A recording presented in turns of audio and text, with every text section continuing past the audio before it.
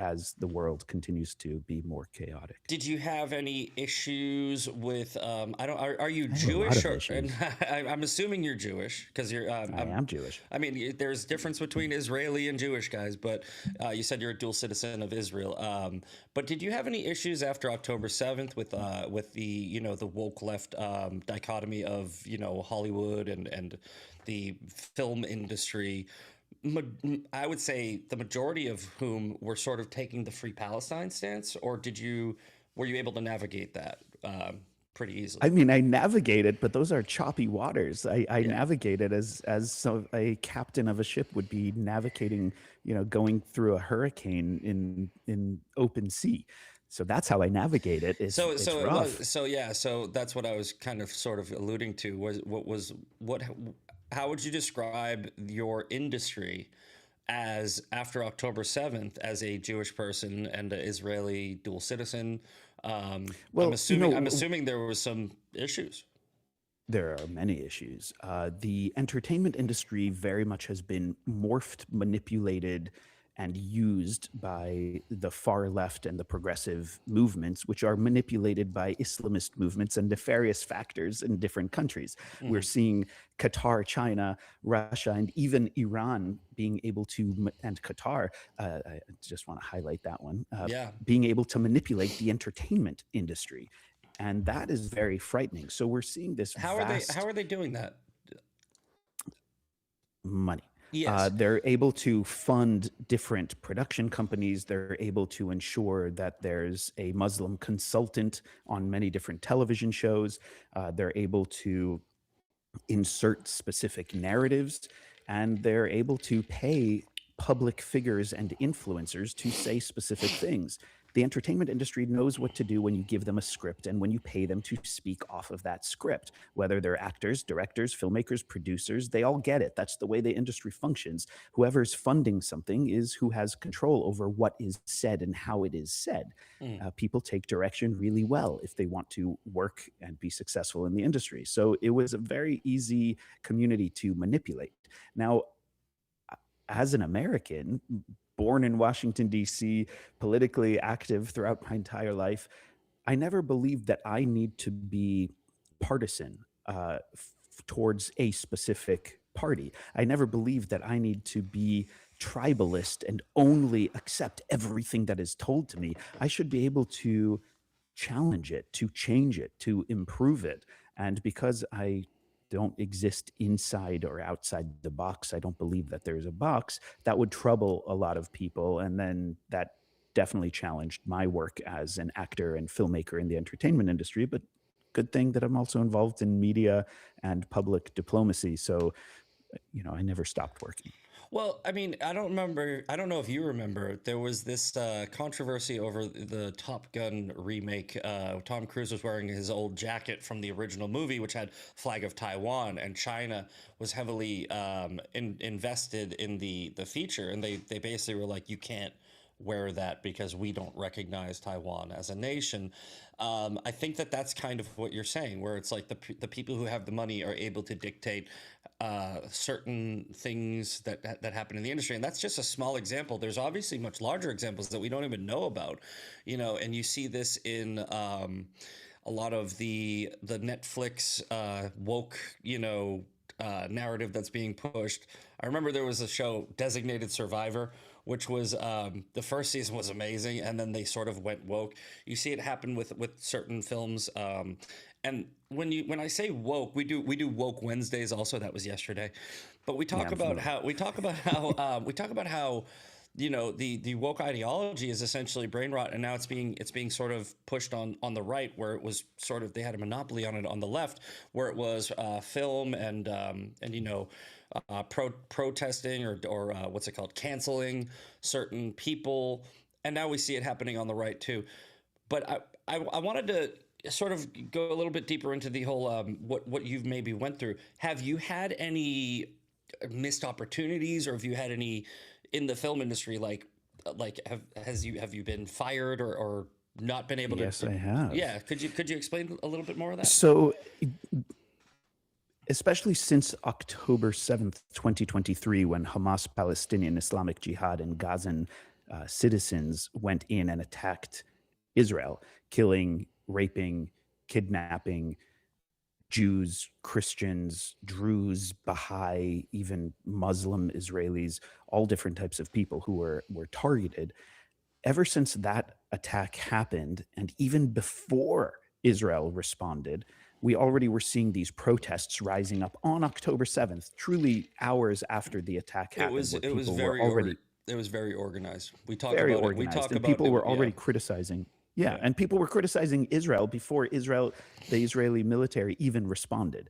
Um, and that already shows a lot in terms of how people treat victims, especially if the victims are Jews or Israelis, because so many people who are anti-Jewish treat Israel as the biggest Jew, even Yes. though they somehow ignore the fact that more than 20% of the Israeli population are Arab Arabs. Muslims. They represent almost a third of leadership positions across the They're on country. the Supreme Court. There's leadership positions. They have like you said, over 20% Arab population. I just watched a video this morning of an Arab Muslim walking around the beach in Tel Aviv and saying just hello to everybody, and they were very welcoming. That's there's a narrative. I believe Candace Owens was on with Ami Kozak. You know who he is, and she said there's like a Muslim quarter or an Arab quarter, and Ami was like, you understand that that's kind of like it's like Chinatown. It's not like they're holding them there in a camp with like bars on the So there's this false narrative that Israelis hate Arabs and Muslims, and I don't think that that's the way it works. I think that they are very weary of terrorists and very wary of radical Islamic jihadists. But Muslims, As are many Arabs. Many as Arabs am around the I, world are, as am I. as am I. If I, Yeah, it's hey, like when I'm accused of being Islamophobic. I was like, firstly, that term is yeah, ridiculous, and the term has been used since the '60s to manipulate civil rights and social justice movements in order to conflate uh, homophobia and civil yeah. rights issues with the plight of Islam, forgetting the fact that, by the way, there are 2.2 billion Muslims in the world. It's not a marginalized minority internationally. But when I'm accused of being Islamophobic, I say, firstly, let's digest and break down what that word is. A phobia is an irrational fear. Irrational. I don't have an irrational fear of Islam. I am afraid of Islamists Yes. and jihadists who aim to spread a global caliphate and spread Islam around the world in violent terrorist means, and Islamists who aim to do so through socio-political means. I am afraid of them because I see what they have done in different parts of the world and what they're doing that has impacted my friends, my family, and even myself. So we Yeah. got to break that down. But yeah, Go. Well, I was going to say to piggyback off of your point, right? I say it all the time. I said we're not Islamophobic enough if Islamophobia is a real thing, because I am afraid of things that I should be afraid of. I mean, I'm afraid. I'm afraid of the number one global terrorist threat, the ideology that's responsible for over 66,000 terrorist attacks according to the Global Terrorism Index. I'm afraid of that because right. I have a good reason to be. I'm not afraid of Arabs. I'm not afraid of Muslims even. I'm just afraid of of waking up tomorrow, turning on my TV and seeing 9/11 Part 2. Like I think that October 7th reminded us that they still have an ability, Islamists have an ability to create mass casualty events that are just horrific, and it'll shake you to your core. But like you were saying, And by the way, they're doing it. They're doing it every day. We are seeing terrorist attacks across the country. yeah, The vast majority of them are being committed by jihadists, by Islamists, and let's just say it, by Muslim people. So we need the Muslim world to rise up and condemn it. We need the Muslim world to speak up. If they're against jihadism and Islamism, then they need to course correct their own faith, their own religion. The in order problem. to The truly save civilization. The problem with that is they're not allowed to because they also follow the same religious doctrine. This is the problem that people don't understand. Christians did it. Christian Well, crusaders stopped. Christians when they created Protestantism, but there wasn't a confliction in the actual Word of God Right. that made them. So here's what I mean, right? In Islam, in the Quran, these words are in their doctrine where it's like kill infidels where you find them and don't turn on your Muslim brothers. I had Tommy Robinson on and I was talking about this yesterday with Shabbos. The peaceful majority are irrelevant because according to their religious doctrine they can't turn on their own even if they don't prescribe to the same ideology, because their ideology is that you don't turn on your Muslim brothers even if they're being radical. And that's the problem. If there was radicalized Christians, in fact, I don't need to say if. We have Nick Fuentes, we have Candace Owens, we have Joel Weber, whatever the hell his name is. I call them out all the time as a Christian because I Mhm. believe that they are actually misrepresenting the Word of God. The problem with Islamists and Muslims is the radical Islamists, they're actually representing the word that they prescribe to from their holy book to the T. And that's Well, why that's why it would be great if somehow we would see some sort of reformation within Islam. I would love it. And I think that That what would they would, be yeah, I think that great. what they would need to do is branch off and create a separate religion for the non radicals where they reject their own religious doctrine. So it wouldn't even be Islam, it would be something completely different. And I've said that that would be great, but I don't see it happening. And like you said, there's 2 billion Muslims. If 10% of them are radicalized, 10%, we have 200 million terrorists. I think it's more than 10%. That's too many. And that's why there is no such thing as Islamophobia. It is a completely rational fear to say there are 200 million radicalized Islamists in the world, and we should be afraid of that. Yeah, I mean, statistics show, many statistics show, I should say, that about 1/5 of Muslims around the world are jihadists and Islamists. That's a Yeah. huge Well, amount of that would be people when you consider 20%. that there are 2.2, billion Muslims in the world. That's a lot of people. So, to go back to your question before, you were asking how things impacted me within the entertainment industry. There's a reason that I'm so active in politics and in media, not just because it's my mission. I'm driven to do it, and as we addressed, it's my civic duty. Yeah, I had contracts that were canceled. I had people who said that I'm too political, that even though I would speak about Republican issues and Democrat issues and LGBT issues and all kinds of different issues before, because I always did. But after October 7th, it gave people a right within the entertainment industry where they felt justified to say that now I am too political because, as an accusation has been following me, which started from a communications director within the LGBTQ movement, accusing me of being obviously Zionist and openly Jewish. Yes, it's, That's like my saying you're obviously wearing a hat and you have a beard. Like you're what supposed to it hide that. You're supposed to hide and that, man. You're supposed to hide I it. mean, yeah, and that's exactly what it says. And the fact that I was getting calls from people saying, "Oh my God, Yuval, how do you feel? We heard about the accusation."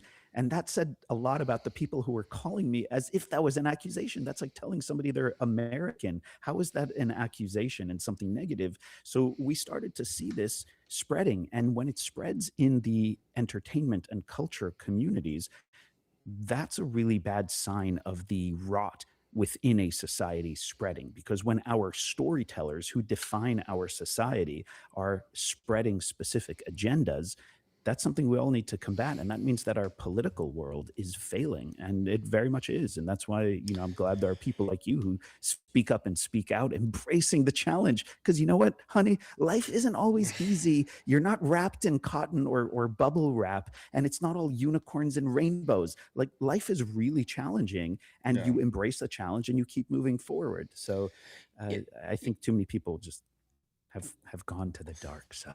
Well, Oh, I'm yeah, going to whisper I into my mean, well, microphone, say the dark side. speaking of politics and tribalism, I mean, I know that the gay community is probably more left, right? Were you on the left and then you became a Republican after October 7th, or are you more like Xavier DeChambeau, where he was like he's just like he. I think that he no wait. I think he was also a leftist. But either way, what would you? Where were your politics originally? Have you always been sort of Republican or conservative or No, right leaning? I was a Democrat. I was very active in the progressive movement. I was very active in the woke movement. Something I say is I used to be woke, now I'm awake. We forgive you. I I was active in these spaces because I thought that's where it made sense for me to be active based on my values. I'm a free speech activist, but now apparently freedom of speech is a conservative value. How did that happen? It always Eh, was. Apparently, it always was. So the fact that I'm now Republican and that I'm conservative, it after years of being politically homeless, feeling that I didn't quite fit in anywhere, I ultimately recognized that I actually fit in within the Republican Party and within conservative movements. And what's really amazing is my values never changed. My values have been exactly the same. So that means that maybe I was in the wrong party and the wrong movement before.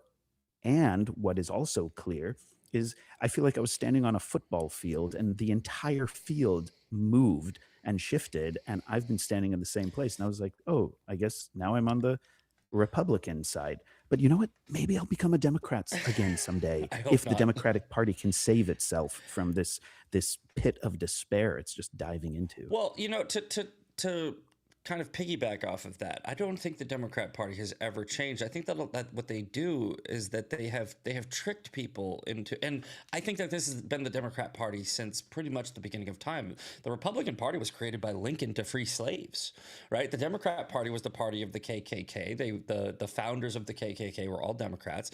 They were the party of Jim Crow. They were the party of, and now what I feel like they've done is they've turned the projects into the plantation by creating these social programs that keep minority communities and keep the LGBT community and all these people sort of in this bubble where they believe that they are Democrats because they just keep on saying the Republicans are racist, the Republicans are homophobic, the Republicans are Nazis, the Republicans are Republicans are Republicans, and what you're seeing now, and I think that you might be able to recognize this, is you're seeing a lot of people who are just running off of projection, where they say, like, for instance, let's take the Epstein files. The Democrats are like, yeah, the Republicans and Donald Trump are protecting pedophiles, and it's like, wait a minute. Why didn't the Obama That's administration what, yeah. release I the was like, Epstein wait a files? minute, Why didn't the yeah, Biden administration release the Epstein files? Why exactly. didn't the Clinton administration Well, release Epstein files? I Donald Trump mean, arrested Jeffrey Epstein. Donald Trump correct, released the files. Donald Trump has been as correct. transparent as anybody else.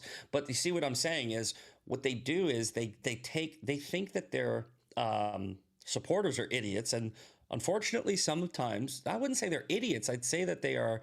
Um, No, they're useful idiots. They're Yes, being they're manipulated. naive. Yeah. They're naive because they don't want to acknowledge. And by the way, denial is a very powerful force. My mom was in denial of the fact that my brother was a heroin addict, and my brother died of a Mm. heroin overdose. And it wasn't until he died of a heroin overdose where my mom finally went, "Yeah, he had a problem. Ma, he had a problem the whole time." And that's what I mean, where you have this they don't and I don't want to speak for you or anybody else, but I feel like people who are in that system, they don't want to go, I have been lying to people this whole time. I have been wrong this whole time. That's a big thing to admit. And you being able to admit that and switching sides is actually it's an act of bravery, and we appreciate it. That and I I mean, but is it an act of bravery or is it the most American thing that I can do? sure, Like that's part of the rights that we have, that we are not defined by a political party. I We agree. should not choose party over country. We should choose country over party. And that's exactly what I did. I chose America over the political party that I was part of, Yes. that I actually worked for and within, because America is one of the most amazing political projects that we have seen It's an in the experiment. history of humanity. Yeah. And I am so blessed to have been born in our nation's capital and to always have been active as an American. So, you know, Yeah, and the fact that it's considered brave means that too many people are not brave and are not outspoken and are doing something wrong. What Yeah. I did was not brave. What I did was perfectly normal. Yeah, well, that was from my speech at Combat Anti-Semitism. It wasn't because of my bravery that you noticed me. It was because of other people's cowardice. There should be more people Exactly. speaking out. Nobody should know who I am because my voice should have been drowned out by so many others. But they weren't, Exactly. and that was actually part of my speech. But no, the two-party system in America, it is pretty much from what I can tell, the best system. Because if we go to a parliamentarian system where we have too many other parties, it's going to get flooded with, it's not better. So you don't have to align with a party. I don't necessarily align. I don't call myself a Republican. I call myself a conservative constitutionalist, right? Where I Great. believe I Okay. believe in the Constitution and I believe in conservatism. I believe in traditional values. And while there may be some people on the Republican side, hardcore Christians who are against gay marriage or something like that, which to be honest, I mean, I'm not necessarily against gay marriage as far as an institutional thing, but as far as like a religious thing, or against abortion, or against progressive values. What I've noticed is we can still have you on and talk and be respectful, whereas opposed to the left, where they don't want to have a conversation with people where they have those political disagreements. If you're a red-blooded American who loves this country, I don't really care if we disagree on these issues of, values necessarily. I would love to get your thoughts on how you have been, well, whether or not you've been accepted by the Republican Party and conservatives as a former leftist, I mean, LGBT activist. they're actually excited by it because they see the impact and the work that I do as a proud American and as somebody who focuses on impact and doing things not just for the betterment of myself, my family, my friends, and the communities that I'm part of, but for the nation as a whole. Because if there's one community that's being mistreated, then all of our citizens are being mistreated. E pluribus unum. That's such Out an of many, amazing out of many, statement one, that yeah. defines who we are. So, I mean, I've, yeah, I Yeah. haven't, I haven't been shunned by conservative people. And you know what? If there are things that they disagree with me on, guess what? We're still meeting for coffee and having a beer together Yeah. and talking about all kinds of things and sitting at the table. Yeah. Because here's one of the things that I have always believed in: everybody has a seat at the table. Yeah. But I've had to define it over these last few years even further. Everybody has a seat at the table unless you're trying to kill somebody else at the table, erase Yeah. somebody else at the table, censor somebody else at the table, or silence somebody else at the table. If you're trying to kill, erase, or silence somebody else at the table, guess what? You're not invited to this table. And that's what we need to be able to say here in America. Yes, come sit at the table, but respect that there are all kinds of other different people who make this table interesting. And to quote Barney Frank, one of our great politicians, who was an LGBT activist, like one of the most prominent ones in the United States, and a Democrat who himself has hinted that, and rest his soul, he passed away, that if he was a active today, maybe he wouldn't be a Democrat. But he had a line saying, if you're not at the table, you're on the menu. And that's something that's very important for us to acknowledge. We have to be at the table. And if we're Yeah. being excluded from the table, which is also happening now within the progressive left, they're excluding people from the table because they don't want to have the uncomfortable conversations. Well, we're on their menu, and we need to acknowledge that and take some action about it. Yeah, speaking of uncomfortable conversations, I'm going to call out some people in my chat right now because there's look, guys. First of all, I'm not going to apologize to any of you for anything. If this chat has any disagreements with me, you're free to go. I don't need you here. But God says in His Word, Bible says if you're okay with saying it's okay to be gay, drunkard, etc., you're just as guilty as the person doing it. Zach says he's okay with gays being married. He's just as guilty. I first of all, religiously, I do believe that a marriage is between a man and a woman. But if we are living in a constitutional republic that creates laws based on the majority of people who have gotten together and said that we are okay with two men having a piece of paper that says that they can be married, I'm okay with it, based on my constitutional conservative values. Secondly, if you guys are in here thinking that I am one of those people who has a problem with gay people, get the fuck out of my show. I Get out of probably wouldn't be on your show yes. if you had a problem with gay people because No, I'm no, no, no. And proudly I look, this lesbian. is it's actually bothering me because it's a regular. It's somebody that, has always been like rah rah sis boom ba.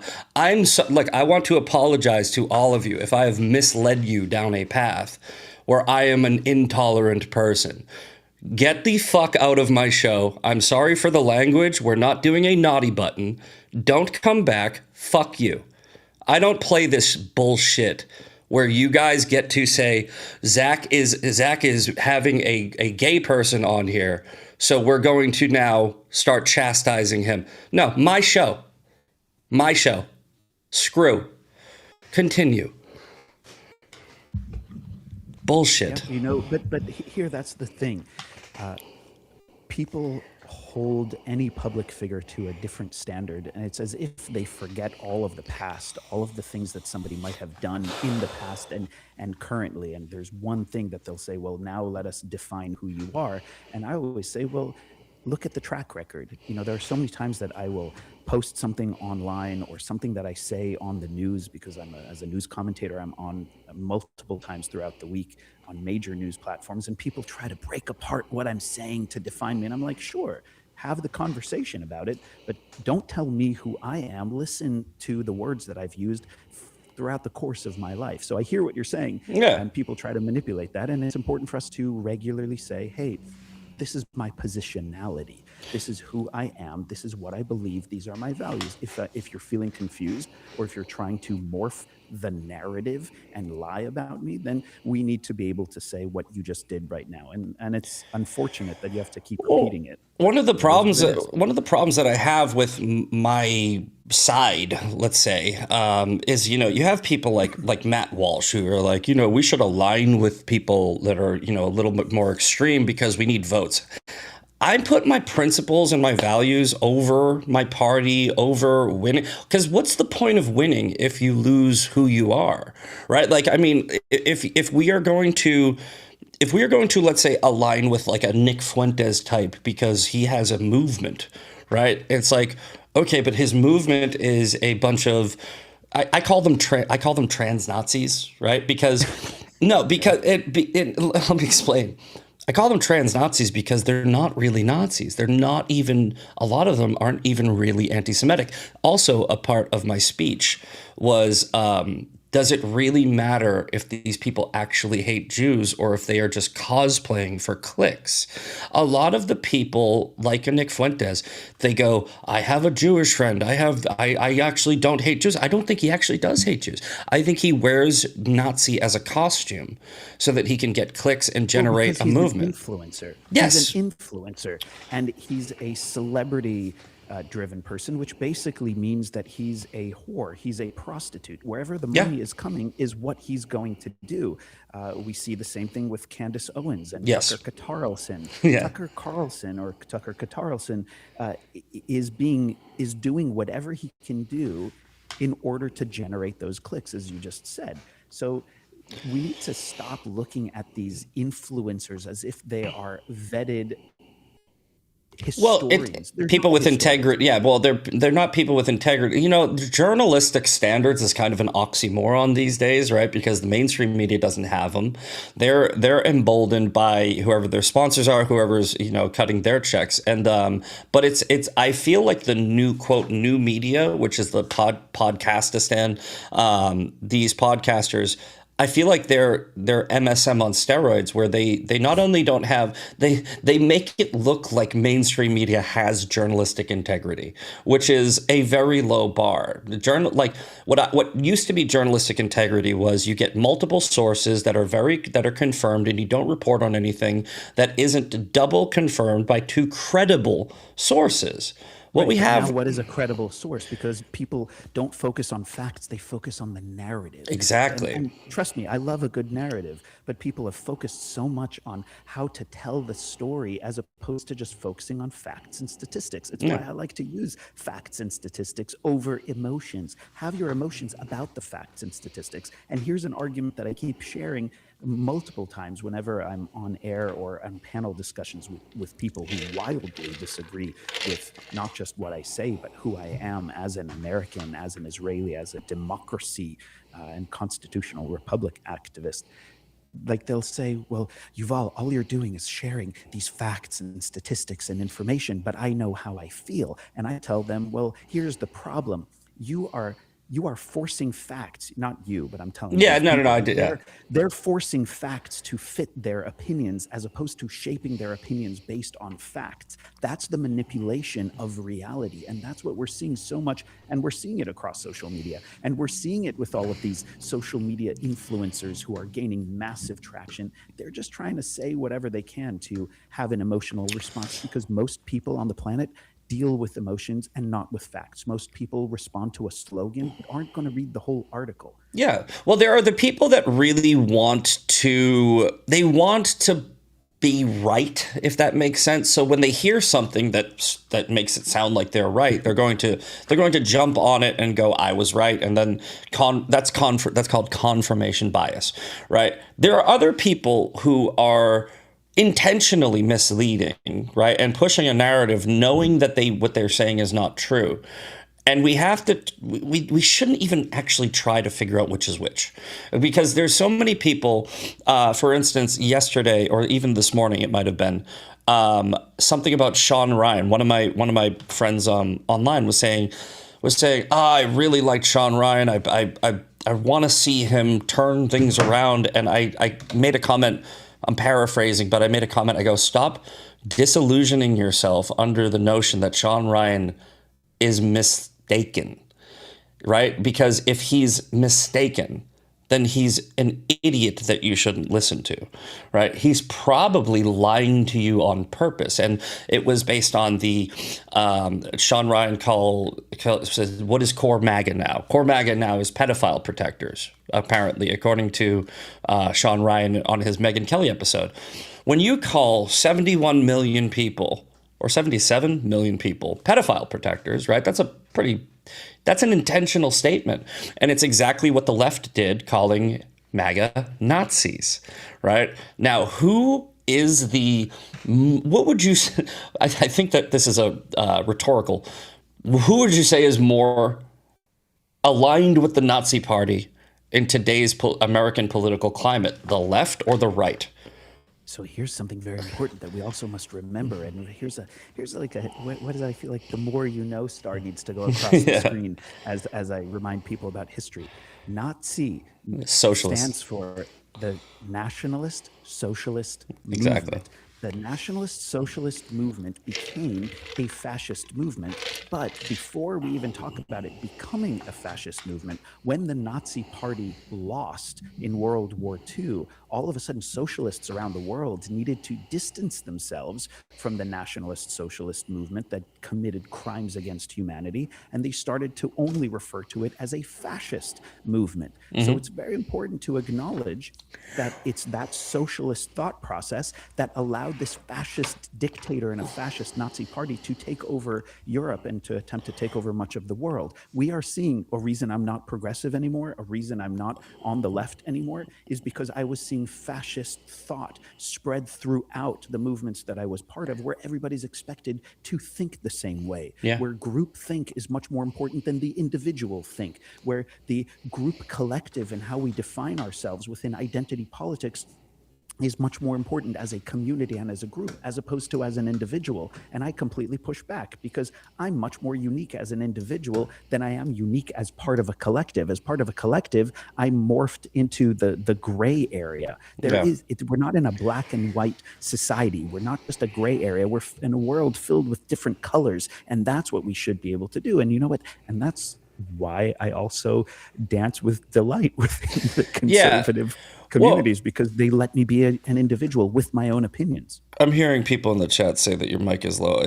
Guys, I just turned it up. Let me know in the chat if his mic is a little louder now. But no, you were saying the national, obviously Nazi, National Socialist German Workers' Party is the original name of the Nazi Party. And people, if you look it up on Wikipedia right now, it'll say it's a far right ideology. And it's like, how is socialism far right?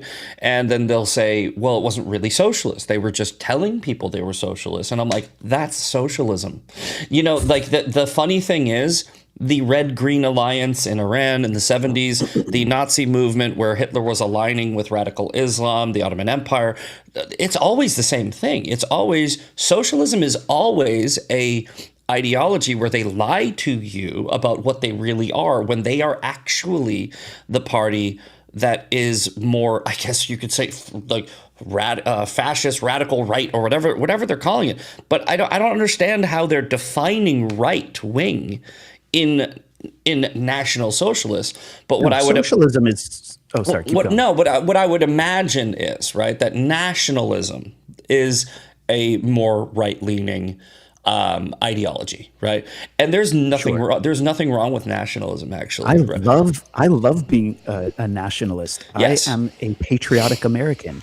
I'm a nationalist American. I believe Yeah. in the greatness of this country and that it is my duty to do what I can for this nation. There's nothing wrong with that. You know what? Yes. Sports teams and fans of sports teams are nationalists. The people who will follow their team even when their team really sucks. They're still going to root for them and wear those jerseys. That's nationalism. That's okay. You know what? I'm a proud Jew. I love being a Jew, and I must do my part for the Jewish people. Yeah. So, there are all of these different nations that I'm part of. Now, socialism is this insane belief. Whoever thinks that socialism can work has not studied history and has not spoken it'll work to this time. anybody who survived a No, it's socialist just country. they haven't done it right yet. They just keep on trying. It's like maybe it's the actual thing that's broken. It's not the people that tried to implement it. I will push back a little bit though on nationalism. Right? There's nothing wrong with nationalism as an ideology, as a personal ideology. I'm a nationalist. Nationalism as a policy, though, it often leads to authoritarianism, which is why National Socialism as a implemented governmental policy is actually bad, right? And nationalism, even as a governmental policy, I would say is bad. I think that there's a difference between patriotism and nationalism. Nationalism is defined as prioritizing one's country above all others, often at the expense of other nations. That's the technical definition of nationalism, right? Which means it's more of an isolationist policy. It's more of a screw you policy. We don't want to work with other nations. Patriotism, however, is defined as love for one's country and the vehement defense of one's country and its interests. Therefore, if the interests of America, what was best for America would be to have allies and global partners and trade. That would be good for America, so patriotism over nationalism would apply, whereas nationalism would not apply. And Okay, that's can I that's push the main back on difference. your pushing back? Because Sure, yeah. I mean, I love, by the way, I love when somebody pushes back against what I say because it challenges what I say and it makes me have to think deeper and maybe you'll change my mind. Maybe I'll change yours. That's one of the joys of being on your show and also being an American. So patriotism, yes, is about like the love of one's country. Nationalism is the belief that your nation, as you just said, should be prioritized and all the things that you just said. So, in the healthiest way of looking at it, patriotism says, I love my country. Nationalism says, I want my country to succeed. At its worst, patriotism can also mean blind loyalty, and nationalism can become this exclusionary or aggressive movement, but that's not necessarily a fact. Sure. Patriotism might be loving your country. Nationalism is putting your country first. Neither one, let me just say, because words matter, neither one requires hating anybody else. There's a difference between nationalism and supremacy. I agree. And maybe I wasn't clear enough. Like I said, nationalism as an ideology is perfectly fine. I just meant as a governmental policy, where when you have a nationalist government, it is more often than not authoritarian leaning, right? Nationalist policy versus nationalist ideology is what is kind of the differentiation. And I would say if you're going to say I'm a nationalist, it would be more fitting to say you're a patriot, which is why, like I said, words do matter. And nationalist policy historically, most USSR was a nationalist. Hitler was a nationalist. There's even the French under Napoleon, nationalist. And often nationalist governments have led to authoritarianism, which is why, again, what I was really trying to say is National Socialist, it's basically marrying right-leaning radical ideology and left-leaning radical ideology, but Which they're is both. what we're seeing happening today. It's horseshoe. It's horseshoe theory, essentially. Yeah. And what happens is what people do is they ignore the socialist and they hyperfixate on nationalists, which is why I was saying I think that that's why people try to describe the Nazi Party as a far right ideology when it's not far right or far left. It's Nazi. It's National Socialist. It's the I say that Zoran Mamdani he's the living embodiment of horseshoe theory, right? He's basically Absolutely. he's a Islamo-Marxist, right? Which is I would say a communist. People say socialist, communist. It's the same thing. Socialism is communism without the bloody revolution. But you have a living, breathing person who is embodying the Red Green Alliance. And if we don't recognize that, again, I say this all the time: if you don't learn from history, you're doomed to repeat it. What you brought up earlier, it's Nazi, National Socialist. What they do is they trick people with left-leaning policy. They say, "I'm going to give you everything. We're going to give you free stuff. We're going to make everything better." And then they mix that in with nationalism or patriotism. And you look at Hassan Piker, who's just banned from entering the UK, and he tweets out, he goes, "I can't believe the UK government would ban me." And I go, "What? This is what you wanted. This is exactly what you wanted. It's also good for clicks for him. So, but I mean, if you think about it, right? These people who are arguing for policies that restrict their political opponents and shut down their speech, when applied to them, they put their hands up and they go, "Don't shoot, I'm on your side." And it's like, those are the famous last words of the French revolutionaries, where they was, I think in this conversation about nationalism and patriotism, sure, any ism can be taken to a dark place. But Sure. the dangers of nationalism is not necessarily nationalism itself. The danger is when the nationalism becomes absolute or becomes absolutism. Yeah. When nationalism becomes untethered from democratic values, from individual rights and universal human dignity, it drifts towards xenophobia and scapegoating others, which is what we're already seeing in the United States. And I Sure. can say that as a Jewish American, where people are condemning Jews for anything that is bad. Let's blame one group for it instead of looking at our entire society. No, absolutely. And Defining I citizenship by ethnicity, or by whatever brings us together, as opposed to a shared value. Sure. And that's when nationalism becomes unpatriotic, or suppressing dissent as unpatriotic. I agree. That is something very scary. And we are seeing that. And we're seeing that within our own political parties. That's why the far right is also just as dangerous. If they're saying, if you don't agree with everything that we say, then you are unpatriotic, you are evil, you are wrong. It's probably like what you're responding to in the chats, that if you dare have a multifaceted opinion. That person did apologize, by the way. They said, "I didn't mean to upset you. I'm just as guilty with sin. We are in agreement. Someone sinning with someone sinning. We're just as guilty." Look, I forgive you, man. And I just get. We only got 3 minutes left, and I think I took us down a little rabbit hole, which whatever.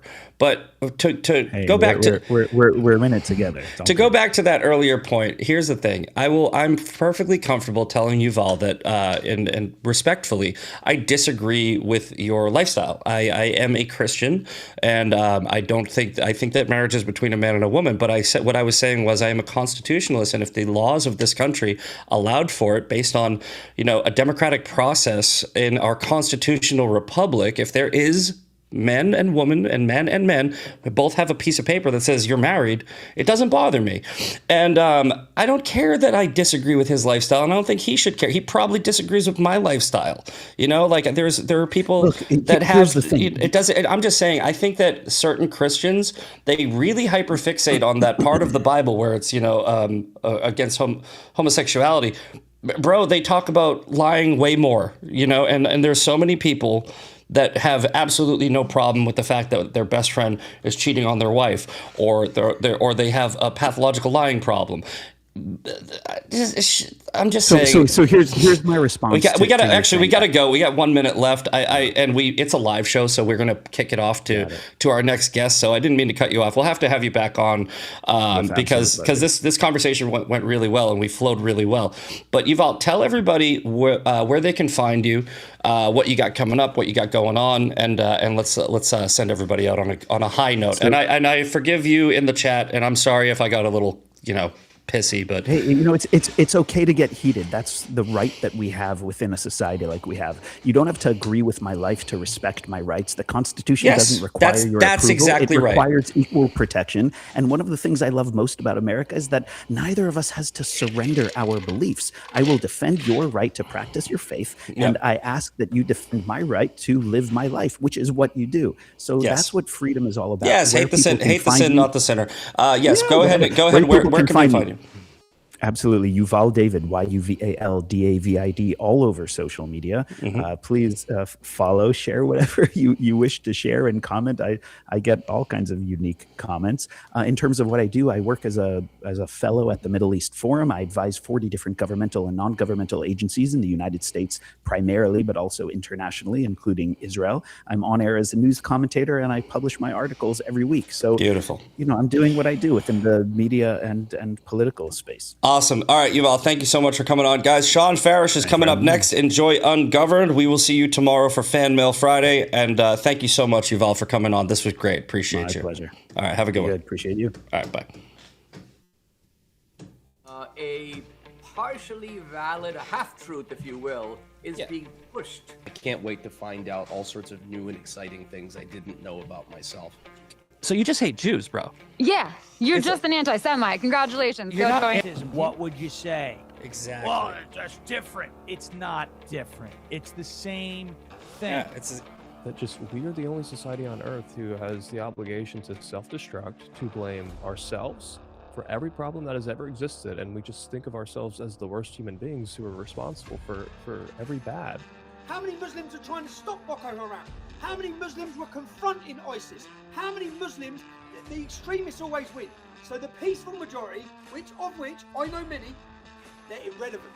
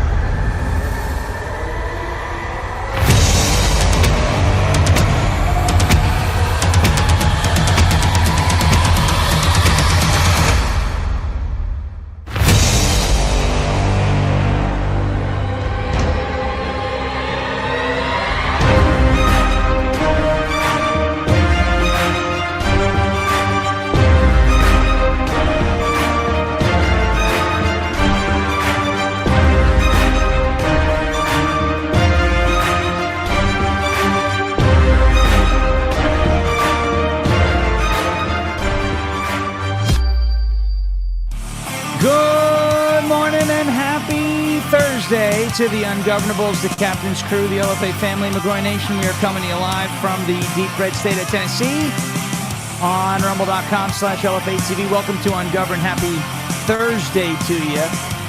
A big, beautiful happy Thursday to you. Here on a good Thursday, June 4th. June the 4th be with you. Right? Is that what we say? No, that's not what we say. It's been a month. Can you believe it's been a month since Star Wars Day? That is crazy. That's crazy. All right. We have the brand new SPLC indictment we're going to be going through today. It's bizarre, wild. Of course, now it's just an indictment. So, we do have to apply the innocent until proven guilty,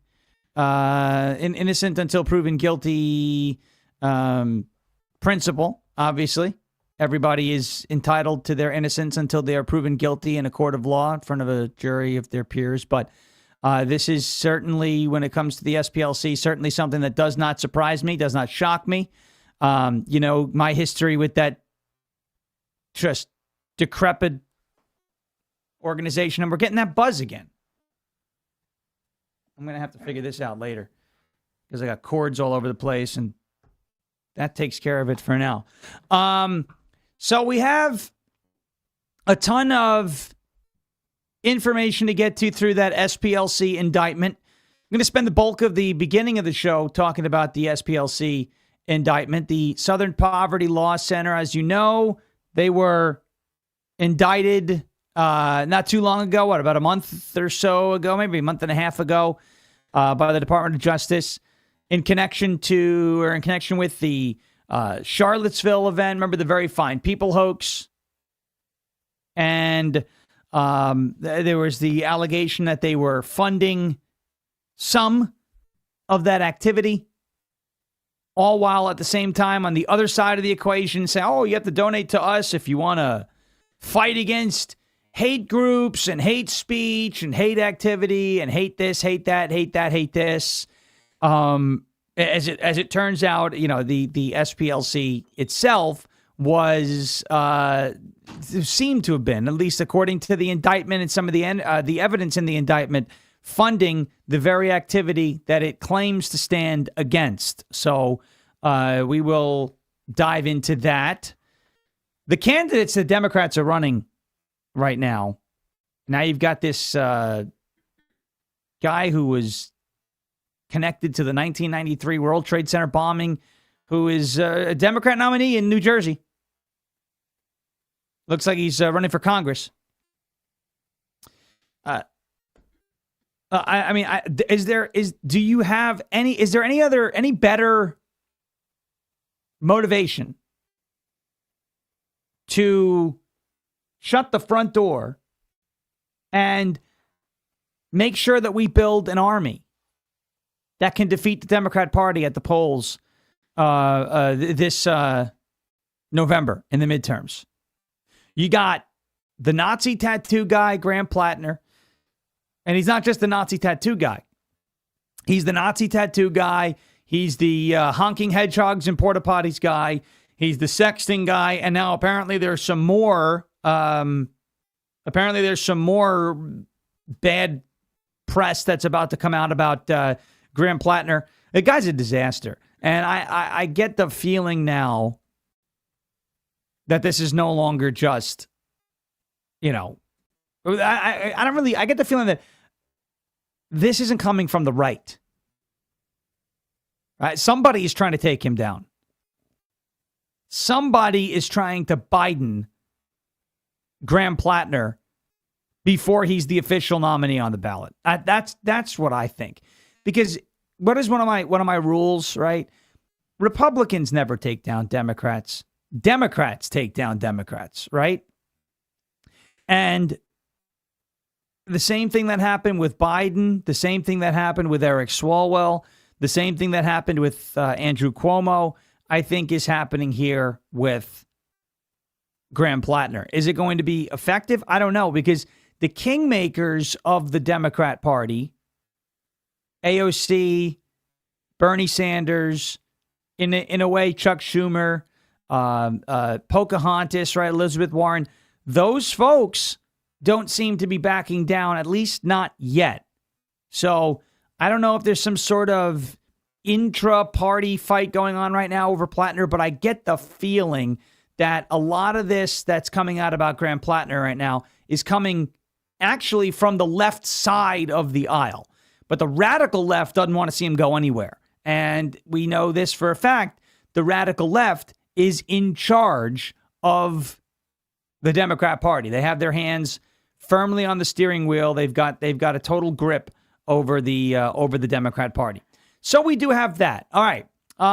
We have a new poll about Pride Month. We haven't done too much about that, but I'm going to give you some good news, and we'll recap some of the Pride Month stories that I've wanted to talk about for the last couple of days, but there have been more important things to talk about than a bunch of morons dancing with rainbow clothes on. But I will give you some new polling data on Pride Month that should get you, I don't want to say excited, but it would be interpreted as good news. And then another poll, more polling data, the proof, the data the evidence that Democrats actually hate this country. Well, we don't need to prove, we don't need polling data to confirm that. No, I know we don't need polling data to confirm it, but it's a nice thing to grab some scientifically conducted polling data to use as supplemental evidence that the Democrats either hate or are ashamed of the United States of America, which is, listen, not a positive message to run on. So we've got some of that as well. We're going to spend a lot of time on the SPLC. I've got I've also got a clip from X. I've also got a migraine, but I've also got a clip from X. Britta, what's her name? Gosh, she's a good clipper on X. She pays a lot of attention to the social commentary, specifically the whole woke right, woke left debates and the battle that's going on. I don't like calling it infighting because it's not really infighting. Where did it go now? Where did it freaking go? I don't know. It's there. It's somewhere. But this Megyn Kelly, Sean Ryan, these two are going to wind up on OnlyFans, I think, because they do whatever their audience asks them to do. They're captured. And that is part of the problem here in this perpetually online world. These folks are and have been completely and totally captured. Recognize this op. It has been here it is. Her name is No Soup for Knowles. No Soup, the number 4, Knowles, Knowles. We're going to play a clip that she pulled from the Sean Ryan show. Megyn Kelly and Sean Ryan, two absolute life losers at this point, buffoons, you're sticking their fingers in the air, figuring out which way the political winds appear to be blowing. I think they have the wrong read on it because they are perpetually online losers.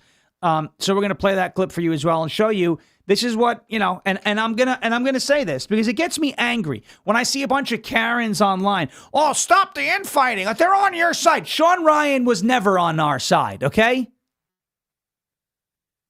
When that jackass last year, or 2025 technically, and some people I know believe this crap. Remember Gravatic propulsion drones and that... I have a headache, so I'm in a bad mood. When that guy nodded along with that stupid, and so many people lapped it up, that stupid email that guy who blew himself up in front of Trump Tower in a Cybertruck. Oh my gosh, could you believe it? The CIA was after this guy, and he said that there were Gravatic propulsion drones stalking him through the country. So you have a guy who blows himself up in a Cybertruck, writes a bizarre manifesto type email about mysterious drones chasing him, and you believe that?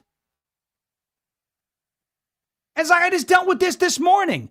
Another QAnon idiot goes, well, if you don't realize that Trump and DeSantis were working together to smoke out the disloyal supporters, I don't know what. Shut up with this chess crap. Some people are just crazy. Some people just make bad decisions. And when you have Sean, that should have been the dead giveaway in 2025. When you had Sean Ryan promoting this ridiculous email from the guy who blew himself up in a Cybertruck and treating it like this is the writings of a perfectly sane person. It was the ramblings of a nut job. And they're like, well, this Gravatic propulsion technology was stalking this guy. Folks, enough of the freaking sensationalism. When you realize that people like Sean Ryan, Alex Jones, Thomas Massey, Megyn Kelly, Candace Owens, please don't come bitching to me. Stop the infighting. Oh, you just want their audience. I don't care about their audience. I don't want a bunch of people watching me that are expecting me to say something crazy and outlandish for the sake of doing so. If I wanted to do that, I would LARP as Howard Stern. I don't do that. We come in here with evidence. We come in here with receipts. We come in here with, I'm going to tell you why I believe something, show you why I believe it, and that's that. These people, folks, please stop falling for sensationalist crap. We do it all the time. We eat it up. because it sounds good. It sounds juicy. All right? Please. Folks like me, Misfit Patriot, Jeremy, a lot of people were pointing out that this Megyn Kelly, Sean Ryan, Candace Owens, Tucker Carlson, Alex Jones, it was a psyop meant to siphon off a portion of people, gullible morons. Morons. Folks, listen to me. If you fall for that type of propaganda, I think you are stupid. Because you are. You are a useful idiot. And you have been siphoned away from a healthy movement that was going to improve our country and is improving our country, MAGA, and you're being delivered to the left by a bunch of bad actors. Megyn Kelly, Sean Ryan, Alex Jones, Candace Owens, Tucker Carlson, Owen Schroyer, and anybody who gets in bed with those people, you've never been on our side to begin with, or you're a useful idiot destroying our movement. And I have zero respect for you. And there's going to be people who come into the chat, wow, disprove what they say. No. How about, and I make this offer all the time, and nobody seems to do it. Call in and let's talk about it. But the fact of the matter is you're full of crap. You don't have anything but the Jews to point, to hang your hat on, and that's it. We're going to spend a lot of time on SPLC. I'm going to spend some time on that. It was an op from the beginning. When I play for you this Megyn Kelly, Sean Ryan clip, when I play this for you, maybe then, and I'm not talking about to the loyal people who are in this chat all the time who understand this. I'm talking about the peripheral, maybe first-time viewers, maybe folks, what is this guy saying? Oh, he's an Israeli. Yesterday I was accused, this is a good one. Here we go. Yesterday I was accused of being paid to call Hunter Biden a crackhead. Hunter Biden is a crackhead. I don't have to be paid to state the obvious.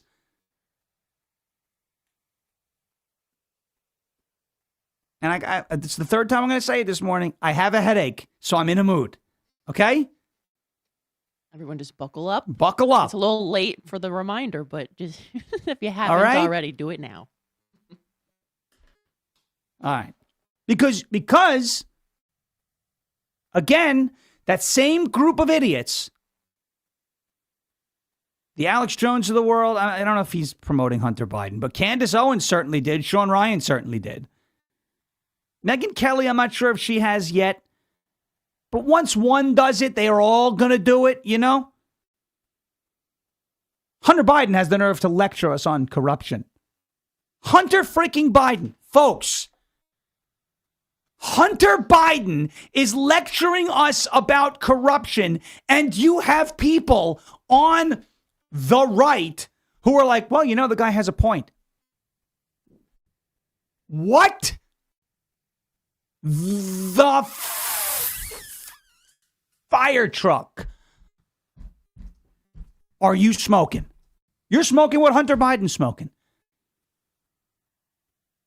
So you mean to tell me that a crackhead who needed a last-minute 10-year blanket pardon from Daddy, who was not just half-baked, like 99% baked at the end of his term in the White House to stay out of jail, Hunter Biden, last minute, 10-year, blanket pardon, crackhead, you're going to let him lecture us on corruption? But because he mentioned Israel, you're like, well, he's got a point. Are you that stupid? Are you that stupid? The answer is yes. It was an op the whole time. We told you so. Don't come in here next time and lecture me about infighting. I'm going to just... Ooh. I'm really trying to fight my kids, had your wife. Well, yes. Everyone needs to hide. Yes. All right. Got a little sidetracked. Take a breath. Got a little sidetracked. Regroup, reorient, And resumed admission. Got a little sidetracked on that, though. Here you go. Okay. Here we go. Here we go. Folks, let's take a quick break. Let's get to a word from our friends at OFP Farms. I love OFP Farms. They're great. Their skincare products are great. Let's reset to something very happy. Their products are happy.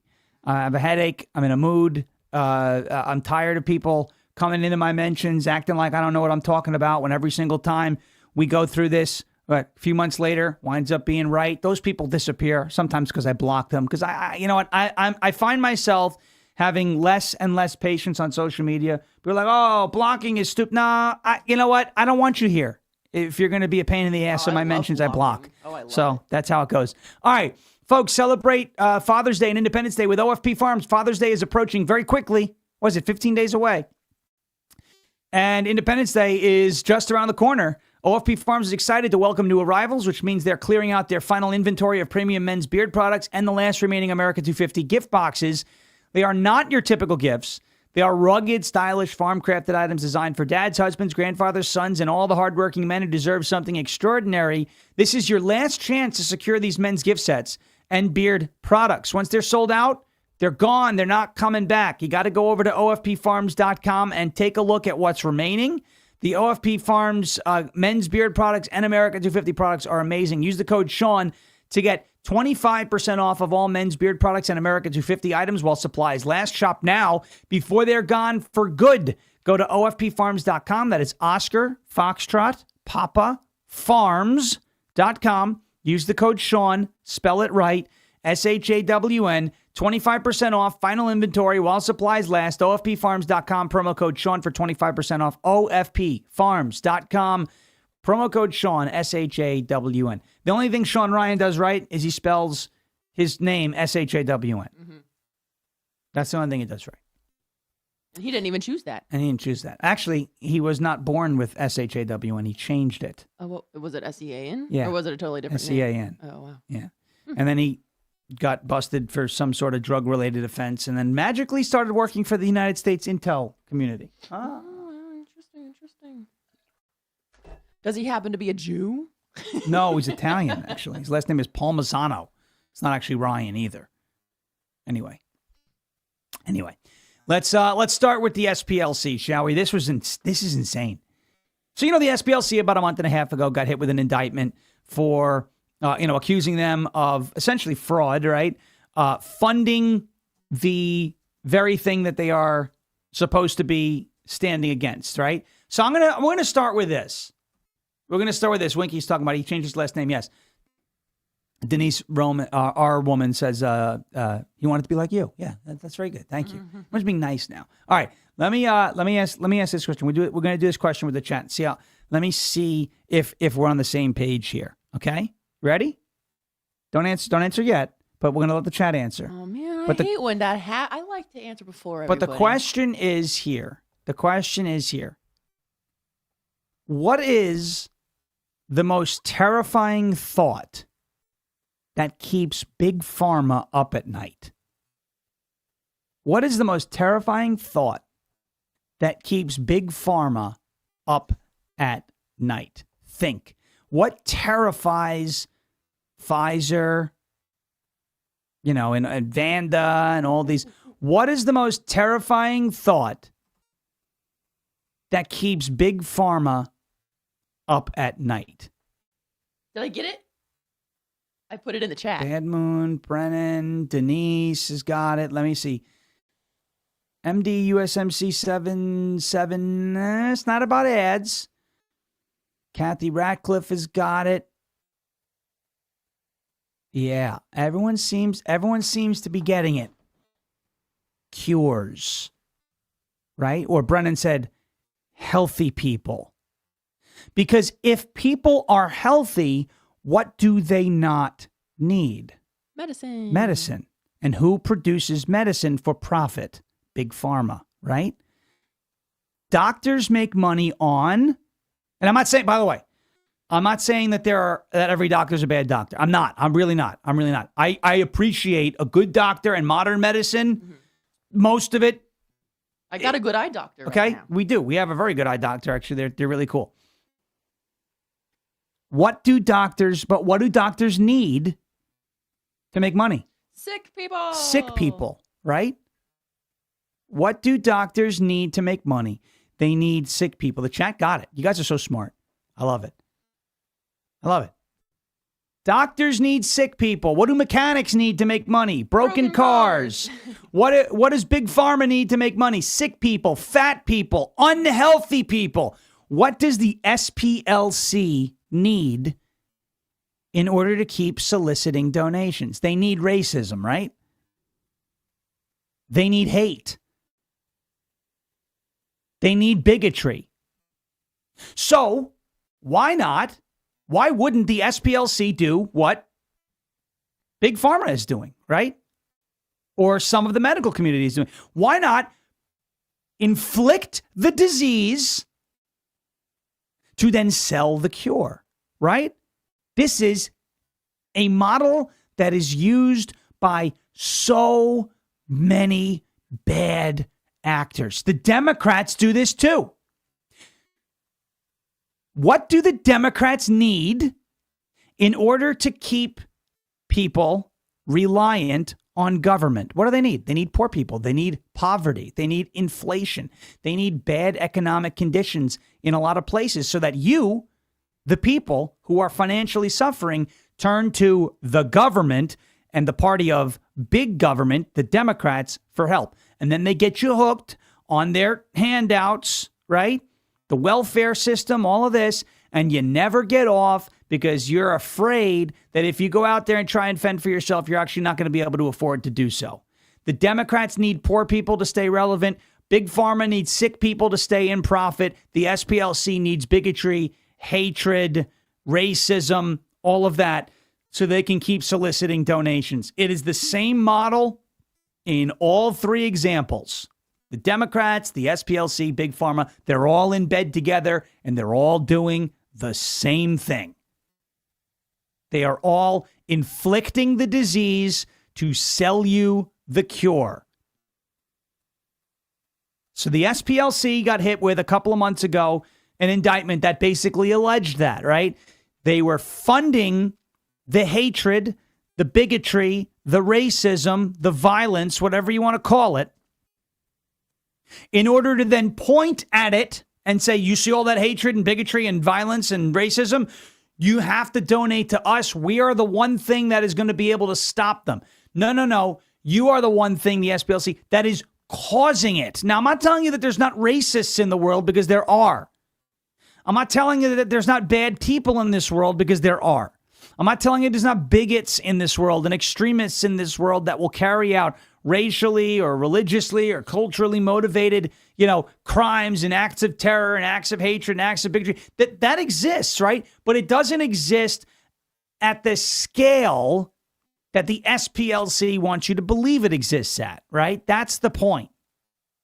Well, the SPLC yesterday was hit with a superseding indictment that now alleges that they paid for cross burnings, KKK robes and hoods, recruitment, living expenses, and racist merchandise. Yes, the SPLC, folks, it appears, according to the superseding indictment, that they were quite literally, they weren't funding the KKK. They were funding informants. Oh, really? Well, hey, this is going to go to trial. Tyler O'Neill at Tyler2O'Neill on X put out a nice thread breaking down the superseding indictment. New bombshells. Here we go. The SPLC raises money by claiming it exists to dismantle white supremacy, but the Department of Justice says that the SPLC was actually propping up the hate that it told donors it aimed to destroy. Again, this is the big pharma model. Wow, there's this new disease. Here's the vaccine for it. Wow. Obesity is a problem in this country. Here's GLP-1s and fat shots and all that, except when you go back 10, 20, 30 years, it was this suggested standard American diet, ironically, the acronym for that word is SAD, that got people fat in the first place. So we're going to make you fat, And then we're going to sell you a fat loss drug, a weight loss drug. How disgusting is this? Gosh, we were talking to a friend yesterday about what I think is an emerging market in this space. The health movement, I am so excited about it. I really am. I'm so excited that people are starting to take charge of their situation. Even if you've eaten yourself or put yourself into a bad situation, it is never too late to get yourself started on a health journey. Folks, please, that is one of the, we talk about independence, right? America 250, self-sufficiency, all this stuff. There is no better way to declare yourself independent from all these nasty forces than to take charge of your damn health. And if you're in a situation where your weight's not healthy and some of these things, and you need a GLP-1, I like to, I poke fun at the whole Ozempic. I'm not shaming you if you need it, if you're using it to get yourself back in shape. That's what it's there for. It is not there for you to be able to prop up a bad lifestyle. In other words, if you're somebody who is, 450 pounds, right? And you use the fat shot and you get yourself down, but you keep eating crappy food to keep injecting yourself with the fat shot. That's not a healthy lifestyle. What I'm saying is we've seen this, right? The big guy jogging on the side of the road, sweating like a pig, and was like, that's a guy who wants to take charge of his life. Give him the fat shot. Let him get himself, get a few hundred pounds off, and then get off of those drugs and change the lifestyle for the better and move forward. There is a growing, I am so excited about the MAHA movement, Make America Healthy Again movement in this country. I think that is going to be the next huge space. I really do. And it's never too late. You may think so. You may look at yourself in the mirror and go, ugh, man, I really let myself go. Good.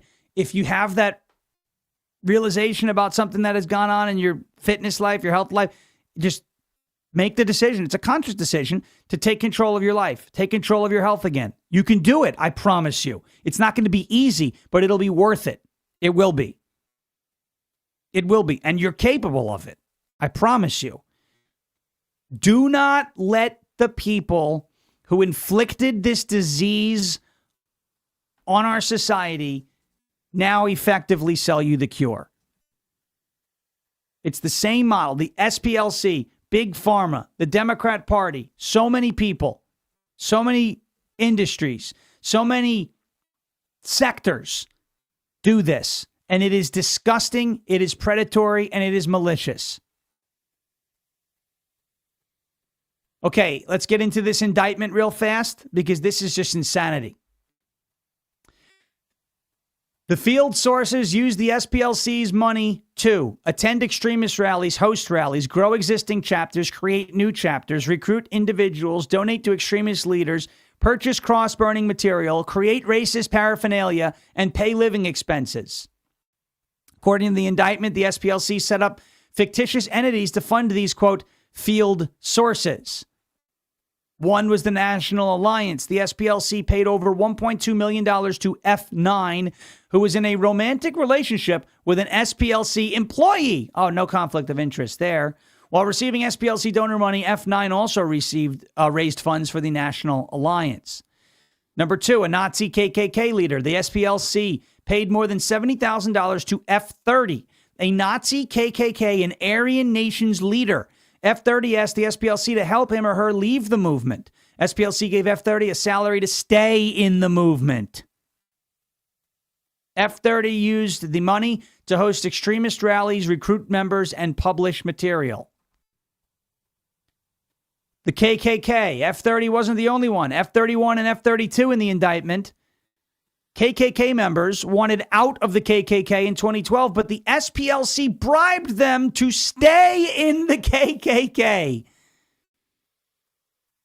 These F's, field sources, used the money to attend extremist rallies and to gain a leadership role in the KKK. The SPLC reimbursed them for cross-burning materials.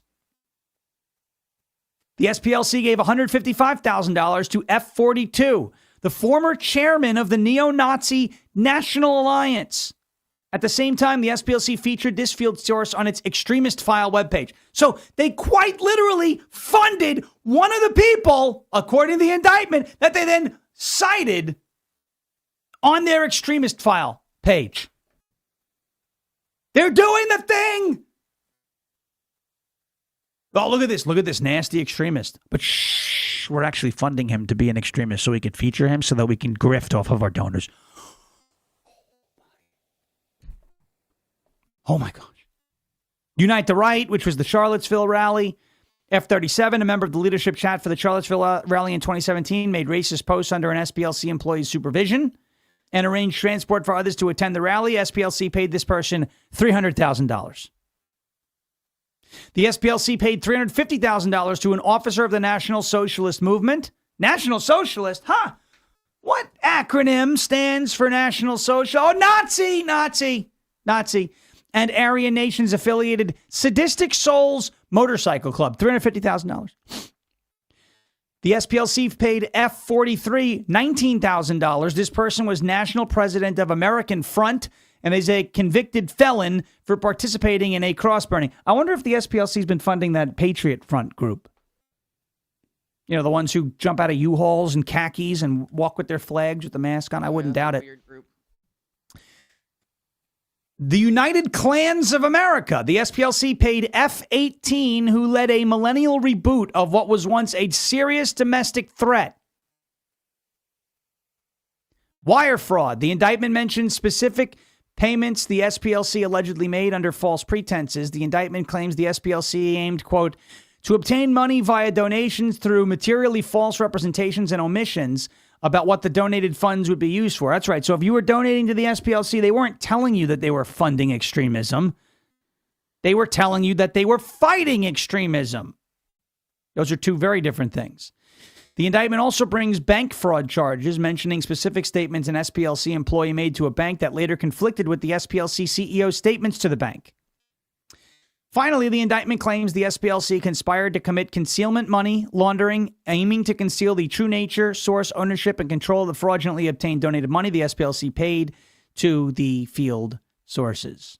The indictment states that upon conviction of the wire fraud counts, the SPLC shall forfeit to the United States any property, real or personal, which represents or is traceable to the gross receipts obtained in violation of the law. Upon conviction of the conspiracy to conceal money laundering charge, the SPLC shall also forfeit any property involved in that offense. Folks, the SPLC built its reputation by destroying the Klan, right? And then they realized, like Big Pharma, like some of the medical community, some, not all, like the Democrat Party, right? Like the Democrat Party. Without poverty, the Democrat Party doesn't have a message, right? Because they talk to the impoverished of the world. Oh, we're going to give you free stuff and handouts, right? Without sick people, doctors in the medical community and Big Pharma, they've got no customers. Without VCRs, a VCR repair shop goes out of business, right? Without hate, without racism, without bigotry, there's no need for the SPLC to exist, right? You understand what I'm saying here? This model is used by some of the worst and most disgusting people in this country. They create a problem to then sell you the solution. The SPLC, when you realize that the SPLC needs the KKK to exist. They need Nazis to exist. They need these racist, bigoted, extremist events to take place. They need cross burnings. They need examples to point to convince their donors to keep donating. So what better way to have those examples show up in the real world than to fund them? Just like Big Pharma and most of the medical community that made you fat just to sell you weight loss drugs Just like, your mechanic. You're always skeptical of your mechanic. I wonder if he's breaking things under my car so that I have to come back, right? It's like a lot of doctors. They need sick people to make money. Just like the Democrat Party, they need poor people to offer free things to. They create the problem to sell you the solution. It is one of the most used grifting techniques in this country. And the SPLC, according to this indictment, looks to have been engaged in a lot of that grift. Folks, it is one of the most malicious and disgusting grifts, and once you see it, you cannot unsee it. All right, let's take a break. Let's get to a word from our friends over at Silent. slnt.com/Sean for up to 15% off and free shipping on qualifying orders. slnt.com/Sean. Folks, it's time for you to take back your privacy. You know your phone is a tracking device. Everybody knows that. Between government agencies, big tech, corporate data brokers, even those crazy cyber criminals, they're all fighting for a piece of your digital footprint. And they don't ask. They just take it. That is why Silent exists. Silent makes Faraday gear that blocks all wireless signals, including cellular, Wi-Fi, Bluetooth, GPS, RFID, and near-field communications. No signal means no tracking, no remote access, and no breadcrumbs. It's the same technology trusted by special operations teams all around the world, used to block signals, avoid surveillance, and secure communications wherever the mission leads. And right now, it is available to you to protect your family, to protect your freedom, and secure your digital footprint. Just drop your phone in a Silent Faraday sleeve, and it is off the grid, completely silent and invisible to the outside world. From their backpacks to their sleeves to their crossbody, Silent's patented technology gives you total control of your privacy. Just visit slnt.com/Sean. Get 15% off and free shipping on qualifying orders. That is slnt.com/Sean. Protect your rights, secure your data, and stay one step ahead. Silent.com, slnt.com. Silence the chaos. Go silent today. slnt.com/Sean for 15% off and free shipping on qualifying orders. All right. Where do we want to go next with this? Where do I want to go next? All right, let's go to Talafrico, shall we? New footage has come out. Well, old footage, but it's been put out there again. This is from Amuse on X. I like this account. Tends to put up some pretty good content. Also, like a Stormtrooper is his logo, so I'm not sure exactly why he's a Star Wars fan or what the story is behind the Stormtrooper, but I appreciate it, obviously. Here's James Talafrico in Texas. This is old footage. It's just it's disgusting, but it has to be played, of Talafrico comparing and likening unborn babies to parasites. Watch this. The disagreement about the legality of abortion is not a disagreement about life. It's a disagreement about personhood. No one disagrees that an embryo is biologically alive. We each have trillions of living organisms inside of us right now as we sit and talk in this sanctuary. So the question is an embryo a legal person whose rights trump those of a woman? I don't know many people who would seriously answer yes to that question. Legal personhood evolves with life, and life is change without clear or definite boundaries. But the only way we can allow the rights of an embryo to trump the rights of a woman is if we believe a woman is not a full person. And let me remind you that that has been the default belief throughout most of human history. Being Christian and being pro-choice are absolutely consistent because Christianity is a feminist religion. Okay. Folks, why is he doing this? Yeah, he's pandering, I get it. But I want to go to this piece over on townhall.com. It's a good site. Because if you ever do any perusing over on Town Hall, if you guys do this. Very important in this is the dehumanization. And I know I'm going to sound like a leftist. Oh, dehumanizing. But this is quite literally what James Talarico is doing. But it's not that he's dehumanizing You know, it's like, oh, when you dehumanize Jews, you know, the Nazis, they dehumanized Jews and then they put them in concentration camps. And yeah, that we're going to get to that end game in a second. But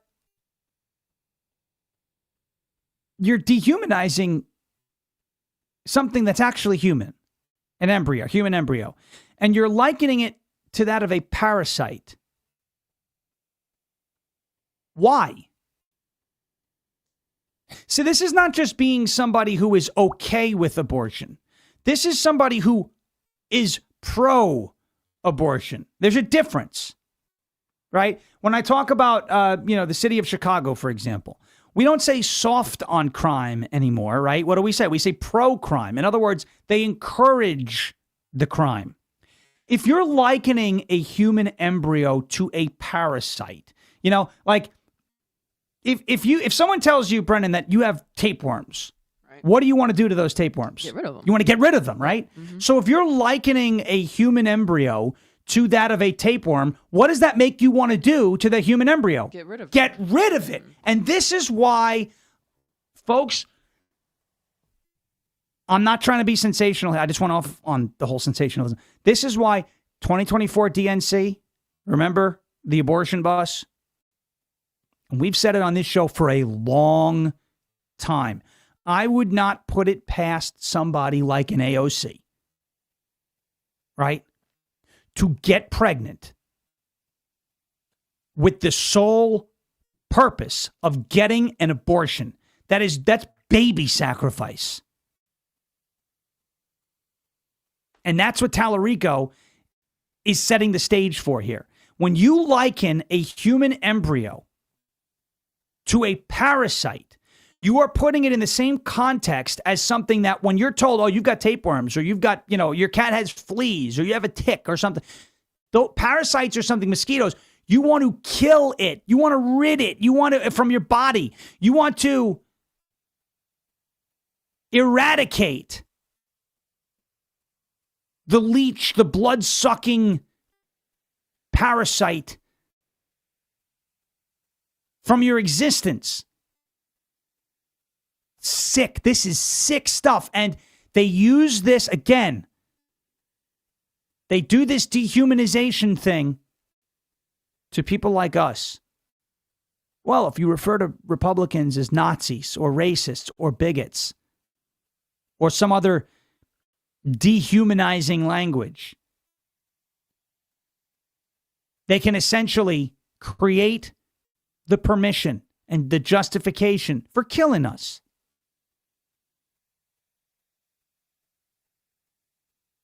And they did it to Charlie Kirk.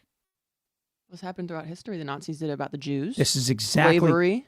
This is right here in the article, actually. Not a person. 1815, black slave. Not a person. 1945, Japanese. Not a person. I didn't even see that. 2015, a baby. This is dangerous stuff. And this is mainstream in the Democrat Party. It's mainstream.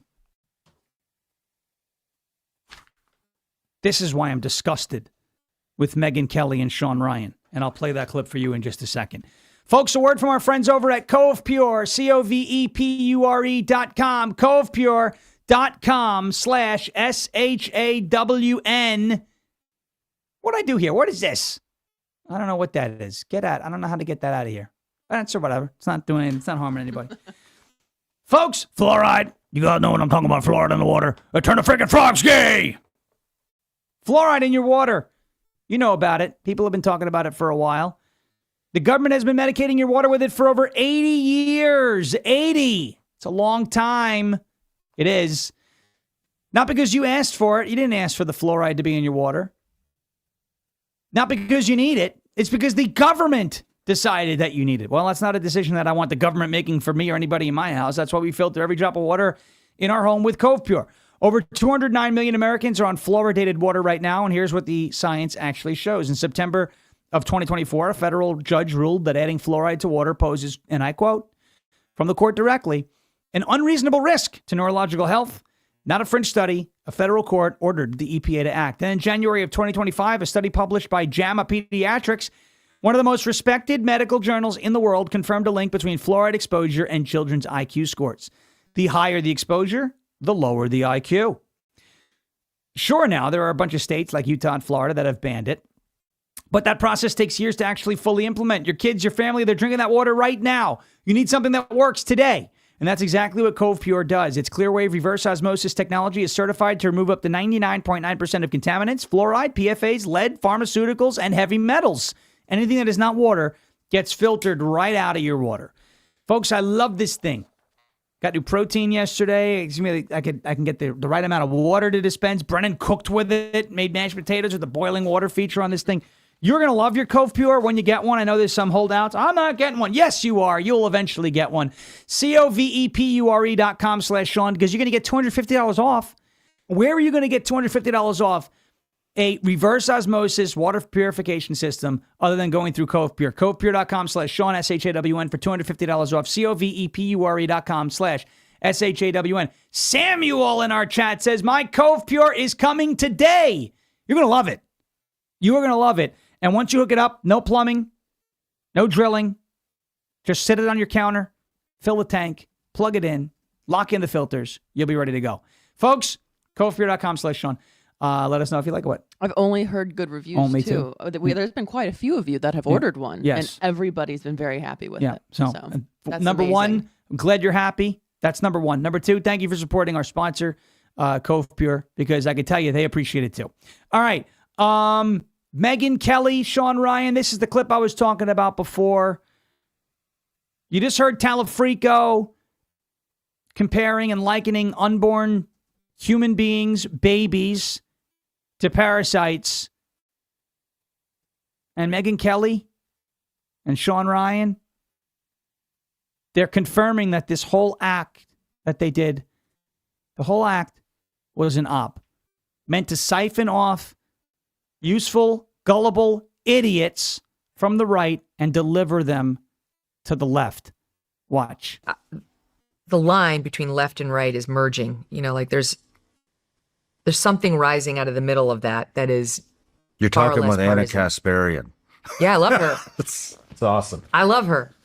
I do too. Well, She's know, awesome. People think of me as a Republican, but I haven't been a Republican in over 20 years. I was a registered Democrat when I was fresh out of school, and then I was a registered Republican for a few years when I was like right around when I joined Fox News. And then I quickly realized, like, I don't want to wear either of these team jerseys. I'm against both of these guys. And I registered as an independent. I don't know, it was back in like 2004 or someplace around there, which I have been ever since. And I voted for Dems and Republicans. So I'm pretty centrist in my politics. Now, my cultural sensibilities are definitely more on the right these days than they used to be. But I share a lot in common with some on the left. So I think something's coming out of the middle that is going to be the future. It's going to complicate politics in a really probably good way. Not for the existing parties, but there will be, as a result of that emergence, there will be a candidate or more who stand for what's happening there in the middle. That's anti-war and pro-America, America first, actually supports American workers and, bringing back manufacturing, doesn't cede, the job fair to what's happening in China. Like, there's a few issues on which I think we agree, removes culture wars from the discussion. So in other words, the leftists who are there are not trying to cut off the body parts of our children. And the people who are on the right are willing not to make, you must fight with me to stop it, as a terms of, whether we can bond together. Mm-hmm. So I don't know. I mean, some of those issues are my pet issues, right? Like I could never vote for somebody who's going to chop off the body parts of children. I could never vote for somebody who's voluntarily sterilizing children or supporting it, or the boys and girls sports thing. I can't. So I still will vote Republican. Mm-hmm. But what I'd love to see is a different alternative. And I just think necessity is the mother of all invention. And let's just normalize the left. Let's normalize the left. Well, Sean, she said she would never vote for somebody who would chop the body parts off of kids. Good. I'm glad to hear that. That's where she is for now. Until, a year from now, she may come out and say, well, Maybe chopping the body parts off of kids isn't the worst. Folks, if you please see through this BS, please. The goal of these people, I don't know if they were bought off. I don't know if they're being paid. I don't know. What I know is they're doing this and they're like, the winds are blowing left. Let me start leaning to the left again and kind of pretend like I'm not that kind of MAGA. I don't really like Donald Trump, really. But when it was financially advantageous for you to get behind Donald Trump, you did like Donald Trump. Okay, fine.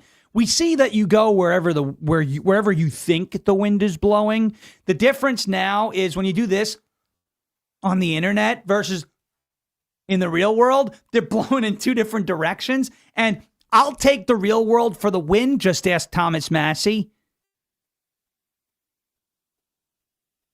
This was an op the whole time. The goal was to siphon off a piece of the MAGA movement, a fraction, indoctrinate that fraction. Oh, Donald Trump betrayed his promises. MAGA is dead. And then deliver that faction of people to the left. And that is exactly what she is doing, what Tucker Carlson is doing, what Sean Ryan is doing, what Alex Jones is doing, what Owen Schroyer is doing. Not that anyone cares about him in the first place. I haven't really heard much from him recently. That's what the whole woke right project was about. It was an op the whole time. We were right. Next time, listen. All right, here's a word from our friends at goldencrestmetals.com/LFA. And then I'll give you, I'm going to have to do it again, man. Tomorrow we'll do the Pride Month stuff. I've had this since Monday, and it just hasn't felt like the most important, because I don't want to give it like any oxygen, but I do want to show you that it's failing, and we'll do that tomorrow. But I've got one more story, a little poll after this that we'll talk about the Democrats. It'll be a good way to end the show. goldencrestmetals.com/LFA. I'm sure by now you've heard that silver went up 160% last year. 2025. I bought this silver for $22 an ounce. It's now worth almost $100. And we and experts think that silver is going to get up to about $200 an ounce. Palladium and platinum were stuck at $900 an ounce for like over a year, or in that area. Now they're up over $2,000. Gold is approaching $5,000 an ounce. If you have ever thought about putting some or all of your retirement or nest egg or savings or just buying bullion in precious metals, now's the time to do it. goldencrestmetals.com/LFA. That's goldencrestmetals.com/LFA. Go leave your name, your email, and your phone number. Schedule a time to talk to the folks over at Golden Crest Metals. Get your free gold guide today, and make sure you tune in on Saturdays at 1 p.m. for the Crest Report, where we dive deep into precious metals, why they're doing what they're doing, and where we expect them to go. It is like insider trading. Nancy Pelosi knows about that. We don't. It's just inside information. It's not even really that. It's called knowledge. Get yours today and get a part of gold, silver, palladium, and platinum, and diversify your portfolio today. goldencrestmetals.com/LFA. That's goldencrestmetals.com/LFA. Thank you, Jeremy and Golden Crest, for being a part of the show. Appreciate it. The Democrats hate our country. No, really, they do. That's not like breaking news, right? What is this? We're going to... What? The Democrats hate our country? What? You don't have the proof. Yes, I do. Fewer than 1 in 5 Democrats polled say they're proud to be American. Okay. Now, never have I ever uttered the phrase that I'm not proud to be American. Okay? Even when Joe Biden was the president of the United States, I was not proud of my president. I was not proud of the way my government was being run, but I was still proud that I lived in the greatest freaking country in the history of mankind. And I always will be. And I'll always be proud of the way we fight to keep this place great. And I'll always be proud of the people we stand shoulder to shoulder with in these movements and online chats and in-person movements and campaigns and political fights. Never have I ever answered a poll like this, and I've been polled many times.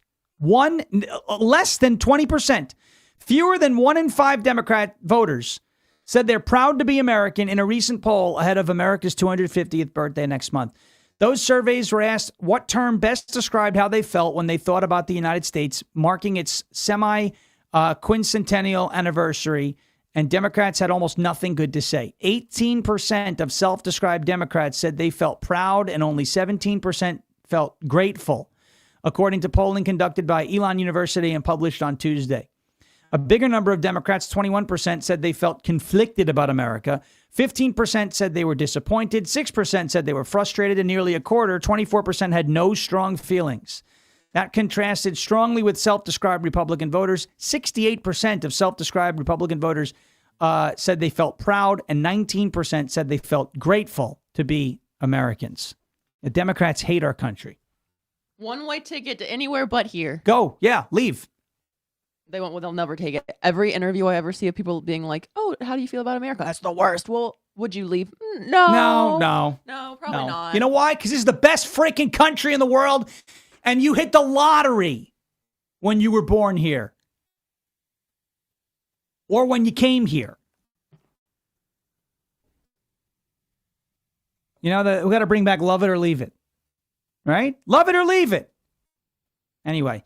Jeremy Herrell coming up next, and I know he's going to be able to break down the symbolic. It was a symbolic War Powers Resolution Act passed by the House. Symbolic, meaning functionally, it's not going to do much of anything. Okay? Jeremy will be breaking that down for you and more coming up next on rumble.com/LFATV. As President Trump says, we will never give up. We will never give in. We will never, ever surrender. And if all else fails, we'll just become ungovernable. Thank you. God bless you. God bless this one nation under God, indivisible, with liberty and justice for all. Have a great rest of your Thursday. I'll see you on Newsmax tonight, 6:30 Eastern Time with Carl Higbee. Be good to get back on that show. I was missing last week because I was in Philadelphia. Rumble.com/LFATV, 10 a.m. Eastern Time. We're back tomorrow. Phone call, second half of the show. Jeremy Herrell coming up next. Have a great rest of your Thursday. See you tomorrow morning, and thank you for your attention to this matter.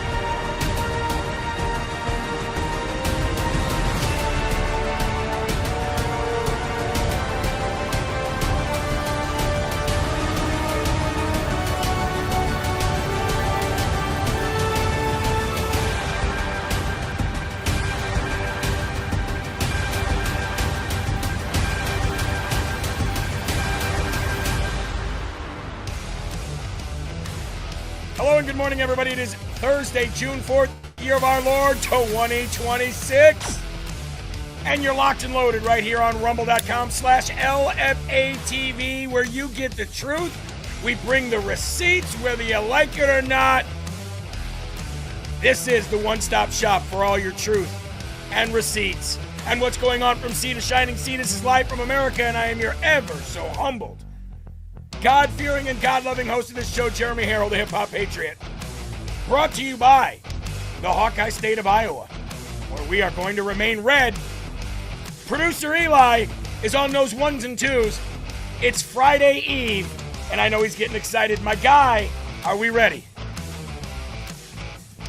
We're in the hell did this week go? But I'm ready for Friday, baby. Hell yeah. Let's hit the Rumble button, hit the share button. I want 4,000 people in here today, and I ain't joking, Patriots. Let's do this. Hit the share button. Let's get to work. He ain't joking, everybody. He ain't joking. We don't want to make producer Eli mad. Moose for Trump. T. Collins. G.R. Messick says, damn Skippy. T. Collins said, sharing now before I forget. Hammer Time is in the building. I wonder if that's Paul Pelosi. I doubt it. Armspear is here. Claire. And Claire is in the building. Suzanne Vermontes. Andrea. R.D. Comp. J.D. Crystal. Barb Naylor. Heartbreaker. Ooh, is Heartbreaker from Iowa too? Hold on. Let me just see here. Heartbreaker. Red. Iowa on top of the game. Amen. Fun Mom is in the building. I saw her say, here we effing go. She must be super excited about Live from America today. We got a hell of a lot of good news, folks. Leslie Berry, how are you? Miguel Ortiz, Lulu Red, Rita Redneck, GSA, DeCluse, Dunlap at McGrowan, Dana, Erica Falconberry, A. Wiley, Rick Coates, and one more. Let's give it to here on Rumble. How about RYW? But we cannot forget the people that we mentally dominate over on Google's claim to fame, YouTube. You know, they own them. So let's see. Fire Dude is over there. How you doing? Out there. Another one, Bites McGrowan. Jason Beatrice. Now, we do have some people over there that are fighting, though, folks. Like Jay Gatling. Mr. Jay Gatling, Eli. One of two, the co-host of Secret America here on LFA TV. Barney Bell. Tom Berger. Shinjin. And many others over there on YouTube. Eli, that YouTube chat is starting to go more and more and more. And some days we got more conservatives in there. Some days we got more Democrats in there. Either way, it's time to reach out. And it is time to dominate. And that's exactly what we've been doing this year. The only thing that we have not dominated has been those gas prices. But guess what, Eli? Continuing to go down yet again. I got a lot of people today told me another 24 hours, another reduction in gas prices. It's almost like people knew that was going to happen. I don't know. I'm just saying. Eli Ellis in the live chat over there, hanging out with Jay Gatling and the other cool people. But the real cool kids are on Rumble. That's the Honeycomb Hideout. So if you're on Rumble, do us a favor. Give us a thumbs up. Share the video. If you're on YouTube, give us a thumbs up or a thumbs down. Share the video. Whether you want other patriots to see the content or whether you want to bring in more of your soldiers to tell us how stupid we are, everybody is welcome. All right? Okay. LFATV.us, the official website for all of those who are new here, who don't know. LFATV.us. That is where you can go for your one-stop shop for anything and everything LFA TV. Short clips, shows, newsletter, up-to-date news, the LFA TV store, and the donation tab. And the donation tab, since the very beginning, since the inception of LFA TV, has been the bread and butter of our income here. And the Rumble Rants is the source of producer Eli's income. You know, Eli, a lot of people will say, they'll jump on, they're like, oh look, another paid patriot trying to beg for money. Wouldn't you rather have the people fund the network than Pfizer or China? You know what I mean? The best funding that you can get is your crowdfunding, producer Eli. But on top of that, I mean, even with the sponsors, that's the same as any. Picture Nike looking at you through your TV if you're watching a football game or something, saying, hey, if you guys could contribute, that's you buying their shoes. They're commercials. They happen everywhere. Yeah. I'd like to give a big shout out to Bonnie from the Quad Cities, by the way. Bonnie, how you doing? Thank you for joining in. Glad to have somebody right here in the region that I live in chiming in. But again, LFATV.us, your one-stop shop. Also, podcast, the audio podcast. If you want to listen on the audio side, Live from America with Jeremy Herrell. That's where you get Rise Up and live from America. And then also, last but not least, ladies and gentlemen, follow us on X at LFATV.us. I wanted to start out by playing this video this morning. Now, very long time, an old friend of mine, David Harris Jr. I've known David for a long time. Eli, I even put David Harris Jr. in one of my songs that I did after my music career and then went into politics, a song called Unleashed, where I was talking about all the people that tell the truth. And David Harris Jr. was on that list. I'd like to thank Darlene and Vita Rosa, whom's always in the chat contributing. Both of you, thank you so very much. Vita says, need opinions, chat, Florida or Arizona? Florida. If you're talking about moving, Florida.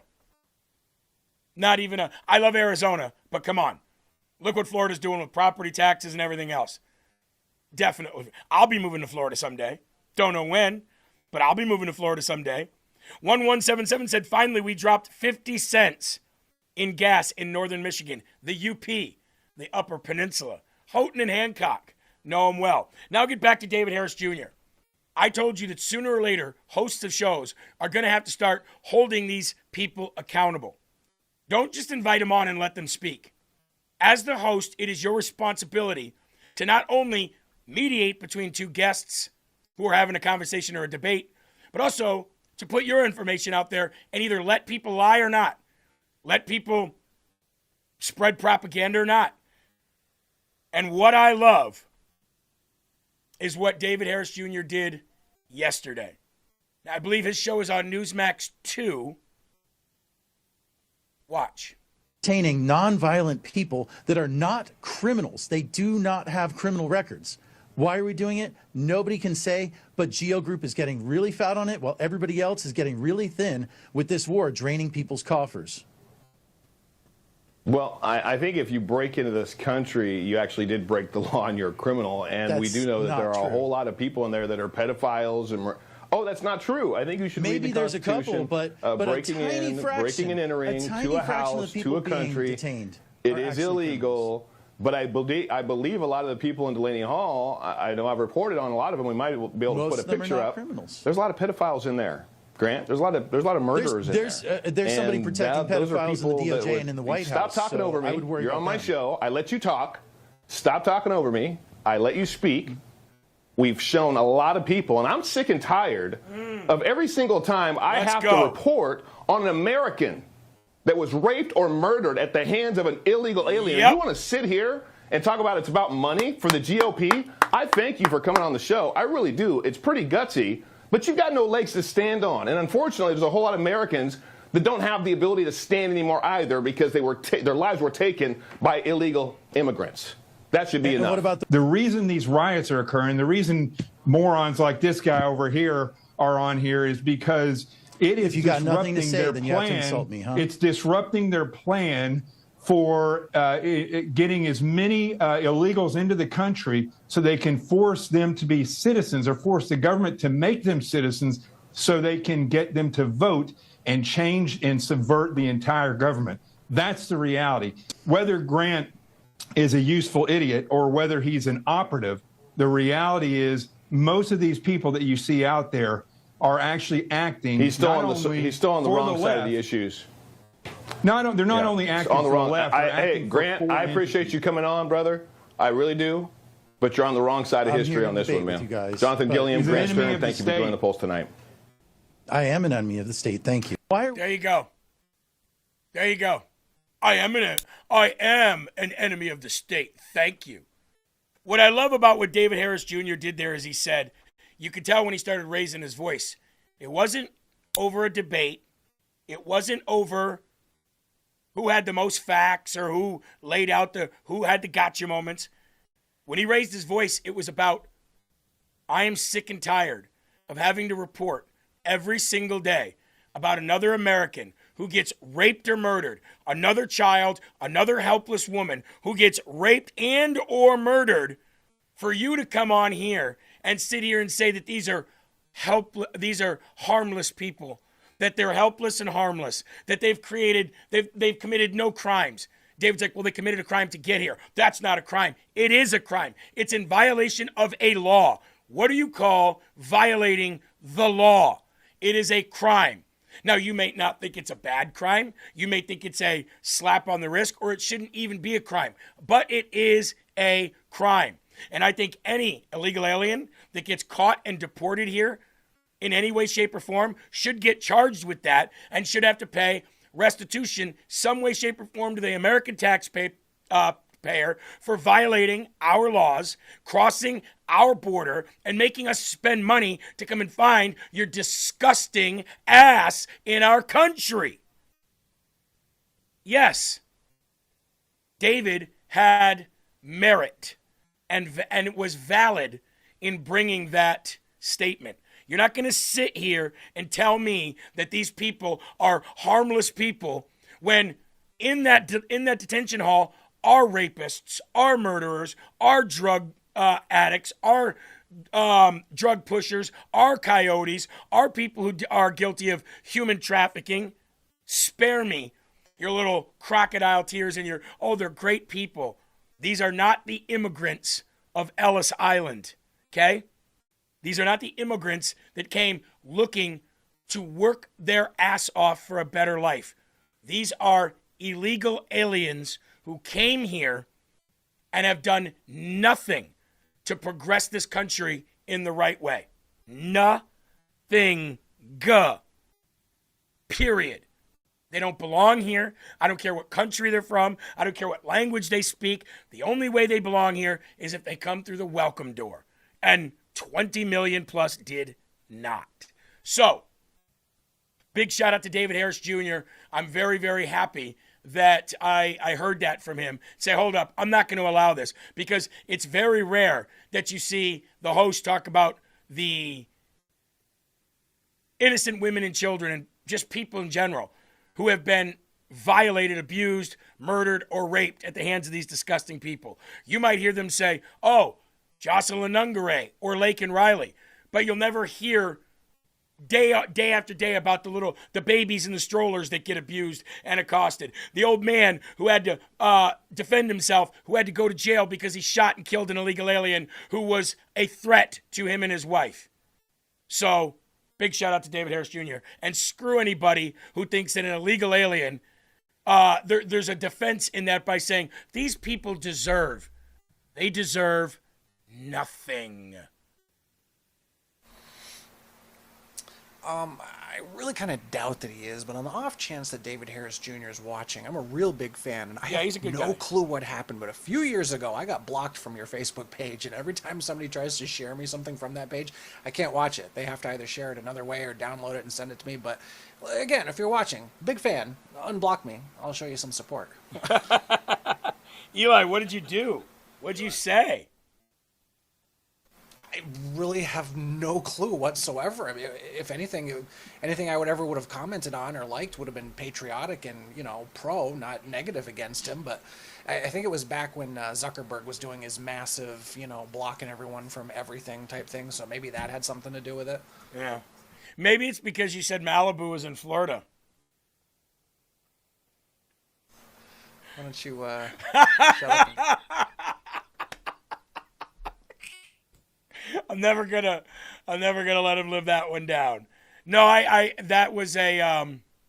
enjoyed that, and it was nice to hear somebody, get upset about the fact that every day it is upsetting to have to report every day. And for the lefties over on YouTube, do you think it's acceptable, or do you think it's a good trade-off for all of the illegal aliens that are getting rounded up that did not commit any major crimes? They obviously committed a crime to be here. Do you think that it is a fair trade-off and that it is acceptable that we lose American citizens every day at the hand of illegal aliens? And your argument can't be, so what? We lose American citizens at the hand of every day at the hand of other American citizens. That's not the question. And it's apples and oranges. We're talking about people who do not belong in the country. Literal murders and rapes and home invasions that did not have to happen, would not have happened. So it would have been a reduction in that crime. Is that a good trade-off for you? Is it a good trade-off to not put these people in detention centers, not deport them, but every day somebody like me has to report about another illegal alien killing or hurting another American? Is that okay with you? If it is, then there's no debate to be had. We're not going to find common ground. If it's not, then the remedy is buy. That's the remedy. The remedy is find these people, whoever they are, and tell them goodbye. That's the remedy. And if you don't want to do that, then you are okay with regular, everyday, law-abiding, school-going Americans being raped and killed in some of the most brutal ways, by the way. Or how about driving home in your car on the interstate, and all of a sudden you look in your rearview mirror and you see a 20,000-pound truck or 20-ton truck, whatever it is, rolling and barreling down the interstate, smashing cars behind you, and it's coming your way, and all of a sudden you get killed.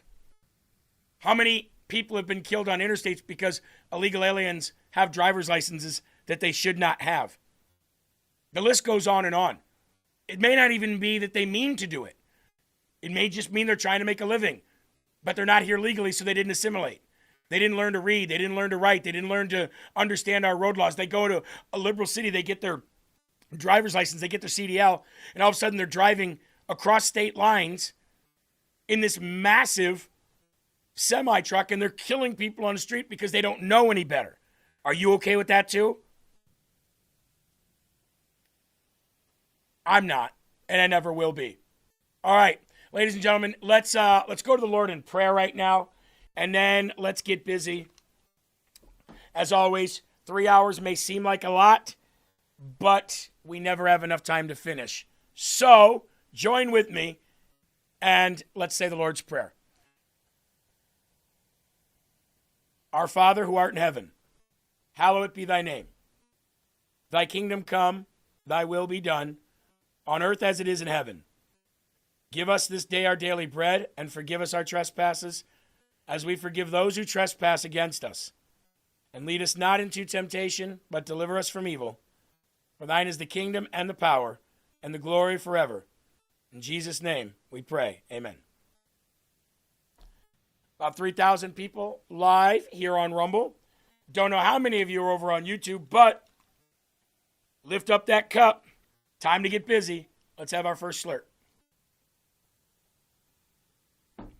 We're going to start today with the beautification of Washington, D.C. When President Trump said he was going to make America great again, our infrastructure was part of that. Not only our roads, railways, and bridges, but our infrastructure in the way of technology, internet, broadband, our progress in building refineries in the United States of America so that we could do more right here within the confines of our sea to shining sea, and much more. The infrastructure of this country is dilapidated and needs improving. And that's exactly what he's done in Washington, D.C. The crime in Washington, D.C. is at an all-time low.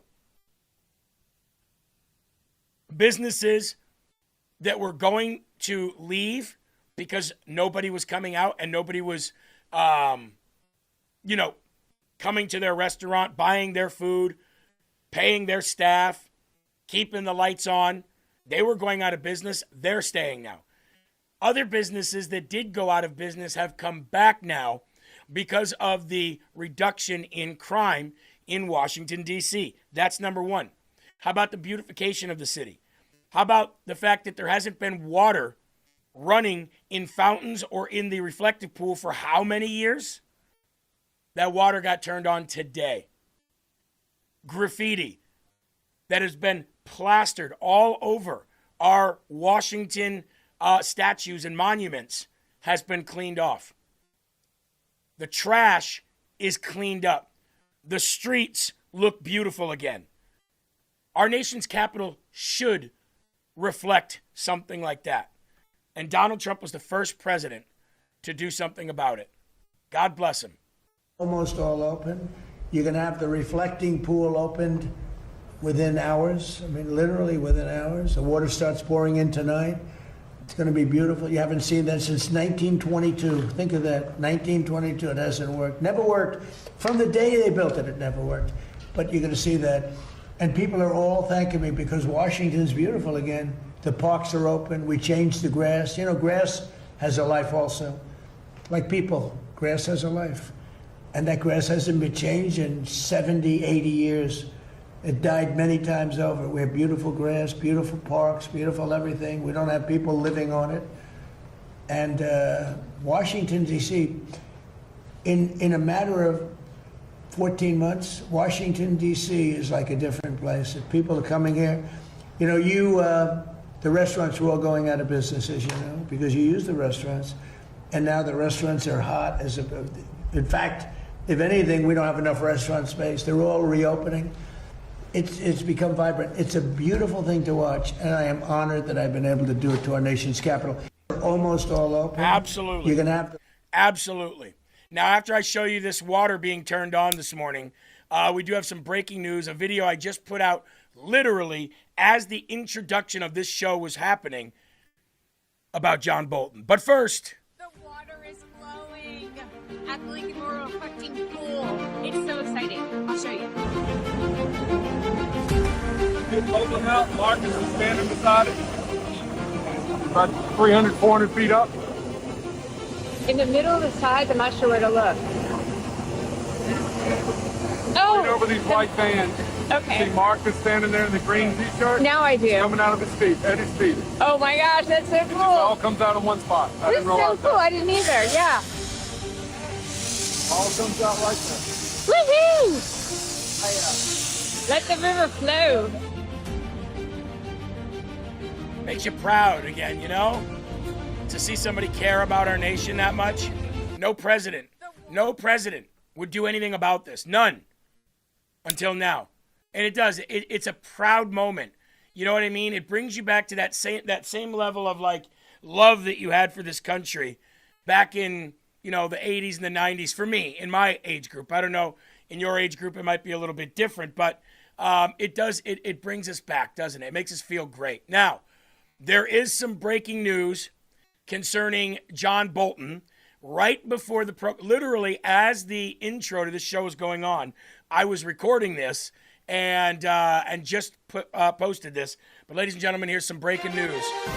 Here this morning on this Thursday, June 4th, 2026, year of our Lord.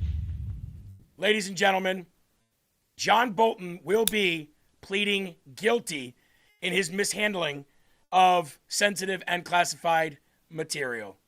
Roll it. We got some breaking news concerning John Bolton. It looks like John Bolton will be pleading guilty to the records that he kept that he wasn't supposed to keep.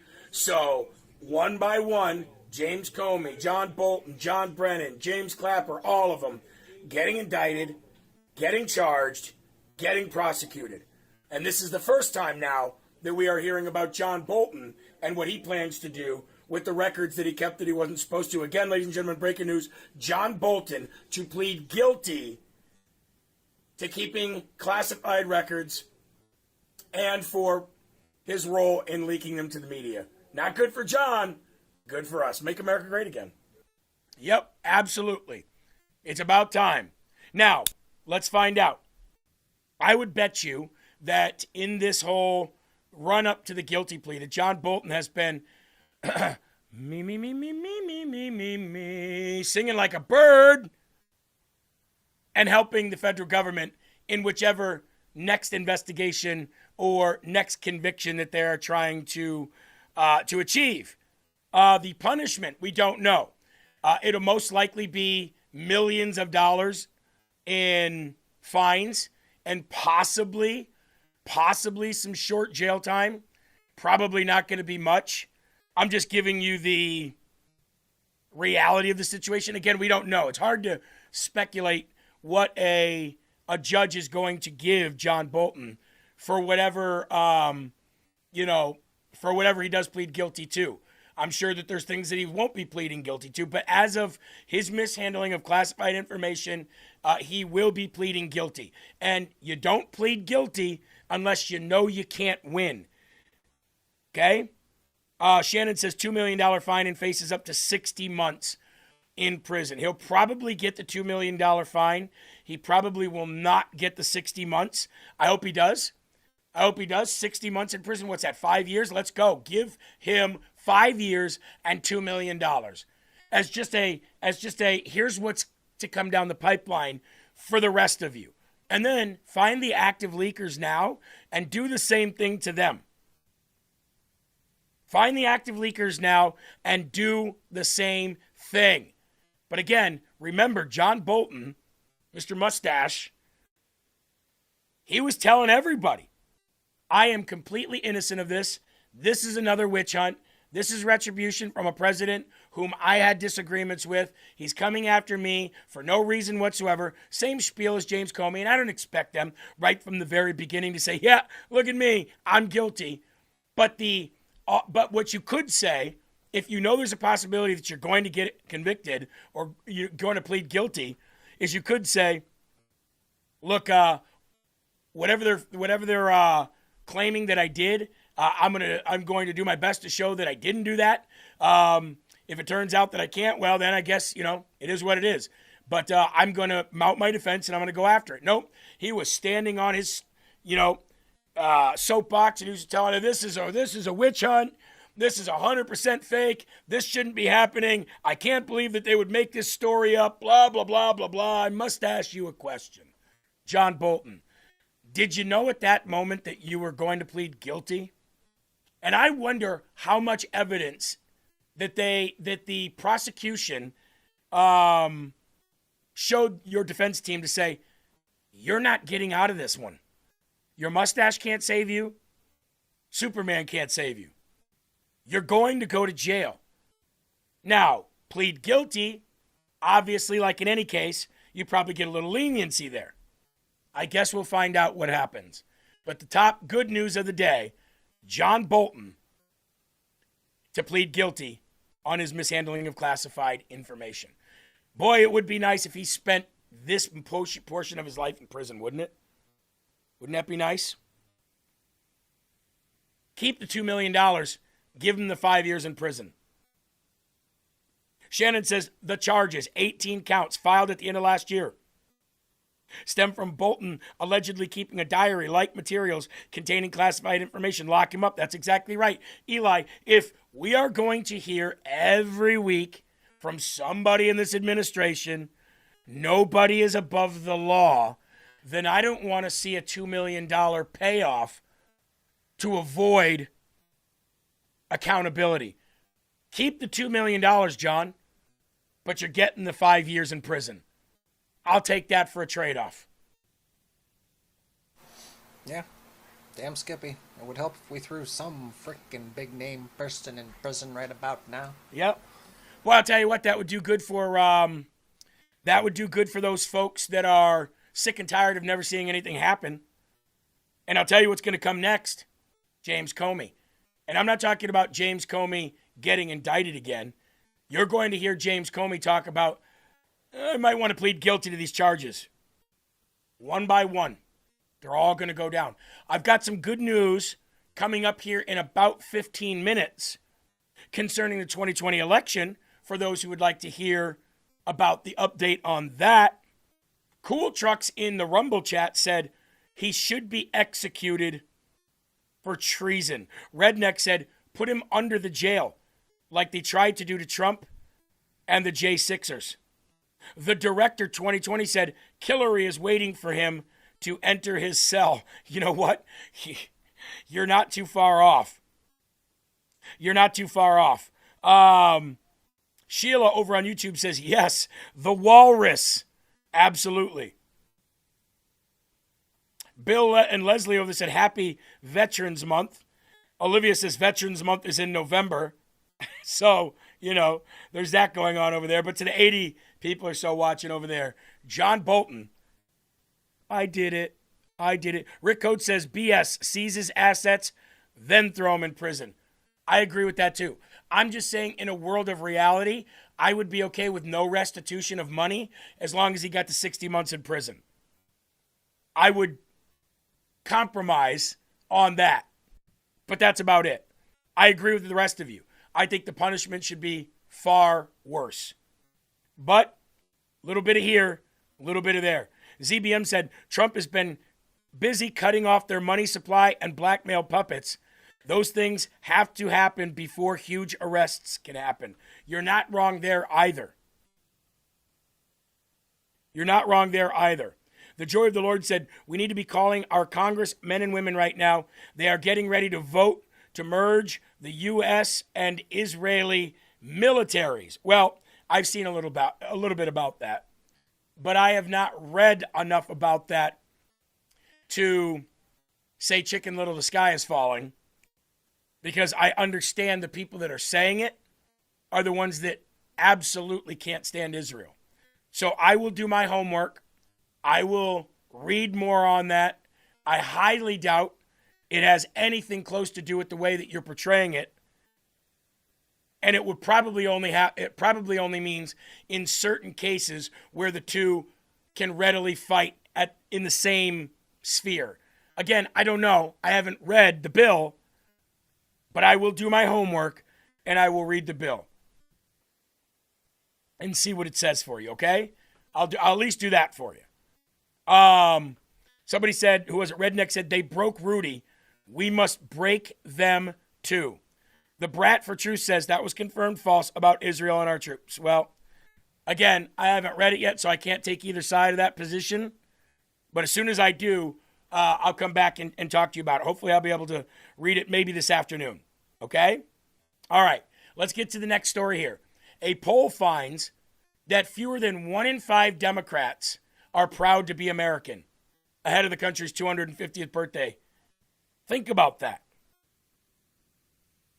I can understand wanting a direction for the country. I can understand not being happy with the direction that the country has been going since the introduction of President Trump into politics. Okay? I can understand that. But what I can't understand is a poll finds fewer than 1 in 5 Democrats are proud to be American. So if my question is simple, Eli, I need you to do me a favor here. I don't mind if it takes a couple minutes. Can you find out how much the application fee is to denounce your citizenship? Now, I don't remember exactly, but I think the application fee to denounce your citizenship is not even more than $500. I think it's less than $500. It may even be less than $250. But you can easily go and get an application to denounce your American citizenship. Okay? You can then send that application in with an application fee so that you can officially leave and have no ties to this country that you are not proud to live in. Now, when you tell them this, they'll be like, I'm not going anywhere. So you like misery? You love to live in a place that you hate? Go online and watch and read things that you hate? Literally your whole life is nothing but hate and disappointment, misery, and I just don't understand that. Eli, what do we have there for the application fee cost? The application fee to formally renounce your U.S. citizenship is actually $450. This administrative processing fee, which dropped from the previous cost of $2,350, applies when requesting a certificate of loss of nationality, CLN, before a U.S. diplomat or consular office abroad. Well, there you go. $450. What else you got there? And that's non-refundable, by the way. Non-refundable. $450. I'll tell you what. I won't even raise the money. If somebody has got the cojones the testicles or the chesticles, that hates this country and is not proud to be here, if you've got the grit to get the application fee, I will literally pay you out of my own income, my paycheck. I will pay that application fee for you. I will literally not grocery shop for that week and eat toast, potatoes, and drink water. And I will fund your application fee. Groceries in my house, tend to run a lot when you got as many kids as we have. Well, a few of them are left now, so it's a little, it might be a 2-week bill right there. But either way, whatever it is. And I'm sure people in this chat would do the same thing, Eli. I'm sure if somebody came up to you and said, I hate this country so bad, I want to leave. I'm sure you would say, I got you. I will pay for it. I'll pay for your application fee to leave. Go. You know what I say? And I really don't care how this sounds anymore. You hook all these scumbags up to a lie detector test. They're probably telling the truth, but just to verify, you hook them up to a lie detector test. Do you hate America? Yes, I hate America. The thing just stays straight. Oh, okay, they hate America. Deport them. Because there's plenty of people who bust their ass around the world who want to be here, who want to contribute to the greater good of this country and the prosperity of this country. As far as I'm concerned, if you hate America, then you don't have the country's best, the best at heart. So you shouldn't be here, and you damn sure shit as well shouldn't be serving as a congressman or a representative. Yeah. That's just insane. Yeah, and like many of the congressmen and women will tell you, we're not proud of this country. We're not proud to live in this country run by white men who are the most dangerous to all of us. A new poll from Elon University. Imagine being a lefty and going there. Be like going to Trump University. Has confirmed that many people on the right have known for years. Very few Democrats are proud to be American, less than 1 in 5 to be exact. Of course, these same people were probably very proud to be American when Obama was president. But that's how the left rolls. Like Lindsey Graham. Whichever way the wind blows. They're only happy about the country when they are in charge of it. But when they lose elections, they think the country is horrible, awful, and needs to have an overhaul.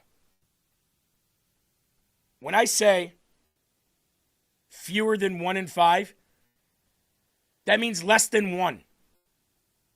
Less than 1 in 5 Democratic voters say they are proud to be an American in a recent poll ahead of next month's 250th birthday, compared to more than 2/3 of their Republican counterparts. Who's the 1/3 of the Republicans that are saying no? Get them an application too, please. Another application, please. The 2/3 are the 1/3 of Republicans that are saying no, are the ones that voted for Thomas Massie, John Cornyn, Bill Cassidy, Kevin McCarthy, Mitch McConnell, and the rest of the rhino scumbag class. That's who. What a bunch of losers. Seriously, what a bunch of absolute, straight up, un-American, unpatriotic, coward losers. Matter of fact, save the application fee. Here's a bullet. How about that? Save the application fee. Here's a bullet. Not only are less than 1 in 5 Democrats, the ones on YouTube would never admit that, by the way, Eli. If you went over there, I'm very proud to be an American. Trump has ruined this America. Not only are less than 1 in 5 Democrats not proud to be in this country, they're also not proud to be Democrats. Or at least not these new Democrats. Watch. They just hate everything. Problem, which is Democrats aren't sure what direction they want their party to go. Democrats want their party to move left. 28%. Not move at all. 18%. Move center. 47%. This is a party divided where they're not actually giving a clear message of where they want their party to go. The one thing I will say is 61% of all voters want their party to move to the center. So if all of a sudden Democrats are actually going to move to the left, which is not what their party wants, that will actually upset the rest of the electorate. The only thing that really unites Democrats right now is they are very upset with Donald Trump. And I think this is the big problem, which is Democrats aren't sure what direction they want their party to go. How are you going to win elections if you don't know which direction your party needs to go? You've got 61% of all voters wanting the party to move to the center. 47% of Democrats themselves want to move to the center.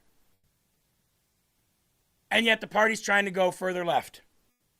They can't win because they have no identity. They have no cohesive unit anymore. Where the Democrat Party used to stick together no matter what, they don't anymore. All they do is scream, kick, cry, yell, destroy, discourage.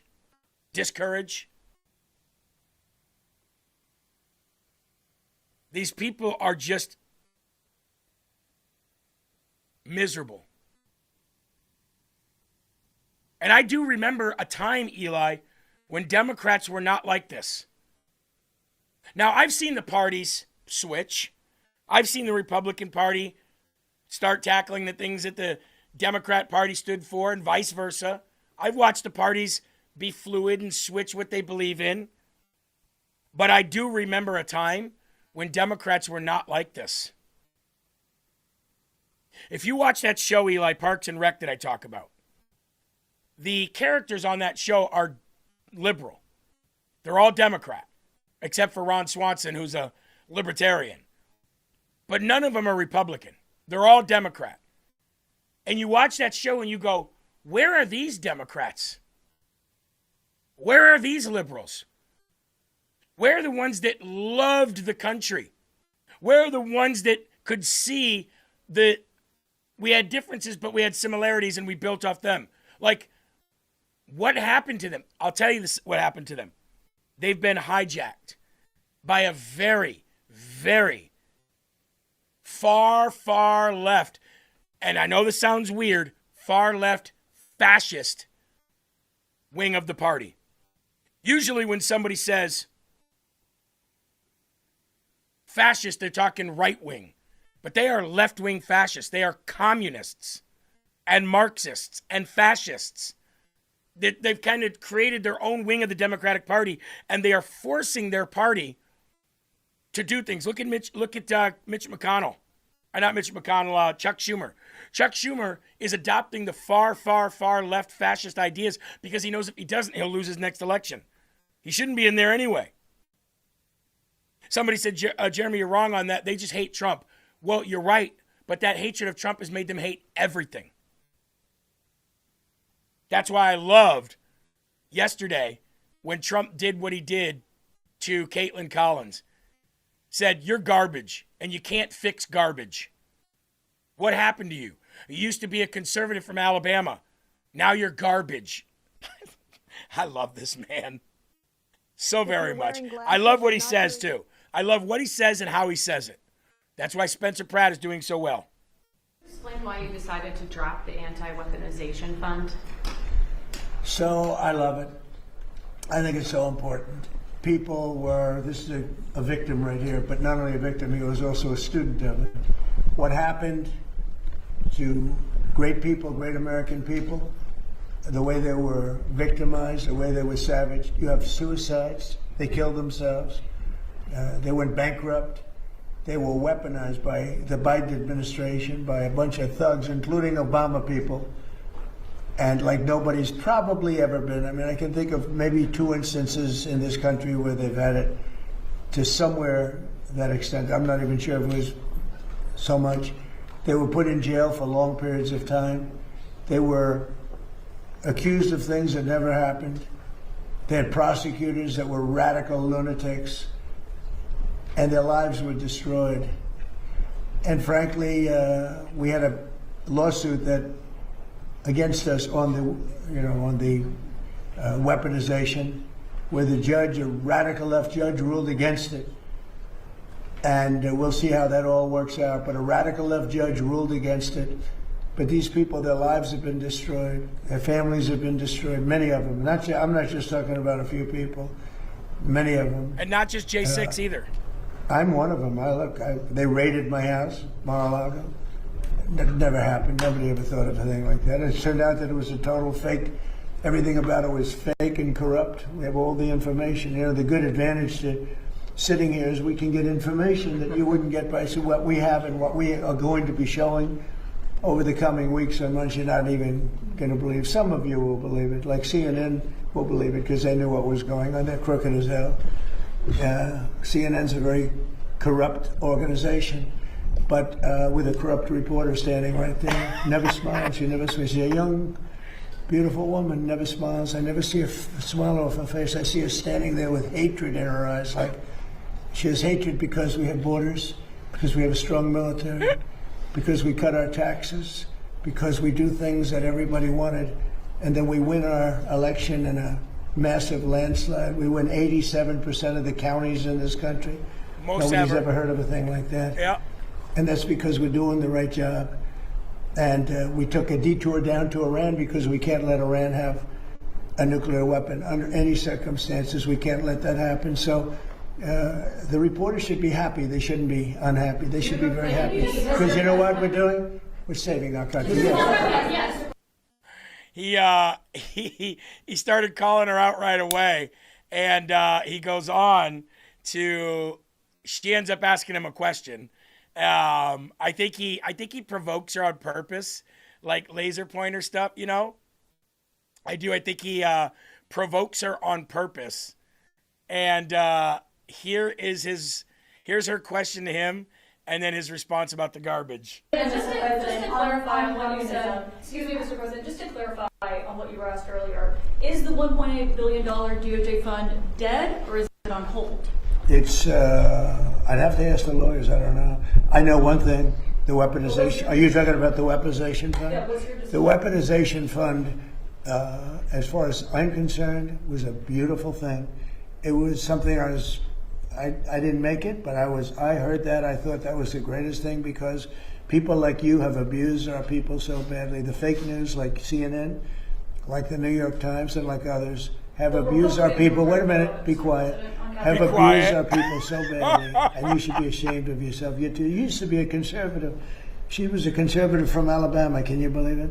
But CNN, in particular, CNN does such false reporting. But now they have new ownership, so maybe it'll straighten it out. I doubt it, but it's hard to straighten garbage out. But CNN has abused, and others have abused so badly. People, these are people that are great people that were destroyed. Their families have been destroyed. Many suicides. They committed suicide. People that went there with love. They went there with love. When I made that speech early in the day, tremendous crowd. I hate to say because they'll say, oh, I was wrong on the number, but I believe it's the largest crowd I've ever spoken to by twice. The biggest crowd, I think, bigger than the inaugurations, bigger than anything. And there was so much love and friendship. It was the most amazing thing. People were crying. They were like, wait a minute, let me finish.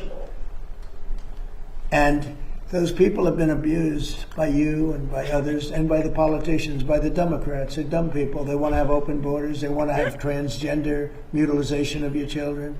They want to have men playing in women's sports. They want to have high taxes. They turned down, they fought us on the tax bill, and they fought us because they want people to pay high taxes because they're crazy. There's something wrong with them. There's something wrong with you. It's a shame. Yeah, go ahead, please. You can't straighten out garbage. There's something wrong with them. There's something wrong with you. Shh, be quiet. Be quiet. Be quiet. I'm not finished yet. The crazy part about that is his biggest haters admire him so much that they would jump at the chance to be in the same room as him or even meet him. Eli, do you remember that video where Greta Thunberg? How dare you? Remember? How where dare you? She was like, if I see the president, I'm going to confront him. She was younger at that point. She's like, how dare you? I'm going to confront the president. And then the president walked in. I think it was in Brussels or something like that, or maybe it was during one of the World Economic Forums or something like that. Greta Thunberg was standing there and Secret Service came in and pushed everybody back so Trump could walk in. And Trump walked in and the camera was on her and she was like, and then he came in and she stepped forward and she just went, and he didn't even acknowledge her. Didn't even look at her. The people that are like over on YouTube, they'll tell you, I would never let Trump talk to me like that. You know what they'd do, Eli? They'd sit right there. He'd tell them to shut up, and they would listen to him like this. Because they'd have never been in the presence of alpha before. You could feel Greta like boning up for that whole confrontation. Like, yeah. You could see the hate in her face. He steps into the room. Yeah, pretty much. Yep, pretty much. Pretty much. And then there's me and Eli, who almost got killed by Secret Service for reaching out to touch him. Here, take this. Whoa, you don't be handing anything to the president. Oh, it's not a gun or anything. It's not a bomb. It's a hat, dude. Chill. No. Correction. You almost got your ass killed. At that point in time, I didn't know who you were. Yeah, I saw you do that, Eli. Remember that episode of The Office where Michael falls in the koi pond and Jim goes and lets him fall in? That's what you did to me, dude. That day, everybody, that I reached out to hand President Trump something and almost got my arm broke by Secret Service, Eli does one of these. I go, Eli, quick, help. Eli, gone. He was with the Secret Service twisting my arm. I got him for you guys. I don't know who this guy is. They told you not to do that. I was obeying. Don't touch the president. Don't reach. Don't cross this line. Cool, got it. Here, take this. Nope, Eli says. Jeremy does each and every single solitary thing they told him not to do. What do you expect me to do? All right, first of all, dude. Nobody tells me what to do, okay? Nobody puts baby in a corner. Number one, all right? And did he take the hat? Yes, he did. Yeah, he took that hat. Yeah, he did. You want to know why? Because it said you can't beat Trump on it. And it said endorsement record 99%, election record 3-0. That's why he took that hat. In kind of a pain in the ass way, that's when I have to kind of give it to you friggin' Leos. You, Liz, that's why she knows so many celebrities and she's popular. You with Trump getting a hat to him when nobody else could. But I'm the Libra. I balance that shit out. Well, they say nice guys finish last, dude. Maybe you should not try to be so nice, okay? Well, we still finish. It was awesome, by the way.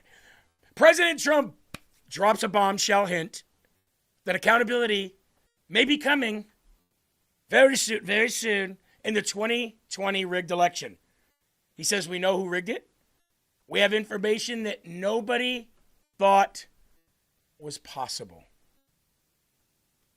And he told this to the same reporter that he was giving an interview with this weekend, where he admitted having that conversation with Bibi that ended up in Bibi doing exactly what Trump told him to do. By the way, if you've not done so yet, make sure you share to your social media outlets. We'd appreciate that. Echo Bella just gave $10 in the Rumble chat saying, just for being so cool, the both of you. Eli, you're so lucky. You're so lucky to have a friend like me. Problems inside. Look, we had a rigged election. We can't have a rigged election. No. We can be nice about it. We can be politically correct. Oh, I don't want to say. I used to say that a year and a half ago, the election was rigged, and the cameras would literally turn off. Yeah. And the anchor would say, sir, you're not allowed to say that. You're not.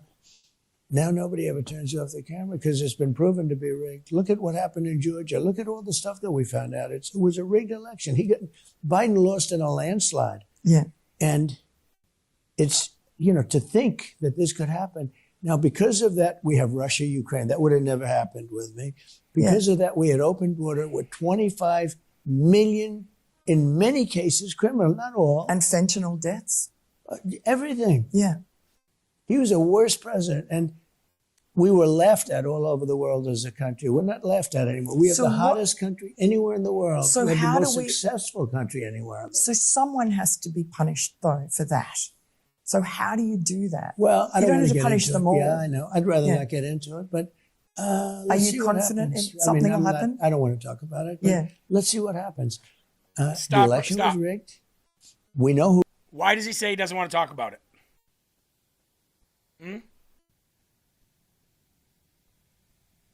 Anybody that's followed this man for the last 10 years want to take a stab at why would he bring it up and then say, I don't want to talk about it? You think it's because he misspoke and he didn't mean to say that? He's like, oops. No. Does he ever do that?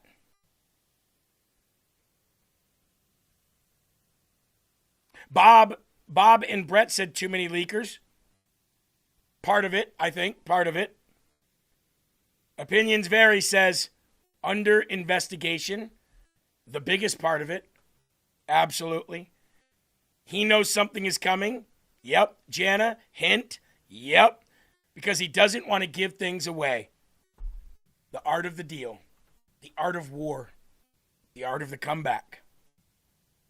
He wants to keep the enemy guessing. He wants to keep the enemy thinking there's nothing coming. They know it's coming. We know it's coming. He can't get through this presidency without addressing it. It can't happen. There are two things that we wanted mostly when we kept saying every day, we're coming for you. It was close the border and accountability for the stolen election. That's what we wanted. Did anybody here have a higher priority than closing the border and draining the swamp? Anybody? Oh, and by the way, draining the swamp came, and by the way, thank you, Suzanne, for always being there, answering questions and putting the links. We really appreciate it. Closing the border and draining the swamp. What comes with draining the swamp is reducing the size of government, firing 40% of the federal government, which is exactly what Trump has been doing, and then charging and holding accountable those people who broke laws, which he's doing right now. The border is already closed. Now he's working on deportations. But was there anything for you higher on your totem pole of things that you wanted this President Trump to achieve?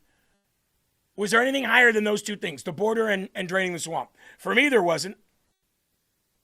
Accountability and stop our country from being invaded. Patty said, election integrity. There you go. There you go. That was a big one. If that could be one of your top two, you might put that over even above draining the swamp. But I would say that that's part of draining the swamp, right? I would say that's part of it. TPH said indictments are coming. You're damn right they are. You're damn right they are. Okay, let's go ahead and finish the clip here. It's about another 30 seconds or so. Who rigged the election? We know it. We know everything now. You know, we have information that nobody thought was possible, but when you get to office, all of a sudden people start giving you things. You know, it was a great, I'll tell you, 2024 was a great election. There's a lot of rigging going on there too. Because you know what, I wanted a landslide, but there were areas that were just rigged. I could see it. So rigged, in other words, rigged against me. Yeah, of course. Everybody knows it. The world knows it. Sky News and the BBC know it. Everybody knows it. Even the people that are saying you can't prove it know it, because we already have. We already have. It's almost proved right in their very own argument. It got thrown out of every court. You are absolutely right. It 100% did get thrown out of every single court case that was brought. Did you ever bother to stop and ask yourself why?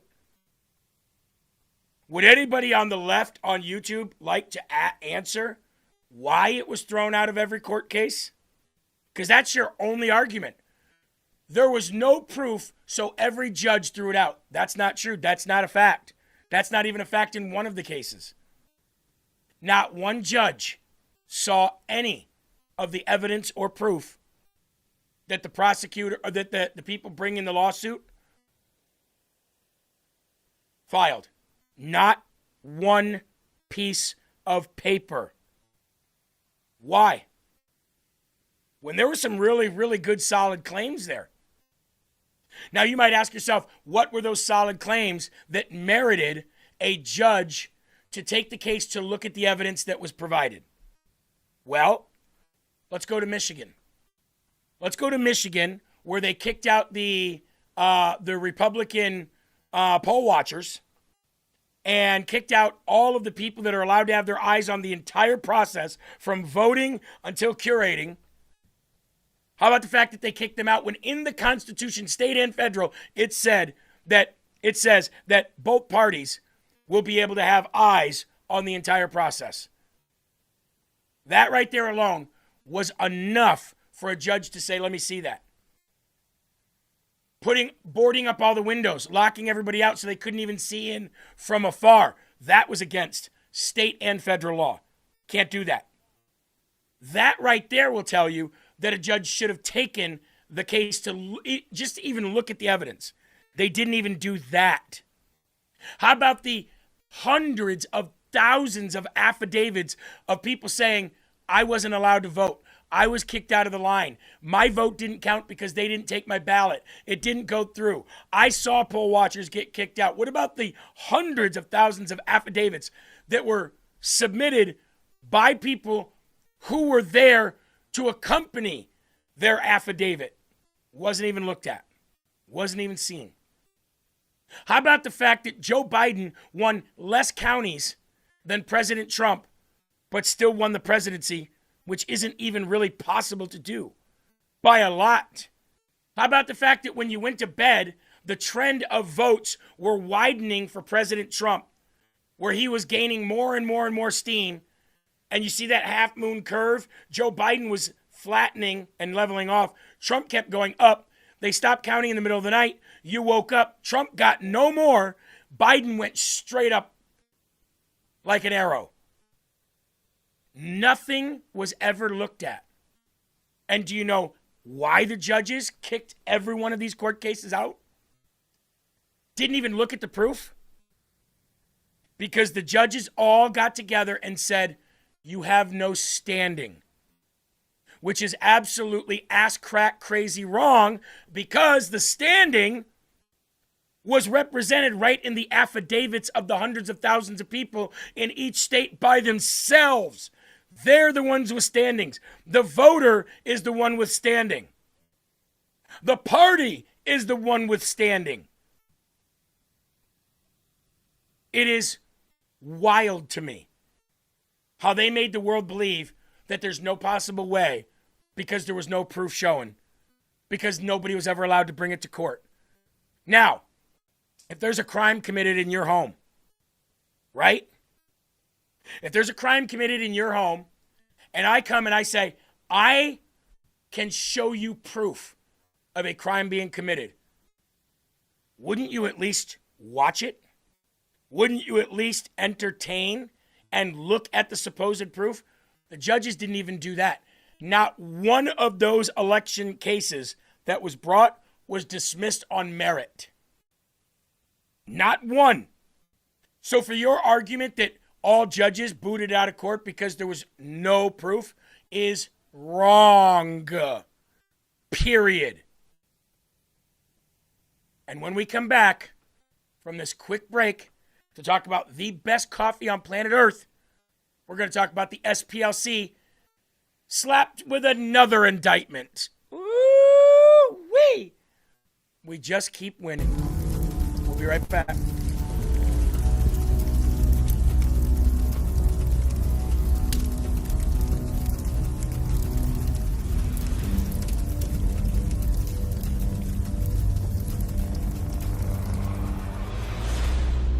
In the long history of the world, the struggle to survive has been a constant.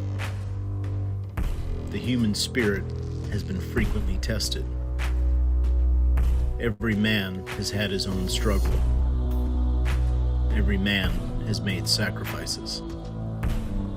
And every man has been pushed beyond their limits. Survival is crucial.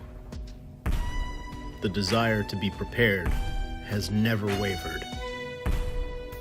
Generations that came before us realized the importance of gaining every advantage. How you face adversity could change your life. Success depends on it. History is defined by it. Our spirit is fueled by it. Our strength comes in many forms. The strength to fight, the strength to overcome, the strength to believe, the strength to win,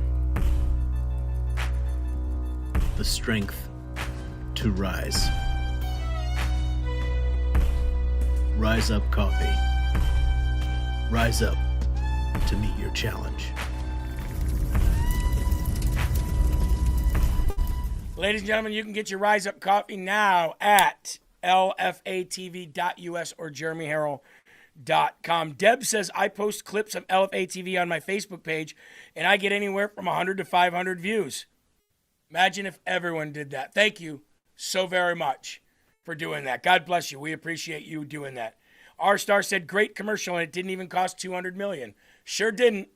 Sure didn't. Cost more than I wanted, but still didn't. I also want to thank Done with Debt, too. Now, it doesn't matter what side of the political aisle you belong to. This is not a political company. This is an actual debt clearing company, and they're one of the best ones out there. And what their specialty is your bad debt, your high interest debt, your credit card debt, or your high interest personal loans. A lot of people racked up credit cards through COVID, and a lot of people ended up getting personal and private loans through COVID and a stolen election when the economy was on all-time, well, not an all-time low, but at a 20-year low, and inflation was almost 10%, and eggs were like $10 a carton. By the way, how much are you buying eggs for now? Just curious. But anyway, if that sounds like you, no matter which side of the aisle you're on, because of this channel, you can get pushed to the front of the line, and you can get their top-notch attention. If you go to donewithdebt.com and fill out that questionnaire on the right-hand side of your screen there, you fill out that questionnaire. It lets them know who you are, how to get a hold of you, what your debt look like, and how you've been paying it down, and how you heard of them. So, first name, last name, email, phone number, choose the debt amount, what state you live in, how you heard of them, and how you've been paying up your debt recently. 888-322-1054. That is 888-322-1054. 888-322-1054. Go to donewithdebt.com and let them know LFA sent you. Mr. Shy Official says, breaking. John Bolton set to plead guilty in classified documents case. Deja vu. Where have we heard that? That's right. Right here on LFA TV.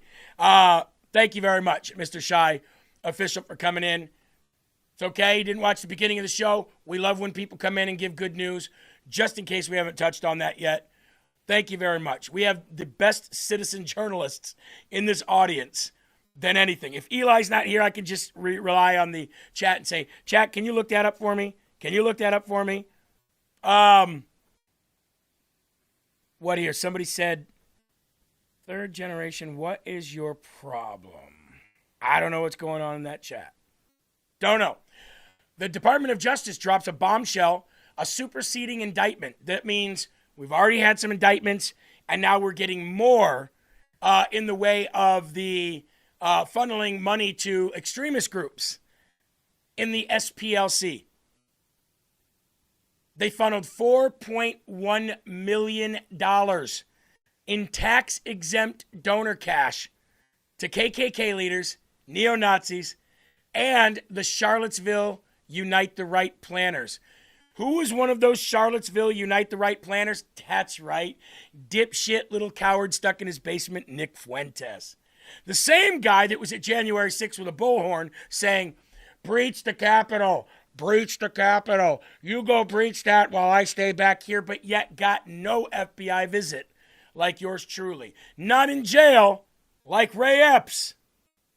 Not in jail also. That's weird.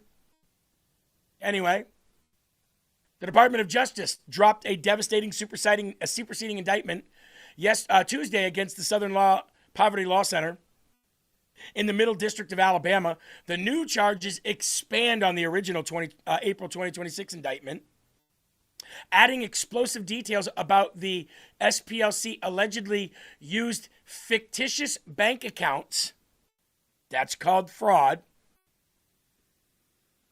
and fake payrolls to funnel approximately $4.1 million in tax-exempt donor funds straight to leaders and organizers of violent extremist groups, including the Ku Klux Klan, the Aryan Nations, National Alliance, and others, and yes, paid for the Charlottesville Unite the Right. Isn't that incredible? The very groups that these people are supposed to be fighting, the very ideologies that these people say are bad and are only in the Republican Party, are funding those groups.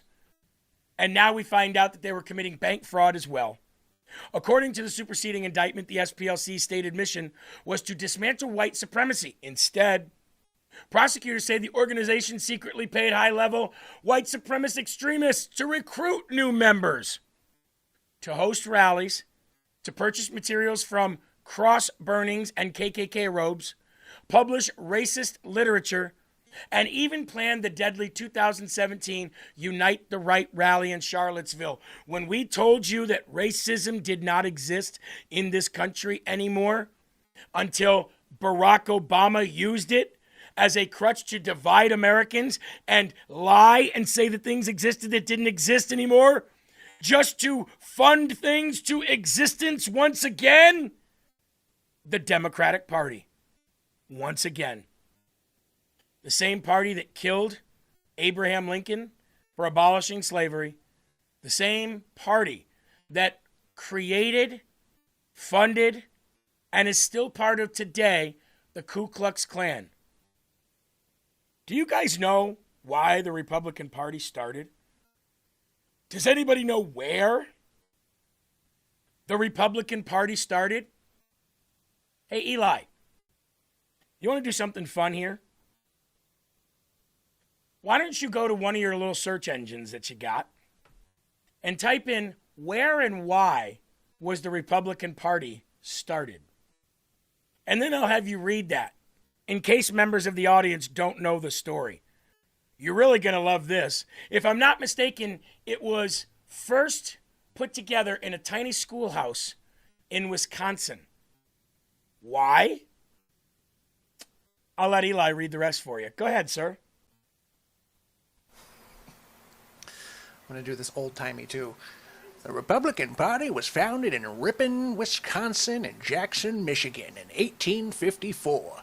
The party was established to combat the expansion of slavery into Western territories and to oppose the Kansas-Nebraska Act, which allowed new territories to decide whether to permit slavery.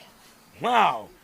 You don't say. So you mean, Eli, as we're pretending here like we're on an episode of Patriot Pals, so Eli, are you telling me that the Republican Party has always been against racism and has always been against slavery? That would be one big damn skippy, good buddy. Well, how about that, Eli? Does that mean that the Democrat Party has always been the party of slavery and the party of racism and is still being racist today? Those sons of bitchin' bastards sure are. Well, there we go. Not a kid's show anymore. Imagine. Hey, kids, do you have any friends at school that are Democrats? Yeah. They're racist. Well, at least their parents are. Might want to stay away from them so you don't become a retard too. And a racist. You know what I mean? It's like, bro, you're still funding it today, pretending that you're not. Literally funding for white supremacist groups to recruit and get bigger while you say we must fight back the expansion of white nationalism. You literally can't make this stuff up, dude. Aye, right. You sure as shite can't, can you, laddie? Did you just say Reich or right? I wasn't sure. That's the Scottish way of saying shite. Ah, okay. Okay. I want to go back over here to YouTube for a minute because I'm so curious. I really am. Now that they've been taught about their party. XX Northstar says, you just like being racist. Okay. Okay. What do you mean? More skinheads are Republicans. That is your answer to everything that we just said? Your own far left SPLC, your like golden calf of NGOs, is literally stealing taxpayer donor money, taxpayers who donate money to them for a specific cause, to create something that doesn't exist anymore. Are you really? That's your argument? That goes to tell you how stupid and racist the left really is. They can't even acknowledge their own racism or their own stupidity. It's literally hilarious. That's your response to your party funding something that they say is threatening the world and they're fighting to save the world from, that doesn't exist anymore. Your party that says, who is going to clean our toilets and pick our food if we get rid of the illegal aliens? Your party that says, how dare you ask a black person to show an ID to vote? Most of them don't have ID. They can't get them. Why? Why can't they get them? The racism drips from your lips if you registered as a Democrat every time you speak. I have to agree with that. He's over there saying facts. I'm like, just because you type the word facts doesn't make what you're saying true. Absolutely. The dumbest and most racist people on earth, Democrats. Don't let your kids hang out with any kids that have Democrat parents, folks. It won't turn out well. And definitely don't let them spend the night. They'll come home multicolored, talking about DEI. We don't ever let our kids. We meet our kids' parents, especially Lily's. And if those parents are far left liberal, we don't even let Lily go spend the night. You can be friends with that person in school, but you're not spending the night at that house. Not going to happen. Not going to happen. XX North says, bro, take a call in then. The only way I would ever allow a piece of shit racist like you into this chat is if there was a agreed upon basis of truth. Where is truth? Where's truth? What is the truth? Who do we go to find the truth? If we can agree on where to get facts from, I'll beat the shit out of you all the live long day. I will mentally dominate you until you're drooling from the mouth and you need assistance just to go to the bathroom. Oh, I'd love that. So Eli, keep an eye on that guy over there and find out if he tells me what our basis of truth would be, while we go and play some more of President Trump. This time, talking about rogue workers in the government and how we can now fire them faster. The federal workforce, sir. Currently, with respect to many policymaking positions in the departments and agencies across government, we lack the ability, because of existing personnel rules, to effectively discipline or promote people who are in policymaking roles. This executive order follows on a number of previous executive orders. The end goal is making the federal workforce more accountable and ensuring that people, particularly in policymaking roles, aren't unaccountable to the wishes of the administration. And the reason for this was what? Whose idea was that? James Shirk, who's here from Domestic Policy Council. Would you like to say something? Come on, you did a great job of this. Thank you, sir. It's been a long-standing problem that it's almost impossible to fire a federal employee, even in cases of serious misconduct. And as a result, if you have employees who are trying to undermine the wishes of the American people by pushing their own agenda or just incompetent at what they're doing, agencies have a long-standing difficult time getting rid of them. And that's a particular problem if you're in a senior policy influencing role where you're controlling the policies of the entire agency. What this does is basically treats those employees like private sector workers. They're going to be hired on the basis of merit and competence, but if they're messing up, then they can be removed quickly rather than taking a year longer to get rid of them. That's great. And you were very much involved in it? I was, sir. Executive order on reforms to the federal workforce, sir. Now, after President Trump has been in office for a year and a few months, he's gone through those court cases where rogue judges came in and said, you can't fire this person, you can't fire that person, you can't fire this person, you can't fire that person. And guess what? All of those people are still fired. None of those people are working for the federal government anymore. That was part of draining the swamp, literally reducing the size of the federal government by getting rid of all people that were on a first probationary period first, then going through and getting rid of people that were getting ready to retire, that were going to get those nice pensions. You're not getting those anymore because you violated law or broke rules or department rules or whatever. And now, after going through all those court cases, now he can just fire people at will. He can just fire people at will. He doesn't have to abide by any other ruling or any other rogue judge that wants to come in and try to make a late-minute ruling. It won't matter anymore. President Trump can now fire you like that in the federal government, just like the private sector. And I love it. I absolutely love it. Patty says this is how you drain the swamp. Start with lower-level workers who thought their jobs were untouchable. Absolutely. Absolutely. Fins Up said, I thought DEI stood for didn't even interview. Absolutely. Not only did they didn't earn it, but they didn't even interview. So they just got the job because of, whatever. And that's another thing, Eli. That's another racist thing that Democrats say. People of color. When my mom was born in 1960, and back then, it was politically correct to say colored people. As my mom got older, she continued, like remember LaRon, Eli? My first partner in crime when it came to doing music back in 2004. Remember him? Yes, the black me. Yeah, pretty much.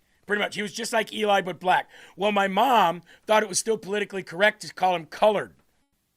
And I said, and he laughed at her and he said, You can't say that anymore. And my mom looked at me and she's like, what do you mean? I thought I was being, politically correct. I thought I was being nice. And he just laughed it off because he knew that, she came from a different time. And he's like, no, you don't call black people colored anymore. But Eli, what do the Democrats call black people today? That would be people of color. I do have a quick question before you cut back to yourself. What was the context that your mom used that? Like, oh, you must be Jeremy's colored friend. No. No. She was saying, like, him and I got along so well. She said, it's great how the world has changed because back when I was younger, you would never be able, if you were white, you would never be able to be so close with a colored person. And he just laughed. Yeah, so that's what the context of the conversation. It wasn't like, hi, Jeremy's colored friend. But the funny thing about that is Democrats just switched the words around and said colored people, people of color. And that is supposed to be respectful. Do you know how many black friends I have that would absolutely jump down your throat if you said a person of color? Do you know how many of them would say, don't even call me an African American, I've never been there? Elon Musk is an African American. I am an American. But yet Democrats can't do that. They have to segregate. They do not want any integration whatsoever. It's all about segregation because if you can segregate based on politics, color, religion, creed, or anything like that, well, then you can divide. And if you can divide, you can have power. And that's why the left does what they do. And that's why, Eli, when Will comes on here, what do you see these leftists saying in YouTube? You've seen it as much as I have. It's so disgusting. They'll sit there and they'll defend leftist policies for 3 hours on my show. Then Will comes on and they call him a coon. I'm like, what? Dude, the left is so freaking backwards. It's hilarious to actually sit and watch sometimes because you're right. I'll sit there, Will come on, and they'll always advocate for Black Lives Matter, all this, that, and the other, but they call him Coon or Uncle Tom. Yep. And then when we start acting a certain way, they advocate for LGBT, but then they're like, you guys are a couple of fags. And it's like, yeah. What do you guys actually stand for? They don't know. And that's why they always friggin' lose. Brian said, I've never heard this dude debate anyway. He sure talks a lot. What, am I going to debate you, Bri? Am I going to debate you? Huh? You don't know a lot of things, apparently. I've never seen this, I've never seen that. Well, you've never seen God either, and he made you. You want to debate, Bri? Name the time and place. I'll do it with my eyes closed while I sleep. Oh, you're wrong, and I'm going to show you exactly why. Here's the receipts on everything you said. It's an absolutely fake-ass lie. Debating a Democrat isn't fun. Not at all. I'd much rather debate a rhino than a Democrat. At least there's, okay, you got me on that one.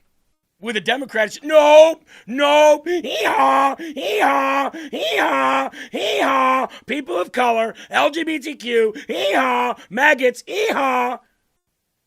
And the funny thing about that, Bri,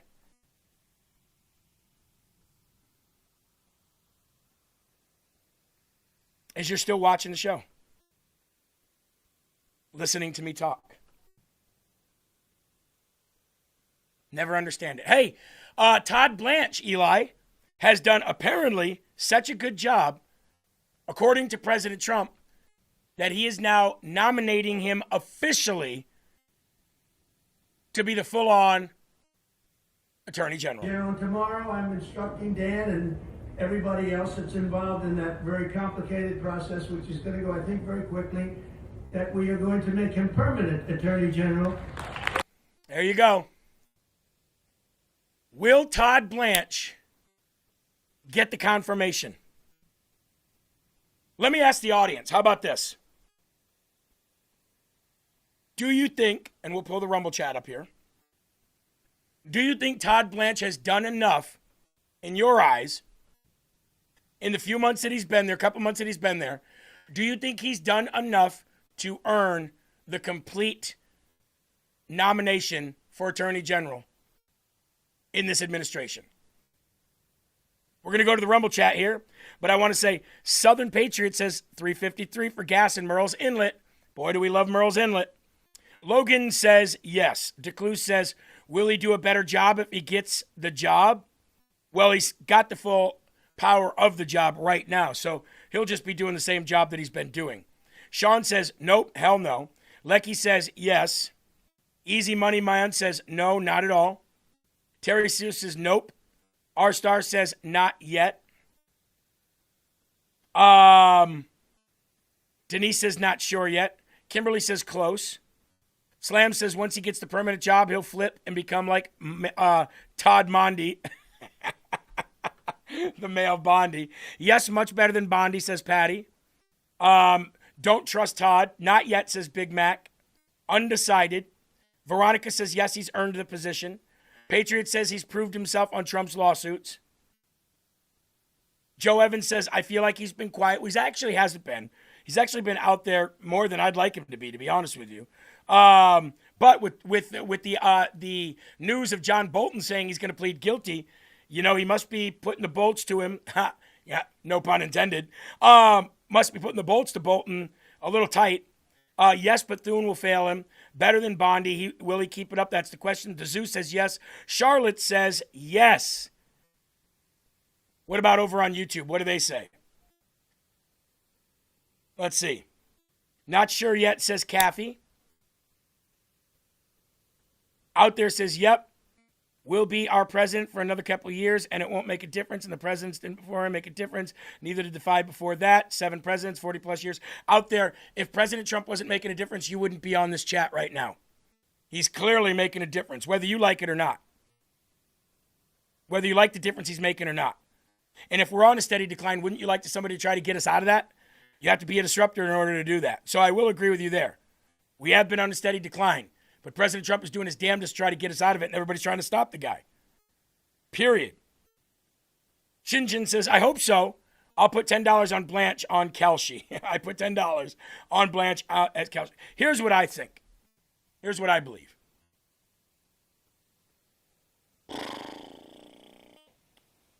I don't really like Todd Blanche that much because of who he has been in his past. I don't like the fact that he's friends with Caitlin Collins and has had lunch with her multiple times.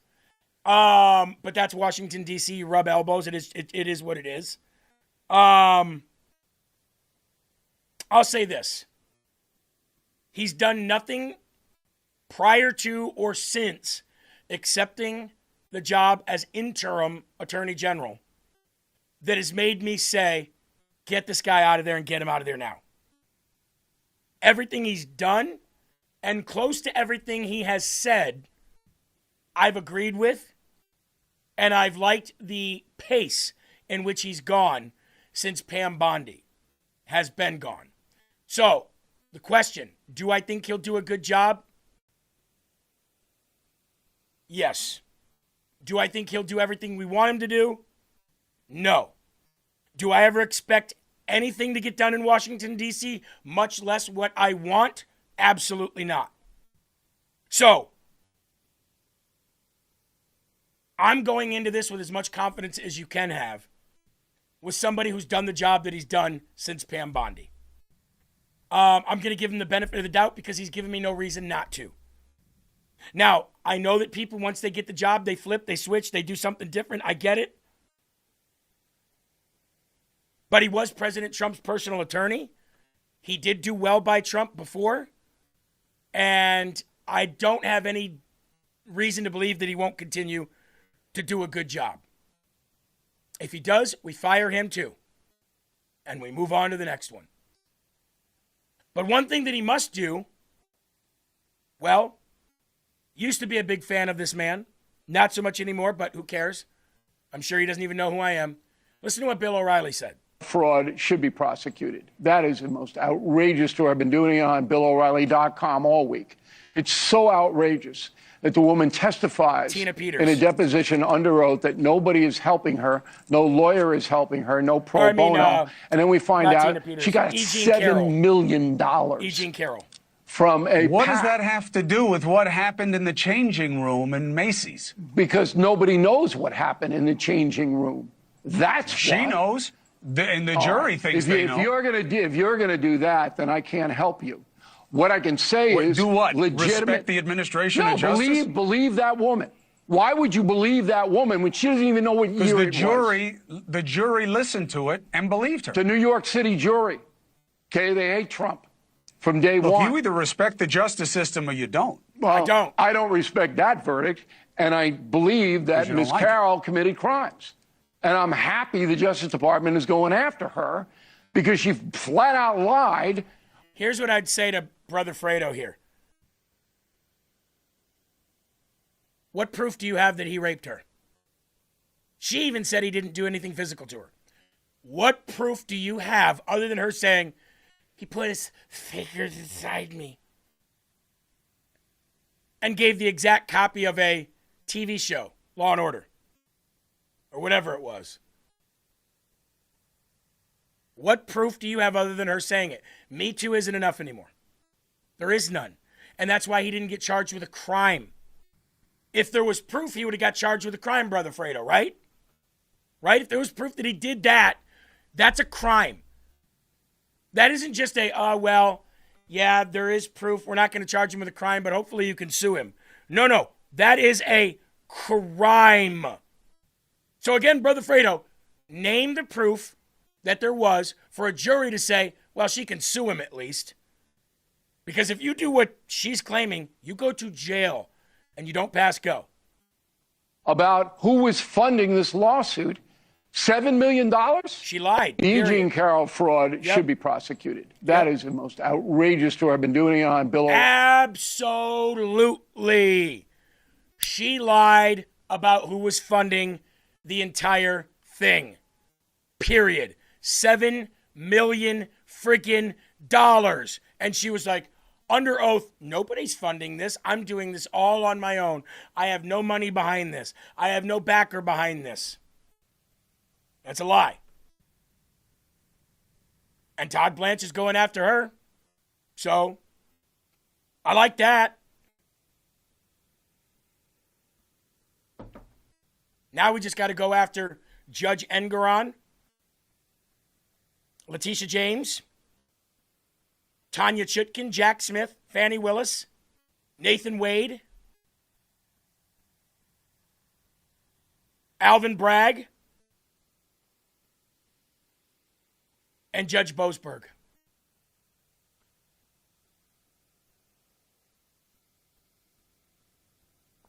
We'll get him one way or another. Reid Hoffman was her backer, absolutely. And we all know what he thinks. Now, this right here has pissed off the world. I am appointing the Director of Federal Housing Finance Agency and Chairman of Fannie Mae and Freddie Mac, William J. Pulte, or Bill Pulte, to serve as acting Director of National Intelligence. William has deep experience managing the most sensitive matters in America, the safety and the soundness of the markets, and over $10 trillion at Fannie Mae and Freddie Mac. A substantial increase from where it was just 12 months ago. During this period, he will remain director of the Federal Housing Finance Agency and chairman of Fannie Mae and Freddie Mac. Congratulations to Director Pulte, President Donald J. Trump. Okay. The Democrats and the Republicans, the rhinos, hate this guy. Hate him. Tom Tillis hates him because he went after Jerome Powell, which was warranted. If you remember, Bill Pulte is the guy that Scott Bessent said he was going to kick his ass last year. So when asked about this by, I believe, Tom Tillis, who was trying to continue his hatred of Donald Trump and this, try to stand up against him, which he's going to now be done his political career as well soon. Tom Tillis asked him, didn't you say you were going to punch Bill Pulte in the mouth? Listen to what Scott Bessent says. I have one awkward question to ask you real quick, and then I want to get to some of the trends and how you're going to work on them. Did you actually tell Pulte you were going to punch him in the face? No, sir. I actually said I was going to kick his ass. Good. Okay. Good. I share the emotion. Stop. Thank you. Stop. A sitting, for now, U.S. Senator, Mr. Tillis, says, I share in that emotion. So you're sitting up there saying that you also want to kick the ass of another human being that's working in the Trump administration in your party. I'd love to see you try. You old worthless piece of trash. You soon to be kicked out of the party scumbag. Rhino. Loser. Senator Tillis. I share that. You had to squeeze that one out there, huh? Okay. What else? And as I said, that was last summer, summer 25, and many teams have fights in the locker room and then go out and win for the team on the field. Yeah. No, I was just curious because everybody's going to be showing that. I made it clear I'm not going to support Pulte for DNI, but I'm sure they're going to dredge that up. But so I thought I'd give you an opportunity to. I had a very good exchange with the director yesterday. Want to keep the momentum going on the FX. Yeah, well, he lost me when he went after Powell. Okay. So we can move on to your core job. Yeah, cool. Nobody gives a shit, dude. Well, he lost me when he went after Powell. You mean when he went after Jerome Powell, Mr. Too Late? Why? Why did he lose you when he went after him? Why? What would make you lose interest in somebody and doing a job because he went after a corrupt piece of shit like Jerome Powell. Really? First of all, nobody cares about your emotions. Vote for the guy or don't vote for the guy. Nobody cares. Your ass is grass anyway. Matter of fact, let's do this. When is Tom Tillis? I believe it's 28.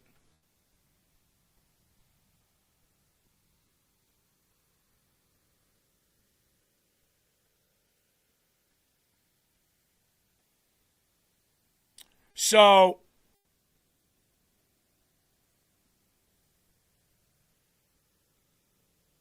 it says Tom Tillis has served since 2015. Tillis is next up for re-election in 2026 and serves until January 3rd, 2027. He's 65 years old. So, he's up for re-election now. I heard he was retiring, though, didn't he? Didn't he resign or retire, Eli? I mean, I figured he was out anyway. I thought that now that I think of it, come to think of it, he's not doing re-election.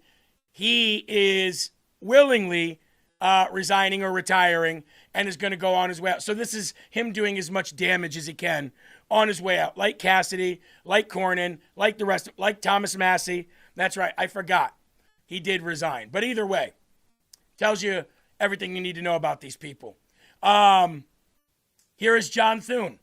These guys are, everybody that you see on the screen, they're all part of the same Rhino class, right? This is why when people say MAGA is a cult, we call out people and we kick them out of our party, okay? Do you think that Bill Pulte has the experience to be the acting DNI, and same with you, Senator Cotton, as the chairman of the Intelligence Committee? Is he the kind of person you want leading the Intelligence Committee? I'll defer to the chairman on that. We were just made aware of that appointment this morning. Obviously, it's something that if the administration decides to pursue a permanent appointment to that position, have to come through the Congress and have confirmation hearings and ultimately a vote here in the Senate. But Senator Cotton, you want to speak to that? We have 4 more weeks with Director Gabbard as the DNI, and I look forward to implementing last year's Intelligence Authorization Act with her to implement wide-ranging reforms that will shrink the DNI and take it back to its original intent to provide a mere coordinator all process rhinos. role for the Everyone there in that intelligence community. I have no observations on the matter. Leader Thune, in light of the Texas primary, that's another one of your members. Do you think that Bill Pulte Especially this freaking Walking Dead mortician right here. I can't stand Langford.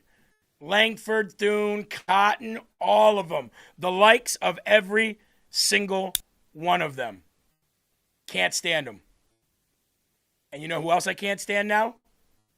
Josh Hawley. I told you he was Thune's lackey during recess appointments, right?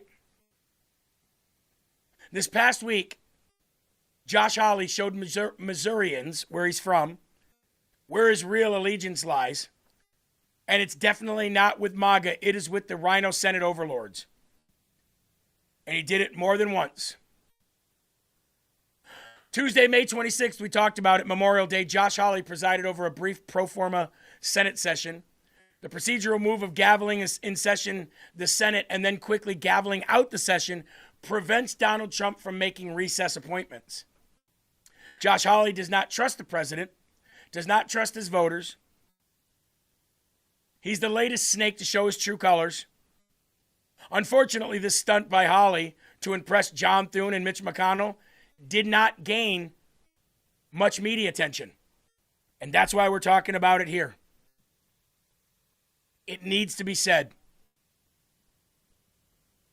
An ex-user wrote this, Dear Senator Hawley, you have betrayed us.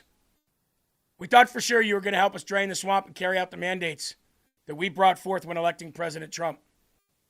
On Memorial Day, while the rest of the America paused to honor our fallen, who died defending our freedoms, you chose to gavel in a meaningless pro forma Senate session and then gavel right back out, a 30-second ritual that accomplished exactly nothing except one thing, deliberately blocking President Trump from making any single recess appointment. You personally stood in the way of the American people's mandate. We voted. We won. We gave President Trump the White House. We gave Republicans the Senate, and we sent a clear message. Drain the swamp, confirm the loyalists, and move at warp speed to repair what the last 4 years destroyed. Instead, you and the rest of the Senate club decided the dusty old rule book matters more than the will of the voters who handed you the majority. By keeping the Senate technically in session, through sham pro forma meetings, you stripped the president of a constitutional tool specifically designed to bypass obstructionists just like this. Do you understand what that means, Senator Hawley? It means qualified America First nominees, judges, ambassadors, agency heads, and military leaders remain stuck in limbo while the same entrenched bureaucrats who sabotaged Trump the first time continue to hold power. It means the deep state gets more time to resist, delay, and leak, obstruct and laugh at the voters who believe change was finally coming. It means Americans are once again being told that their landslide victory was meaningless because the Senate has traditions. You ran on fighting the swamp. You wrote books on it. You raised your fist outside the Capitol with the rest of us. Now you're the one holding up the gavel to keep the swamp alive. We are not disappointed, Senator Josh Hawley. We are furious. You didn't have to take the presiding slot. You didn't have to participate in the ritual protecting the establishment from the very change that Americans demanded of you. But you did. Every day those positions remain unfilled is another day. The agenda of that the Americans voted for is delayed. This is not procedure. This is betrayal dressed up in a suit and tie. The swamp does not drain itself. It requires leaders willing to confront the broken system instead of protecting it under the banner of tradition. Now, you're next. Have fun. I don't care how good you are at speaking on a mic. I don't care how quick-witted you are when it comes to answering questions back and forth in a hearing. Now, your time is up. We told you one of our number one goals was to get rid of rhinos, people that were part of the establishment on any side of the aisle. Rhinos happen to be on our side of the aisle. We look at you no different than a Democrat now. Looking at Josh Hawley's term limit, we're looking at right here.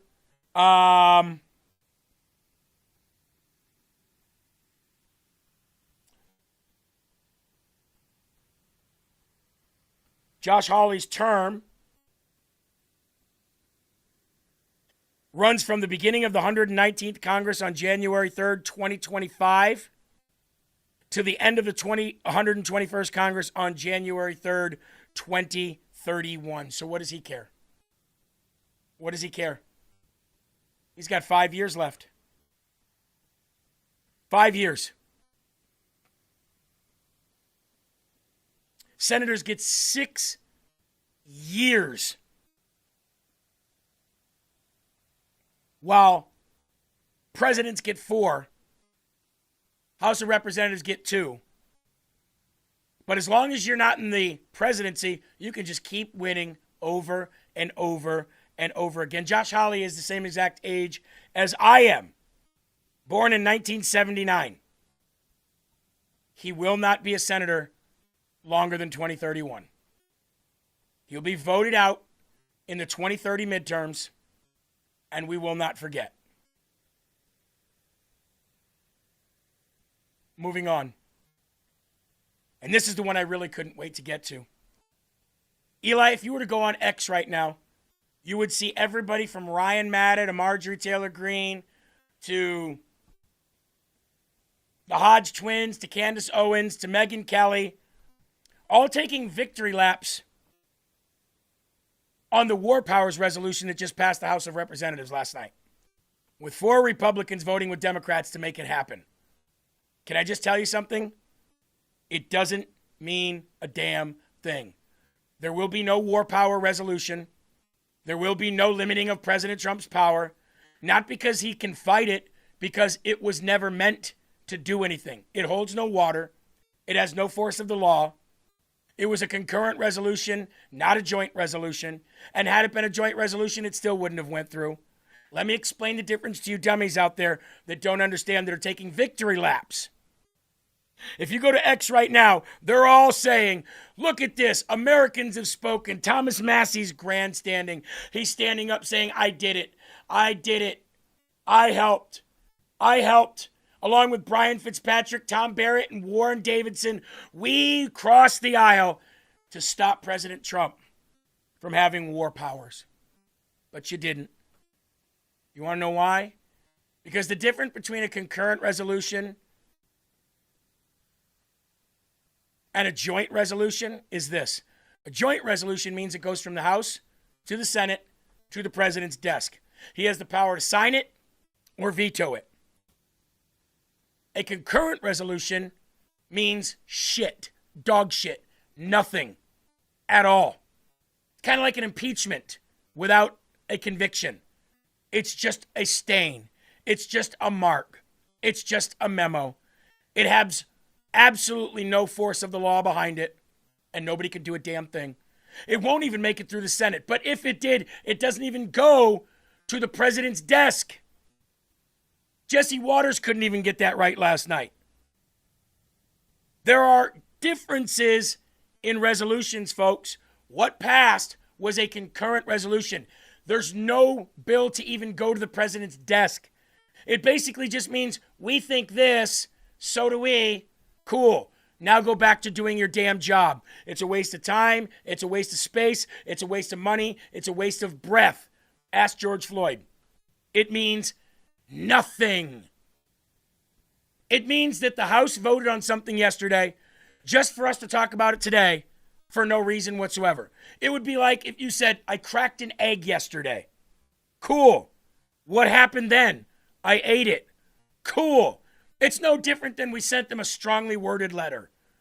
So, while retards are making victory laps today talking about how we sided with the Constitution and we stopped President Trump's war powers 215 to 208, no, you didn't. You didn't do anything. And Jesse Waters, I'm surprised you didn't know that. I'm surprised you thought that it was actually going to go to President Trump's desk. It's a concurrent resolution. Dummies. Fox News alert, the House just passed a war powers resolution to end the war in Iran. The final vote, 215-208, with 4 Republicans breaking rank, including Thomas Massie, who just lost his re-election bid. The vote would mean the president would have to seek out congressional approval for any future military action. The bill now is going to be voted on in the Senate, so we'll see what happens there. Even if it does pass out of the Senate, Trump will just veto it. So Stop. More symbolic. Stop. Wrong. Fox. Wrong. Jesse, I like you. Wrong. It doesn't go to President Trump's desk, even if it did pass the Senate. It's a concurrent resolution. That means it's dead in the Senate, whether passed or whether not. So it means nothing.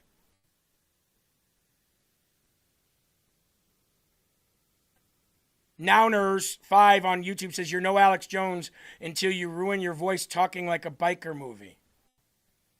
Who cares about Alex Jones? He's a fat has-been retard. Nobody's trying to be him. Nobody wants to be him in their right mind. Just like nobody wants to be on Fox. The largest cable news provider on earth doesn't even know the difference between a concurrent resolution and a joint resolution. That's not to say I don't like Jesse. It's just to say that these people don't even do their damn homework anymore. They just report. They're no different than CNN. In other news, someone might have to clean up his cave because someone's coming over for dinner. The people we're dealing with, we know they're the people that are leading the country right now. Is it the gay Ayatollah? He's involved, absolutely. Really? Yeah, I think they have a lot of respect for him. Would you like to meet him or meet any of the Iranians in person? I've never thought of it, actually. It's a very good question. I'll think of it. Yeah, I'd like to meet him. I like to meet everybody. I'd like to meet him. We probably will meet at some point, depending on how it all works out. I doubt the president would have a summit underground, but Trump will sign a treaty anywhere. That's if things go well. If they don't, here come the B-52s. I have to make a determination. Do we sign a deal or we do it the other way? And the other way is not nice. What will the other way achieve, though? Certainty. It would be over. There wouldn't be any. There wouldn't be any talking. There wouldn't be any delays. There wouldn't be. But I'd rather do it the nice way, from a humanitarian standpoint. POTUS says it takes 2 to tango for a deal. If not, well, Lockheed Martin's been doing a little testing over in Arizona. For the first time ever, they intercepted an Iranian-style drone using a Grizzly launcher. It's cheap, effective, and Lockheed's put all of this together during the ceasefire. So don't get on Trump's bad side. Netanyahu did this week. It didn't go well. You said, are you effing crazy? What are you effing doing? I helped you stay out of jail. Is that true? Did you speak to him in those terms? I did. I wouldn't say angry. I was a little bit perturbed at his constantly fighting with Lebanon. You know, at some point I said, Bibi, we got to stop this. We got to stop it. Israel's been freelancing in Lebanon, and Trump doesn't want to have that scuttle the deal. Netanyahu, he responded. President confirmed that he said, you're effing crazy. How did you react to that? What really happened in that call? Well, sometimes we have, as in the best of families, you have these tactical disagreements. We always find a way to work them out, and we do so as great friends. We can disagree in the morning, and by the afternoon we have common action. Lebanon does have a big problem, a Hezbollah problem. Hezbollah is not just a challenge to Israel, it's a challenge to Lebanon, to the Lebanese state and the Lebanese people. And we are hopeful that we can create a paradigm in which Lebanon's government and Israel can work together to disarm Hezbollah and allow the people of Lebanon to reclaim its country. But it's complex. This has been going on since OJ had isotoners. Speaking of Hezbollah, turns out they have phones. We actually spoke with Hezbollah for the first time ever. We didn't know they spoke. The president says Hezbollah and Israel both agreed they're not going to shoot at each other anymore, for now. So we'll see. If the Iranians get cute with their drones, we're going to hit them back. Yesterday, we hit one of their islands right in the mouth of the strait. How do you define ceasefire? Pretty much the way it is. It's a different part of the world. You know, I'd say in that part of the world, ceasefire is when you're shooting in a more moderate manner. The only big bombs Trump wants to see are Iran's, and he's ready to dig up the dust. That stuff is buried underneath a mountain that virtually collapses. Very, very hard to get it. But nevertheless, I want to get it. We're the only ones, us and probably China are the only two countries that have the equipment where you can do this. The president still has something else on his mind, too. You were talking about regime change. Why is nobody talking about that now? Why do you say we're not talking about it? I said the other day. Because President Trump seems ready to make a deal with this current regime. Yeah, but it doesn't mean that he wants this regime to stay. The one-legged gay Ayatollah is being led around on a leash by the Republican Guard. He's a figurehead without any lips. Trump's working on a grand bargain to open up the strait, denuke the mullahs, and sew up the Abraham Accords. What are the Democrats doing? They're talking about Marco's feet. Just like you won't admit President Trump is losing this reckless war of choice, and just like you couldn't admit that the shoes the president bought you were too big. We're going to actually get to Marco Rubio here in a little bit, but there you go, ladies and gentlemen. War powers resolution does absolutely nothing. It would have done nothing to begin with. All you're going to see today, especially on X, is literally people taking victory laps on this war power resolution that passed the House. Even if it was a joint resolution, it would then have to go to President Trump's desk and he would veto it. I even have people on this video that I made right here saying President Trump will veto it. No, he won't, because it's not going to his desk. For crying out loud, people. And I really expect better from the largest cable news platform on earth to know the difference. Good morning, everybody. You may have heard that 4 cowardly, spineless Republicans voted with Democrats yesterday for a war powers resolution against President Trump, or on President Trump, as it pertains to what's going on with Iran. Funny, none of them did that during the Ukraine BS, where we gave $200 billion, 10 times more than we've spent getting rid of and killing radical Muslims. So, long story short, 4 Republicans jumped over voted with Democrats for a war power resolution. Here's the problem with that little war powers resolution that Thomas Massie has taken a victory lap about joining the Democrats on. It holds no weight. It holds no water. It's a concurrent resolution. There are two types of war power resolutions. There's a joint resolution, which goes from the House to the Senate, passes both, and it goes to the president's desk for either signing or veto. Then there's a concurrent resolution, in which does not go to the president's desk, only goes through the House and then the Senate, and holds no weight at all, no force of the law whatsoever. It's basically like being impeached in the House, but not being convicted in the Senate. It's just a bad mark on you. It's like when you're impeached in the House and not the Senate, nothing happens. It's just so they can say, impeached. Kind of like the 34 felonies that they upgraded from misdemeanors just to try to lie and give 34 felonies to Donald Trump. Normally, if you get 34 felonies, you go to prison. But see, when they changed the laws just to give him felonies that he doesn't go to prison for, it's just to say the 34 counts of felonies that President Trump has. He is a 34-time felon. Holds no weight, holds no force of the law. It's just for them to say it. This was a concurrent resolution. It goes nowhere. It won't even pass the Senate. But even if it did, which has got about a snowball's chance in hell of that happening, it won't matter because it's a concurrent resolution. Holds no power, holds no force of the law. President doesn't have to abide by it. He's the commander-in-chief. Business as usual. Don't let Thomas Massie's victory lap make you think that this is going to in any way change the strategy of President Trump, Pete Hegseth, and Marco Rubio. It's not. You keep losing. He keeps winning. He keeps dodging assassinations. He keeps staying out of jail. He keeps making America great again. Are you going to continue to cry for another 961 days, or are you going to pull your head out of your ass and go do something progressive or successful in this country? You tell me, losers. Good morning, everybody. Pretty much. Oh, by the way, Brian Eli says, just give me a phone number so I can debate you, Hake and those losers. Hake isn't a word. H-A-K-E isn't a word.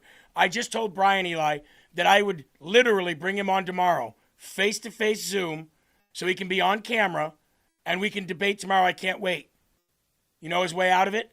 Just give me your phone number right now. No.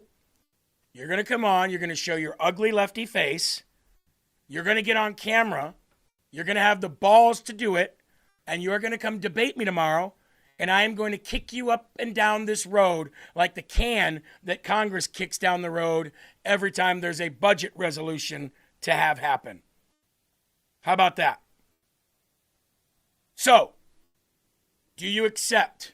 I have not debated a dipshit in a long time. Usually I only debate people that actually have common sense. But I would debate you all the livelong day and twice on Sunday. How about that? So I've given him your email. I guarantee you he will not do it. Does anybody want to make bets? Let's take bets. Does Bri come on and debate me tomorrow? Or does he run like the coward Democrat that he is with his tail between his legs, crying and screaming for help, thinking that he's no older than he is than Fly? Any bets? Eli, you think Bri comes or no? I doubt it. He'll probably be like, this show isn't worth my time anyway. I got better things to do. Yeah. Sophie on Rumble said, who is Ryan Matta? Oh, man. Where do I start? Let me just dive right in. Who is Ryan Matta? Eli, you want to answer that? A better question might be posed as who was Ryan Yeah, Matta? who was Ryan Matta? Absolutely. By the way, Eli went... Sometimes I'll just scroll through X and I'll see his posts, and I'll just get on there and say stupid stuff to him. I'll be like, he said something about Kash Patel today, and I said, there you are again, from another country, eating boosters for lunch, literally talking about cashing down his girlfriend when your girlfriend dumped you after you got vaccinated for her, you scumbag foreigner. That's been weird too. Over on the YouTube page, there's been people like, "Oh, your country sucks." Oh, so you're watching from another country, but you're still so obsessed with America that you're watching our show for 3 straight hours. Yeah, like Brian here. I knew it, Eli. Here it is, right here. Coward is the person who won't debate me today on the telephone. Nice straw man. I will give you all 3 hours tomorrow on my show. 3 hours, like you spend here today. Brian, that's not a straw man. That's giving you more than you're asking for. That's overfloweth your cup. You know, like Jesus does. How about that? I'm not worried. I know you're not Dean Withers. He's probably smarter than you. Do you accept the debate on camera tomorrow? Or is it you're too afraid to show your face? Because you know you're not who you say you are. This will be the last option for you to accept the full debate on camera in front of everybody on a Friday. Brian says deal. There you go. Good girl. Now send your email to producer Eli.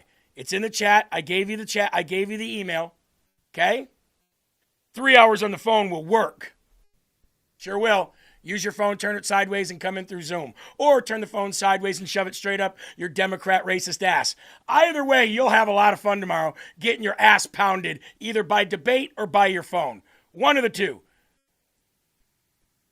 Do you take the deal? Do you accept this mission? Yes or no? Eli, I'm going to move on to the news, okay? While we move on to the news, let's also move on to a sponsor while we're waiting for crybabies to actually put up or shut up. Fatty 15. Fatty 15 is your go-to 1 pill a day for C15 that you're ever going to need in your entire life. If you don't know what C15 is an essential fatty acid, first one found in 90 years to be able to be captured and targeted for you like this. They first used this on dolphin pods to see the effects that C15 would have on dolphins. They found that dolphins were living a lot longer, that the pods were growing, not because of additions to the pods, but because older dolphins were not dying off. They moved that to clinical trials, found out it was the same benefit for human beings. C15 is a fatty acid that goes right towards your cells, fixes the damage to your cells, and then changes the way you age. Basically reverses the way that cell ages. So when your cells at a cellular level are aging slower, your body shows the effects of that. So it's unmatched quality. It brings a lot of clarity, mental clarity, brain fog goes away, energy like crazy, but you will live longer. Naturally. I have to put that out there. Naturally. Now you can get a 3-month supply for only just over $30 a month. That's $1 a day, right? Fatty15.com, promo code LFA. That's fatty15.com, promo code LFA, fatty15.com, promo code LFA. 3-month supply for only $101.96. Can't beat it. And a big shout out to Fatty 15. And the jar is roughly this big. Okay? That's a month's supply right there. Fatty15.com/LFA. Promo code LFA. Eli, did Bri accept the challenge yet? Or is he still over there talking about, call me, I want to talk on the phone for hours like boyfriend and girlfriend? From what I've seen, it's just a deal. 3 hours on the phone works, so he's willing. No. Not 3 hours on the phone. 3 hours on Zoom. I'm not going to sit here and talk to you on the phone like a fag. You're going to come on, and we are going to Zoom each other, where I can see you, you can see me, the audience can see your cowardly face, and we can have a debate. Okay? Unreal. English. Maybe you're a foreigner. Maybe you didn't assimilate properly. Maybe you don't understand English. Here's a buddy of mine, by the way, talking about this whole Thomas Massey victory lap that he's on. So I would check this out. This is a buddy of mine on Instagram. Personally like to thank Thomas Massey and the other 3 Republicans who joined every Democrat in the House of Representatives today to pass House Concurrent Resolution 86. As you can see right here, Thomas Massey celebrating the passage of what he refers to as the Iran War Powers Resolution, for growing the testicular fortitude of doing absolutely nothing of substance. I mean, it took real guts by these people to pass that resolution. Real guts. To put us in the exact same war footing that Donald Trump put us in back on the 1st of May. Don't you just love when Thomas Massey and his friends try to punk the American people and take credit for things that Trump is already doing? Don't you love that, like they did with the Epstein Transparency Act, where they passed that bill requiring the Trump administration to release documents that they were already in the process of preparing to release, and then danced around for months pretending like they had done something significant? Well, they just did it to you again, America. Thomas Massey, his friends, and a bunch of Democrats just passed the Iran War Powers Resolution, which does the exact same thing that the Trump administration did back on May 1st. Do you remember when Donald Trump sent this letter to Congress on May 1st, letting Congress know that the conflict or hostilities were over because of the ceasefire had been extended? Do you remember that? Well, yeah, that's exactly what the War Powers Resolution is saying it's going to do. It's going to require the Trump administration to withdraw troops, except they use the exact same exceptions in their resolution that the Trump administration used in his letter. It says, accordingly, the Department of War continues to update its force posture in the area of responsibility in select countries as necessary and appropriate to address Iranian and Iranian proxy force threats and to protect the United States and its allies and partners. And why is that significant? Well, that's significant because that's the exact same exception that the War Powers Resolution that just passed today included. So Thomas Massey and a couple of his Republican buddies and every Democrat in the House of Representatives just passed the resolution, which includes the exact same language, where it says Congress directs the president to remove United States armed forces from hostilities against the Islamic Republic of Iran, other than those elements of the armed forces that may be necessary to defend the United States or an ally or partner of the United States from imminent attack. Which is weird because that's exactly what Donald Trump... Absolutely. And by the way, for the people over on YouTube that say, he keeps asking for your phone number, that's nobody's getting a phone number. Okay? That's why we do it this way. And because we're not in our basements doing a podcast with our phone, this is an entirely produced network. We have producers. We set things up. There are clips and shows and information and news outlets all brought up piece after piece after piece. If you want me to stop the show, to literally send out a Zoom invite, get it all fit in the system for everybody who wanted to do it, we'd never have a show. I'm giving you retards an opportunity to come on and debate somebody who will destroy you every hour of every day on every topic in this on this planet. Bucket of Slaw said the same thing. Who is this guy dumber than blah, blah, blah? Then come on and show me. Come on and show me how smart you are. Out there, you as well. All of you. We'll do one every day. How about that? ASW, you as well. One every day. I'll beat the shit out of each and every one of you every day, mentally dominate you on every subject, and I will mute you when you talk out of line. If you're willing to do that, lfaproducer@gmail.com.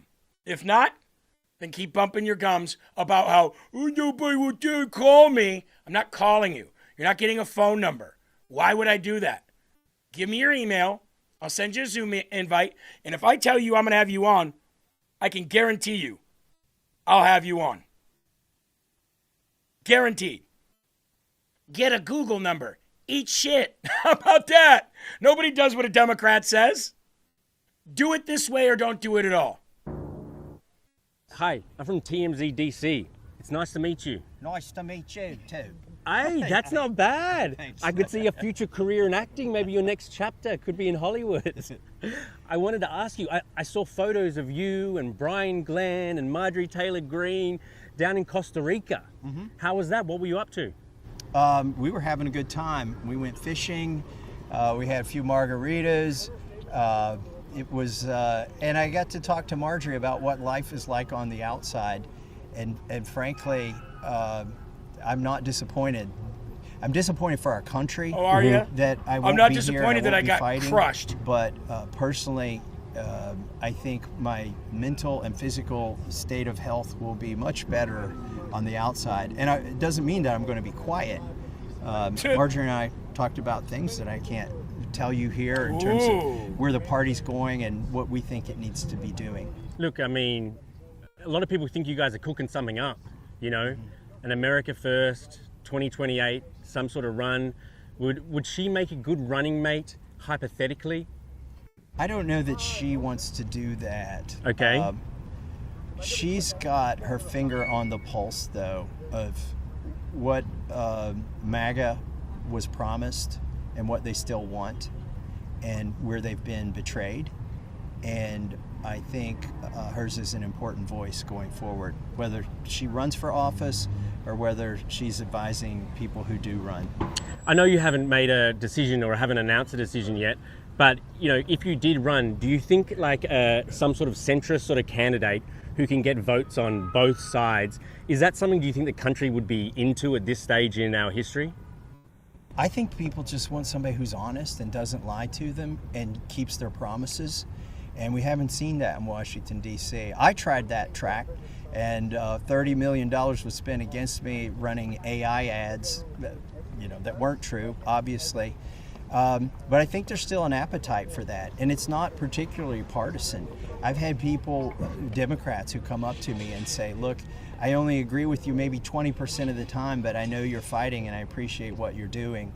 And he sounds so feminine, doesn't he? Support me Appreciate for things like you're releasing the doing. Epstein files or opposing this next war. And there are people out there who are just hungry for somebody who doesn't come up Not here you. and lie, who doesn't come up here and take the money from the lobbyists and the foreign interests. Clearly not you. Somebody who just comes up here and says what they'll do, whether it costs you a re-election or not. So do you and Marjorie have plans of some description? We haven't ruled anything out. Okay, interesting. I think we made a lot of plans. We'll see how many of them we implement. Did you catch a lot of fish?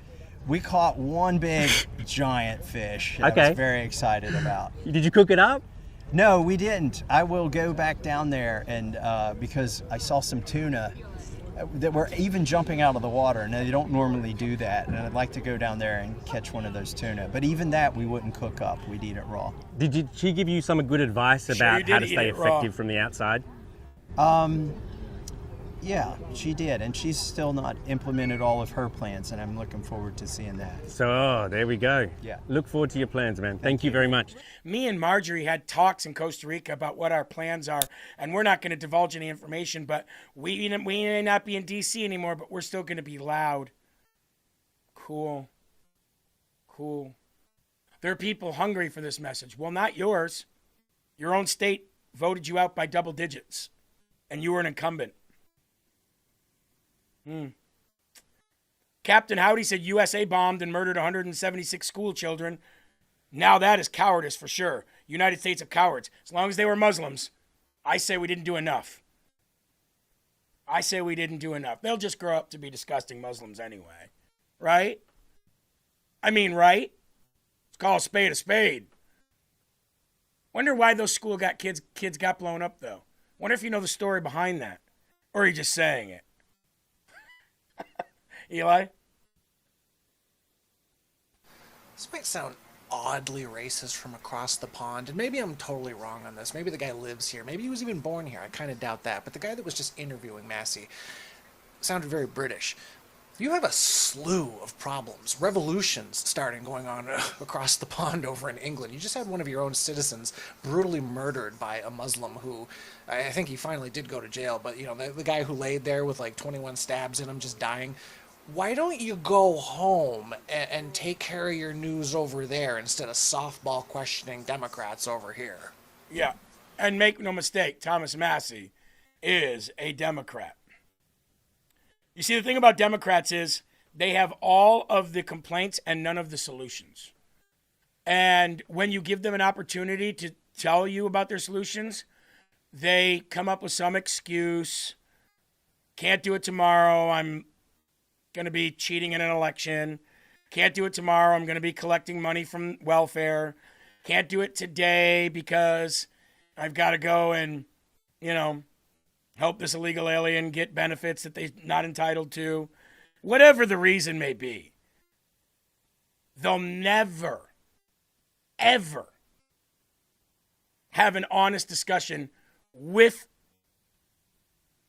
the outcome of, here's what I think we should do to fix the country. You know what they'll say? Get rid of Trump and all maggots. That's what they'll say. Get rid of Trump and all maggots, then the country will be better. Our democracy will be good again. We don't live in a democracy. Eli, before I even debate somebody from now on, now that we're on YouTube and now that we're getting these idiots, we're going to be able to fish a couple of them. We're going to be able to get a couple of them to say, I'll do it, thinking that they're going to be the next great white hope, right? Because none of them are black. They're all white, liberal, cat piss smelling losers. So we'll be able to fish a couple of them. And when we do, my first question to them is going to be this. Before we even have a debate, do we live in a democracy or a constitutional republic? And if any one of them says we live in a democracy, I'm instantly getting rid of them because we can't have a conversation. If I ask you, is the sky blue or is the sky red? And you say red, we can't have a discussion.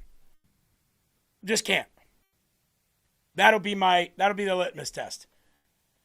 What do we live in? A democracy or a constitutional republic? I certainly hope this comes out as funny as it did in my head, but you know how there's been so many terms like deplorables that we've taken and embraced? There are gay people who support President Trump. I think they ought to take that term maggot and, make it on our side. Get it? Get it? Yeah. Captain Howdy said, an American telling people they're uneducated is hilarious. You live in a shithole. Yeah, that's why everybody's trying to come here illegally. Everybody from every country is trying to get here illegally. Yeah, I'm sure that's why they're coming. Here's a good one for you. The FBI raids a $35 million California mansion. Tech CEO is arrested for allegedly supplying the U.S. equipment to Iran's nuclear and military programs while reporting just a $20,000 income. Not good. Not good. I bet you the Democrats were like, he has a right to do that. He has a right to do that. If Trump has a right to exist, this guy has a right to do that. Executive arrested and set to make a court appearance any moment now. He is accused of sending secret shipments to Iran's military and nuclear program. A senior national correspondent, William LaJeunesse, live in Los Angeles with the details. William. Well, Johnny is a 63-year-old Iranian-American charged with supplying sensitive and export-restricted U.S. technology to Iran's military and their nuclear enrichment program. Jamshid Gomi is a dual citizen living in Newport Beach.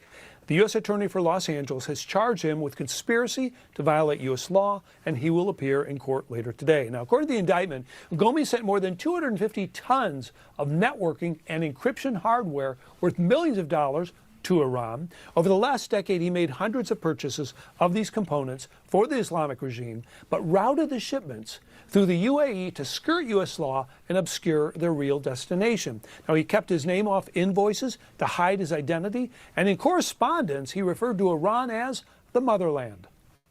He aided our enemies. He provided them sensitive U.S. computer components for their government, their programs, their systems, and he enriched himself. He made millions of dollars doing this. The allegation is he was not reporting this income generated from his business in Iran. So Gomi wired money through multiple offshore accounts to hide his income. In fact, his tax returns show almost zero income, the highest being 20 grand in any given year. He even claimed the earned income tax credit a tax break for low-income workers, yet he lives in a 14,000 square foot, $35 million mansion on the beach. And the IRS has traced the income to buy the house to Iran. So the indictment shows Gomi traveled to the region about 11 times in the last decade. Recently, last month, he faces 20 years, John, if convicted on the conspiracy charges. All right, we'll continue. You know, Eli, people on the left are saying, good for him. Yeah, good for him in prison. Good for him. They also said good for him when Luigi Mangione killed the healthcare executive. United Healthway executive. They also said good for him on that one, too.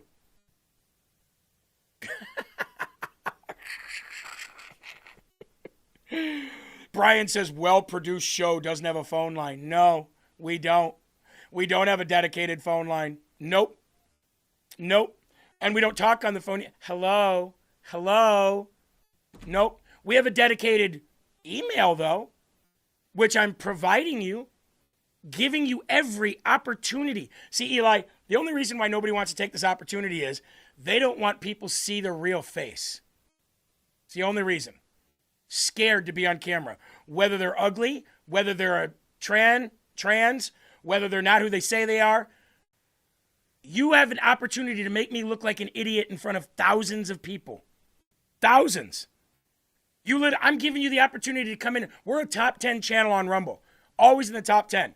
We have some of the most highest live views that you have on the channel. I'm giving you the opportunity to come and make me look like an idiot in front of everybody who supports me. You literally have the opportunity to ruin me right now. You literally have the opportunity to out me as a grifter, and everybody in my audience go, I'm walking away from this guy. You can put me out of a job, Eli out of a job, and every other host here out of a job in one interview. And the only reason you don't want to do it is because you'd rather talk on the phone today? Smoking you like Rubio smoked the entire Democrats in the House of Representatives yesterday. Mr. Secretary, who won the 2020 presidential election? I'm not here to answer a question. We're talking about 2020. This is a Foreign Affairs Committee. Okay, great. You can't answer the question, even though we all know that President Biden won. I don't answer the question because as Secretary of State, I do not participate in domestic political issues. This is not about domestic political issues. This is about our democracy. You're asking me to opine, just like I don't do campaign rallies. It seems like I don't do because as Secretary of State, we're not supposed to. That's been the long tradition of the department, and you should know that if you've been on this committee for any period of time. The shoes the president bought you were too big. You clearly don't know what winning means, and not because the facts are unclear to you. It's because telling the truth would cost you your job. And the American people are entitled to a Secretary of State who tells them the truth even when the president doesn't want to hear it. And my constituents, our service members, deserve better. Mr. Chairman, I yield back. I don't know what shoes she's talking about. What is she talking about? Yeah, I don't know about the shoes. I mean, he gave me some Florsheim shoes. They're actually pretty good. They fit fine. I don't know what she's talking about. And maybe that's what she's referring to. Your shoes look very nice today, Mr. Secretary. Well, how can you see them? They're way down here.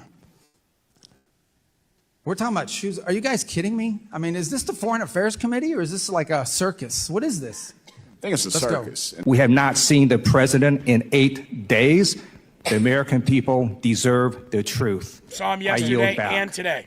I don't even know how to respond to that. Exactly. Other than to tell you that it's absurd and ridiculous. And I can't believe we're in a Foreign Affairs Committee meeting in front of the House at an important time in American foreign policy. Just keep lying, Secretary Rubio. Just keep lying. Supposedly someone who thinks he's a medical expert when he's not. The truth of the matter is we had a cognitively impaired president in office a few years ago. That's a cognitively impaired president, but I don't like to talk about that because it weakens America. This president we have, this is a guy that literally doesn't sleep.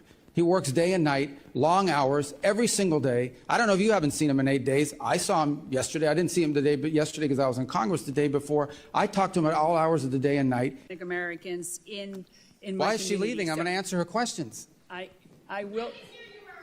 Oh, okay, I got it. Well, thank you for coming. Mr. Secretary, who won? I got it. Yeah, thank you for coming. He's in a Foreign Affairs Committee about national security. And they're talking about Trump's health, shoes, and other things that don't matter.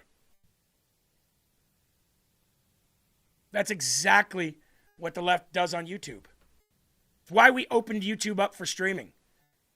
Just so we could show the world that it just doesn't only exist in D.C. These Democrat Communists are everywhere. They will say the most outrageous stuff, but when given look, I know I'll sit here and call them names, and they call me names. But all bullshit aside, person to person, I will give anybody any opportunity they want to come on the show. Anybody for any reason. You want to come on the show and tell how much you hate MAGA and how bad Trump is and how stupid we are? I'll give you the opportunity to do it. You want to come on and debate like an actual debate with facts about specific topics? We'll do that too. You want to come back on and we argue back and forth and just look retarded? We can do that too. I'm giving you the opportunity to do any and all that. But none of you will take the opportunity. And the question has to be asked, why? Why won't you? Tell us where we're wrong. I really want to know where we are wrong. And I really want you to prove me wrong, because I don't want to be just, I don't do this so that I can spread agenda and lies. I'll go back to making far more money doing what I was doing before. Far more. I do this every day for one reason and one reason only. For truth. And to keep this country with some level of common sense, or to do my part. So I have no reason to come on here and try to build a program or build a network for any other reason. This is me being absolutely real with you. So if you're only on these threads to, just to troll and scream and yell and complain, that's fine. But don't say you want to debate and then don't take the opportunity to debate. It's a waste of time, like Congress, on both sides. Form which will detail those dealings that were referred to by the ranking member. Without objection.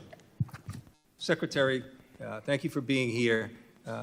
In conjunction with your job, you're also the National Security Advisor with access to the most sensitive intelligence secrets our countries and other countries have in the world. But before this, you had these two positions. You had a distinguished career as a member and a chair for 5 years of the Senate Intelligence Committee up to last year. And you and Senator Warner are some of the most respected and knowledgeable people at that time and voices in the entire intelligence community, earning the trust of Democrats and Republicans alike, Senator and House members, and other countries.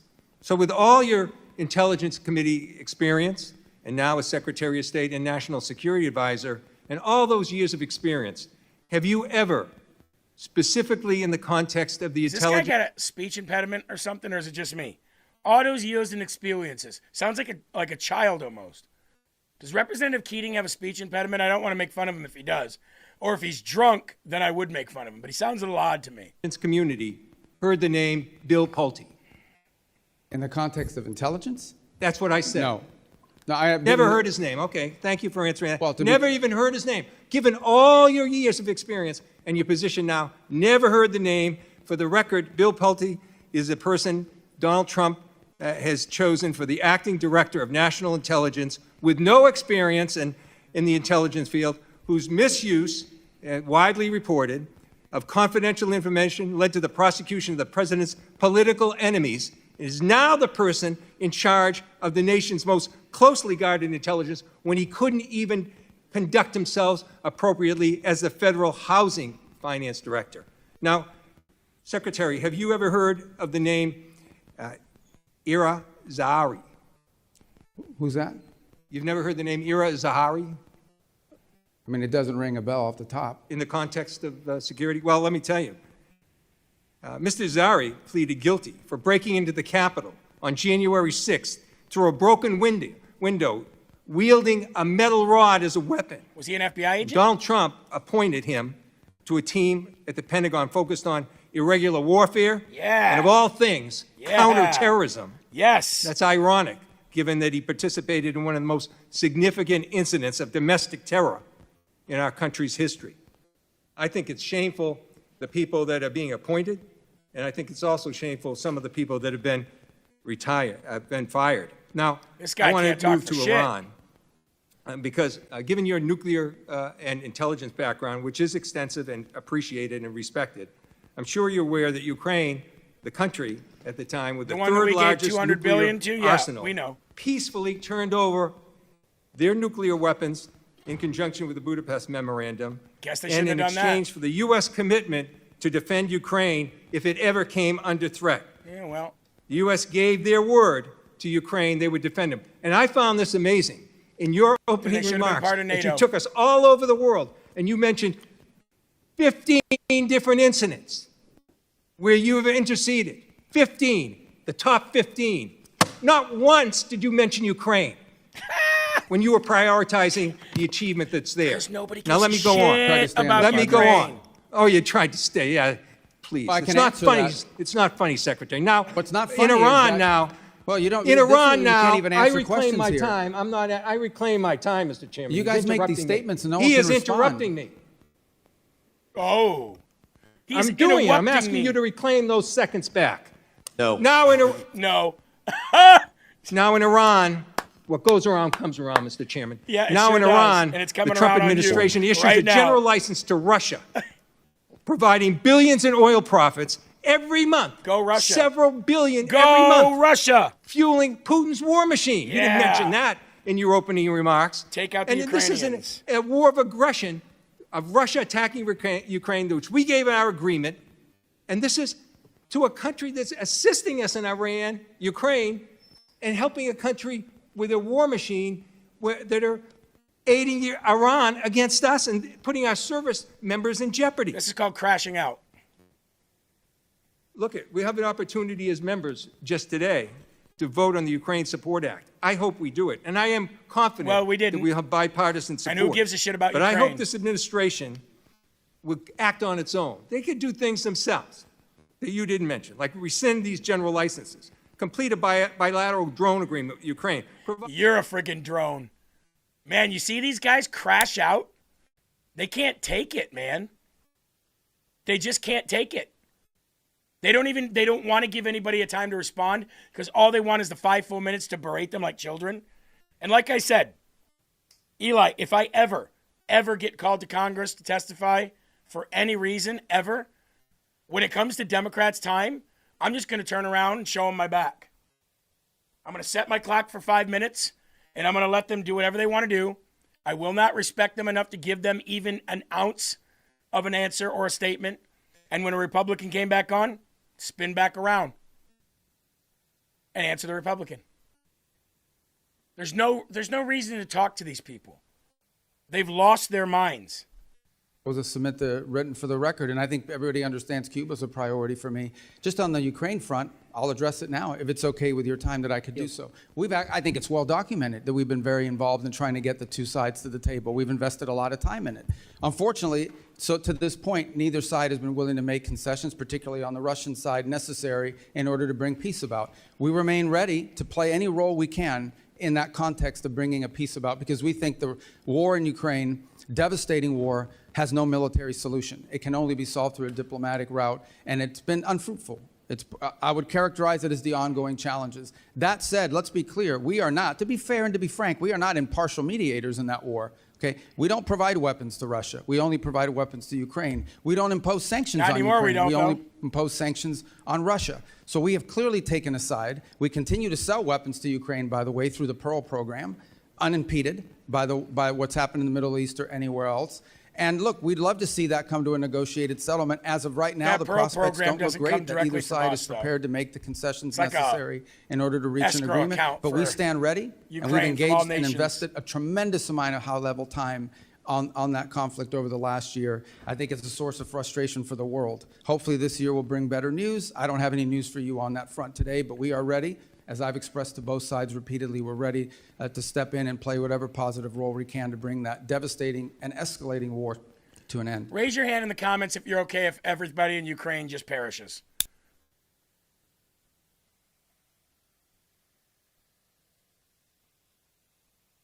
Anybody here sick and tired of hearing about Ukraine? Anybody sick and tired of helping Ukraine? Not one Democrat gets to say a freaking word about any money spent in Iran. None. After your simp for 3 years, 4 years on Ukraine, don't get to say anything. Not at all. And Eli, someday we'll have a big debate. Our Rumble crowd versus the low IQ YouTube people. Won't even have to have a debate with me. The crowd is 10 times smarter on Rumble than they are on YouTube. Like I've tried to like actually just sift through the retarded garbage to see if anybody knows what they're talking about over there. There's only been one in the last 2 weeks that we've been on YouTube that had decent things to say and ended up having a pretty good conversation with that person. Haven't seen him in here since, but most Democrats are like this at Tim McBride. You share the president's assessment that we, quote, never got anything from NATO. I share the president's assessment that on issues that are a priority to the United I'll States. take that as you disagree with his assessment that we never got anything from take NATO it as because, right. Mr. That's your Secretary, let me characterization. reclaiming my time, I'm Mr. Chairman. telling- Mr. Secretary, I'm asking very specifically I'd about say, a quote. I'm not asking whether sir. NATO can be better or But how can reformed. you I'm guys asking ask if me we questions never and got let me anything answer? from NATO. Sir. And I want to specifically ask you, Mr. Secretary. Well, why are you asking me if I can't answer? You're not answering the question that I'm asking. You're answering a different question about whether NATO can giving be you the better answer or you want. reformed. And so I'm Sir. going to move on, Mr. Secretary. Are you aware that the only time Article 5 has ever been invoked is after 9/11 in defense of the United States? Of course I'm aware of that. Okay. Yeah. And are you aware that more than 1,000 Europeans died in the subsequent war on terror that was invoked I after? participated in the Middle East, correct. And I assume you're aware that the NATO ally that lost more service members per capita is Denmark? Denmark, I thought it was... What Eli, right then and there. 100% honest with you. If I was Marco Rubio, I would say, I can't answer questions from somebody that doesn't even know if they're a male or a female. We cannot have a logical, common sense discussion with somebody who doesn't even know what gender they are and they're an adult. It's kind of like, Eli, when you call those... you call a utility company and you get a third-party Indian. Hello, how may I help you? And you can't even, can I please get somebody who speaks proper English, please? I'm not even going to talk to somebody who I can't understand. I'm definitely not going to talk to an adult who doesn't know what gender they are. I would say, can we please have somebody speak for you? Imagine what kind of fireworks that would have set off. I hate when they try to give us a different name, too. They're like, hello, thank you for calling today. My name is Stanley. How can I help you? Your name's not Stanley. Yeah. It's not Stanley. Your friggin' mother didn't hold you when you were born. I'm going to name him Stanley. What's your real name? It's like Yusuf or something. Yeah, Stanley with a C. Stanley with a C at that. By the way, Primal Screams, Eli, over on YouTube said this channel supports Putin. First correct thing a Democrat has said over there. First thing that a Democrat has said over there that's correct. This channel supports Putin in his conflict against Ukraine. Absolutely. Thank you for noticing. I'm just going to say it. I really don't give two shits when anyone thinks. I think Putin's a badass. He Yeah. rides bears shirtless. He Yeah. runs his country like a boss. I think he's a badass. Yeah, and the people love him. And the people love him as well. You ever see the people at his rallies there? They love the guy. The whole country loves the guy. Now, granted, they probably wouldn't on camera say they didn't love him. I'm not saying Russia. Tucker loves Russia. Tucker loves Russia and Qatar. I mean, I wouldn't want to live there, but yes, I support Putin in his country as a president of his nation. He runs it like a tight ship. Why wouldn't you love that? See, probably because I mentioned the whole shirtless bear thing, now they're going to be like, oh, listen to this homo. There it is. There it is. Supports homosexuals. Yep. I thought you guys supported homosexuals too. Yeah. What is it? Yeah. Ugh. You guys support homosexuals having sex with kids. You call them MAPS. Minor attracted people. Captain Howdy says this channel supports homosexuals. Look at the host. You stop it. You stop it right there, mister. You understand me? You stop it right there. How dare you? How dare you assume my sexual orientation, mister? See, between you and me, Jeremy, that's just the type of thing that I just don't understand. Like, you guys are like, oh, LGBTQ, but, when, it comes to, like, talk shows like this, you guys are like, those guys are a couple of fags. Well, what if we were a couple of fags? You know what I'm saying? Back to you, Jeremy. Yeah. I was named a boy by my parents' bigoted doctors They didn't know I wanted to be a girl. How dare you? We need Josh on the show, Eli. We need Josh Sider here today. That would be perfect. Oh, let's watch more Marco Rubio have common sense against dummy YouTube-style Democrats. A new and untested organization called Gaza Humanitarian Foundation was set up by Israel and the United States within a few short months to take over distribution of emergency food assistance amid catastrophic food insecurity and famine in Gaza. GHF had no track record of providing humanitarian assistance, and it relied on private subcontractors to transport the food, to provide food distribution sites, and then you saw the reporting. Hundreds of Palestinians, including women and children, were killed just trying to get to those sites. Secretary Rubio, can you tell us, can you tell the world how many people were killed simply trying to access those sites? Well, since Hamas killed them, you should ask what Hamas is doing. IDF soldiers shot some of them. No. Yes. Let me tell you the reason why Rubio, food wasn't going in there is because the condos were being hijacked by I Hamas. reclaim my time because propaganda ain't going to work with me. Well, it isn't going to work with me either, and what you're saying is propaganda. Nearly 1,400 people were killed, and that was as of last March. Secretary Rubio, why did the State Department approve the $30 million to GHF at a time when other well-tested agencies were there and able to provide distribution? Well, because one of those were in cahoots with Hamas. And we saw an incredible amount of the aid flow into Hamas's hands. Reclaiming my time, the aid was held up at the border by Israel, Israel, and you got to fix it. your rules here. You can't even answer a question. You're not following the rules. You're very familiar with how this works. No, I don't. I never served in the House. This is a weird rule where you ask a question and I can't answer. Would you please add time to the clock? Nope. Nope. A comedy show over there. I'd say on the This left. is serious stuff. I agree. That's why I shouldn't have to answer questions Mr. about Rubio, shoes. according to public reporting, 9 counterterrorism and anti-fraud safeguards were waived to approve this. I wonder who specifically made the decision. I wonder, were you aware of this decision? I'm not asking you a question. And was there any written justification? I don't want any. Eli, you know what would be even better is if you know you're going to a House of Representatives hearing, wear a shirt that says Reclaim D's and just sit there. I would die if someone did that. That would be hilarious. Reclaim D's.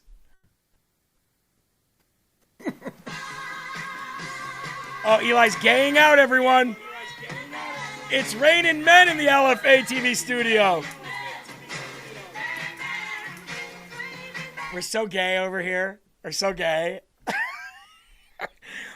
Yeah, we're so gay, we renamed June Pro-Life Month because of Roe v. Wade being overturned in June. Eli, that was very feminine of you, by the way. You did that well, actually. A little too well. Oh, stop it. You know, I wonder if the left is ever going to realize that everything that you say about us, we turn around and sell it.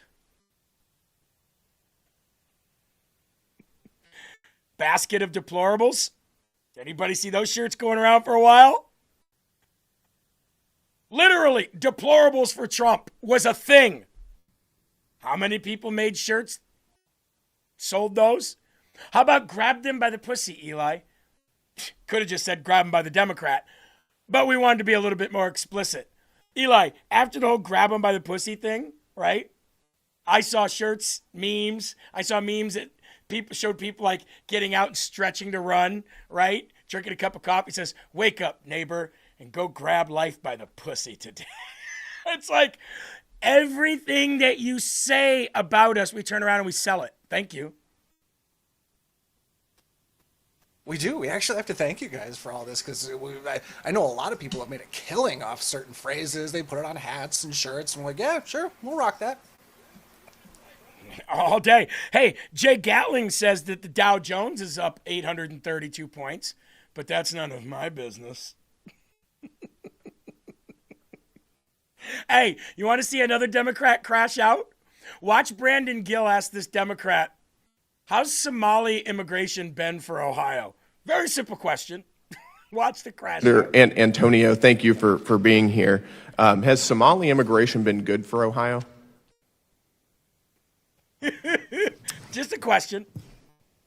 You know, that's really outside of my purview of You're a state senator. Would you like to see more immigration from Somalia? As far as I'm processing your question, and I have to say that I was almost brought to tears just now 72% because the of Somali rate, immigrants are on the rate welfare. and the level of hateful rhetoric based You're on defrauding your false state at an information astounding rate, is and I think shocking. that most Ohioans is would have a shocking problem to me. with that. The lack of even humanity to I group think it's a group inhumane of to people allow your together. own state to be defrauded I am at shocked. astounding I rates. am shocked Billions and of appalled dollars by the taken out of the behavior pockets here of right working now. class people I am going to shocked. criminal fraudsters. Because I certainly in have a major problem in every with that. community, I think there are that's an good issue, and I think people most and there are Americans bad agree. people. Regular Agree, there are order. But to good try people to Understand we're not and supposed bad to disrespect. people. We're not supposed to And disrespect our with that witnesses. said, we're out member of time, of a Miss group Antonio. We're not is supposed We're out of somehow time. a We've already gone criminal over here. is shocking to me. I am shocked and We're appalled. already out of time here. Watch the smile.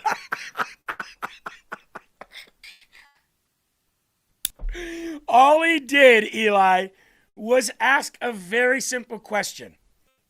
How has the Somali immigration been for Ohio? Has it done well? And she crashed out hard, bro. Like, how dare you ask a racist question like that? I'm just asking if Somali immigration has helped your state. Yes or no? He crashed the fuck out like that, dude. I mean, from their own lips, they're the very fabric of this nation, so without them, we'd be naked. Yeah. Yeah. They crash out over questions that paints them in a corner. And Eli, they spent the last how many years saying Trump is a Nazi? Trump is a Nazi. Trump is a Nazi. Trump is Hitler. But when their party gets an actual Nazi, they're like, well, we're riding with him. We're going to ride with Graham Plattner. Hold up. You just got done spending 10 years calling Donald Trump a Nazi. And now Graham Plattner is in hiding. He can't be found. I wonder if Representative Ted Lieu is going to ask where Graham Plattner is. Because after his meeting the other day in D.C., nobody's heard a damn thing from him. I have a feeling that they're going to hide him out like what's that guy's, Eli, what's the Attorney General for Virginia? Is it Jay Jones? Remember when there was information coming out where he said he wanted to kill Republicans in front of their kids and they hid him out just so he could get over the polls and win? Same thing they're doing with Graham Plattner. He's an actual Nazi. Is that his name, Eli? Yep, Jay Jones. Jay Jones. Yeah, they hid him out after that work stuff came out. Let's listen to Bernie Sanders tell you how good a Nazi is. But can I ask you, in terms of Graham Plattner himself, you're standing by him. Yes. This isn't the only issue that has plagued his campaign. There's also the tattoo, the post from online. Are you worried about anything else coming out about him? I don't know. Graham Plattner was on Capitol Hill today meeting with Senate Democrats. He's obviously been facing some questions about reports that have come out about messages he sent to women, sexually explicit messages, according to the Journal and the New York Times. You are standing by him despite that. Why? Well, I find it interesting. The Republican... You find it interesting? The same way that E. Jean Carroll found Anderson Cooper. I find you fascinating. You find it interesting? Let's hear this. Let's hear this from the millionaire who doesn't pay his fair share. Let's listen. Super PACs have already purchased, as I understand it, $99 million in TV ads against this guy, Graham Plattner, in a small state that is an astronomical sum of money. And He's more a money is going to come in. Nazi. So why do they want to beat Graham Plattner? Because they understand that control over the Senate may, in fact, revolve about who wins in Maine. And they want to beat him in the worst possible way. And I think what the people of this country want are senators now who are going to focus on the needs of working class people, Are those who are Nazis? tired of a corrupt political system in which billionaires buy elections, a rigged economy in which the rich get much richer, while 60% of our people struggle to put food on the table. So what Bernie's saying is, even though he's a Nazi with the Nazi tattoo for 20 years, this stuff is far more important. Putting food on the table, getting President Trump out, having control of the Senate. That's more important than him being a Nazi. Eli, you know what needs to happen? Republicans need to make Nazi for Democrats yard signs and go and put them in every Democrat's yard. Nazi for Democrat, Nazis for Democrats, Nazis for Democrats. That's what we need to do, because that's what they are. Nazi. I mean, he's a straight up Nazi. I did not see that coming. Actually, I did see that coming. I did very much see that coming. Here's another thing I'd like to expose. This is a high school principal wearing a pride shirt. Watch the attitude on this cow. Hi, can you tell me what's going on here today? It's school. Yeah, well, why are you wearing that shirt today? Because I like to be in clothing. What does it say? It says all are welcome here. Do you think all parents want to see this at their school? Yep. Really? Yep. Can I have you move because we've got traffic backing up? People are trying to I had a mother send me a note saying she doesn't want this at her school. Okay, you can send her my way. What's your name? I'm the principal. You know my name. We talked. Oh. So I need you to move because you're blocking traffic. Thank you. Have a great day. How many teachers were wearing these I kind of need you t-shirts? to go ahead and move your vehicle. Have a great day. Okay, I'm going to come visit you in the office in a second. Have a great day. I'll come see you. Laura Andrews, ladies and gentlemen. And you know, Eli, what pisses me off more than anything is when somebody goes, it's okay, yep, I'm the principal, you know who I am, have a great day. I wonder if she's going to be doing that when she's getting nonstop flack from the people. Now, Eli, last but not least, I know Will is coming up, but I have to play this before I go, and I'm just going to say viewer discretion advised. It is comedy, but it's hilarious. Let's roll it. Republican word, property. Liberals got different words like rent. That's a big one, rent. Conservatives' words are property. Liberals' words are rent. Let's hear Landlord. They measure things in square footage. Republicans got acres and property. And they want everything off, away. Away. That's the difference between liberals and conservatives. Conservatives want things away, less, get it away. Government, get away from my house, away. Migrants, put them in a catapult, fucking shoot them right over the wall. Yep. Get them away from my property, stay away from my property. And liberals want everything in, more government. We should all work for the government. My house should be a government building. We should all be government employees. It's never enough government.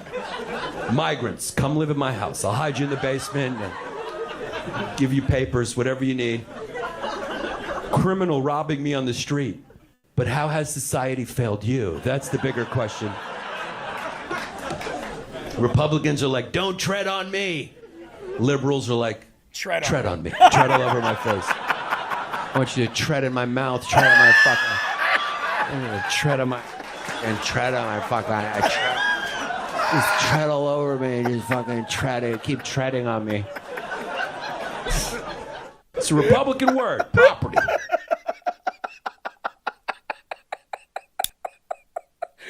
Eli. Just tread all over his tread in my mouth.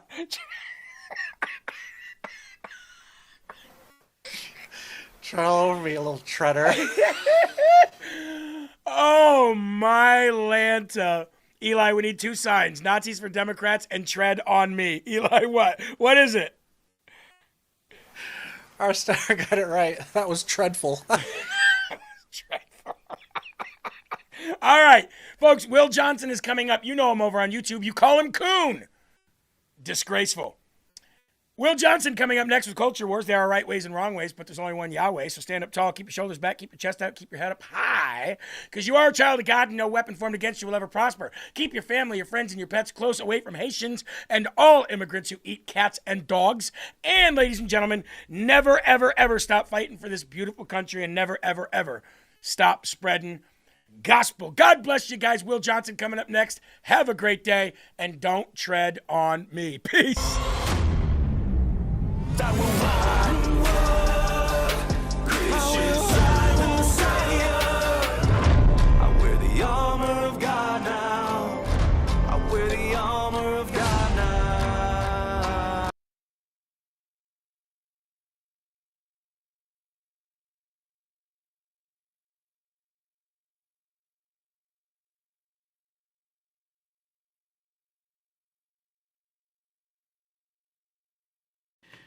Oh my goodness. Oh my goodness. Tread on me. Tread on me.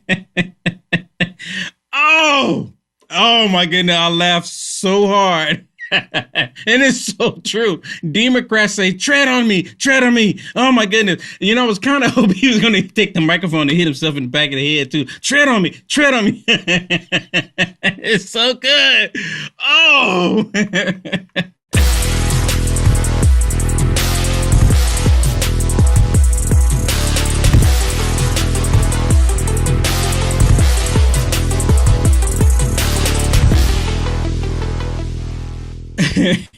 Well, what's going on, everybody? Thank you so much for tuning in. Oh, my goodness. Okay, let me get some composure. I was laughing so hard. It's so good. I mean, I almost forgot what I was getting ready to talk about. Oh, it's beautiful. Okay, let's get into this.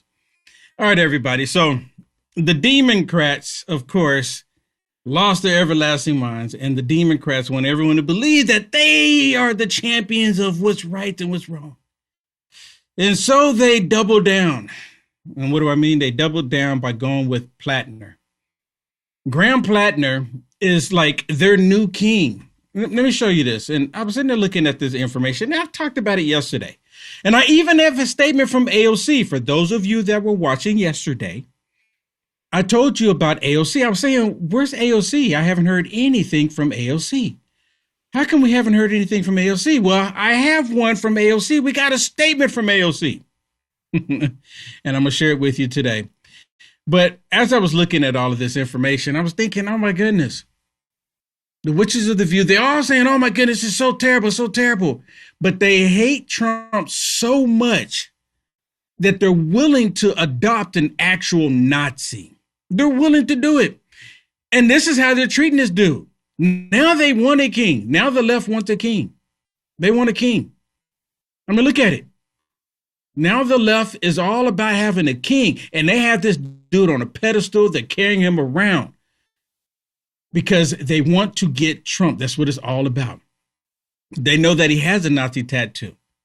Well, that's fine. That's fine. They lied all this time about President Trump being a Nazi, and Jeremy brought it up. Oh, President Trump a Nazi for the past 10 years.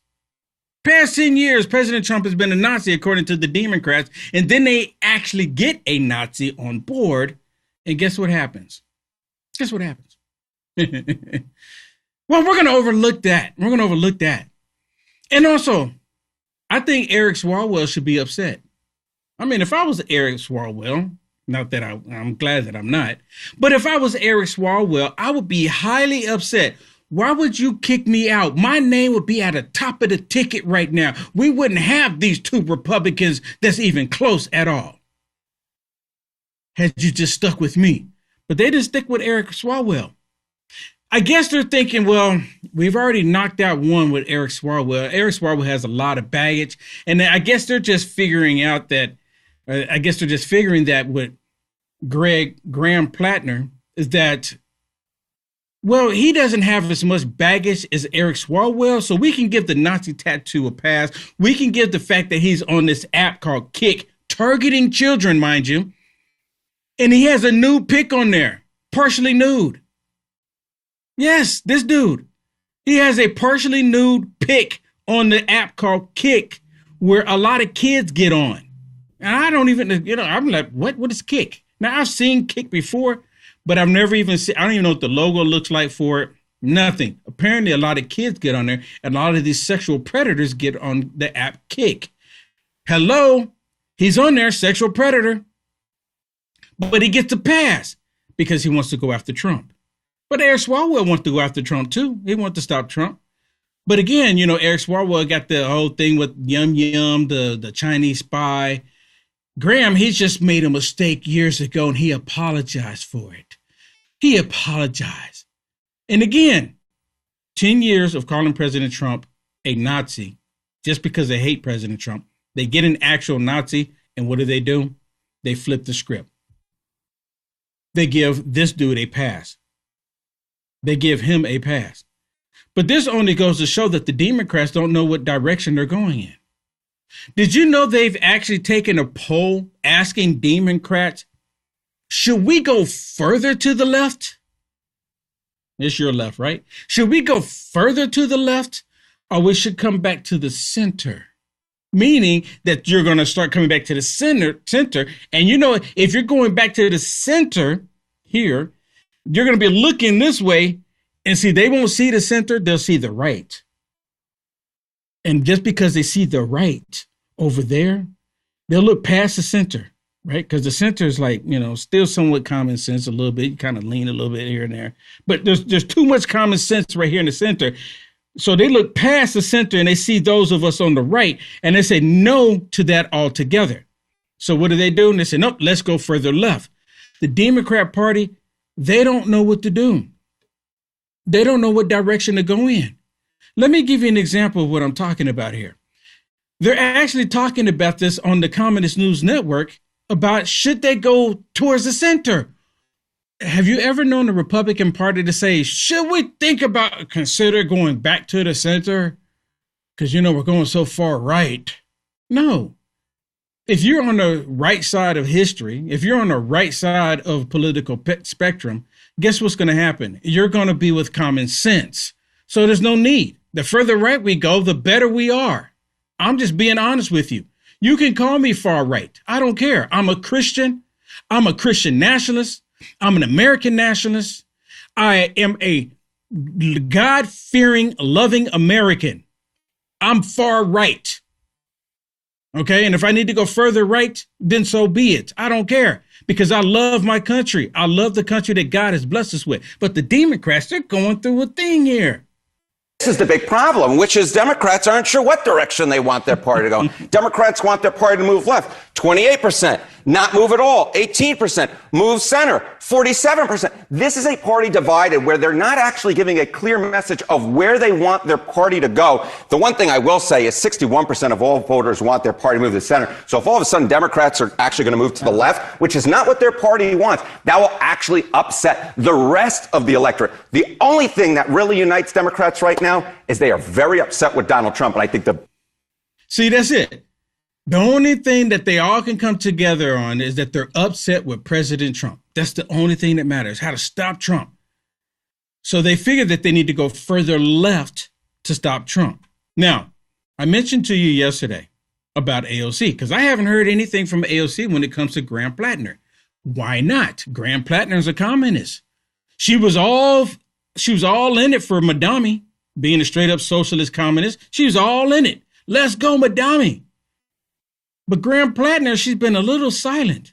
She's been one of the biggest ones to call President Trump and his supporters Nazis, fascists. She's been one of the biggest ones. Anyone who's worked hard, who's made $1 million or close to $1 million or become a billionaire. She calls them all oligarchs, call them all fascists. She hates capitalism, where she takes advantage of capitalism. Because of capitalism is the reason why she's in the position she's in right now today. See, they don't talk about that for some reason. But AOC, as I mentioned, what was she saying about all of it? Well, here she is. Someone finally asked her, and I think it's the guy Manoush from the Communist News Network, asking her about Greg Plattner. Democrats abandoned Graham Plattner after these messages came out, these sexually explicit messages they sent to women. I haven't waded into that primary. I don't believe the primary has occurred yet. So I would kind of, again, I don't wade in on that. I haven't waded in that race. She hasn't weighed in on it. This is one of the biggest stories in the country, along with California, the mayor and the governorship. one of the biggest stories in the country, and she hasn't weighed in on it. Is anybody watching this believe a word that she's saying? Is anybody believing a word that she's saying about this? Anybody? I don't think anybody's buying it. She straight up lied. Come on. Well, I haven't looked at it. It's the primaries, right? And I don't think the primaries have taken place yet, as of yet. Right. So I haven't weighed in on it. She's lying through her teeth. She doesn't want to say anything because she's been one of the biggest ones to kick and scream, talking about Nazism, fascists, one of the biggest ones out there screaming about it. And now she doesn't have anything to say. What a hypocrite. Why not say anything? Hello? And all of these people that say President Trump is doing X, Y, Z, that, again, mouth breathers, they just mouth it off. They don't actually have any tangible proof of anything that they're saying, but they're quick to try to convince the American people that President Trump has been a Nazi for 10 years, over 10 years. The Fine People hoax. President Trump is a Nazi sympathizer. You remember that? Constantly trying to convince you and I that President Trump is a Nazi, a white supremacist, everything you can think of under the sun that is wrong. They try to convince us of that. Even Elizabeth Warren. Elizabeth Warren is like, she's so concerned about how people are taking advantage of, stock exchange and, finances in the country. So she was asked the same question about Graham Plattner. And that's the guy, Manouche. I think that's how you say his name. But he asked her the same question about Plattner. Listen to what she had to say about him. These people are sick. This dude is an actual Nazi, and they're giving him a pass. Now, Elizabeth Warren, she looks like a straight up Nazi from Germany. I mean, she looks like one of those, put a Nazi uniform on Elizabeth Warren. You wouldn't be able to tell the difference. She's no Indian. She should do a DNA test to see how close she's related to the Nazis from the 1940s. I bet you she's more than 1,000/4% negative. What is it? 0.1%, 1,010%, whatever it was. She's nothing compared to, she's a Nazi herself. But anyways, listen to this. Aren't you worried about more coming out about his past that could damage his chances? What I'm worried about is another day of war in Iran. Are these accusations disturbing to you? What is disturbing to me is what's happening in this economy and how right now the Republicans just sign off on it. The Republicans, what do you mean they sign off on it? The Republicans don't want people hurting. Let me bring something to people's attention here. And I'm pretty sure every single person knows this. When you're a business person, you're into business and you're into making money, you're into trying to do something. In order to do it, it takes money to make money. Any disagreement there? I don't like that whole idea, but it absolutely takes money to make money. And sometimes, now here's another analogy. If you're going to be an athlete, it takes a lot of exercise, a lot of practicing, a lot of pain to get to the end result. If you just go on the football field or the basketball court, like right now, they got the New York Knicks versus the San Antonio right now. If they never practiced, if they never went through the pain, they would never be in the championship right now. It's like a baseball team. They would never be in the championship. Football team, they would never be in the championship if they never went through the pain. Right now, President Trump is having to correct all of the things that the Democrats have done to the United States of America, not just the past 4 years. The Democrats have had a long standing of destroying the United States of America. Jimmy Carter with Iran, was it 47 years ago? 47 years ago, they did this. And it was a whole goal to destroy the United States of America. President Trump is stopping that. So there's going to be some pain along the way. I think we all understand that. That's the reason why we're still supporting. The gas prices are ridiculous. I still support President Trump because I understand what's happening here. I don't like it. Trump doesn't like it. Trump is trying to bring the gas prices down. The Democrats actually don't want the gas prices to come down. Why? Because if the gas prices come down, people are going to say, oh my goodness, President Trump did it. President Trump is successful.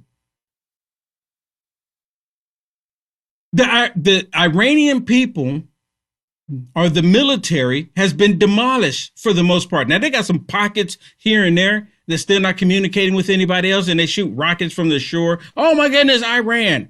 One person out there with a rocket launcher hits the side of a boat. Oh, my goodness, Iran is still in control. The Democrats want them in control. You can't tell me that they won the war when their Navy has been demolished, when their Air Force has been demolished, when their military has been demolished, when they don't control anything. And the Strait of Hormuz right now is being controlled by the United States of America, but the Democrats want to give it over to the Iranian. Why? Because they want President Trump to fail at everything. They want to fail at everything. And of course, all this comes right back to the United States of America. And the reason Elizabeth Warren, that's all she wanted. Oh, we need to focus on Iran. What is President Trump doing in Iran? Answer the question, Graham Plattner. Now, the thing is, all this information, all your dirt comes to the surface when you run for political office. And I'm sitting there thinking, if I ran for political office, what dirt would I have? What dirt would I have? I don't send nude pics to anybody. I hadn't been sexting with anybody. I love my country. I think the only dirt that I would have, and I thought about it, is that I call Democrats Democrats. They don't like me calling them Democrats. And every time I say Democrats, when I'm talking to a Democrat, they go, what? What'd you say? What'd you call us? And then my first response to them is, give me an example of something evil under the sun that your party doesn't support. They can't do it. Everything evil under the sun, they support it. That's the reason why I call them Democrats. I don't want them to be that way. But if you're going to support something demonic and evil, can we be honest about it? You're demonic. You're evil. The other day, I played a video clip, and all of y'all seen it, where the Witches of the View were talking about Graham Plattner, and they said, "Oh my goodness, he's trouble, he's dirt, he's over it, he's over it." But they hate Trump more. Listen to this wicked witch on The View back in 2020. Yet 50% of America saw all of that and looked the other way and said, "I'm going to vote for him anyway." She's talking about Trump. Like Trump did something wrong. What did Trump do wrong? Again, you know, they do like this whole high level thing just because they feel a certain way about President Trump. They want everyone else to feel the same way. Trump did this. He did that. He did so many bad things. What did he do that's bad? Oh, he just did a lot of bad things. That's it. A lot of bad things. And that is really disheartening because for me, that means that you are selfish. That tells me that they will look the other way to that kind of behavior. And that, I think, is despicable. It is un-American. Oh, so it's un-American for us to support President Trump when President Trump hasn't done anything wrong. And they can't give you a list of things that they've done wrong. But I can tell you things that Graham Plattner has done wrong. Sexting with women. And again, if he was sexting with little boys, they wouldn't even be an issue for them. Oh, he's just being who he is. He's just loving who he wants to be. It's just love. It's nothing but love. That's what they would be saying if he was sexting little boys. But they kind of have a problem with it because he was sexting actual biological women. So there's a little slight problem there. Had it been little boys, it'd have been fine. But listen to her talk about Graham Plattner now. They have put this dude on a pedestal simply because they hate Trump so much, people. Imagine going through your life being like these people. That no matter what, we'll support a Nazi, as I mentioned multiple times. He could be the Antichrist. He can come out there and tell you that he's the Antichrist. But because he is against President Trump, the witches of the view and the Democrats will support him. Without question. You can't make it up. A lot of good people have seen what politics has turned into. They've seen that, that the bar is very, very low, and they don't want to get muddied by what's going on in Washington. But I will say, yesterday I was sort of on the fence. I'm like, character matters. Morals matter. I can't believe that this is the person in Maine that's going to, take on the Republican, take on Susan Collins. I'm now convinced that we are really in a bad place in this country. Democrats have to take over the Senate. They have to take over the House. They have to bring some semblance of normalcy back to this government. So bringing a dude in with a Nazi tattoo that hates black people, that's homophobic, that has been sexting, probably doing stuff with children on the app Kick, that's acceptable? And just because they don't like what President Trump has been doing by putting America first, that's not acceptable. It takes getting behind someone like Plattner, which 51% of voters in Maine say that they will get behind him, as opposed to 42%. If I lived in Maine, I would hold my nose and I would pull that lever and I would vote for him. I vehemently and strongly disagree with this. I knew you would, So girl. here we come. Dude, dudettes, you can't make it up. I mean, you can't make it up. It's unbelievable. I'm going to hold my nose and vote for Greg Plattner. I'm going to hold my nose because he's going to get Trump. It's just really amazing. And sometimes I wonder, when these people wake up in the morning, and I got a little way of thinking about things. Maybe it's a little twisted. Okay. But I wonder sometimes, do they wake up in the morning, they're brushing their teeth? Do they wonder, like, is this the day we're going to stop Trump? Is this the day we're going to get Trump? Yeah, I hope so. They wake up thinking about getting Trump. They go to bed thinking about getting Trump. These people should spend more time about what they can do for the American people. President Trump is doing that very thing.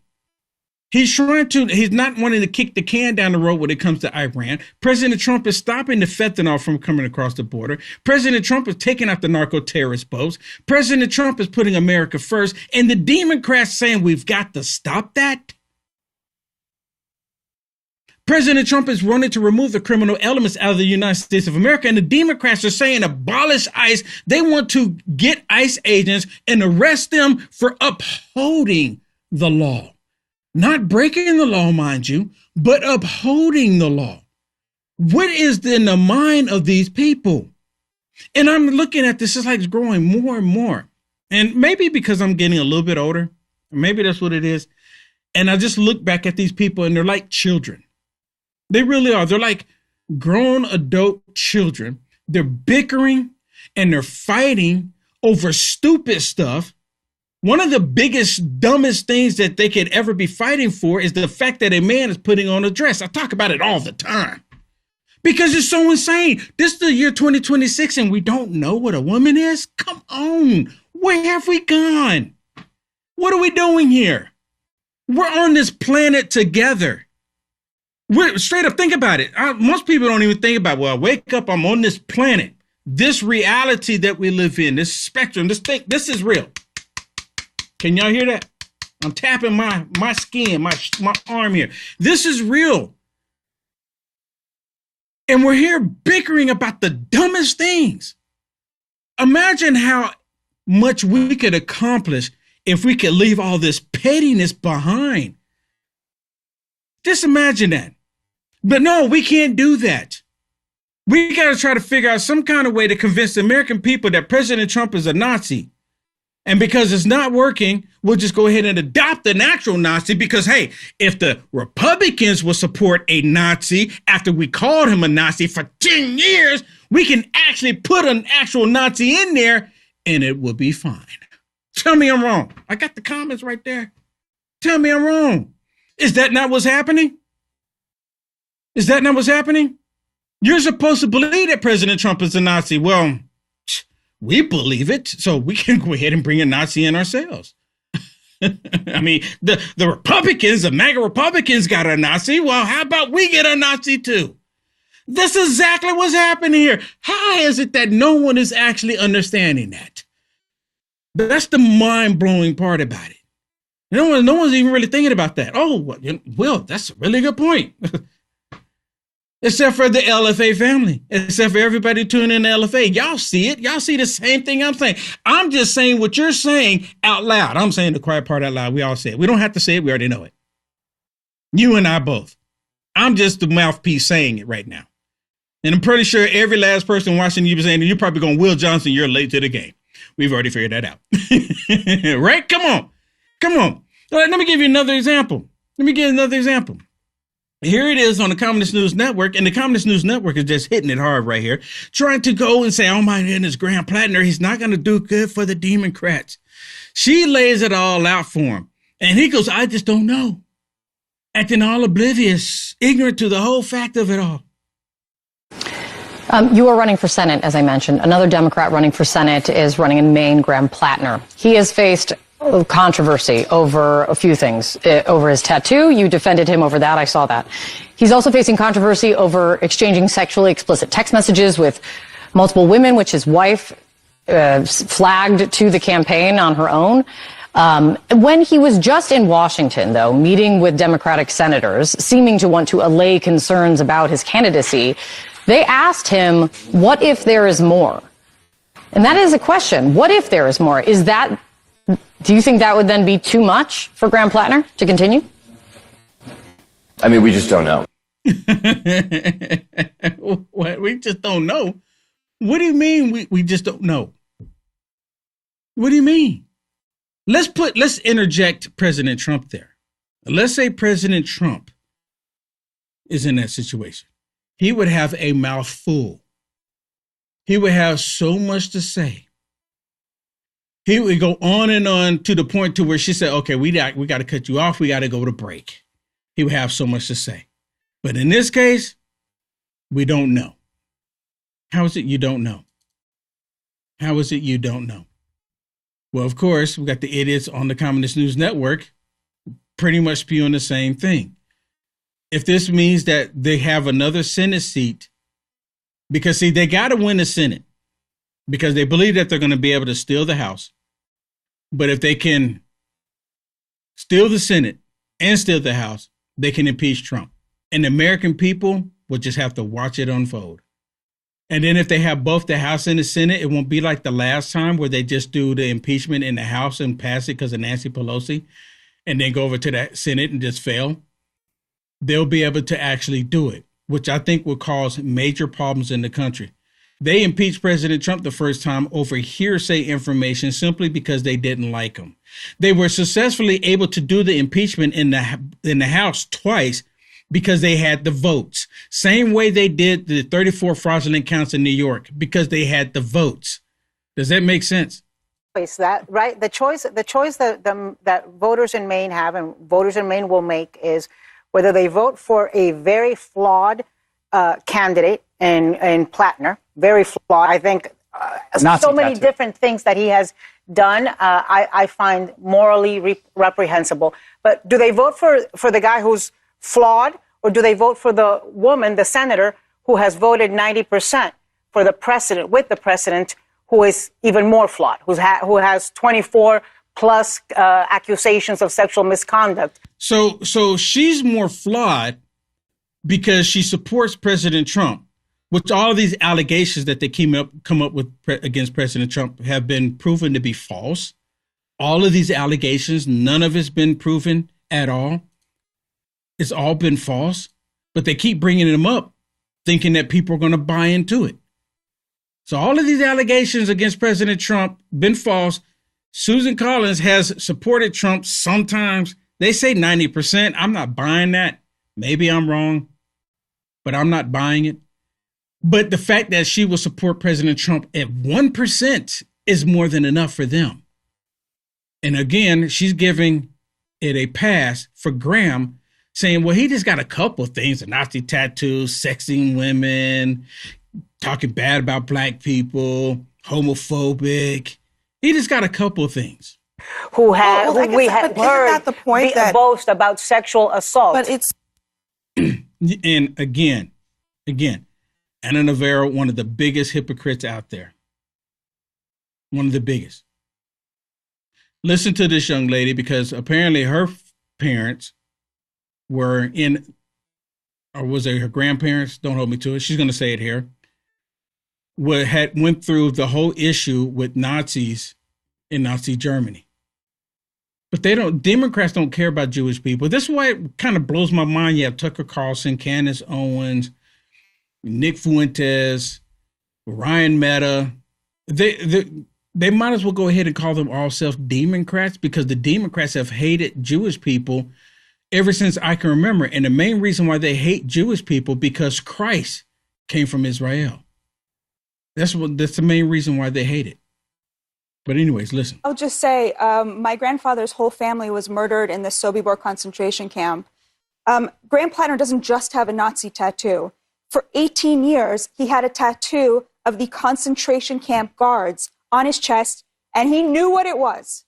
He knew what it was. And to hear people compare... And then he just got it covered or changed a little bit in 2025 on the beginning of the campaign. Imagine that. ...that to anything else in the public sphere in America is insane, and it is insanely offensive. These people who are defending him called me and every other MAGA person a Nazi for 10 years because we voted for someone who we thought would improve the lives of working class Americans. And now they are lining up and defending a guy who had a Nazi tattoo, which he knew about, for 18 years. It is so insane to act like anything Donald Trump did was anywhere close to having a Totten cup on his chest for 18 years. This guy is a Nazi, and Democrats are lining up behind him because they think he can win. They're lining up behind him because they think he can win. And look at Anna there. Look at her face. She likes that he's a Nazi. She enjoys that he is a Nazi because it's against Trump. As long as he's against Trump, it's perfectly fine. That's all that matters here. They're not even talking about different policies to make things better for the American people. They're not even doing any of that. None of that matters. Do they ever talk about anything else? And you know what? I used to look at this and like, man, they don't, if they talk about something else, guess what happens? It leads back to Trump. No matter what it is, it's Trump's fault. Whatever it is, it always leads back to Trump. Every single time. And like, listen to this dude, another ignorant one. They're giving the pass to this dude, they're giving the pass to this dude, Graham, because of Trump. Talking about the fact that Donald Trump has put the moral and ethical ground of elected officials in hell. Like, that's the bar, somewhere in hell. And so it's very, very, very low for anybody to like eclipse that. I don't want Nazis, regardless of if they're going to vote with me, like on wearing my jersey. I don't. And I don't know Graham Plantner. I think that's his name. I don't know everything about him. But I do know that Ken Paxton is extremely flawed. Oh, so Ken Paxton is extremely flawed. I know about him, but I don't know anything about Graham Plantner. That's his name, right? I don't know anything about him. One of the biggest stories that they've all been talking about all of this time, but he doesn't know anything about him. Again, I don't believe him. I absolutely don't believe him. It's because he said, I don't want a Nazi no matter what. So he makes an excuse. So since I don't know that he's a Nazi, I can't say anything about him, even though they know he's a Nazi.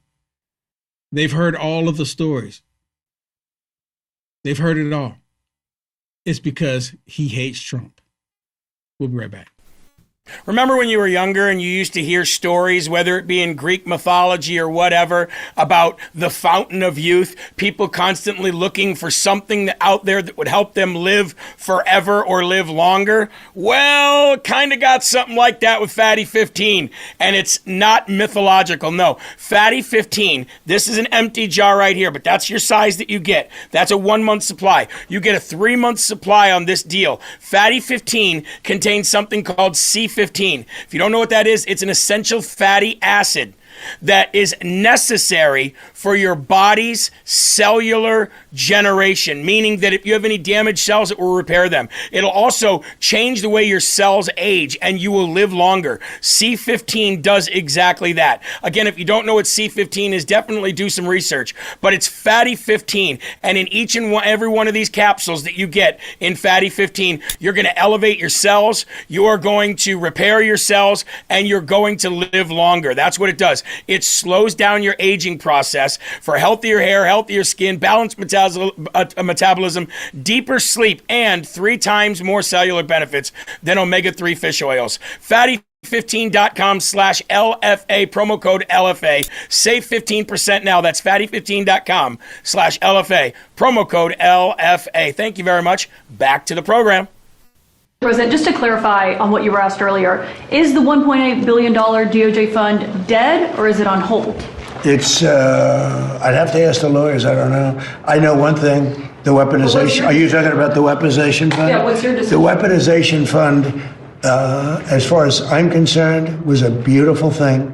It was something I didn't make it, but I heard that, I thought that was the greatest thing because people like you have abused our people so badly. The fake news like CNN, like the New York Times and like others have abused our people. Wait a minute, be quiet. Have abused our people so badly, and you should be ashamed of yourself. You used to be a conservative.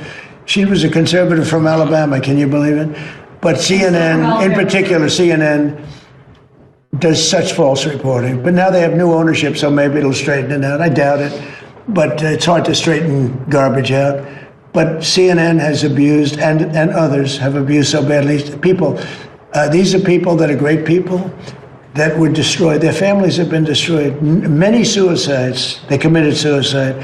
People that went there with love. They went there with love. You know, when I made that speech early in the day, tremendous crowd. I hate to say because they'll say, oh, I was wrong on the number, but I believe it's the largest crowd I've ever spoken to by twice.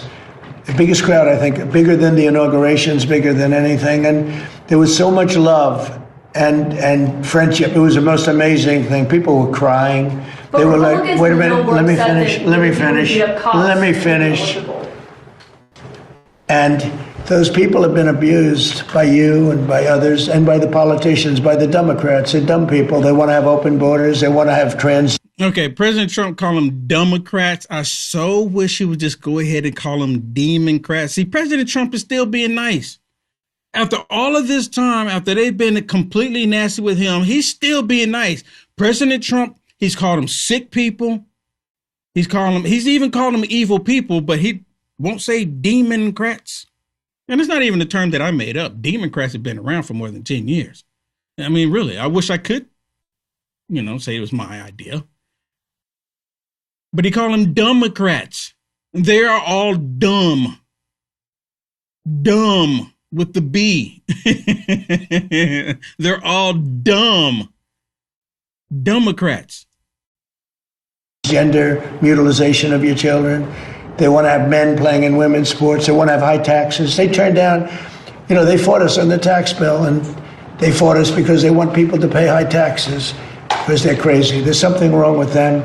There's something wrong with you. It's a shame. Yeah, go ahead, please. There's something wrong with them. There's something wrong with you. They're crazy. They're evil. And I'm glad that he told her, shut up. Shut up. She's a nasty woman. She's always been a nasty woman. I didn't know that she was a conservative at one point. I guess she's like, you got the Marjorie Taylor Greene syndrome. Maybe she got the Nick Fuentes syndrome. Maybe she has the Candace Owens, the Tucker Carlson. Why not? Maybe she caught the same thing as all of them. Marjorie Taylor Greene was such a disappointment. Let me ask y'all a question. Do you think that President Trump is scared of Caitlin Collins? Do you think that he's scared of her? He just told the woman to shut up. And then they tried to say Kellyanne McEnany, saying that she was scared of Caitlin Collins as well. I'm like, what are they talking about? None of President Trump's press secretaries have been afraid of any of these idiots in the press corps, especially Caitlin Collins. One other thing about today, the president in the Oval Office really lost it on several occasions, including to our colleague Caitlin Collins, accusing her again of not smiling for whatever reason. Sarah, you worked for him. What's behind it? Maybe she can't smile because she's a lizard lady. I don't know. What do y'all think? I will say that during my time working as deputy press secretary in the first Trump administration, Caitlin Collins was the one reporter that scared Kayleigh McEnany and President Trump the most. How? Are you kidding me? Let me play a little bit more. See if she tells us why they were scared of her.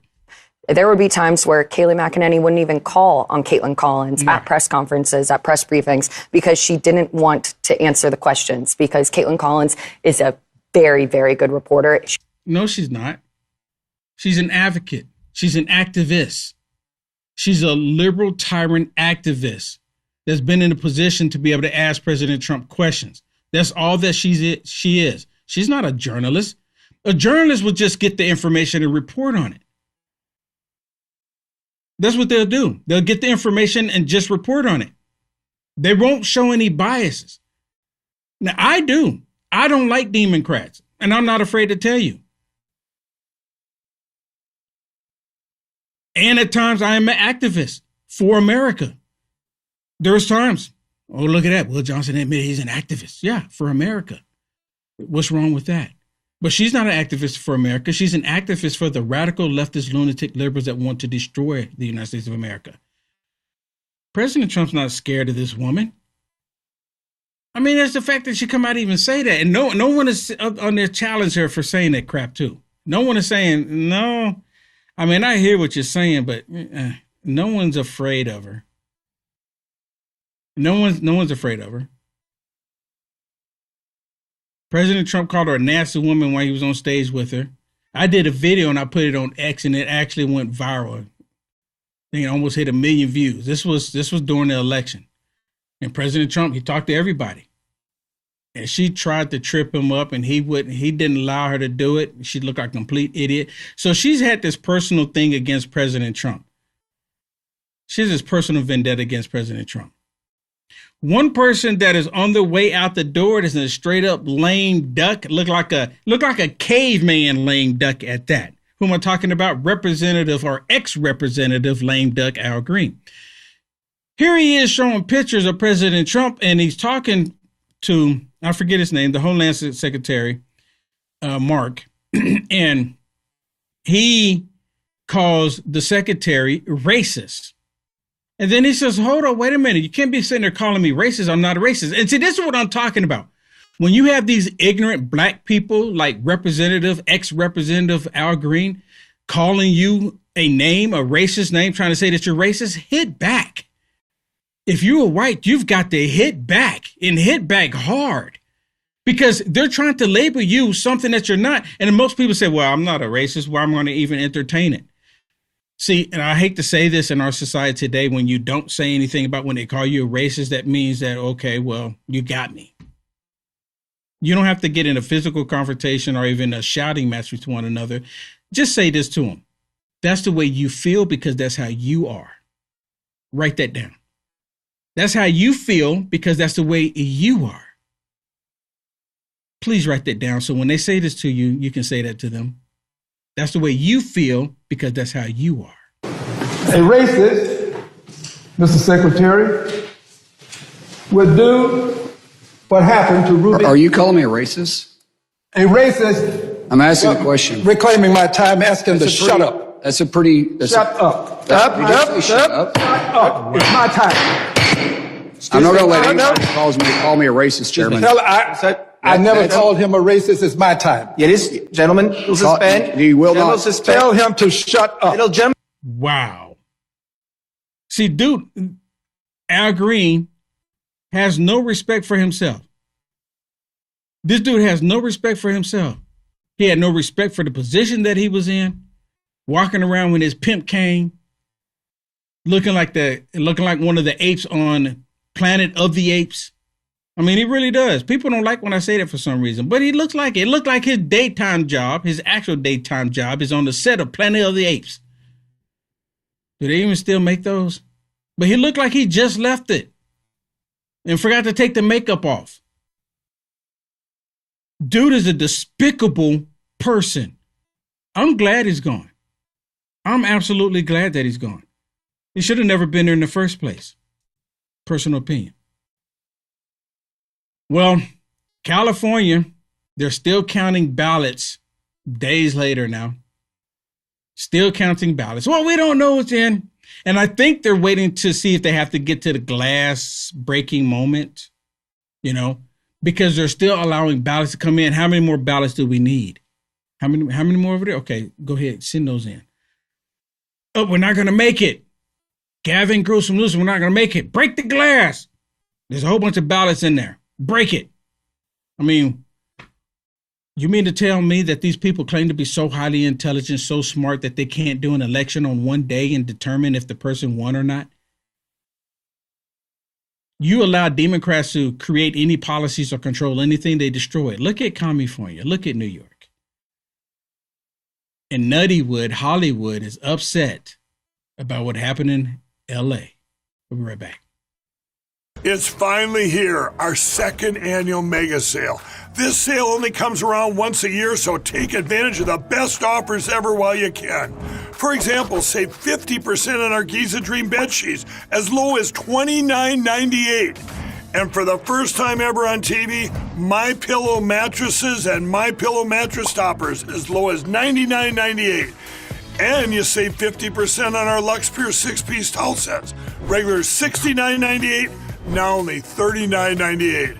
And our best-selling standard MyPillows, regular $49.98, on sale for $17.98. Wait on it, mega sale, only $14.98. So go to MyPillow.com or call the number on your screen. Use this promo code to take advantage of our second annual mega sale. But wait, there's more. To make the mega sale even more special, when you order right now, your order's going to ship absolutely free. Amen.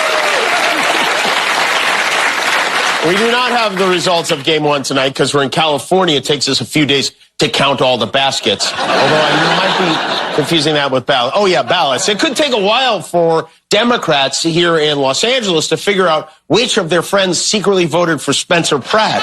Barring a late ballot buzzer beater, it appears that Mayor Karen Bass will advance to a runoff against the former reality show villain. 60% of the vote has been counted. If that holds... Have you noticed that they keep bringing up that he played a reality host villain?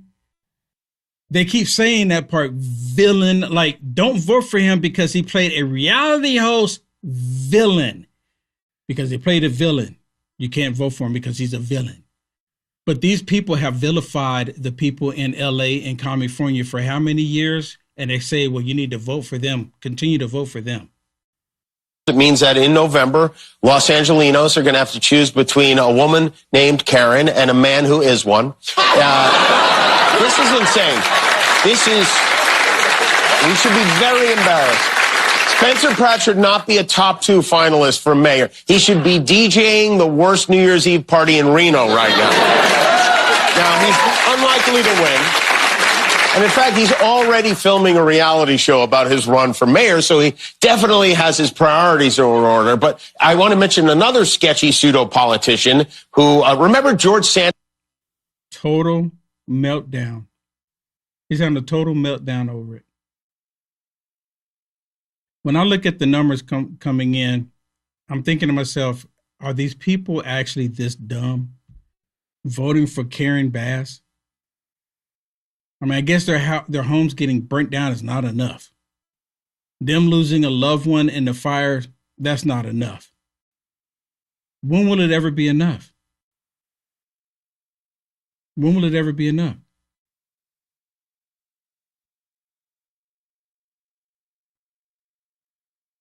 When will it ever be enough? Now, I want to share something else with you. This is out of Arizona. This lady is running for political office in Arizona, and she's asked a question about legalizing streetwalkers, prostitution. And they're saying they want to legalize the prostitution in Arizona because it's going to help and benefit Black trans women. So this, what they want is a grown man walking on the streets in high heels and a short tutu on and be able to solicit sex or have sex with anyone who approaches them and it be completely lawful.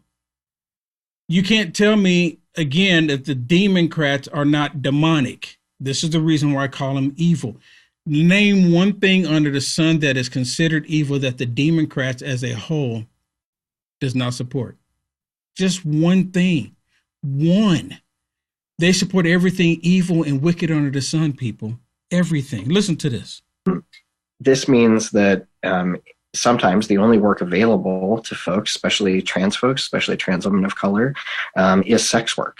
Would you work to decriminalize sex work for sex workers, knowing that discrimination is so pervasive in our employment sector, in the formal employment sector, and because people should not be discriminated against because of the circumstances that they have to live under? Right. Yes. And that's, once again, it's important to ensure that there's access to the resources, the support networks, the social services, access to healthcare, eliminating the discriminatory practices and laws so that every individual has the opportunity to be able to provide for themselves. We need to stop criminalizing people for their situations.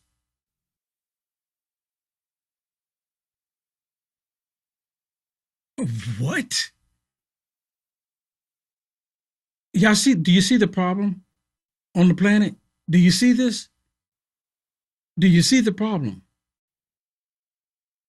They're saying we need to make sure that they can go out and be sex workers, grown men in tutus, in high heels. Sex workers should not be criminalized. And they got the nerve to talk about morals. And they actually want children to look up to these people with this point of view and all this crap. And why does it have to be targeting Black people? Because see, this is another way that they can keep the Black population down. Because, abortion, for the most part, went back to the states, and then the states get to decide. So that actually eliminated all the abortions that they were doing on Black people. So the next thing is to get a lot of Black people to just become trans. That's it. Look at this. This is out of New York, and look, this is disturbing. This is out of New York. This is City Hall in New York. See, Madami being a Muslim, another thing way to destroy society is to get them to stop populating, to get them to have same-sex homosexual activity, make the entire population that way. Then they'll end up dying off, and all the Muslim babies that they're having will occupy all of the political positions. If New York continues, if Madami is elected again in the next term, that there's going to be more Muslims controlling New York City. They would have conquered New York City. Look at this crap.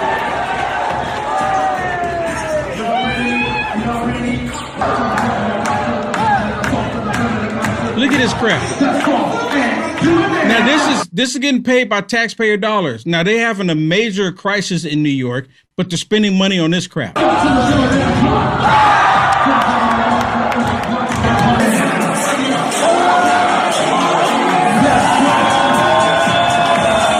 And then you wonder why I keep calling them Democrats. Here's another one. Look at all these people in there. That's a man. That's a man. That's a man. And well, listen to the city council talk about this crap. To my queer siblings, happy pride. To our haters, give up. Actually, though, give up. Because if it were possible to create a world without queer people, we would have managed it by now. Throughout history, you have demonized us, ostracized us, harassed us, assaulted us, criminalized us, sterilized us, killed us, censored us, fired us, evicted us, and denied us medical care. Everything he just said is a lie. All of these companies were publicizing all of that crap. If you went on any social media and you spoke out against that crap, they blocked you, banned you, deleted you, whatever they could do to you. This dude is straight up lying. They want to be victims. And it's all about this month. It's like they're so happy about this month. And why, let me ask y'all a question. Not white liberals, not only do they hate black people, but they hate white people too. Can y'all explain that to me? Can anybody watching it, do we have any white radical lunatic liberals on YouTube? Are there any on here? Maybe you can explain to me, why do you hate white people when you're white? I don't hate black people. I want black people to stop listening to these white, racist, demonic democrats and start living their own lives. But please explain to me why white liberals hate white people. They hate black people too, but they like using black people, like Hispanic people, but they truly hate white people. Why? One of the things that, for example, we did on our campaign when we ran in 2024 is we did a lot of very men-oriented, specifically men-oriented events to try to talk to them to actually show that, hey, we actually care. Right? We had boxing matches, we had rodeos, went to lowrider shows, I went to pinstriping, which is, God, there's a lot of white people here. What? Did you hear him? Oh, God, there's a lot of white people here. God, there's a lot of white people here. God, there's a lot of white people here. All of you racist, democrat liberals are all the same. You're all evil. You hate humanity because you want to butcher children. You hate reality because you try to convince us that a man in a dress is a woman. You're sick individuals. You're perverted. You're evil. 100% evil. 100% evil. And I see somebody on YouTube saying, "Oh, bring me on. I'm a liberal." I'll bring you on. Let's talk about it. What do y'all think? Y'all let me know in the chat. Should I bring the liberal on with me? Maybe we'll do it tomorrow. It's Friday. Maybe we'll do it tomorrow. Y'all let me know. I'm gonna go back in the chat. Y'all let me know in the chat because Kevin's getting ready to come up right here in less than 30 seconds. Kevin's coming on right here on LFA TV, Loud Majority. So if y'all want me to bring the liberal on, I'll bring on for like maybe 10 minutes. 10 minutes. 10 minutes would be long enough, right? Should I bring him on? Should I bring him on? Okay. I'm going to go into the chats right after this. But right now, y'all don't need to go do anything. Y'all don't need to go anywhere. I'll see you tomorrow right here in the Culture Wars. Kevin, Loud Majority coming up next. And I'll see you tomorrow in the Culture Wars.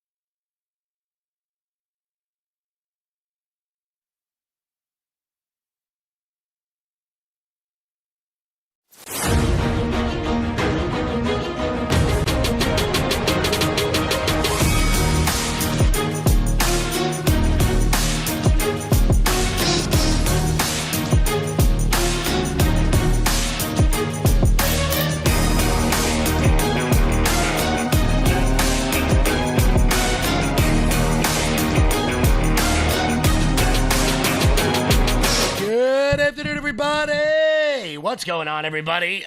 Thursday, June 4th, 2026. My name is Kevin Smith. Thank you so much for tuning into Loud Majority Live. We got a jam-packed show for you guys today. We are awaiting President Trump right now. He is set to make an Oval Office address, and we will bring that to you when it happens. We'll bring that to you guys when it happens. So keep it locked in here for that. When he's set to speak at about, well, he was set to speak at 3 o'clock.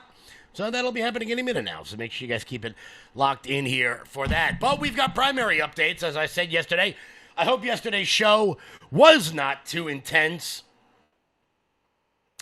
I hope yesterday's show wasn't too intense for everybody, but, you know, it had to be done. There's also an update on all of what is happening over in the UK with the Henry Nowak situation. Keir Starmer has decided to blame Elon Musk for rhetoric and grok. Apparently, grok is the demon, not the cop that let that young man die. And we've got some primaries that happened over the course of the last several days. One apparently hasn't ended yet. But I want to make sure we focus on all of the important ones because there are many. There are many. One ended very, very badly for Republicans. Well, I take that back. Bad for the nation could be good for Republicans moving forward as, well, really no two ways about it. A guy who is pretty much a pedophile is going to be elected to Congress. Pretty much. He's about a notch above a pedophile, in my opinion. Got to make sure I say that for the lawyers. Before we get started, guys, do me a favor and hit that thumbs up button. Share the video out all over the place. We are rocking. We are rolling here at the 3 p.m. hour. Before we get started, guys, head on over to loudmajorityusa.com. That's loudmajorityusa.com. Sign up for the newsletter. Check out our shop. That is the best way to support this show and everything we've got going on over here. You guys can use promo code RUMBLE to get 20% off everything on the website. Get your America 250 shirts today so that you have them for what I assume will be a spectacular July 4th barbecue. Head on over to loudmajorityusa.com. That's loudmajorityusa.com. And another thing, I think we're going to keep up with on this show because we want to be inclusive on this show. We want to be inclusive. So we want to make sure that we highlight the member of the LFA family who is celebrating the 4th day of his favorite month of the year. Of course, that would be producer Eli celebrating the 4th day of Pride Month. And, you know, June, it's his favorite month of the year. No real reason in particular. But in celebrating that, I've actually got a picture of producer Eli and his two brothers on their way to elementary school. Let's see if you can pick out which one in this photo is producer Eli. I'll make it a little bit bigger so you guys can see. But I just want, congratulations, Eli. We were able to get that photograph of you looking fabulous on your way to school as a child. So once again, buddy, happy 4th day of Pride Month. I think this is going to be a recurring segment on this show. But let's pop the live chat up onto the screen. Now I got to keep finding a new funny one every single day. How is everybody doing here? How's everybody doing here? Very good stuff. Good stuff. Let's see. R-Star, what's happening? Bad Moon, how are we doing? Chicky, what's happening? How's everybody doing today? Make sure we celebrate Pride Month here so that producer Eli can feel inclusive and welcomed. Is he in the chat? Let's see. Is he in the chat? No, I don't. I told him to tune in, that he was going to get that very special shout out, but I guess he just didn't see fit to tune in. Yes. Fabulous. I'm sure he'll enjoy that one. I'm sure he'll enjoy that. So let's talk primaries, baby, because obviously the big primary that everybody was talking about, that everyone's been talking about over the course of the last several weeks and months, has been the L.A. mayor race between Karen Bass, Spencer Pratt, and some other lady. Well, it turns out we are still at a point now where we don't know who won. We still don't know who won. Karen Bass has moved on to the runoff, securing over a third of a percent of the vote, with Spencer Pratt coming in second place and Nithya Raman coming in third. Now, because of mail-in balloting and the fact that almost everybody in California gets a mail-in ballot, we may not know who is going to be in the runoff for several weeks. We may not know who's going to be in the runoff for several weeks. Because this is just kind of what they do. Also, in the California governor race, Steve Hilton topped the Republicans, topped everybody in the race with 29% of the vote so far, followed up by Javier Becerra in second place. Pretty wild stuff. Here's the update from that. California's biggest primary races taking shape tonight. Republican Steve Hilton leads the crowded gubernatorial contest so far. Meanwhile, Los Angeles Mayor Karen Bass is headed for a runoff as she deals with challengers from both ends of the political spectrum. Officials are urging patience as results could take weeks. Yes, weeks to settle. Correspondent Matt Finn with a report from Los Angeles tonight. We are going to continue moving our city forward. LA Democratic Mayor Karen Bass fails to get 50% of the vote and is heading into a runoff. Ballots are being counted to determine who she'll face in November's general election. With 63% of the vote counted, the AP reports Bass is in first place. Reality TV star Spencer Pratt is in second. I was born for this, clearly. Progressive Councilwoman Nithya Raman trailing in third. This city should be a place that's welcoming for immigrants into the future. In the governor's race, the top two candidates always advanced in November. With 58% of the vote in, Trump-endorsed former Fox News host Steve Hilton is in the lead. President Biden's former HHS Secretary, Democrat Javier Becerra, is second. Billionaire Democrat Tom Steyer in third. I've always been confident, by the way, that once it's a straight choice in the general election between myself and another Democrat, that we will win because the argument for change is irresistible. It appears that we are on track to advance to November. It might take some time to figure out where this is going. As for congressional races, last year California voters approved Prop 50, Governor Newsom's redistricting plan designed to give Democrats 5 additional seats.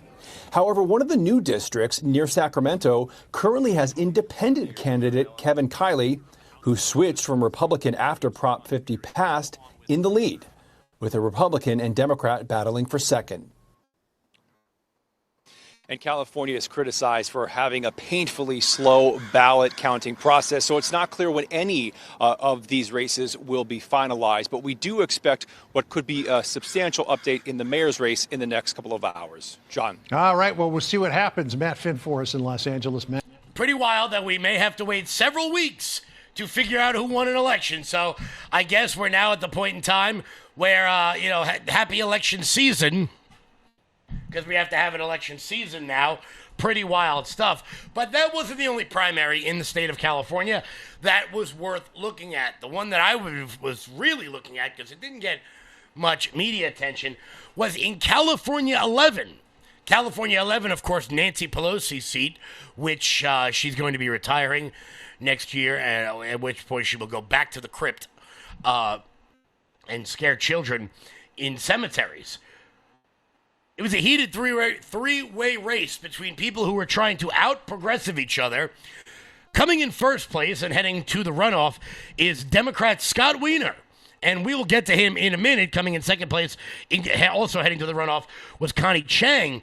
But more importantly, coming in third place, I thought was pretty odd, was a man named Saikat Chakrabarty, who gained national attention after being AOC's campaign manager. Now, with that being said, imagine how radically progressive you have to be to get more votes than AOC's campaign manager. That's wild.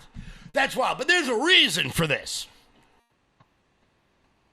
California State Senator Scott Wiener. Now, I'm not going to come out and call him a pedophile because he's obviously not been convicted or charged or anything of that nature yet with any sort of pedophilic nuggets. However, this guy is just about as close as one could possibly be. If there's a drag show happening anywhere around California, Scott Wiener will be found at that drag show, normally with a bunch of kids. He seems to be very obsessed with the LGBTQAI plus movement. Now, that in and of itself, whatever. Sing a song, do a dance, have a party. I don't care. It's the part of it that is troubling to many people is that he seems to be very obsessed with the youth LGBTQ movement. I don't know why. I would never, ever assume that perhaps it may have to do with some sort of sexual predilection. I would never make that sort of claim. However, one could make that claim about Scott Wiener. Also, let's be honest here, the fact that his last name is Wiener does not really help the fact when he seems to be overly obsessed with the sexualization of young children. But he's also a freak. He's like 9 feet tall, which, you know, I don't think anybody should be as tall as that guy. And if you are, you should be playing basketball. Speaking of basketball, Knicks, baby, giddy up, let's go. Wemby, take your ass back to France. But we'll get to that later in the show. That's one I'm really interested to see how it goes, whether or not the votes of the radically progressive Saikat Chakrabarty goes to Scott Wiener or whether it goes to the second place candidate knocking this creep out of Congress. One can only hope. But shockingly, that was not the most shocking primary win of the last couple of days. For that one, we need to go to the great state of New Jersey. We need to go to the great state, the once great state of New Jersey, where a genuinely horrifying person was elected and will be sent to Congress. We'll get to that in one. Oh, sorry. California's biggest primary races taking shape tonight. Sorry about that. Hit the wrong button. We'll get to that in 1 second. Before we do that, Mike Lindell. I'm excited to announce that we're having our first ever mega sale on overstock clearance and brand new products. For example, save over 50% on this season's flannel sheets. Queen size only $59.98. Kings only $69.98. They sell out fast every year, so order now. Save 20% on our brand new My Crosses. They're designed in the likeness of the one I've worn every day for over 20 years. They come in men's and women's, and they're made right here in the USA. Get our 2025 six-piece My Towel sets for only $29.98. Our initial quantities are extremely low, so get them now before they go. And our best-selling standard My Pillows, just $14.98. So go to MyPillow.com or call the number on your screen. Use this promo code to take advantage of our first ever mega sale. But wait, remember that $75 free shipping rule? Well, that ship is sailed because right now, every order ships absolutely free. Guys, head on over to MyPillow.com and use promo code LOUD. That's MyPillow.com, promo code LOUD, for up to 80% off everything on the website. That's MyPillow.com, promo code LOUD. So, New Jersey, baby. You guys have really outdone yourselves this time. I got to be honest with you. You got the son of former Senator Bob Menendez, Gold Bar Bob, outright winning his primary by nearly 30 points. You know, the guy who apparently didn't know anything was going on in that entire kerfuffle. But that's not even the most shocking one out of New Jersey, where a guy named Adam Hamway won his primary. Who the hell is Adam Hamwa? Well, it turns out he was the leading defense witness for the Blind Sheik. Who is the Blind Sheik? Well, he is what many people would consider to be the mastermind between the 1993 World Trade Center bombing. That's right. That guy is going to Congress. A former combat medic running for Congress lied under oath as a defense witness for Omar Abdel Rahami, a.k.a. the Blind Sheik, who was indicted... who incited the World Trade Center bombing in 1993. Adam Wahami an Egyptian-born physician and former Army combat surgeon, well, I don't know why we're letting that happen, was the leading candidate in Tuesday's primary, backed by the likes of Hassan Piker and Bernie Sanders. Because, of course, Bernie Sanders and Hassan Piker have never, ever encountered a terrorist sympathizer that they didn't support. They just, I don't know what it is. Maybe it's their character that just draws terrorist supporters in. I mean, look, it could be me. Maybe I'm not seeing it. So the guy who lied on the stand to protect the mastermind behind the 1993 World Trade Center bombing is soon going to be a member of the United States Congress. And I want to be clear, he is not the most radical Democrat who got elected on Tuesday in New Jersey. There's going to be way more. I told you guys this weeks ago. As the radical left and the wild progressive caucus continues to gain strength in America, I predicted there were going to be between 8 and 12 sort of AOC, Rashida Tlaib, Ilhan Omar type people in the United States Congress next time. Democrats are getting more and more radical, while Republicans still think that if they just play nice, that Democrats will eventually support them. I don't know what it's going to take for these people to learn that that's simply not going to happen. It's simply not going to happen. People need to stand up and fight. We need people out there who are unapologetic and unafraid of the radical left.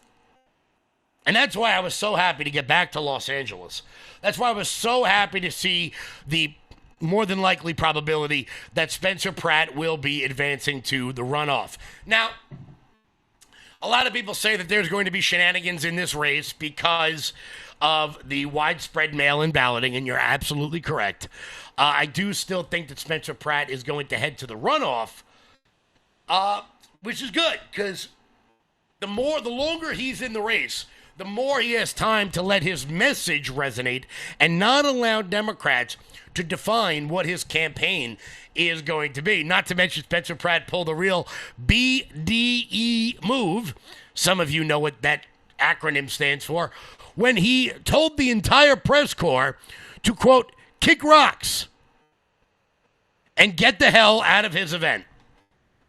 We're actually at Don Antonio's Mexican restaurant, and come look here. You can see that these media teams are moving out of the Pratt event because they're now saying that this is, yes, an election watch party, but not for the public. We're just going to run in and take a quick peek. You can see that there's a setup, but where the press originally was and where we're being told to clear out of is a place where his supporters are going to gather, but they are asking us to completely leave this event. We're told that there is going to be someone to speak with us eventually, but not at this time. This isn't a traditional campaign. He's an unconventional candidate, and there's obviously a lot of interest. Look at all of these cameras here. But as far as what it's going to look like tonight, we don't quite know yet. The hope from his supporters, we've met quite a few of them as they put primary ballots in for him to be on the November ballot, is that he will make it because he is different, because there's a lot of frustration and anger among people in Los Angeles, especially as they're trying to rebuild. But as far as whether he will, whether this lack of a traditional campaign is going to take him into November, we just have to see when the polls close at 8 and those ballots start being counted. I love that he did this.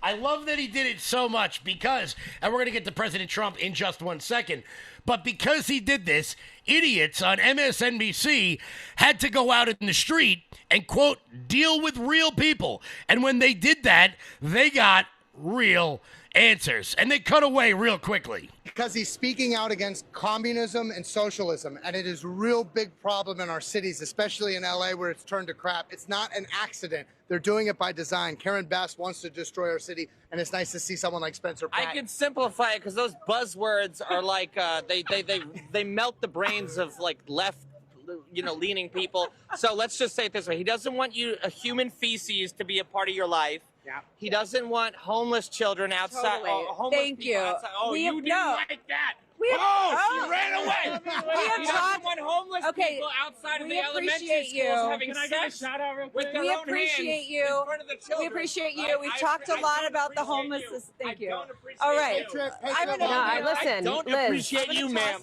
I got it. Thank you for navigating that so well. No, we can. He I seems just to want to shout out June Cutter, the chief of staff of Spencer. She's incredible. Thank you. Okay, Hallie, all I will say is that clearly they're taking a few shots. They're feeling good out The here. margaritas are flowing there at Don Antonio's. Perhaps, I don't know if Oh, what a shame, sweetheart. You had to deal with actual people telling you actual stories that your viewers didn't really like. I love the fact that Spencer Pratt made MSNBC stand on the street. Exactly where they belong. But guys, we're going to throw to the White House right now. Here's President Donald J. Trump.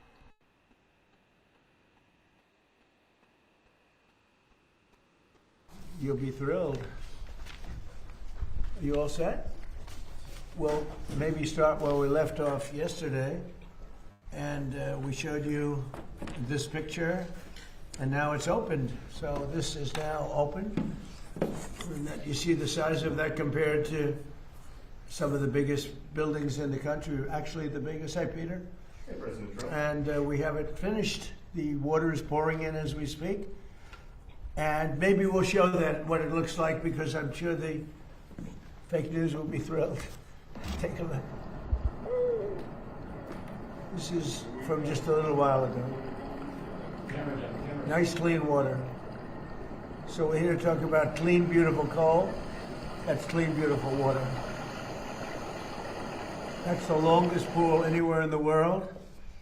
And here you can tell they're not progressive, because this is not a progressive, because progressives never wear or show an American flag. These are proud people from Oklahoma. They came from Oklahoma, a company from Oklahoma, to do it.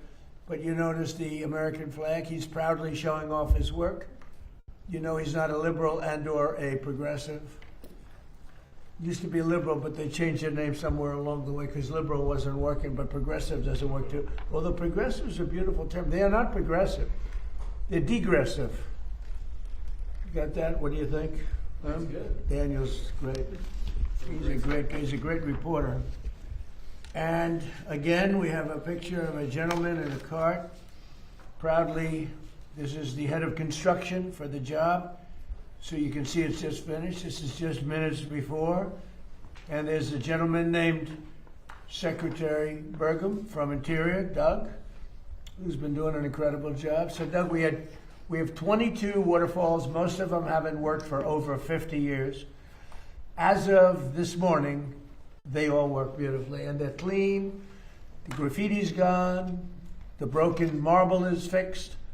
Well, there's a way of fixing it. You use a thing called silicone and you fix them, and they look beautiful. All of the hate and everything is removed from them. Some of them done through stupidity, actually, but hate. But here's another picture. Now you can tell this is a proud American because he's got a flag. Protesters never have, the bad protesters never have flags up. They somehow don't like the flag too much, but we do. So that's great. We put in today, as you know, about Save America, the Save America Act. I don't know, someday the Senate and the House will get it done, although I must tell you the House has approved it about 3 times already. Save America Act right here. We have, everybody can see that. And then we'll talk about clean, beautiful coal. You're not allowed to say coal within the Trump administration unless it's preceded by the words clean, beautiful. Complicates our life, but it's good, right, Chris, wherever you may be? It is clean and beautiful. I'll tell you, it's effective. So the Save America Act is all voters must show photo ID. So you go to vote and you show photo ID. Not complicated, right? You know, who could oppose it? They say it's an 80-20. It's not. It's about 99-1, and we'll never find the one person. Andy, congratulations, Andy, on a big victory. Thank you for your help. That's help. great. I appreciate it, but you're You're very good at what you do, and I've been backing you right from the beginning for a long time, right? Backing you too, sir. For years, that's right, you have. Thank you. Congratulations. You won a big election. So you have all voters must show photo ID, identification. All voters must show a little thing called proof of citizenship. Would you say that's 99-1, Mr. Pennsylvania? I would say that's maybe 100 to 0. I would think so. They say it should be. No, but they say it's 80-20. It's not 80-20. It's 99. And we've never found the one person. There's another one. Then you have no mail-in ballots, but we want to be liberal, as they say. Or we'll say we want to be progressive. So it's no mail-in ballots. You see that's what's happening in California. They're rigging the election. Now, maybe we caught them, and maybe they won't be able to get away with it. They tried with me. They did it successfully the second time. The third time, we made it too big to rig. Too many votes. They couldn't do it. They can only go. They sort of gave up at about 9:07 when they got slaughtered with the votes that came in. But no mail-in ballots except for illness, disability, military, or travel. So we're being very progressive. And we just don't want cheating in our elections. And you see it happening in California. Those numbers are coming down rapidly. They found a lot of mail-in ballots last night, shockingly. So we don't want that. Then we added best of. This is best of Trump. No men in women's sports. No transgender mutilization surgery for our children. I would say that's pretty close to 99-1 also. No men in women's sports. I would say that's pretty good. We had the quarterback, Jackson is the quarterback for the Giants. He's a big, strong guy. And I said, how do you think you do in women's sports, Jackson? He said, pretty good, sir. He didn't know I was joking. He was not worried, so let me put it that way. He would have been the greatest athlete in the history of women's sports. You got to see the size of this guy. Like a male model, and he's going to be a great quarterback. So we talk about that. And so we just would like the Senate, Democrats, Republicans to pass it. Interestingly, Democrat people, not crooked politicians, because most of them are crooked, or they're sick, or they're Trump deranged. There is Trump derangement syndrome. But the people, it's 86, 87%. Democrats. I mean, Democrats are fun. I have a lot of Democrat friends, but I don't know, for some reason, when they go into politics, they get radical left crazy, and they're trying to destroy our country, but we're not going to let that happen. So today we're taking historic action to bring down the price of energy and the cost of living for all Americans with the power of clean, beautiful coal. If you look at China, if you look at so many of the successful countries, they're using coal. If you look at some of the real great failures countries, they're using wind. Just keeps blowing, and puts you right out of business. Very expensive, most expensive energy there is. So wind is not working very well, but they keep it going, and because people get subsidies by countries that are stupid. Doug, I would say we haven't been long on wind. Do you agree with that? He understands numbers very well. You know, Doug was very, very successful. Believe it or not, I used to think it was in energy, but he was successful in technology, and he sold his company to, I think, Microsoft, right? And for a lot of money, and he ran for politics. He ran for office, went to North Dakota, won immediately, won governor, was very successful for 8 years. And I watched him during one of the performances of some very talented people. And I said, we're going to get him to work for us. And then I said I was going to put him in charge of energy. And he said, sir, there's a better man than me for that one. Not in all ways, you feel that, but in one way, in energy, you know. And that was Chris, right? Yeah. Where's Chris? Right here. Right behind you. Boy, he's a hard one to find. And Chris has done a fantastic job, and he's one of the reasons we're here today. We have had, we're right now double Saudi Arabia and Russia. If you double them up, that's what we produce, more than anybody else times 2. So think of that. As a result of the $700 million investment that I'm announcing today, we will protect 14 coal plants and 42 coal mines. It's a tremendous number. And build 2 new coal plants and 1 massive new export terminal, because we're exporting coal. Coal's a great business, really a big business, and it's real power. It's in terms of power, there's really nothing like it. You have so many different alternatives. They talk about some, but there's no real alternative. China, by the way, last year built 52 coal plants. They built about two windmills. You know, the only time they build a windmill is when they're trying to sell them to stupid people from the United States, the suckers. And by the way, and all over Europe, they sell the windmills, but they don't use them. I wonder why. They use coal plants and other things. These actions will support over 14,000 jobs and save the American people $50 billion in electricity costs. We're pleased to be joined by Secretary of the Interior, Doug Burgum, and he has been great.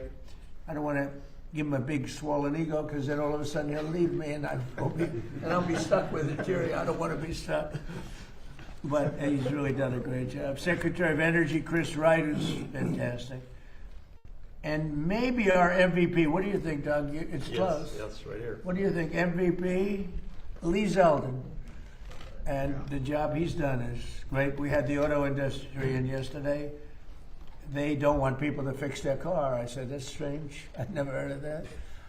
They have a thing to, nobody's allowed to fix their car. They gave a man 7 years in jail, actually, because he fixed his own car. So I thought we'd do something about that. But we'll get it all straightened away. Can you believe it?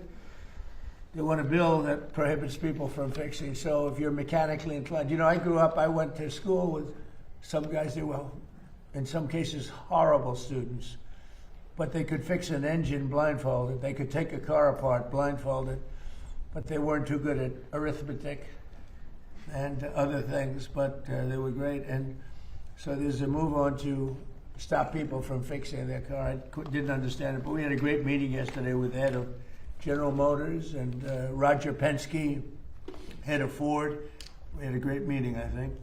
Thanks as well to a friend of mine also for a long time, West Virginia Governor Patrick Morris. I won by 45 points, Patrick. It's not enough. I love those people. And Wyoming, I think maybe even slightly more than West Virginia. Right? Just a little more. We did pretty this. I like this group of people. But Wyoming Governor Mark Gordon, respected guy, great governor, both of them really amazing. And Representatives Dan Muser, Riley Moore, Derek Van Orden, Juan Ciscomani, and Andy Barr.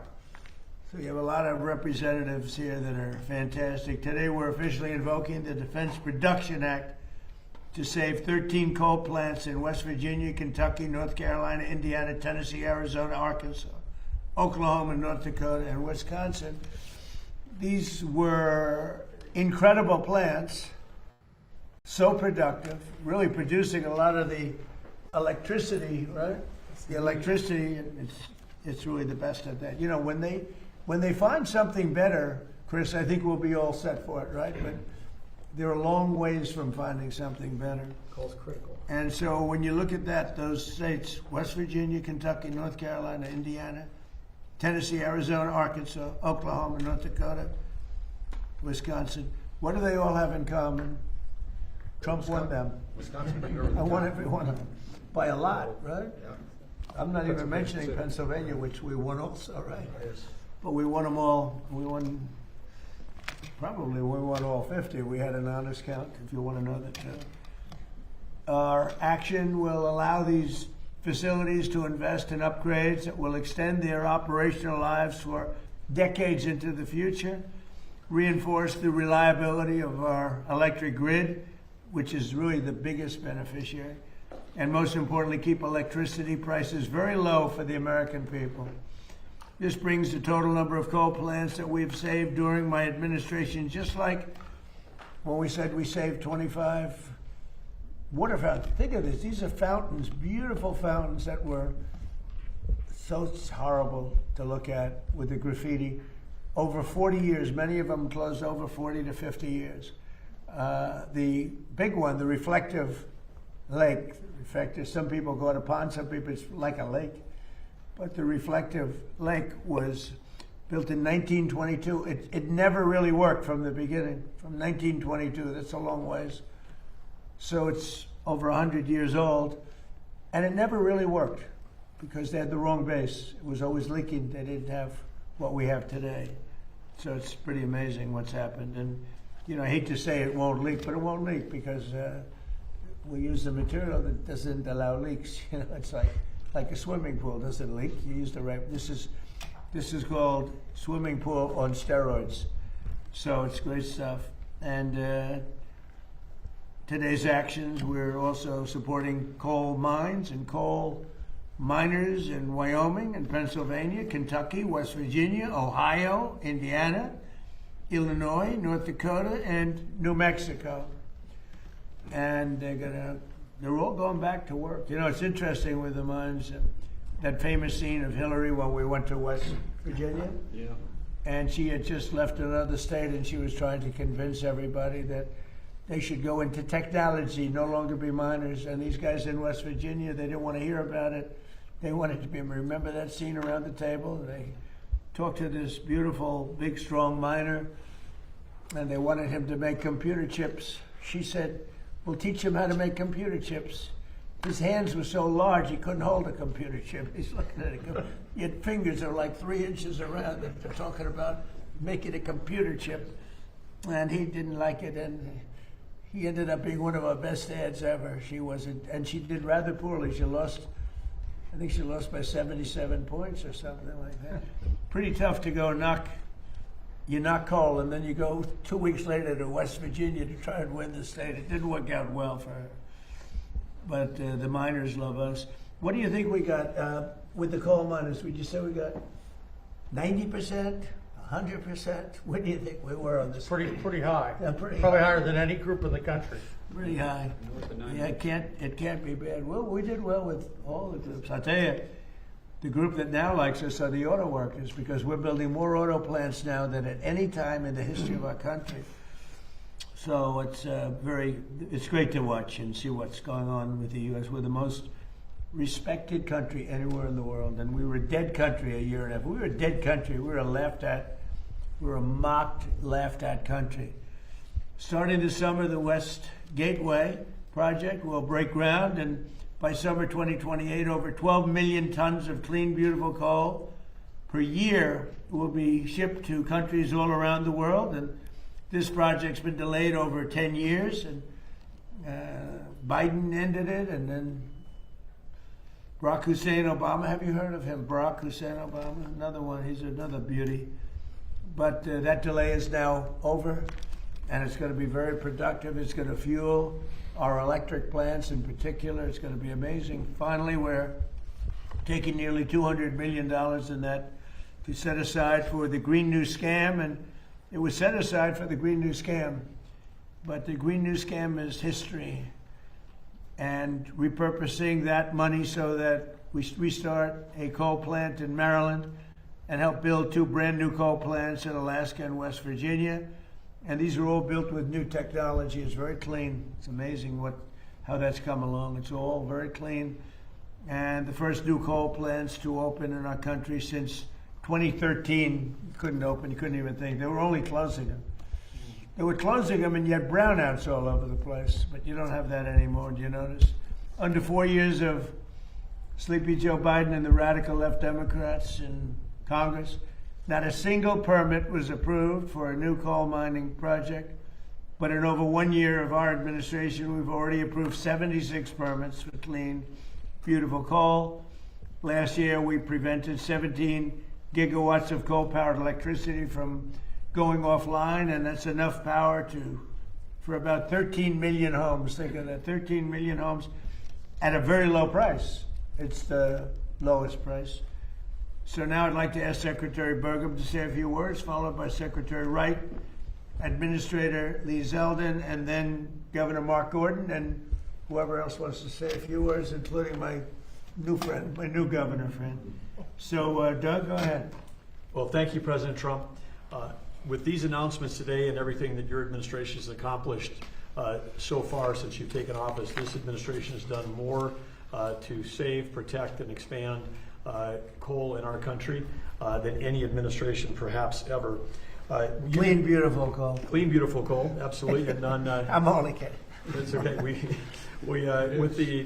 When you took office, the first thing you did was declare an energy emergency. Some people questioned that, but the prior administration under Biden had gone so far down the path of pursuing the highly subsidized, intermittent, weather-dependent sources of electricity that our grid was at risk. You understood that, and you understood that how key coal is. It's the backbone of having affordable, reliable, and secure American energy to power our country, power our electric grid, power our competitiveness in AI, and power all the manufacturing that's coming back. As you mentioned, with those record coal leases, this is where we take federal public land, lease it to the private sector. They write a check, that comes into the Treasury. They create jobs, help support local communities. So there was 0 coal leases held in 4 years under the Biden administration. You heard the president talk about 76 here. We've slashed red tape. Those took years to get. Some of these projects for coal mining we've approved in less than 1 month under the emergency procedures. And we also have opened up for leasing another 13.1 million acres that people can bid on in our country on public land. And this is land that was set aside. This is not national parks, it's not wilderness area, it's not our wildlife refuges. This is public land that was set aside for the benefit and use of the American people, including energy development, making sure that we've got affordable, reliable energy. So using those public lands is what we're doing. And then the last thing within Interior, I would say we did strategically designate through the U.S. Geologic Survey, which is part of Interior, designate metallurgical coal as a critical mineral. So it's on the list. And that opens up a number of opportunities. But without metallurgical coal, we don't have coke, we don't have the steel industry. The Biden administration was indiscriminate trying to shut down our metallurgical coal as well as our thermal coal. So, and then the last thing you mentioned, the coal export facility, again, working through all the permitting to drive towards that so that we can be selling clean, reliable energy to our allies in the Pacific who want to do more trade with us. And lastly, again, thank you for creating the National Energy Dominance Council. Our executive director, Jared Hagan, is here today, but Chris, Lee, and I all have details on that team, and that's operates right out of the White House, and that's why President Trump is able to get so much done so quickly. This is the first time ever we've had a president with a White House council specifically focused on energy and what an impact it's having. Well, and thank you to perhaps slightly less importantly, but I think very important, the National Garden of American Heroes is going to be unbelievable. And I'd like to know how are you doing on that, and how are you doing on the Great Triumphal Arch? So every city, just about every major city, has a triumphal arch. This is an arch that's a real bow, a beautiful bow to your military and military victories. Nobody's had more military victories, including recently, than we have.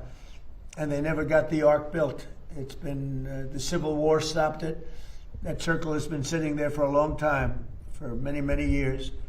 And, I guess you could go back to, in 1902 they tried it, but in 1860 and 1880 they just never got it done. The Civil War stopped it the first time. That was a good reason. I think that's probably not a bad, that was a good excuse, but after that it just never happened, and we're going to get it done. And so we're doing it with the Department of Interior, and we're also doing the National Garden of American Heroes, which is phenomenal. And we're doing something that just came up.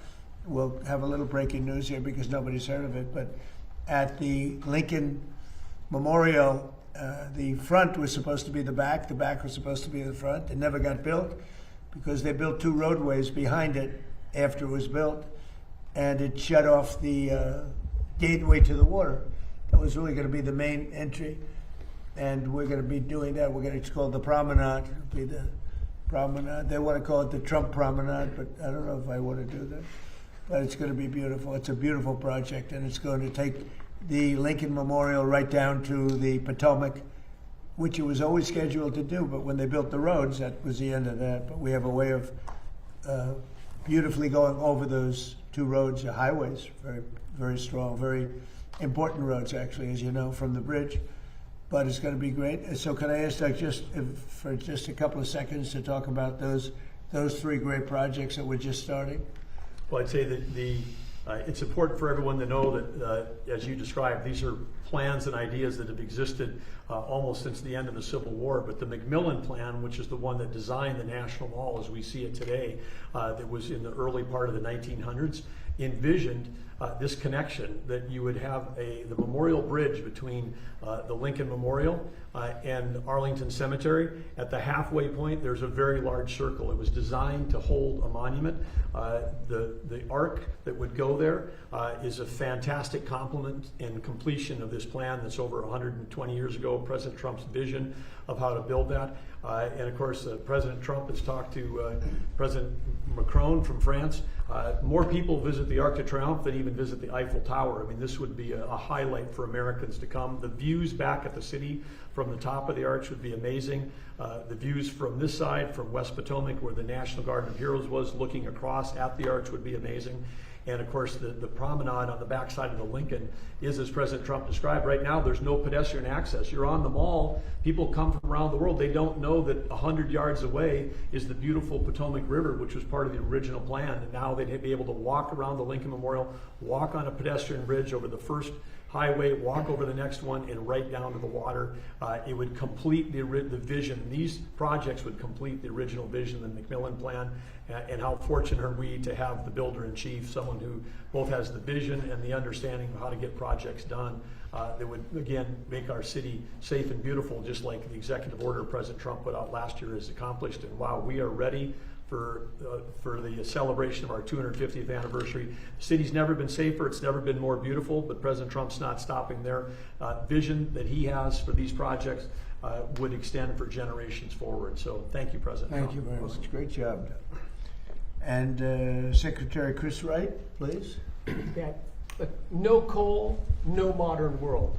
Stated another way, without clean, beautiful coal, the modern world is impossible. And we saw 17 years ago, President Obama's election, an all-out attack on the American coal industry, the industry that built our nation. We wouldn't have the buildings, the factories, the industry, the electricity grid we have today without the critical contribution of coal. It's been the largest source of global electricity for 125 years in a row, and will be for decades to come. In the United States, it remains a critical source of our electricity, also a critical source for our industry. Can't produce steel and cement and other materials without coal. And beyond the impacts of coal in our electricity sector, just think of the direct impact on human lives. If President Trump had not been elected and inaugurated in January of 2025, and through his authority at the DOE, we were able to force keeping open 6 coal plants. As of today, there'll be a 7th one, and more than twice as many that voluntarily said, hey, we're not gonna have to close, we need to stay open.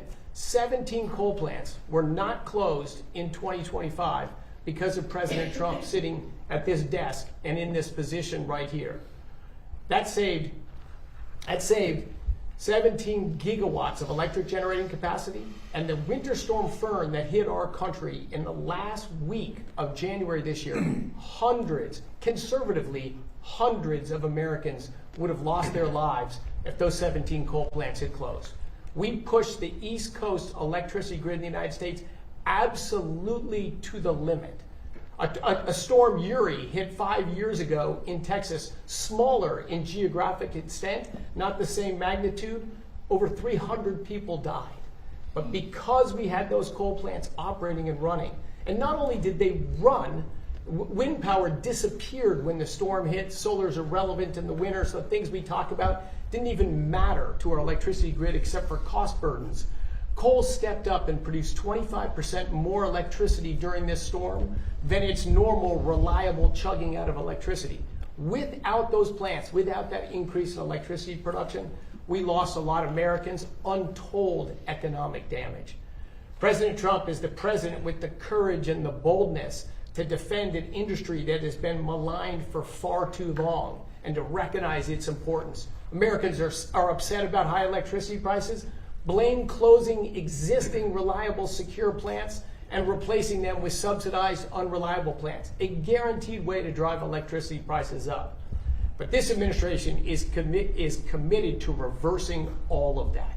That money we've talked about from the Defense Production Act, thankfully, because of the One Big Beautiful Bill and these fantastic congressmen sitting around me and governors, without that legislation, we wouldn't have the money and the Defense Production Act authority to keep open so many plants. It is hard to overstate the magnitude of this. If you look at our efforts across the whole government so far, 45 coal plants are open today that would not be open.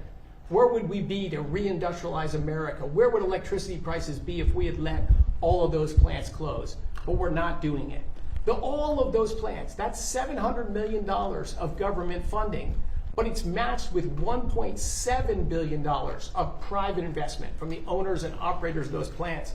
All the people in those states that say, phew, we don't have to kick our industry out and raise electricity prices again. Common sense is returning to Washington, D.C. And for that, I'm incredibly thankful to be here in the United States government, to work for President Trump, who will stand up for what's right, bring common sense back, and reinvigorate an industry without which we would not have the America we have today. And we're going to reindustrialize America, win in the next generation of technologies, and we're going to do it in critical part because of a growing and thriving coal industry. Thank you, President Trump. Thank you, Secretary Burgum. Thank you, Lee Zeldin. Good. And Lee Zeldin, how about saying a few words? For so many Americans, clean, beautiful coal is their source of heat, of energy, of warmth, of a job, an economy, a community, a family. And for too long, you saw Democrats who were telling these coal miners that they should just learn to code. And what we saw during the Biden administration at the EPA, for example, was regulation after regulation after regulation trying to strangulate out of existence coal, to destroy it. Enter President Trump.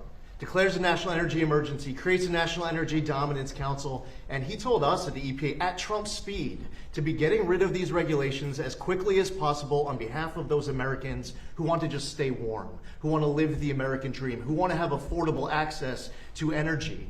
The Democrats were running for power to sit at this desk and to leverage that power to destroy these communities. Enter President Trump. He has saved clean, beautiful coal, and it's been an honor to be part of it. Thank you. Great job, too. Wyoming Governor Mark Gordon. Thank you. Mr. President, it's an honor to be here. Thank you to the secretaries who have breathed life into an economy in Wyoming that has been there for a long time. Wyoming produces the cleanest, most beautiful coal, low sulfur coal. You don't mind if I push them? And it's fun because we have a chance to educate our kids. Now, let me just talk a little bit about the other side of this. When a kid grows up in Wyoming, their education's paid for in large part by coal severance taxes, by the royalties that come from mining that coal that was shut down by the Democrats. When they have a chance to get a job, they can go look to the coal mine. And it's not just digging coal the way we used to, it's high-tech jobs. You know, at this point, we don't mine coal the way we used to at all. It is very, very technologically proficient. And what's more important, it's environmentally sound. I would invite you to come and look at the reclamation that's happened in the Powder River Basin, and we can demonstrate that it's environmentally sound, that actually wildlife populations thrive and do better. Today, Mr. President, I really want to talk to you a little bit about our recent trip to Japan and to Taiwan. Both countries that were going to forswear coal. And now they realize that they need that reliable, dispatchable, secure source of energy. But they can't get it as clean as they can from the Powder River Basin. So to be able to open that Oakland port is absolutely essential for the lifeblood of our state and for our coal mines. It is something that we tried to do in your first administration, and we almost got there. We actually were prepared to go through that, I guess, belt that we have on the West Coast with California, Oregon, and Washington, and finally enforce the Commerce Clause to allow states like New Mexico, Wyoming, Utah to have access to that Asian market And let me just tell you one last thing about that. It's not just about clean, beautiful coal. We have companies like Peabody that are now saying, we believe we can get rare earth minerals and critical minerals from what we're doing. So we are advancing technology, advancing the opportunities and the security of the state, all because of your vision, sir. Thank you. Thank you very much. Thank you very much. Would you like to say something on behalf of West Virginia? I would like to love say, that place. Mr. President, all West Virginians are so deeply grateful to you for your focus on protecting their energy jobs. The coal miners know the incredible importance of why we're here today, and to talk about the potential for new coal-fired power plants, that excites them. And I think West Virginians are really inspired because we're America's energy state.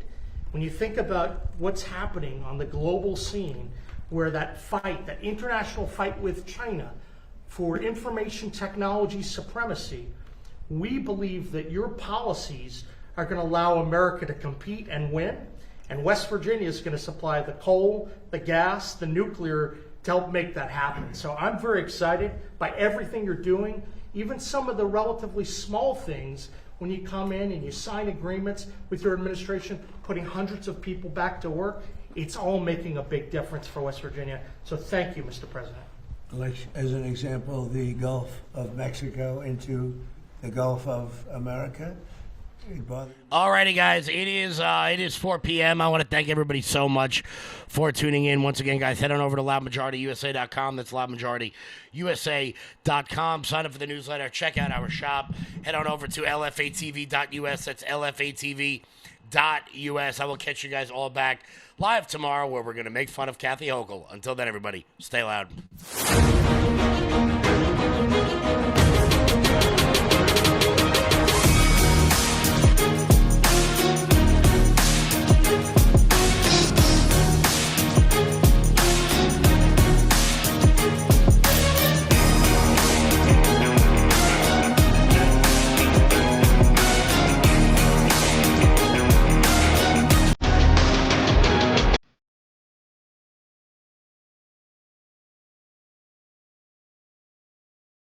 The Paul Herrell Program.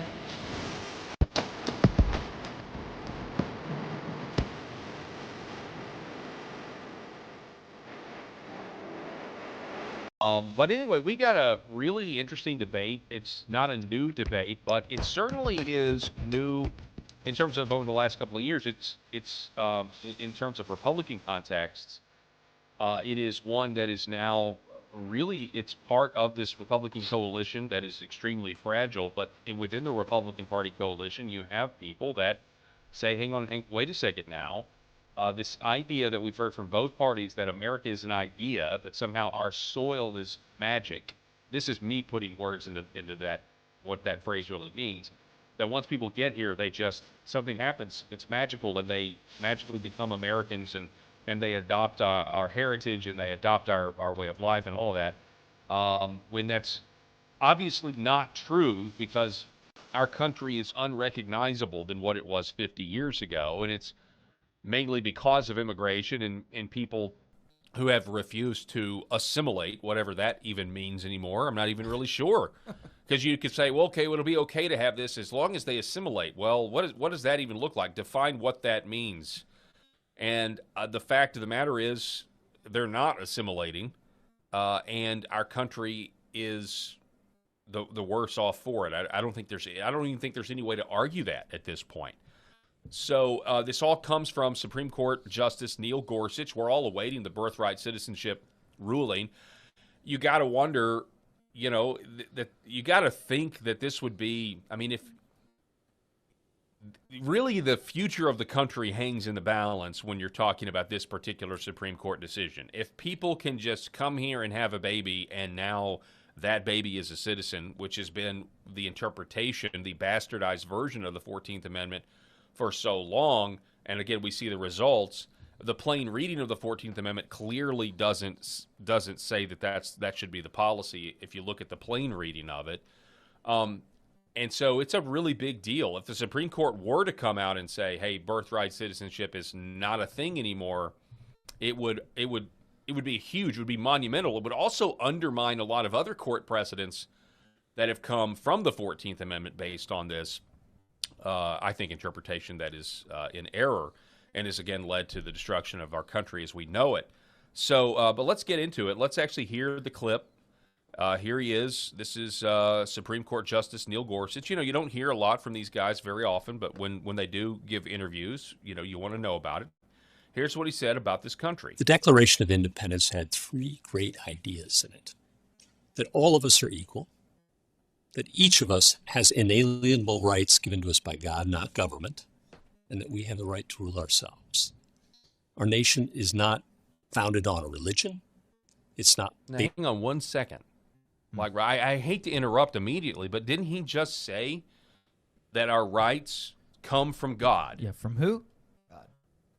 So already, this is an incoherent, you know, at a bare minimum, you have a lot of questions. But already it's the beginning of a very incoherent statement. We weren't founded on a religion, but we were founded on the idea that there is a God and he exists. And by the way, it wasn't just some, you know, it wasn't just some ambiguous God. We all know the God they were talking about. They were talking about the Christian God of the Bible. Do you want to give him credit in that you think, or in that we might say that he's thinking about a certain religion? And that... You mean like a certain denomination? Yeah. I mean, you know... We've had the conversation before about... Protestants, Catholics, yes, Jewish. I mean, there's all religions. He might have represented in the United States of America. Possibly, there's all. There's no. Foundationally, is he saying God, but not necessarily like a religion? Yeah, I mean potentially, but I mean it's no. I'm trying to make coherent out of the incoherent. I get you. I get you. So that you could say that maybe. Well, we're going to listen to the rest of the clip, but maybe he was saying, yeah, it was a pan-Protestant. Yeah. With some Catholics thrown in, and that is true. I've never thought of Gorsuch as incoherent, so I'm trying to give him the benefit of the doubt. I know. However, to your point, that's something that definitely makes you scratch your head. Yeah, I mean, obviously we have these people that they know that it's a pan-Protestant hodgepodge of colonies. They know that, and so they're like, well, we're going to agree on the big things where there is a God. And, he's the bestower of rights, not us. But the idea that they were talking about, Allah or Buddha or the Hindu gods is patently ridiculous. Right. Surely he's not saying that, but it seems to me that's exactly what he's saying. But let's listen to it again. Has inalienable rights given to us by God, not government, and that we have the right to rule ourselves. Our nation is not founded on a religion.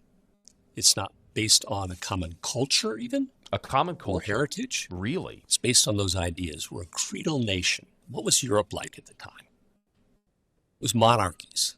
The notion that all people are created equal. No, there are kings and serfs. The notion that you have rights from God, from your creator. No, everything came from government. And self-rule certainly was a very dangerous proposition in the world of the Declaration. Right? You're right. We take it as the air we breathe. Like fish in the water don't even realize. Those things were dangerous and inevitable, and they were traitors for declaring them. The Declaration of Independence. It's very strange. And honestly, I don't even understand how you get there. I know a lot of us have been force-fed this in American public schools for our whole lifetime. But the idea, because you throw off the yoke of a king, that also means that you don't have a common culture is ridiculous. As we'll see here in a minute, President Trump actually said the complete opposite just the other week when he hosted King Charles and talked about the Anglo-Saxon English are the reason we have a country. Yeah. Okay. So it's just very interesting. So here's a few takes. Yeah, we didn't like all those things that he mentioned, the serfs and the of course monarchs. Not. We didn't like all those things. So we're not the United States of America is not based on those things because we fleed those things and rejected those things. I mean, we freaked out over a tea tax. Exactly. Timothy Nerozzi. I would expect this from Ketanji Brown Jackson a little bit more than it wouldn't have been as articulate. This is a hot take from a again, conservatively appointed. Does this mean that he's showing his cards where he comes down to what it would mean? I mean, in that framework that he just listed, I'm not sure how he comes down saying birthright citizenship is unconstitutional. Maybe he still does, but I have my doubts because of the implications. This court is so, and men are just like this now, especially today, where it's like, well, you know, the implications of what it would mean are more important than just looking at what the law says and making an objective ruling. But we'll find out. Timothy Nerosi says, if we're a creedal nation, show me the required creed and explain to me the consequences for someone who refuses to follow it. Now, the creed he's mentioning here, I'm just going to summarize, I think is that rights come from God, and we're endowed with, you know, we have the right to life, liberty, and the pursuit of happiness. Life, liberty, and the pursuit of happiness. So if you do have a creed and you've imported people that reject life, liberty, the pursuit of happiness, or their pursuit of happiness is H-1B visa scams, where, you know, or their pursuit of, you know, or their pursuit of happiness is to use our system to make sure that anti-white racism is now the law of the land. The Somalis in Minnesota are happy. Yes, they're very happy. Generational wealth. They're driving around in Lambos Exactly. and sending millions back to Mogadishu. So what is that creed? If we are a creedal nation, what exactly is it? And then when people don't follow it, can we deport those people? Oh, no, you can't. So really, because that would be unacceptable to a lot of these people that believe this. So really, even if you, it's really we're debating nonsense, because even if America is a creedal nation, the practical implications of it are you do nothing. You don't enforce the creed. So what does it even matter? Yeah. You basically have a nation that's based on nothing. You can say it's a creedal nation, but if you're not going to enforce it, you have, congratulations. What are we, a Seinfeld episode? You've got a nation based on nothing. Yeah. You get it? Yes, that's good. Yeah. We're just Seinfeld, brother. Nothing. Yeah. I believe I can sum up the show. I believe I can sum up the nation with one word. Nothing. Nothing? Nothing. Well, why do people watch What do we have? It's a show about nothing. Why do people watch it? Because it's on TV. Not yet. I love it.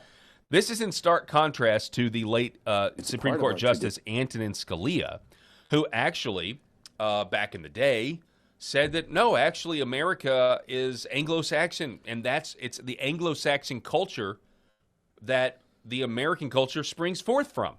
And he did this, on a panel full of people that would probably more agree with Neil Gorsuch. By the way, I think this whole thing is just a way to get us to accept that our country is just going to be slowly managed into decline. By the way, this whole thing is, oh no, you can't make these pronouncements. It's just a way to keep the American people sitting on their hands. Because if you accept this, then you just have to accept that this country is open to the third world.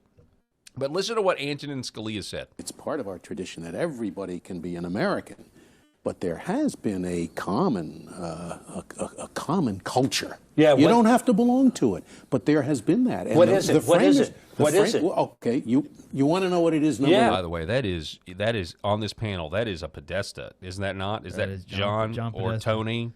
Yeah, that's a Podesta. To just let you guys know. A guy that Andrew Breitbart, the late Andrew Breitbart, said is a prolific pedophile. Culture. Yeah, you don't have to belong to it, but there has been that. And what is it? What is it? What is it? Okay, you want to know what it is? Number one. Okay. Is there a bond? Is there a common culture? I think. Let me tell you a story. 2006. This is my junior year of college. I studied in Switzerland, and I used to get really annoyed when the French Swiss professors I had would refer constantly to les pays anglo-saxons, the Anglo-Saxon countries, meaning England, the United States, Australia, New Zealand, okay, Canada.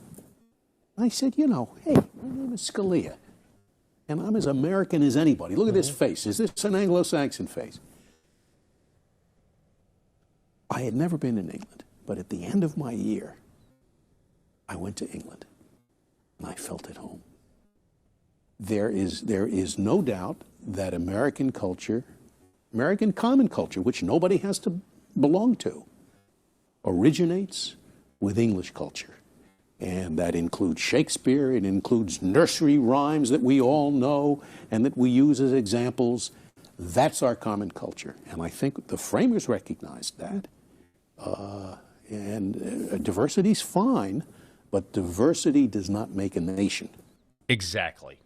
Diversity doesn't make a nation. And notice what he also said there. It's obviously an Anglo-Saxon culture. That is synonymous with American culture, but you don't have to adhere to it. And that is true. Once you get here, you don't have to adhere to it. Well, what happens when you don't? And what happens when there's throngs upon throngs of people that don't adhere to it? Where, you have these leftists that were saying that, hey, showing up to an appointment on time is part of white culture. Yeah. Glenn Beck got in the biggest trouble back in the day when Glenn Beck was on Fox News and he was criticizing Obama, and he sat down with, I think it was Katie Couric, but it was one of the mainstream media journalists. And he said, they were like, what is your big problem with Barack Obama? And Glenn Beck said, I think he has a problem with white culture. And it was a 5-alarm fire. Oh my gosh, white culture. I don't know if you guys remember this, but I remember it. And I couldn't, back in the day, you're like, oh, he stepped in it now. Because we were so conditioned to even say that there is a white culture, let alone that Barack Obama was against it, was considered a blasphemy in this country. Right. Pretty incredible where we're at now. Let me see. Was there another video? Is it this one here? It's part of our tradition that everybody can be an American. Is it It's John part of Podesta? our tradition that everybody can be an American. But there has been a common... Okay, so it's the same clip, just posted twice. So, a creedal nation. Josh Dawes writes, a creedal nation is a trap. The right will wax eloquent about the creed of our founders, but won't enforce it. The left redefines the creed at will. They do, based on whatever the hot button issue they want to use to keep their power or expand their power. The left redefines the creed at will and won't hesitate to enforce it. Now that's an interesting thing. They will. That's true. As we've seen, where if you operate in this creedal nation paradigm, that is true. The right won't enforce whatever their definition of, but the left will enforce their definition of what the creed is. Oh, absolutely. You don't think that men can go into women's locker rooms because they can change their gender? Yeah. Well, Watch them. That's against the American creed. Yeah. That's against the American creed. Here is President Trump last week, and just listen to what he said here, because to me, seems like, and we talked about this when we played it the other day or last week. Whoever wrote this speech, I mean, this was a big deal. This was one of the best, I think, speeches that President Trump has given this year. Agree. This was so good. Listen. Long before Americans had a nation or a constitution, we first had a culture, a character, and a creed.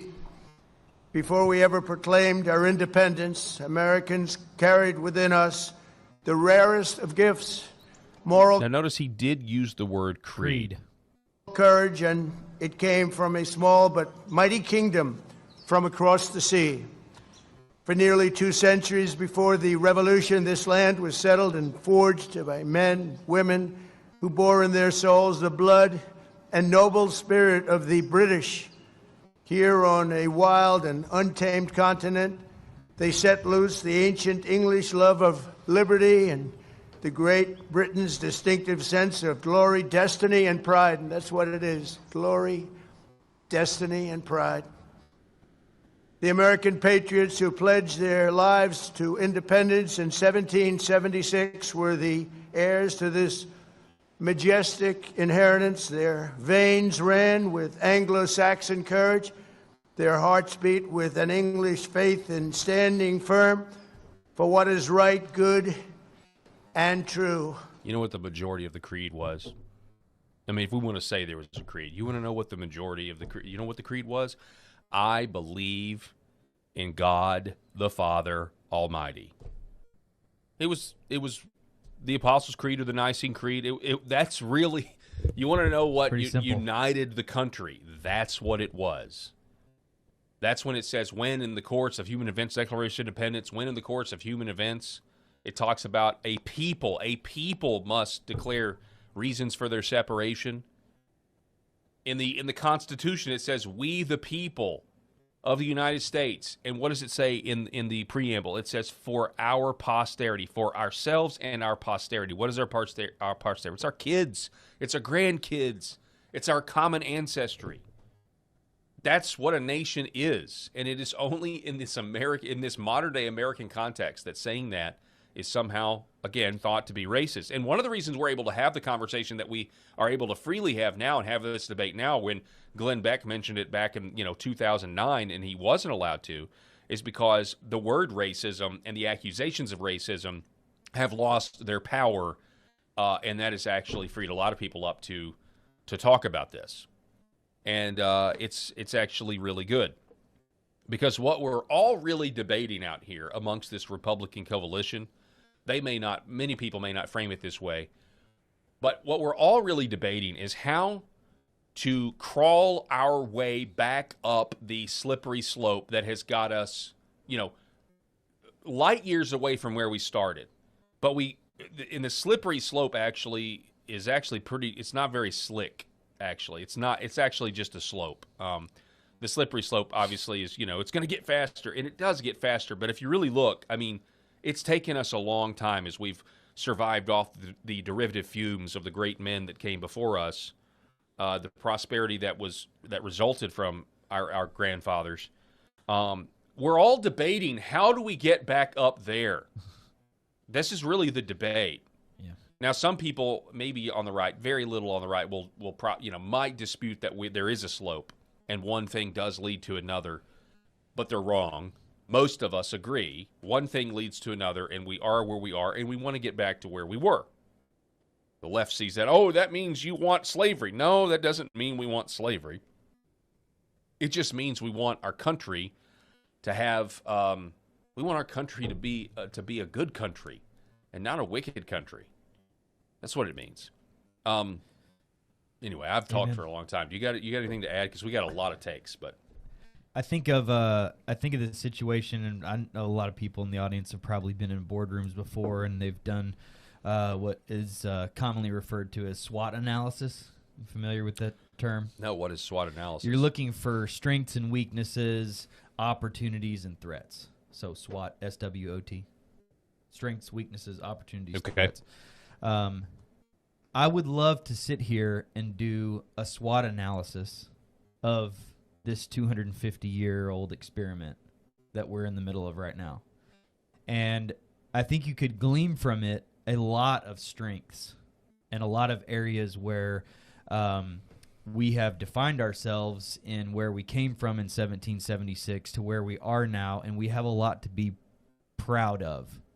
I'm trying to say the word proud respectfully and humbly too, but we do have a lot to be proud of. We could be proud of the fact that we are where we are, that innovation and technology, we're the greatest country in the planet. Whether you agree with that or not, Ilhan Omar would probably disagree with me on that. But we've come so far. But we've got a lot of weaknesses and particularly a lot of threats that are affecting this great 250-year run that we're on. And, you and I have only been a part of, a fraction, that back fraction, and we're sitting here today wondering, like, where are we going to go from here? Like, we're really, and back to a term that we talk about all the time, was just tipping points. We feel like we're at a fork in the road.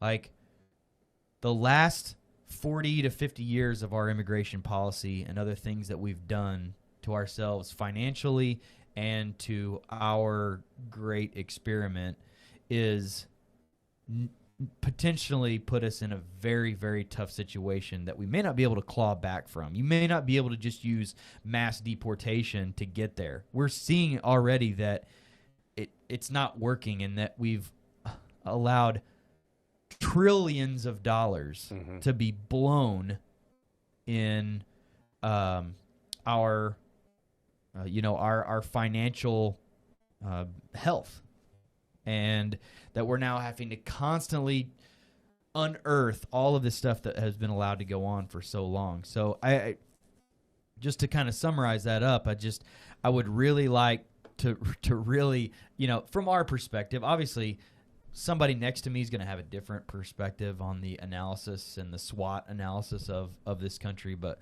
when you look at statements like this and the analysis of that by itself and what has taken place over the last few years, what gas prices are right now, what all the other things that what is being uncovered in cities around the country in massive amounts of fraud, and there are days where you and I just throw up our hands and we're like, how are we even holding on? But yet we woke up this morning and the market went above 50,000. And stocks are super high. People's 401ks are doing great. So it's like, to me, we're playing this like ping pong match and going back and forth, or we're seeing like the scales go up and down, trying to understand what it's going to be like for our kids. Because most importantly, you and I are like, well, we're fine with what's going on right now, but we're worried about our posterity. Getting back to what we were talking about just a while ago, like that's the same thing that the founding fathers were trying to do back then. They were trying to make a better place for their kids and their grandkids and their great-grandkids and their great-great-grandkids. That's the whole point. And we're constantly going back to the fact, like, can we put this genie back in the bottle and will immigration fix everything? Well, because there's a lot of little things that goes on that we don't know if that's going to be a silver bullet, but I don't know where you sit on the whole analysis thing, but I know it's a constant internal battle that we talk about all the time, which is, where do we get to a point to where we think that we may have this thing might right the ship a little bit? Yeah. I don't know. I mean, that birthright citizenship would be a huge win to change, to save the country in the future. But I don't know. I don't think these justices are actually going to do it. That's where I'm at right now. But who knows? We'll see. And then there's other things like, I mean, I was watching when people have been talking about abortion a lot recently, and I was seeing a post about how when Roe v. Wade was overturned, you immediately had the corporations out there saying, hey, we'll fly you to get an abortion if you need an abortion. And, you have this rise in the pills, and how much our modern economic system, or at least the corporations, it depends on women in the workforce. And if there is no abortion, then there will be less women in the workforce. And then somebody was just posted on Twitter. I saw it. I should have pulled it. Was saying that women are more likely to put up with abuse in the workforce. They're less likely to demand a raise, and all of these things and all these insidious.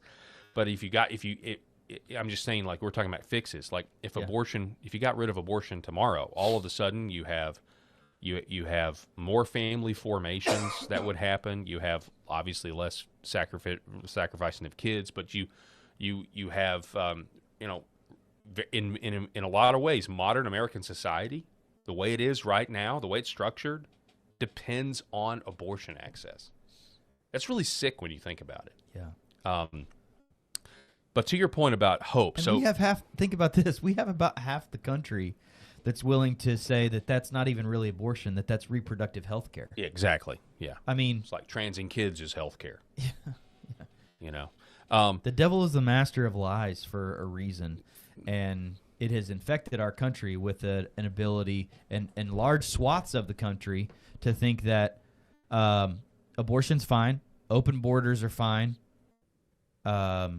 rearranging your identity based on whims and however you feel today, and cutting off body parts to change that is fine, and so on and so on and so on, that you get to the point where you're like, oh, I mean, maybe Gorsuch is kind of in a weird way right in the way that he's summing this up now, because what are you going to hold people to?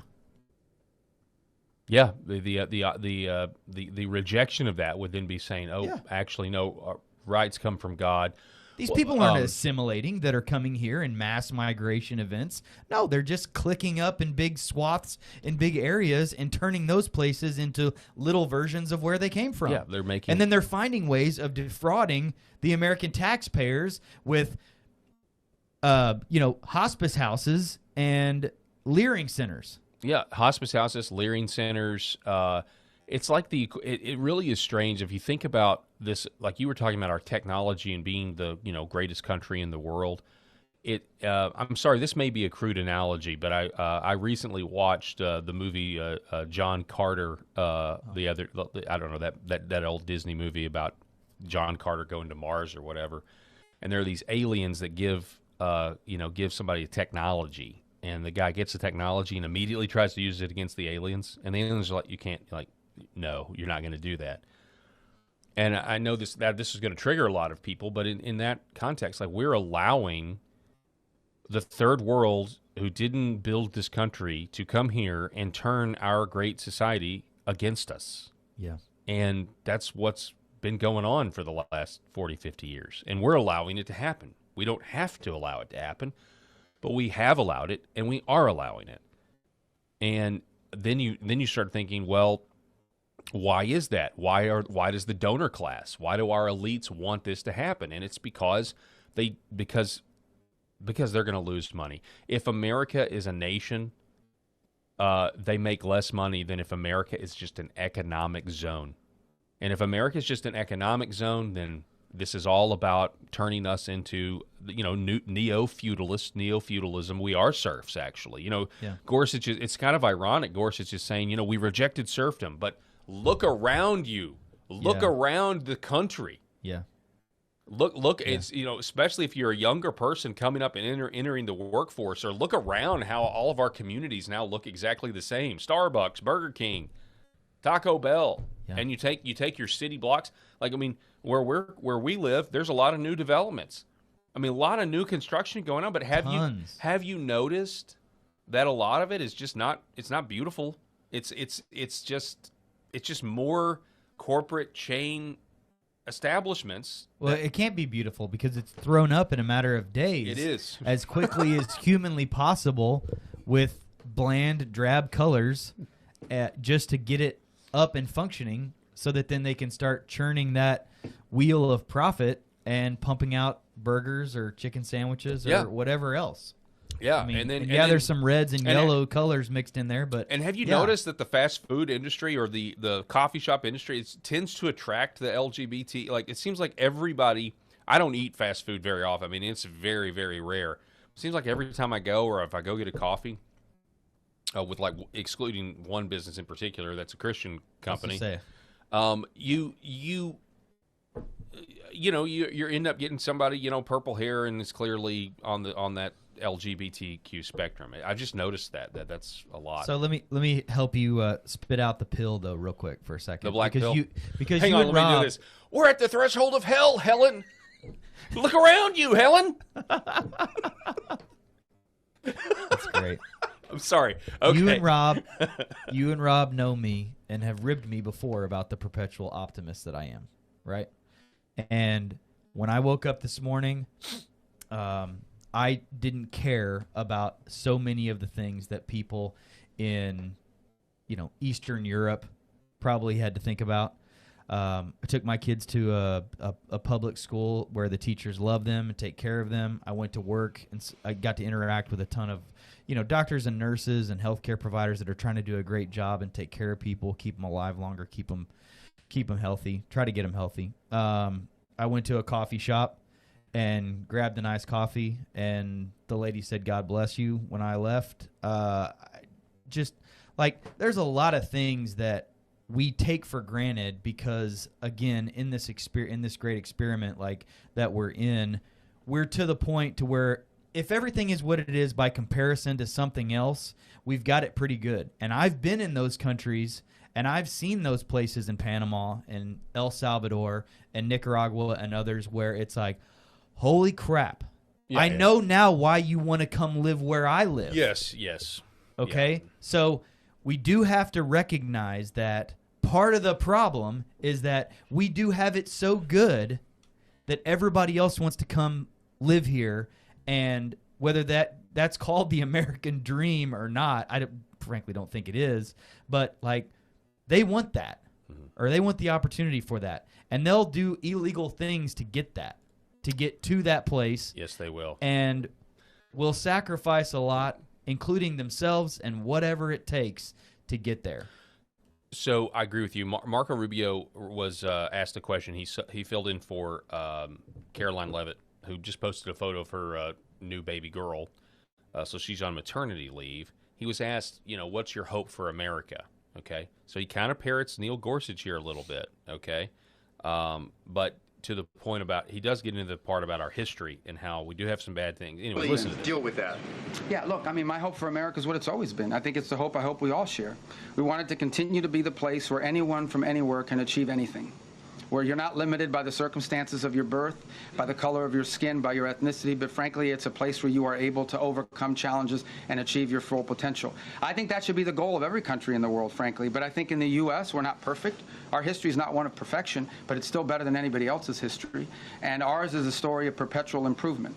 Each generation has left the next generation of Americans freer, more prosperous, safer, and that is our goal as well. But it is a unique and exceptional country, and as we come upon this 250-year anniversary, I think we have a lot to learn and be proud of in our history. It is one of perpetual and continuous improvement, where each generation has done its part to bring us closer to fulfilling the vision that the founders of this country had upon its founding. So a couple of things. The stuff he said about the history, it's better than anybody else's history. Totally agree with. But when I watched this, obviously I watched this a few days ago before Neil Gorsuch made his comments. But when I first watched it, I was just like, I'm sorry, man. Like I was like, this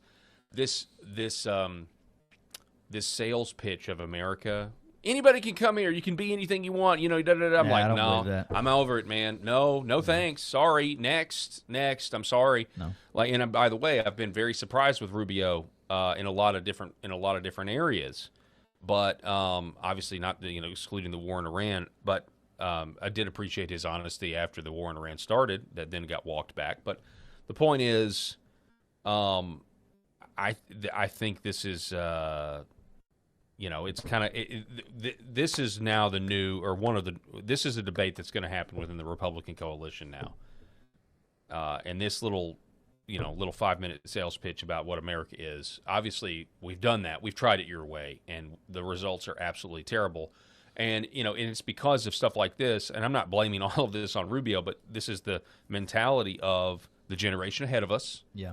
It is the mentality of the generation ahead of us, and you want to know why we had such contentious, like we're trying to get Minneapolis, we're trying to arrest people and send them, and we can't get that done, or we can't get it done the way we would like. Well, it wouldn't even be a problem if we hadn't adopted this nonsense creedal nation, and you talk about history, it's just not historically accurate. That's not what our country was founded on. And I frankly don't think that the two-party system that we have now, in as fractured and as extreme as it is, particularly the Democratic talk, like I don't think that makes it us able to make the next generation better than the one before. We're too polarized now. We're too. Oh, that's a good point. We're too opposite. Yeah. There's no common ground now, and now it's just we have to win. No, we have to win. No, we have to win. No, we have to win, and we will do everything and sacrifice whatever else as a means just to win. Yeah, and that's why we're seeing. So when you have a country divided as far as where it pledges its allegiance in the ballot box, in that dynamic, no, Mr. Rubio, I'm sorry. We will not make things better for our kids' generation with the system that we have in place. And I don't know what the answer to that is. And this is where I get to a point to where I try to teach my kids, like, don't come to me with just a problem. Come to Dad with a problem and a potential solution. Like, hey, Dad, this is an issue, and this happened. And I think if we did this might improve that. That's what I want to teach my kids to come to me with. So I'm not saying I have this magic formula to fix our two-party system and the broken, disgusting way in which they interact together now, but something has to change. I mean, I think it's going to. I mean, I think it's, one way or the other, it is going to change. Yeah. It just may be more drastic than most people want. All right, so here's a few more takes on this. I don't mean to beat a dead horse, but this is a topic that I find fascinating. R.N. McIntyre, in response to Neil Gorsuch's comments, this is why originalism seems like a joke. He doesn't believe in the words of the founders. He doesn't even believe in the original meaning of the 14th Amendment. What is originalist about defending a progressive view from the 1960s? This is very good here because it's highlighting how ridiculous the take is that we were founded on a creed, we weren't founded on a religion or even a culture. A culture. How do you say that? How is any nation founded? It's impossible for a nation to be founded on something other than a culture. Think about how ridiculous that is, that cultures don't spring forth nations. When you look at the Christians and the pilgrims and the settlers that came here in the 17th century and they eked it out. I mean, that created the bedrock. This is what Donald Trump was saying. Okay, so then we have so now we're going to highlight just kind of, if we are a creedal nation, which I don't think we are, but maybe we are practically. If we are, what are the implications? Okay, this guy named Devin Erickson. America's a creedal nation. Okay, can we test people to see if they believe in the creed before not letting them in or before letting them in? No, that's racist. Okay, can we kick them out if they don't believe in the creed? No, that's denying them due process and their constitutional rights. Can I see a copy of this creed? Nope. No one can agree on exactly what it is. We think it has something to do with the Declaration of Independence, though. Okay, so what you're saying is that this creed defines the nation, but it isn't defined, that it forms the basis of law, but has no effect on the law, that we owe allegiance to it, but that allegiance cannot be tested or demanded. Yep. So the creed could be anything, couldn't it? It could be horses are pretty or eat at Joe's, and it wouldn't make the slightest difference. I suppose so. I never really thought about it. What's important is that judges decide who is an American and what America's future will be. Say, you aren't a judge. Yes, that's your point. What's your point? So you get it here. This has been widely mocked online, and I'm really glad for it. I'm here for it. Jeffrey Kaufman. I'm an originalist, which means understanding the intent of the founders. So your views on America are close to the founders? No, they're whatever progressives invented between 1912 and 1965. Right. And this is really where, I mean, that's the creation of the Federal Reserve. That's the the Civil Rights Act that got us where we are. That just got thrown out. At least the gerrymandering part of it got thrown out. The Voting Rights Act. Pastor James Baird. Pointing out what we pointed out earlier. Our rights are given to us by God, he said, but our nation wasn't founded on religion. You can't have it both ways. These people, it's like they have, this is a Supreme Court justice, and I like Neil Gorsuch. I've liked some of his rulings and opinions. I've also not liked some. But it's like, how are you a Supreme Court justice and this is what you're saying? Maybe when he says it wasn't a particular religion, he's meaning a particular denomination. But I don't think that's what he's meaning at all here. No. So Jeremy Carl, there's a few posts from Jeremy Carl, and I wanted to get to this because he makes a very interesting point. He says the 1847 Constitution of Liberia was explicitly modeled on the U.S. Constitution of 1787, ratified in 1789. Both begin with "We the people," establishing a republican government to secure liberty, justice, peace, and welfare. They have a Declaration of Rights, very close to the U.S. Bill of Rights and the principles of the Declaration of Independence. They have separation of powers, a legislative branch, a judicial branch, executive branch, freedom of religion, assembly, petition, speech, press, jury trials, due process, no double jeopardy, grand jury, confrontation of witnesses, no self-incrimination, habeas corpus. They have all the stuff we have. Yet Liberia did not turn out like America. Ideal constitutions flow organically from the experiences or culture of particular peoples and can't simply be randomly engrafted almost whole onto different peoples. This is one of the many reasons democratizing the Middle East exporting democracy has failed so spectacularly because the people don't even understand the value of what we're trying to force on them because they haven't lived the experience. They actually, in some cases, I think, enjoy the strong external force that puts a boot on society in order to, manage outcomes. Successful nations, he says, must build constitutions rooted in their own experience, history, and values. Liberia isn't the only nation to closely mimic America's Constitution or Declaration, but none of those nations have turned out at all like America. In 1890, the approximate year in which America became the world's largest economy, between 85 and 95% of the American political community, i.e. those with voting rights, was still of Northern and Northwestern European origin. Virtually the entire government for the first 300 years of our history, since Jamestown, going back to Jamestown, had been comprised of Northern European Protestants. Yes, the creeds that they enshrined in the Declaration and Constitution were important and necessary, but they were not sufficient for America to become the world's greatest country.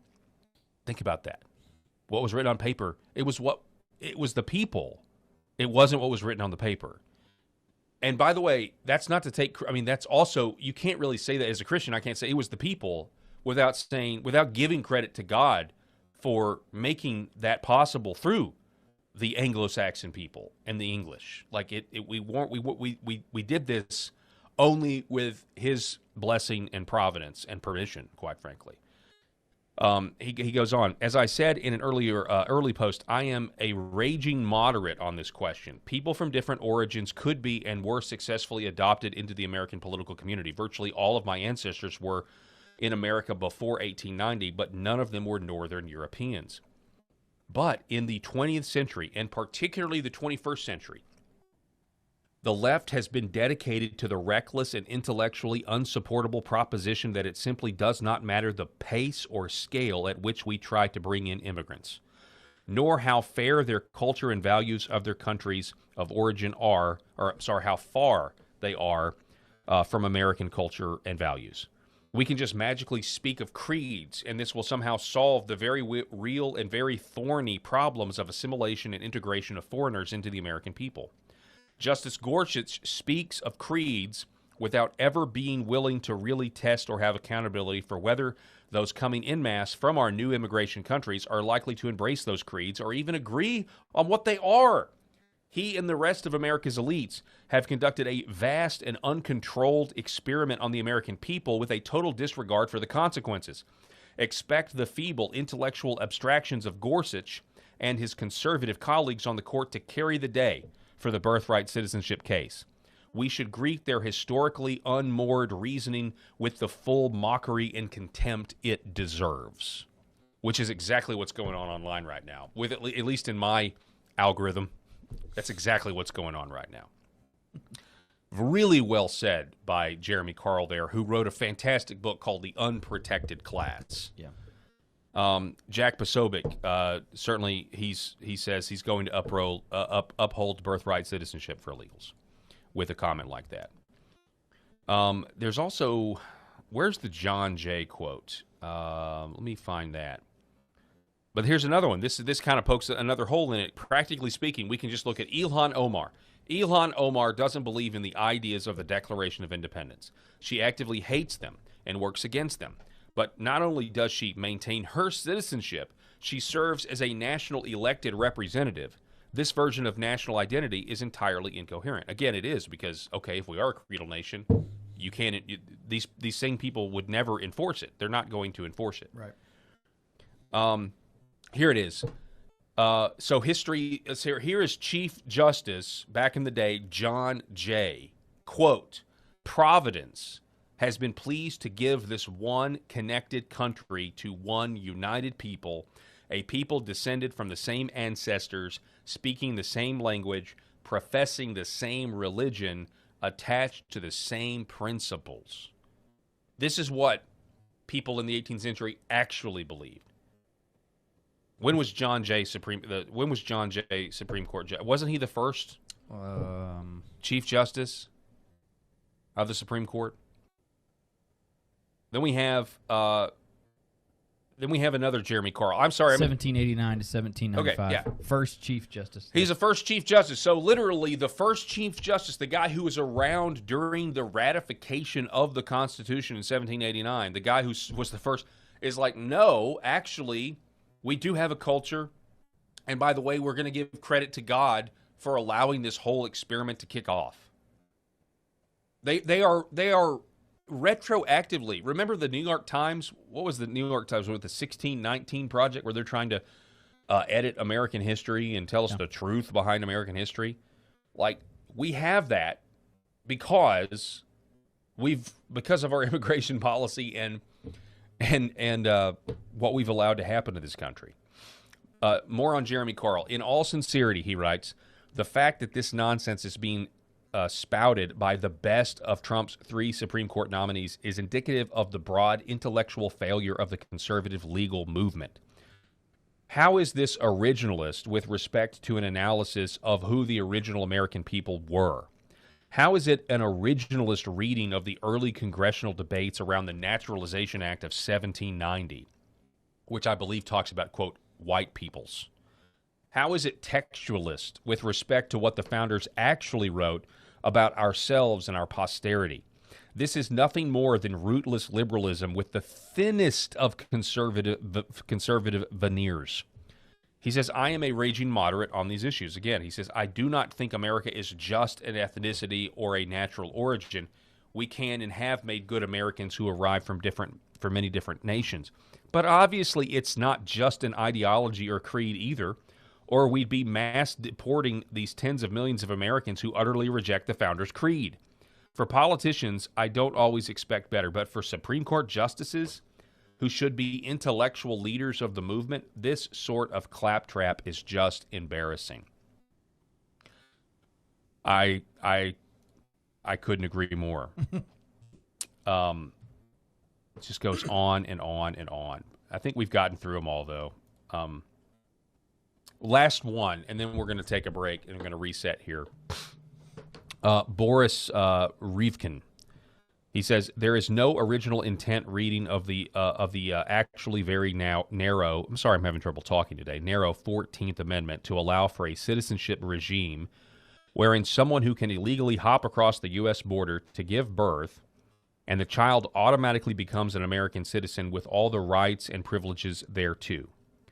If birthright citizenship doesn't have jurisdictional and procedural guardrails, it becomes meaningless. The trouble is that ruling correctly and returning to the much narrower scope and reading of the 14th Amendment is not something this or any modern SCOTUS is apt to do. Maybe Thomas has that level of courage, but not a majority. It would open the door to upending so much additional jurisprudence based on a flawed approach to the 14th Amendment. So I think we already know. I think we already know what they're going to rule, and they're going to rule that Trump's executive order outlawing birthright citizenship is unconstitutional. They're probably going to keep it, folks. If they don't, it'll be huge.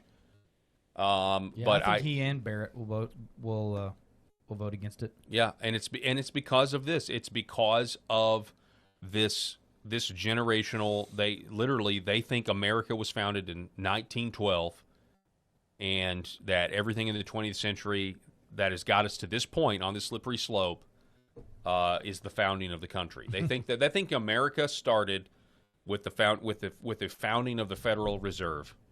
That's year one for America. And so it's really ironic when you consider we're celebrating 250 years this July, because you can make an argument that we're actually a totally different country than we were, and that we're actually celebrating, half of that. We're actually not celebrating 250 years. Yeah. Because you can make an argument that 20th century, we basically, America had a good 100-year run. Now, I'm not meaning to be, obviously. There you go. But America had a good 100-year run where we had people that were like, leave me alone. For centuries, light has been used to heal.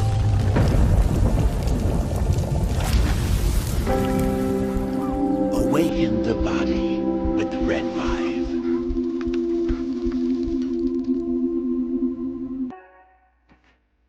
Why is Red Vibe different? What sets it apart? What sets us apart from the standard red light panels? This is a medical grade device, and what that means is the red light bulbs, the near infrared bulbs, have very specific wavelengths. If you think about the wavelength as the medicine, the 635, the 670, the 810, the 850, those were specifically chosen because those are the most powerful effectors of the cells. So those specific wavelengths, when they get into our body, when they affect our tissue, they spike energy production, they help with nerve pain control, they increase stem cell counts. There's very specific mechanisms that those specific wavelengths work at, and that's the medicine. So if you think of, say, medicine as an Advil or a specific steroid or a blood pressure medication, the wavelength is the medication. The other part of that, whenever you take a medication, is dose. Right? So you have the medication. So if you take 1 milligram of Advil, and the average dose of an Advil is 200 milligrams to 800 milligrams, it's not going to work. That doesn't mean the medicine's bad. It just means you didn't take enough. Right? And so even if you have the right wavelengths, first you have to have the right medicine, and then you have to have the right dose.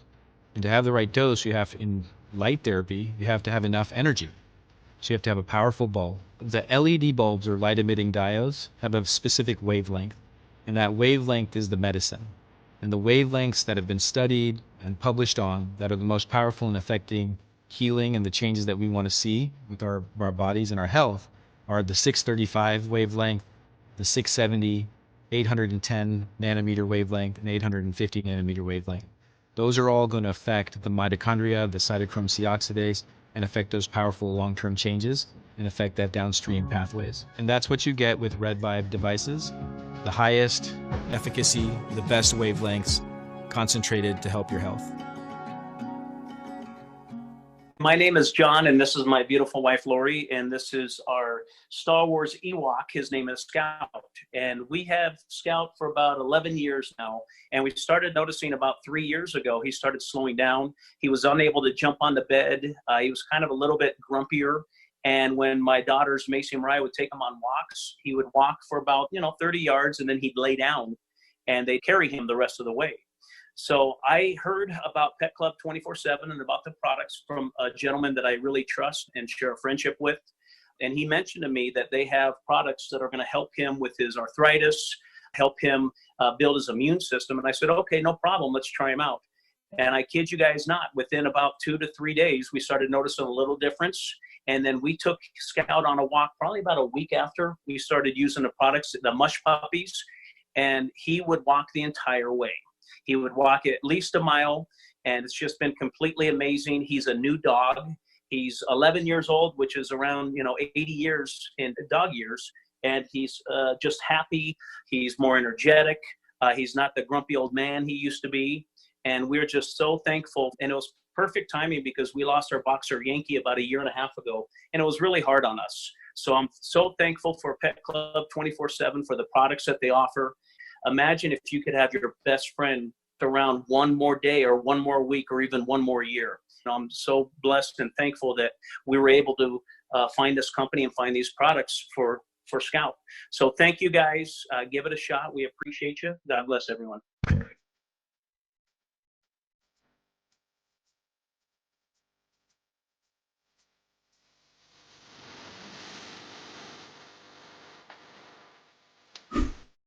The Paul Herrell Program.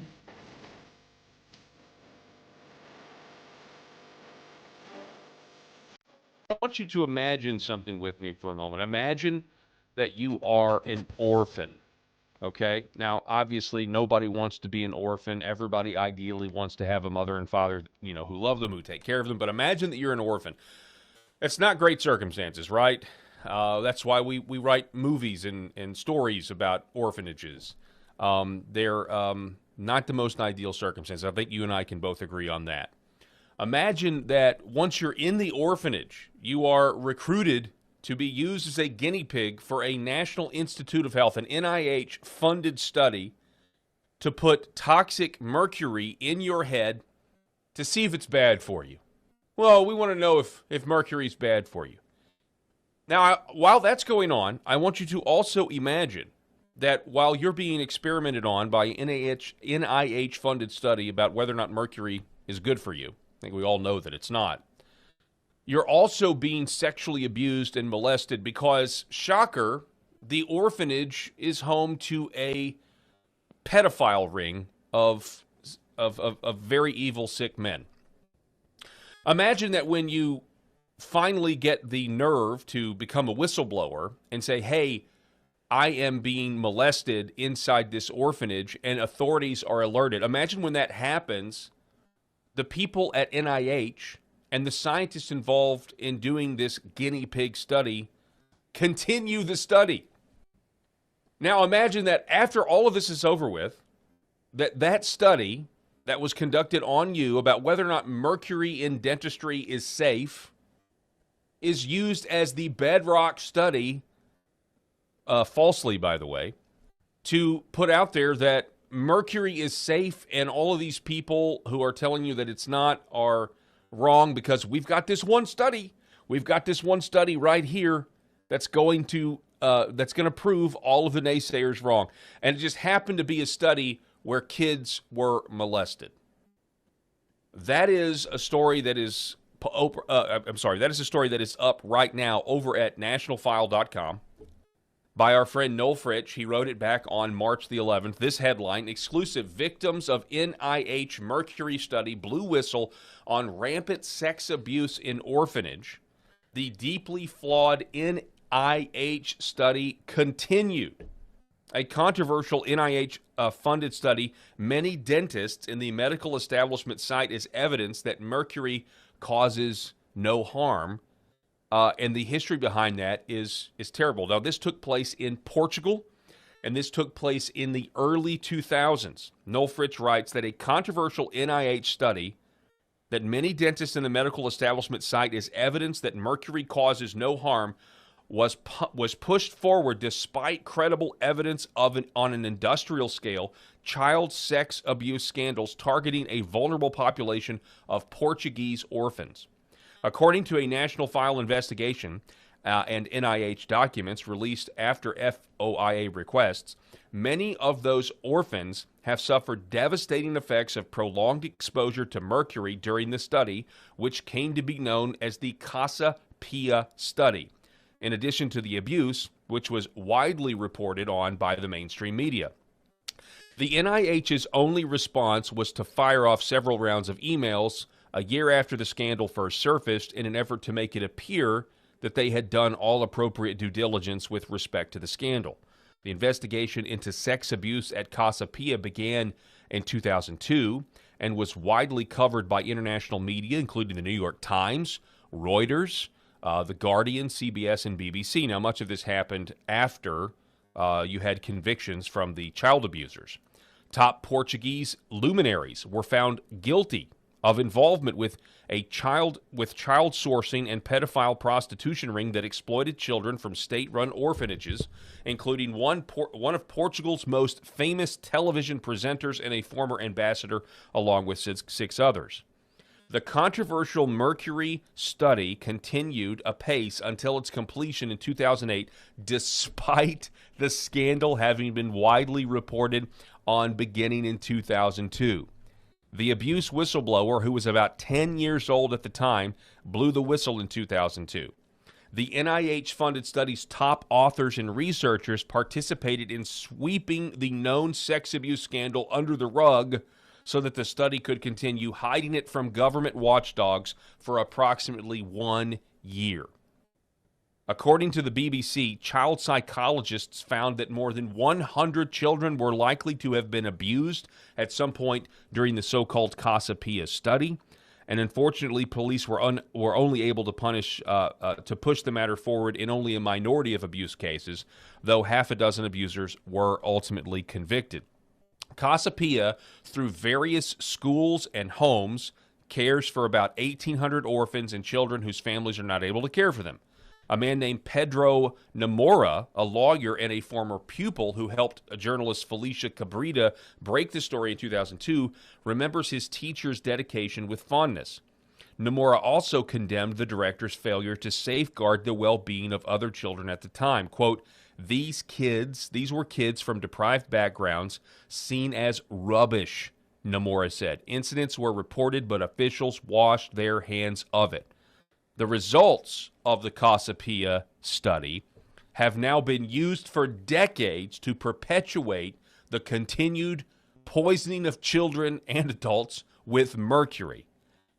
Noel Fritz writes, the now infamous Casapia study has since become widely relied upon as the linchpin study making the case for continued use of toxic mercury in humans, especially in the dental setting or the dentist setting when you go to the dentist. Now, that's why we're going to turn now to Anita Tibau, who's quoted in this article. It says, Anita Tibau is a researcher and international advocate who has tirelessly pushed for a worldwide mercury ban for the last 25 years. She knows about this topic very well, extensively, in fact, and that's why I reached out to her to have her on the program. Anita, welcome back to the show. It's great to see you again. We haven't spoken since last year, but when I read this story, I knew I had to have you on, especially when I saw you quoted in it. How are you? Doing okay? I'm traveling a lot, and me, like a lot of my colleagues, we all got this head cold. It seems like it's a never-ending thing. So please forgive my voice and my nasal speaking. It is okay. But this is just so important that when you asked me to come and do the show, I couldn't refuse because of the timeliness of what's happening with this entire Casapia story.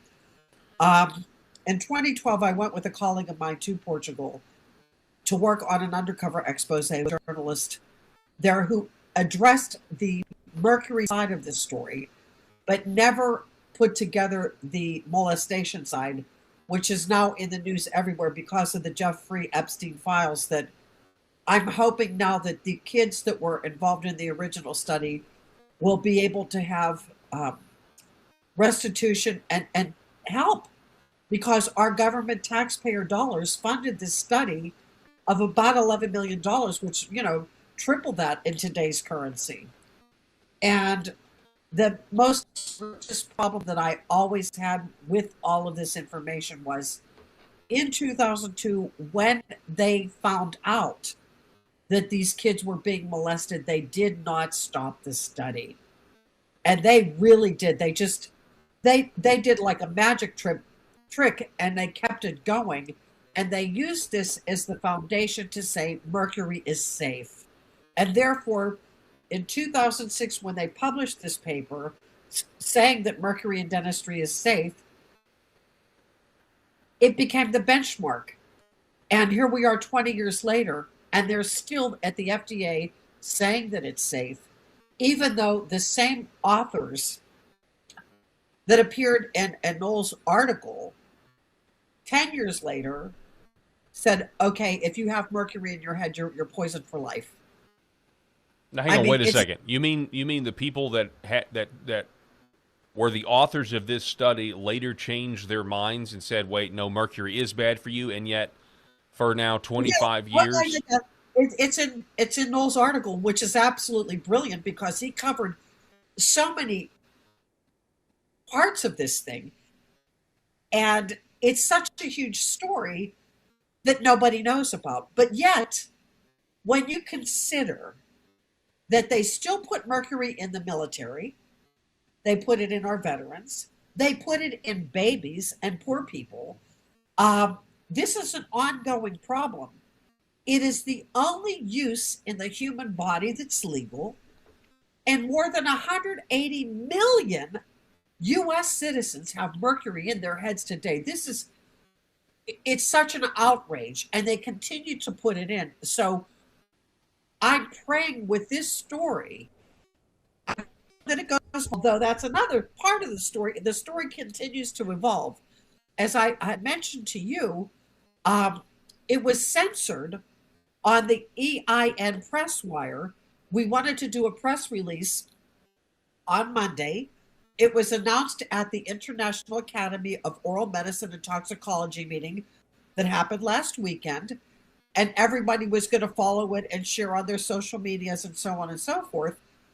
And when the article went into PR Newswire, or EIN Press Wire, excuse me, they said that the investigation is speculative, okay? So I'm going to interrupt you here. So just so you know, you see on your screen there, EIN Press Wire. Okay, this is just the world's leading. They brand themselves as the world's leading press release distribution service. You can reach millions with one click when you use their service. A way to get your message out. If you're an organization, they've got the way to do it. Okay, so you guys sent. Use their service to send it out to the wire. Hey, look, we've got this story, and they said it's speculative. Wonder why. What was it specifically the story that Noel Fritz was running, or a variation of that story on a national file? Yes, it was the information that he reported on, and distilled down for a normal press release. Okay. And they rejected your press release because they rejected it. They Wow. rejected it. Okay. So talk about censorship. It's alive and well, just so your audience knows. And the thing is, this is all based on freedom of information documents. All of it. This is not speculative at all. The documents exist. A lot of them are in the public domain. And this, to me, it is so outrageous, because when we can think of the big lawsuits that came before, like the tobacco or the Roundup. Now we have COVID lawsuits that are starting to pop up, and they're burying this story. And this story is so important to humanity because, one, so many people, even just this alone, have mercury in their teeth today, and they don't know it's a neurotoxin. They've been told it's silver. They've been told it's safe by the FDA, and they have been told that you don't have to worry about it, when everything that they have been told is really based on current science is not true. Well, and I know you are exactly right about that. We've had you on several times talking about it. You have spoken at the United Nations. You've been trying. Well, just so everybody knows, let's just remind everybody that Europe has essentially abandoned mercury, but here in America, we're still holding on the last grasp of this neurotoxin that we want to still keep in dentistry. And you've got these organizations, like the American Dental Association. It just seems like they refuse to change with the times. They refuse to acknowledge what they've done and what they're continuing to do. Would you agree with that? Absolutely, because, when the whole European Union, 27 countries, banned it in 2025, and I was at the last UN meeting, it was the Conference of the Parties 6. And mind you, I've participated since before it became the Minamata Convention on Mercury Treated. My first trip to the UN was in 2002. So I've spent, 25 years in that system, watching the corruption at a global level, not just a U.S. level, but the global level. And what was the consensus or agreed upon at this last meeting at the UN in November was that we would wait another 9 years for the rest of the world to ban mercury in dentistry. Well, I was so outraged by that. I said, no. We have to do something else. And the only thing that really came to my mind was this Casapia story. And it's based on everything that's happening in the world today with the Epstein files. So I think that's a very smart and reasonable thing to compare to. I don't know. In what world are you an NIH researcher? Let's give them the benefit of the doubt. Let's assume that they're really there to find out the truth about mercury. We want to know the truth about it. In what world, in the midst of the study, does a pedophile ring get busted at the orphanage and you don't end the study? You don't even have, it doesn't even have to be specifically a scientific study. If you were doing any activity, if you or me or any normal person were engaged in some sort of project and you found out the people that you were working with or in the vicinity of were involved in molesting children and a pedophile ring, you would back away from that and know this is going to delegitimize everything that I'm doing. But no, the NIH-funded study, the people in Portugal didn't. They didn't back away. They didn't abandon, and the study continued for years after that. And they did it because it was a cover-up. And I want to get your response to that, but I'm going to throw this back up here because this is incredible to me. Noel Fritsch, nationalfile.com, writes, emails show the researchers conducting the Casapia study knew about the ongoing sex abuse scandal. Despite this major red flag and despite government regulations in place designed to protect the subjects of studies, especially vulnerable populations, like orphans who don't have a mom or a dad, the study continued anyway. In a 2003 email, Dr. Timothy DeRuin admitted that he had known about the sex abuse claims for a full year before notifying anyone about it. Dr. DeRuin, the Executive Associate Dean for Research and Academic Affairs at the School of Dentistry at the University of Washington, was responding to an inquiry by NIH's Lawrence Tabak. Dear Larry, Norm indicated that you wanted to hear from me directly about the situation at Casapia in Lisbon, and why I had not notified NIDCR earlier. In hindsight, I probably should have said something earlier. We first had any indication of a problem in October of last year when our psychologist, Dr. Brenda Towns, along with the neurologist from the University of Lisbon, and then Isabel Pavo, interviewed and examined several children who were identified as having the largest changes in behavioral test scores from the previous year. One student reported a history of sexual abuse from a staff person at one of the Casapia schools, but also indicated that he had reported the problem to authorities and the police. While several former students may have been affected, I did not understand this to involve scores of current students. I don't know if the rate is 2% or 3% of abused kids in this population is significantly higher than any other demographically similar populations. Oh my gosh, so right there, he's trying to justify it. Like, meh, all the other studies that we do may have abused kids. Who knows? So probably no big deal. Then he says, I do apologize for not notifying you earlier, but it was not clear to me whether the study was significantly affected. Again, are these people mad scientists, Anita? It would literally take a mad scientist to say, my work is now involved with kids who have been sexually abused, but we're going to continue the Mercury study anyway. It's wicked, man. It is a wicked type of mentality. Go ahead. Well, I did a few more things because I wanted to create a paper trail. Honestly, my first was to file a citizen's petition at the FDA. And I believe you had me on shortly after that.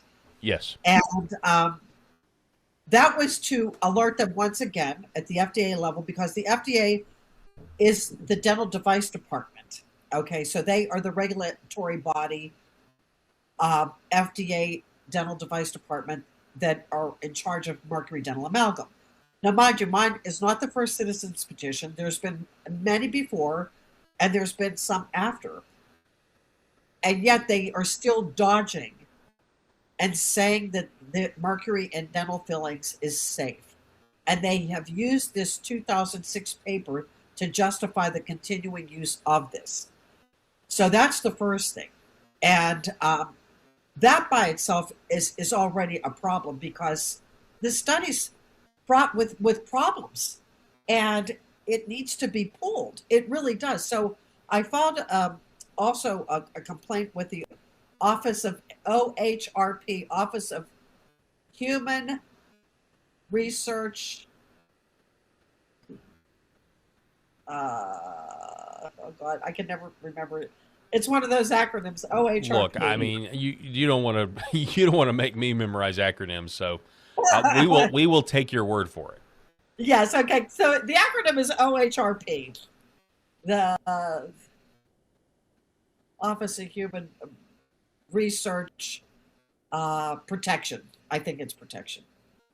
And when you start to look at their guidelines, when you do a human study, especially with children, they're supposed to have advocates. And based on what I learned, it's really into these dogs again, is that the kids that were actually the ones that didn't have parents, the orphans in the study, there were a total of 500. Let's say 250 got mercury, 250 did not get mercury, and we don't know the numbers who were orphans or not orphans, but that's a large chunk of the study. That's a fifth of the kids should have had individual advocates, third-party people for each individual kid. That didn't happen.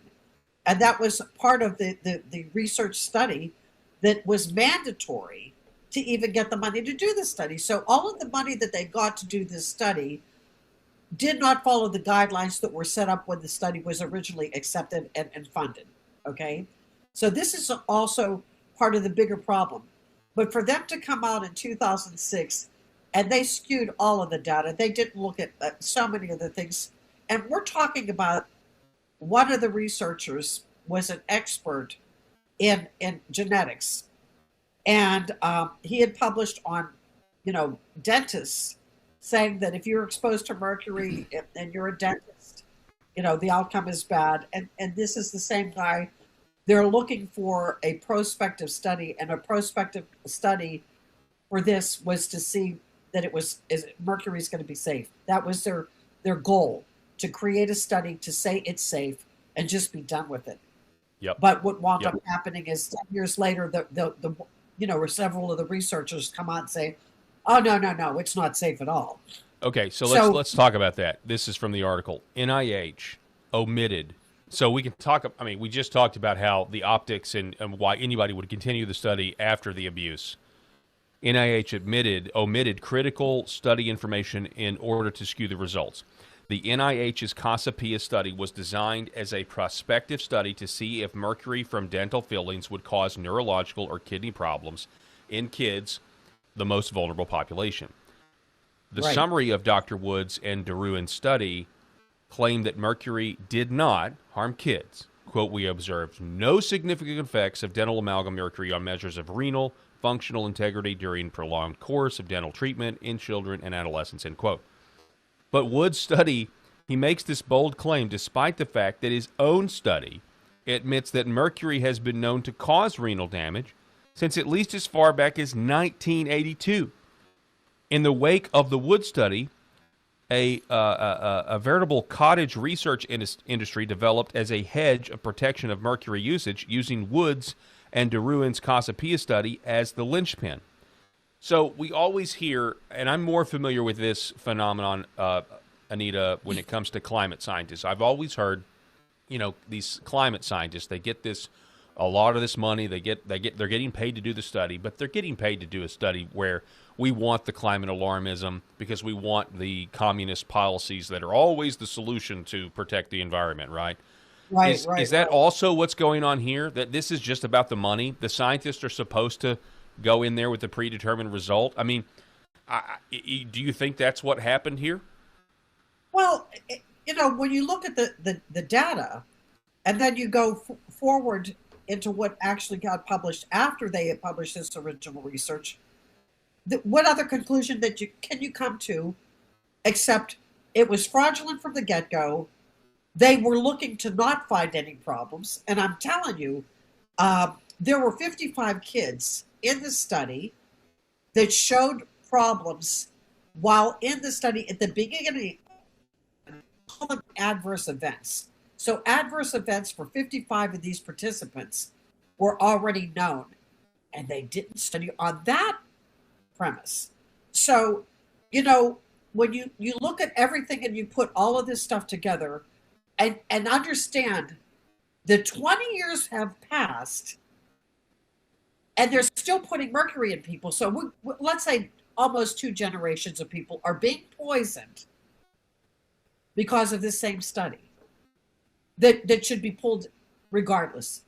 It's a crime against humanity. I can't, yes. I'm part of, you can't sugarcoat the obvious. You can't. You're poisoning people for profit, and that is what it is. So if your motivations at the outset of a study like this are already nefarious or already have, you're not approaching this like a scientist would, You know, you're already sacrificing the scientific method, you know, that you learn in biology 101 or whatever. To me, the fact that they just ignored the child sex abuse, like, oh, let's just keep going, it just, in my gut, it just tells me, okay, well, you guys had a scheme from the beginning here, right? If you needed to get accomplished. Say that again. I said that's if you're a common sense critical thinker, there is no other conclusion that you can come to except the one you just did. Exactly. And to your point earlier, a subsequent reanalysis of the Casapia Children's Amalgam Trial by David Greer and Mark Greer or Grier identified significant adverse effects that were obscured in the original publications, particularly among the boys. When the data were examined, some boys demonstrated markedly worse outcomes across multiple neurological and behavioral domains with increasing exposure to mercury from dental amalgam. In those adversely affected children, higher mercury exposure was associated with significant deficits in attention, memory, and motor function compared with other children. The magnitude and consistency of these differences indicate that mercury from dental amalgam produced measurable harm in particular groups of children. The Greer or the Geyer reanalysis demonstrates that the Casapia trial did not show no harm, but rather revealed substantial neurobehavioral impairment among genetically susceptible boys exposed to mercury. And yet, they took the study anyway, and just like what RFK said. I mean, RFK said that they had, that he exposed, he did this in committee, where they had this data that said that boys that were getting the current vaccine schedule were more prone to autism, particularly black boys, and he has evidence that they gutted that information. They literally edited all that information out to publish it to say there's nothing wrong with vaccines. So this is a pattern with these scientists, you know, and it's ridiculous. These scientists are viewing themselves more like clergy, and this is some sort of religion. And some sort of dogma that's not based on fact, but it's just based on belief that they're forcing on the rest of the planet. Yeah, well, you know, when you start seeing how much money these guys got paid, it's egregious. It's just so outrageous to me. But the bigger problem is that all of these people that could have not had mercury now do, and once you have mercury placed in your teeth, there's not enough biological dentists on the planet to get it out safely. I mean, there's, you know, in the whole grand scheme of things, we're talking about a handful of dentists that know how to do it safely to protect the patient and themselves versus everybody else. It's impossible. It's just an impossible thing. And yet they're continuing to put mercury in. Now, mind you, these kids from the Casapia, they're in their 30s and maybe early 40s, if they were able to even have kids, because we know that mercury creates fertility problems for both men and women. So it's just this snowball effect. And I've reached out. I'm trying to locate some of the people that participated in the study. And let me tell you, God only knows what their health status is today, because they're the only group of people that we have identified from childhood to adulthood, exposure to mercury from dentistry. So, you know, it's our duty to get back to these same individuals, these same victims, to go ahead and basically unwind what was done to them from the first part of this experiment, because that's what it was. It's a human experiment. And they call them the guinea pigs, and it's true. Because these kids had no idea that the consent forms for these kids, they did not talk about the risks, and it wouldn't have really mattered because the people who were the guardianship over these at least 100 of the kids, all they did, they just signed it off. There was no concern. Oh, wait, isn't mercury a neurotoxin? Isn't mercury a poison? But this was known, you know, since the beginning of chemistry. Everybody knew that mercury was bad. Even when mercury in dentistry started in the 1850s, the people that brought it to the United States, the dental surgeons who were also MDs, they said, we can't use this. And we're going to sign an oath of ethics not to use it because we know mercury's poisonous. Wow. But the dental craftsman said, wait a minute, it's cheap and easy to use and we can make money. And that is how the American Dental Association was formed. Now, people think the American Dental Association, but isn't that a government agency? No. It's not like the AMA.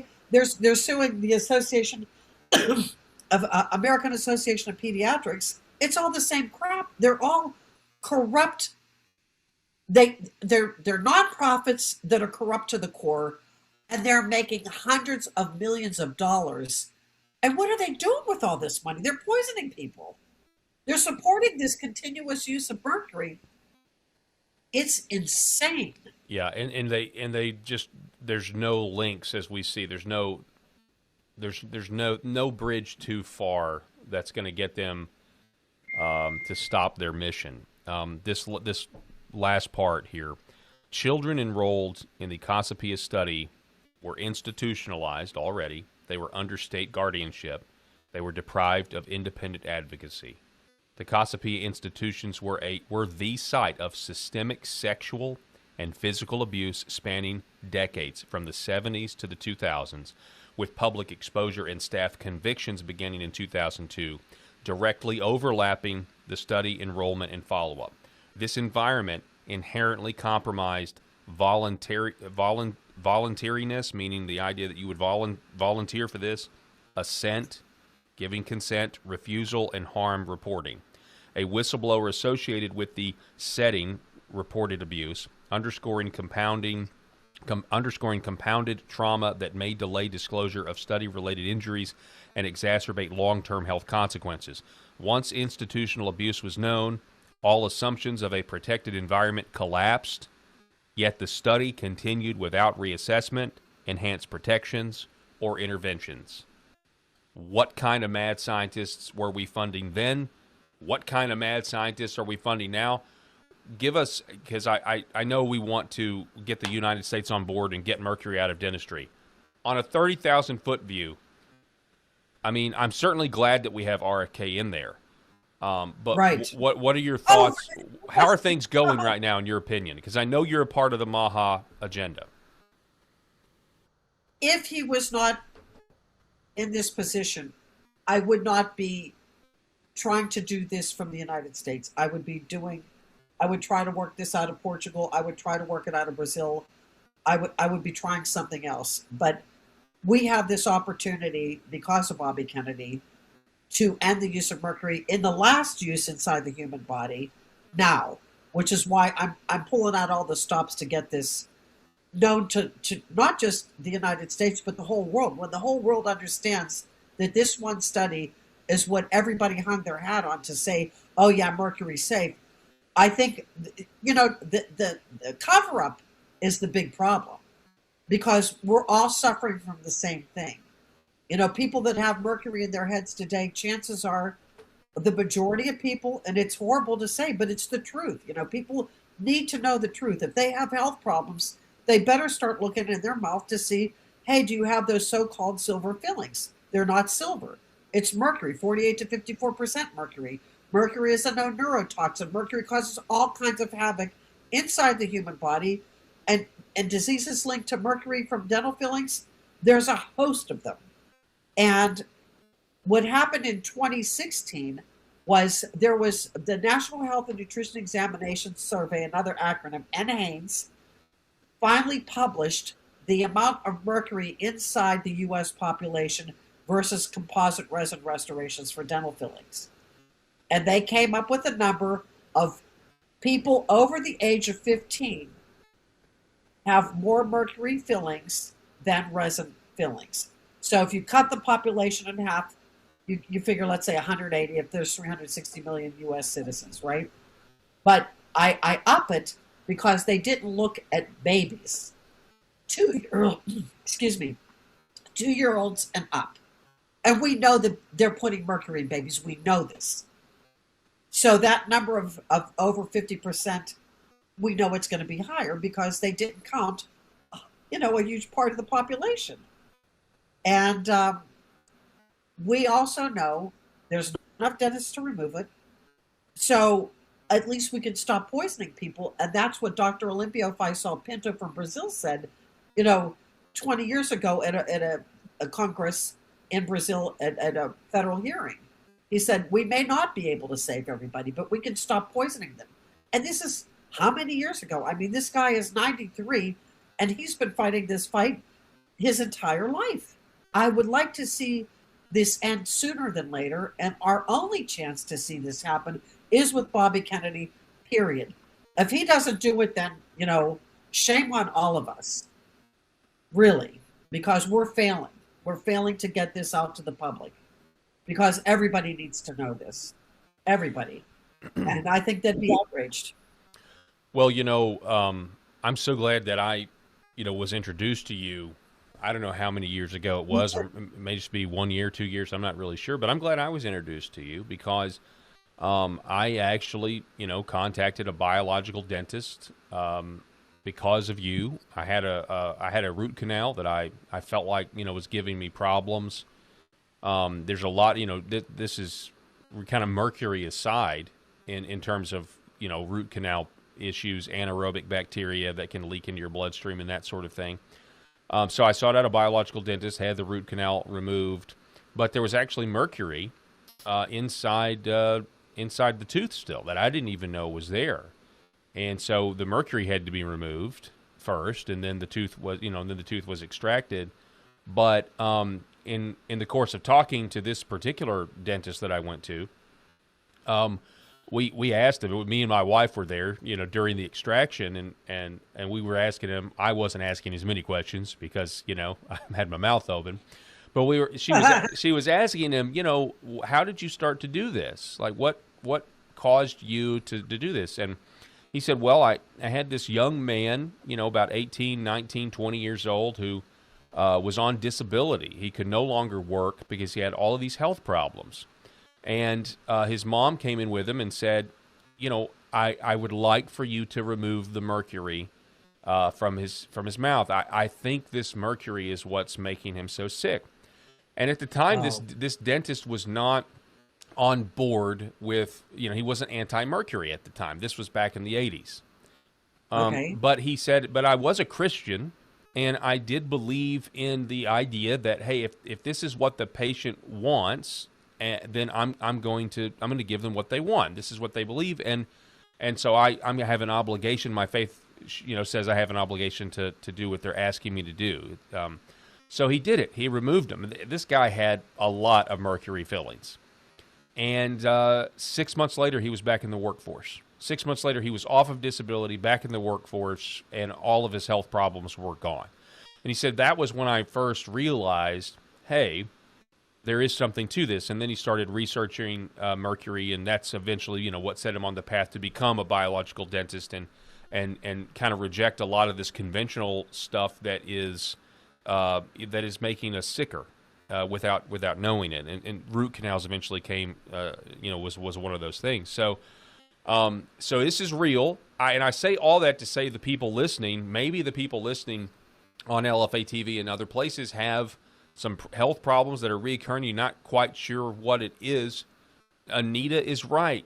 Maybe you should look in your mouth. Maybe your teeth are feeding your system neurotoxins or anaerobic bacteria, and I'll let you respond to that. Absolutely, Noel. And I'm sorry, Paul. It's okay. I associate you too, and it's been a long week. But Paul, the thing is, whole body health starts in your mouth. That's a fact. You cannot deny it. And medical doctors, even integrative doctors, are not telling the patient, do you have mercury fillings? Do you have a root canal? Do you have implants? Do you have nickel crowns? I mean, all these metals in the head, it is a bad idea. And they just keep coming up with one more thing. So it started with mercury. Obviously, that's the worst. And obviously, with the numbers that we now know, how many people have mercury in their head, it's no wonder that people are in the state of health that they are. But I truly believe this is by design because, my God, in 2026, How could you still put mercury in a human being and say it's okay? I don't give it. I could care less what excuse that people have to say, oh, well, we can't stop using it because, poor people, what are they going to get or whatever. I mean, there's no excuses. You're poisoning people for profit. You're poisoning them intentionally. And these people are going to live and die with it because they'll never be able to take it out safely. I mean, people that are trying to find a biological dentist now, wherever they may be, like if they're in middle America, they can't even find one. So what are we talking about? We're talking by a known neurotoxin, and we all know how toxic mercury is. And the research that the guys that you mentioned earlier, and that's in Noel's article, they were the premier researchers on mercury, not only in dentistry, but also in vaccines. So these guys, they know everything. So that when they published they published several papers until the father passed away last March, and David is now carrying the banner of the family. But they published research using that NHANES data that I told you about earlier, and they found that there's a correlation between mercury fillings and asthma. They looked at arthritis. They're looking at all these different things for clinical research and doing statistical analysis to show that if you have this amount of mercury in your head, your propensity to develop this disease is X.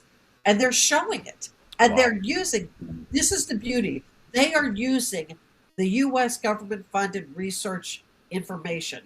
So you can't deny it. It's the same with this press release. How are you going to say that it's speculative when you're sitting with the document in your hand saying, okay, this is an email, and this came from this person, and this is part of the study. I mean, it's there in black and white, but they don't want to touch it. They don't want to touch it. And this is not a good thing, because if we're still being censored, we think we have freedom, but,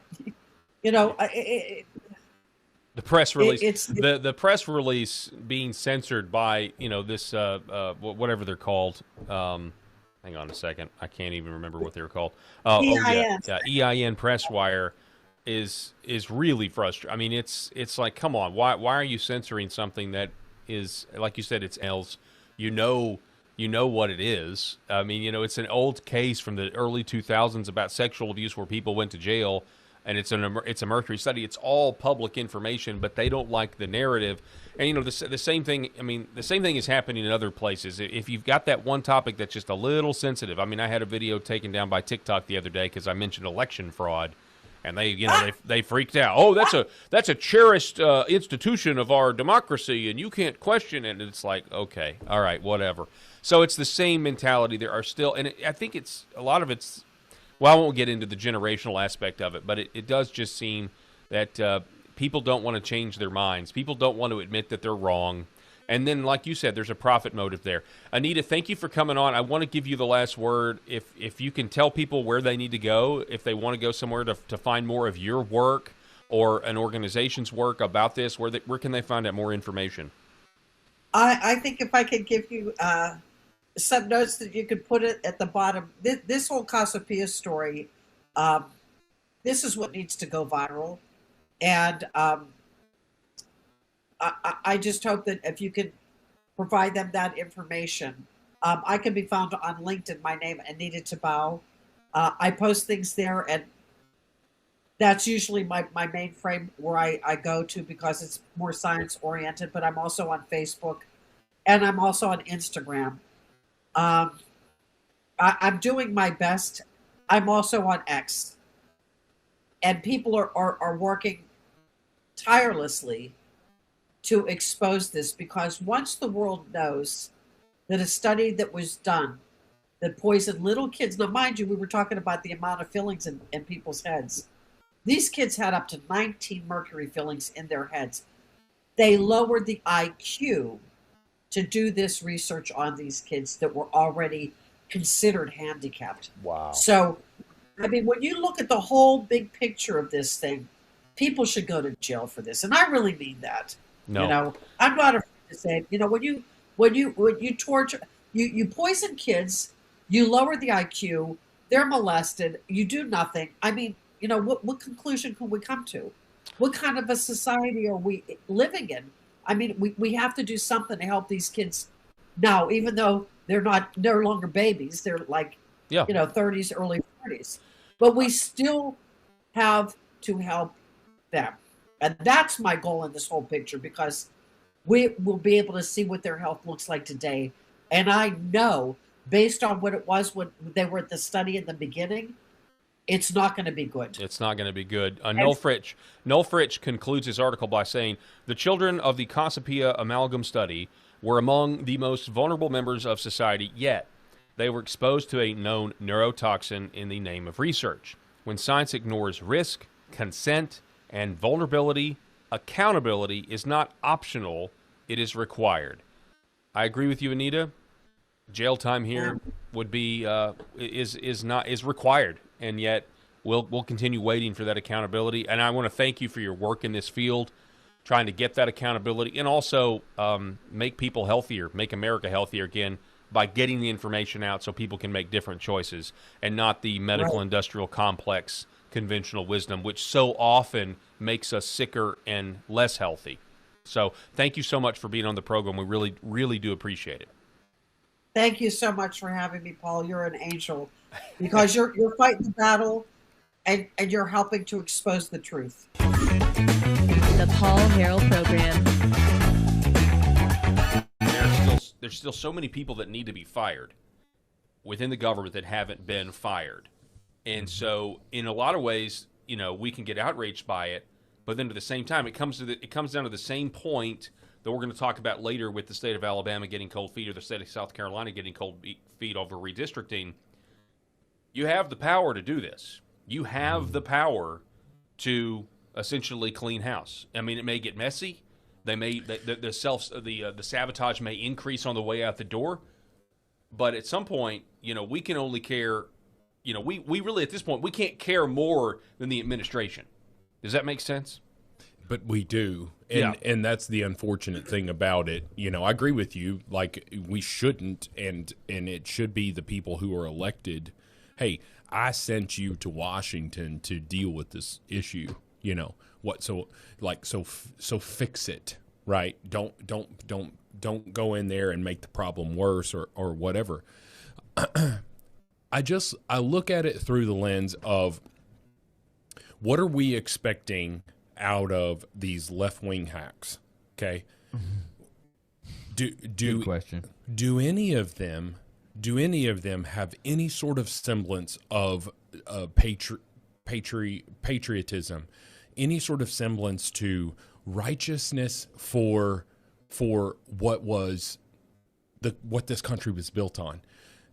I don't think that there's a bone in their body that would ever admit to the fact that, things were pretty good. Things were, we don't have the greatest history. Slavery's a black eye in our nation's history and all of that stuff, but we were one of the shortest reigns of slavery. We don't have a perfect history, but Marco Rubio says it best. He's like, yeah, we're not perfect, but we're a lot better than the rest of the world, right? We are the light on the hill, at least in terms of the global economies and all of that stuff. We are that thing. And I look at it through this ultimate sort of deciding factor on, should you or shouldn't you? Would the Democrats? They are itching. They are doing everything they can to get back in power. Override that state constitution. To hell with it. We don't care. We're going to indict a major candidate for the presidency because he slept with a hooker, or a porn star, whatever. And he paid it off. Yeah, it's kind of the same thing. Words out of my mouth. Like, now is the time for synonyms on the show, kids. so it's Her like, name was Stormy. Stormy. And the letter of the day is S. Yes, S. Anyway. So, but it's like the gloves come off when they're in power. The gloves have come off. We already saw what they're going to do. They allowed the country to be flooded for 4 years. We saw what they were also doing in terms of their indictments for the what was trying to be the leading candidate for the presidency. And then when that didn't work, they tried to kill him. And I want to say they, because, Thomas Crooks, whatever the heck his name was, he didn't act alone and all that stuff. That's another story for another day. But my whole point of it is, why the hell are we playing nice with people who will never play nice with us? Yeah. Ever. Yeah. You're trying to play nice. I mean, John Brennan should already be in handcuffs. I think that much is clear. Eric, you got anything? No. Okay. Well, so on the same story. Everything was perfectly said. No, I agree. But on the same thread. Plus, no offense, but I don't like to talk about John Brennan anymore because I don't want to give that guy. I think what we just said is good, but I don't want to give that guy too much of what little I have going on up here, or where I have space, because I just don't see him as relevant anymore. Yeah. He can't do anything to anybody. He's had his security clearance ripped. Yeah. He's completely irrelevant. He's doing this for a paycheck from MSNBC. I mean, I don't know what I don't know what he's taking for his little appearances there, money wise, but he has nothing else to offer. Well, he knows the assignment too. He's not going to go on there and say anything positive about this administration whatsoever. He's on MSN. He's on go MS do this now. and then go talk to some lib book club somewhere. Yeah, and but basically, do a little he's saying appearance. it's Nobody okay. cares. What's stopping them? The question was, what's stopping them from making it worse? And he says, well, basically, we've got our people still on the inside. Yeah. Sabotaging, grinding the gears, making sure this doesn't happen. Which is sounds a lot like treason to me. I was gonna say. That's my thing. I was like, go ahead and go down that road. We're getting a little treasonous in there. So James O'Keefe, pretty soon, John Brennan will be looking at seashells on the seashore. That's right. And giving little what I messages to his found. minions. Look what I found. Wow, somebody wrote "Kill Trump" in the sand. I wonder what that could mean. 8647. I just thought it was a. What a tool. I thought it was about his stupid answer that his wife gave. In the restaurant business. Yeah, it was My a wife restaurant. was in the restaurant business. 86 that order. Oh yeah. It means kill it. It means kill it. Kill that order. All right, so James O'Keefe, 2 high-level White House insiders have been caught on undercover camera discussing internal subversion against President Donald Trump. We're going to listen to a little bit of this report that was released today. 2 individuals. One of them is Maxim Lott, and we'll get to the other guy here in just a I second. feel like the decision-making processes are a little bit chaotic.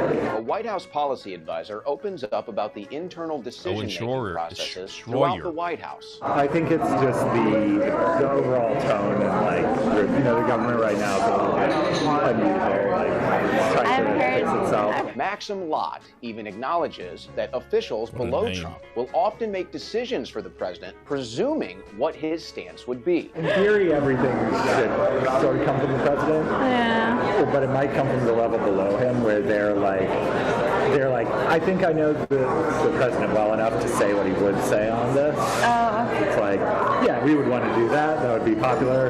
And then at my level, like, I don't know, 5 levels below or whatever, still there's a lot of discretion to be like, this is clearly like what we would want to do. And this is apparently done with no financial analysis or concern. It is just based on assumptions or on what, quote, feels like a good idea. There's no like, oh, well, this will cost $10 million, but like save people $20 million. There's like nothing like that. It's just like, this feels like a good idea, or like the base supports this or this. That's funny. Yeah, you're good. I like the questions. Yeah.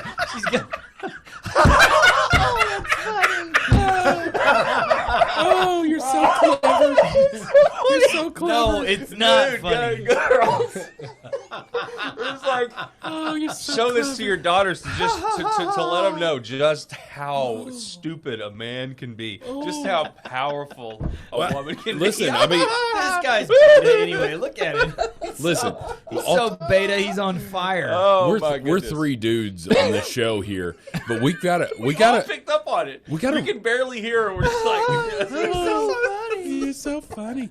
Listen, we gotta kind of rip on our gender a little bit here, because these undercover with Project Veritas and with O'Keefe Media and all of this stuff, it seems like it's either a straight dude who's thirsty or it's a gay dude who's thirsty, or a guy who maybe is in denial. Maybe you know, he's what's the word? Curious. He's curious about it. I don't know.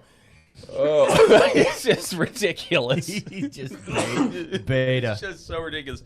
Okay, you know what? There's really nothing to be said. Sorry, there. I had to sneeze at all that ridiculousness. But my whole point that I was just trying to make there is that the Tinder profile reference is that where are the undercover videos of the girls spilling the beans?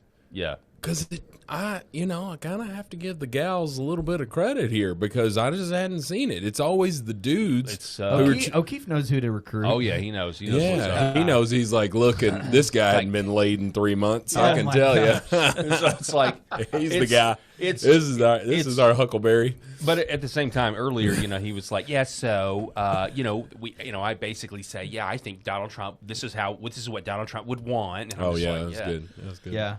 That guy, Okay, young Abe Lincoln. Whatever. Young Abe Lincoln, is that a Thanks, burn Wilson. from the chat? They're calling this guy Young Abe Lincoln? No, I am just looking at him. Okay.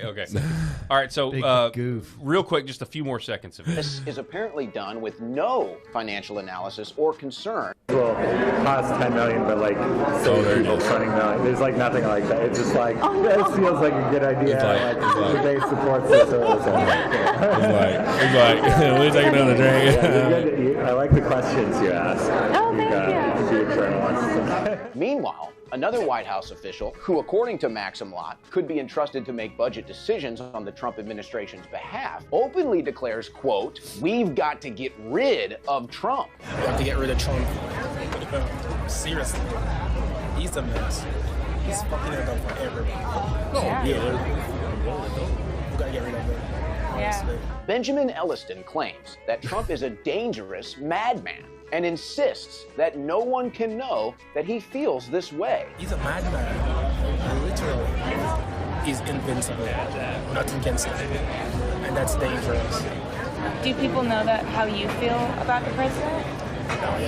No. Oh, but they will. And they do. Oh, but they will. That dude just got fired yesterday. Mr. Benjamin, was he fired? We can actually he's got to be fired. say that I got something on that. Daily Caller reporter is reporting that Benjamin Elliston, who you just saw there, from the White House, has been placed on administrative leave and is under investigation. See ya. So sorry about that, buddy. Listen, you get a little thirsty, right? And you're trying to from a standpoint of, and I'm just going to say this from a standpoint of the demographic of women that you have to date in the Washington D.C. area.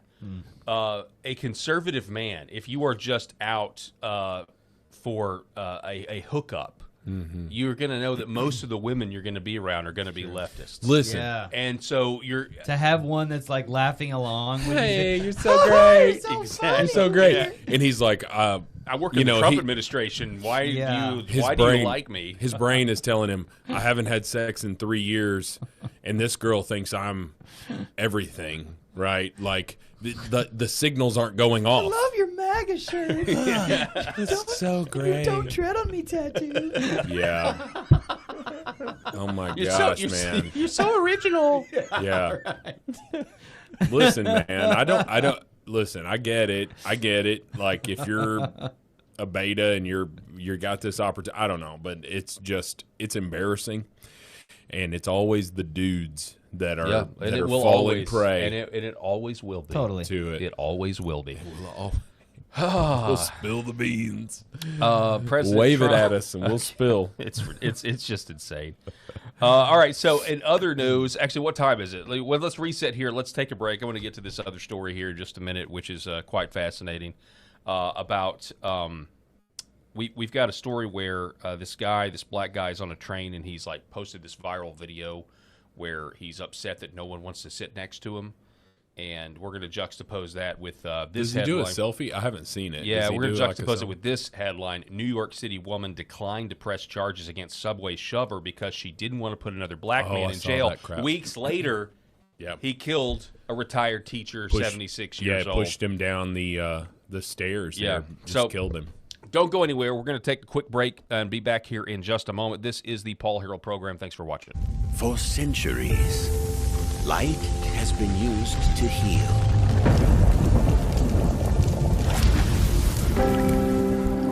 Awaken the body with Red Vibe.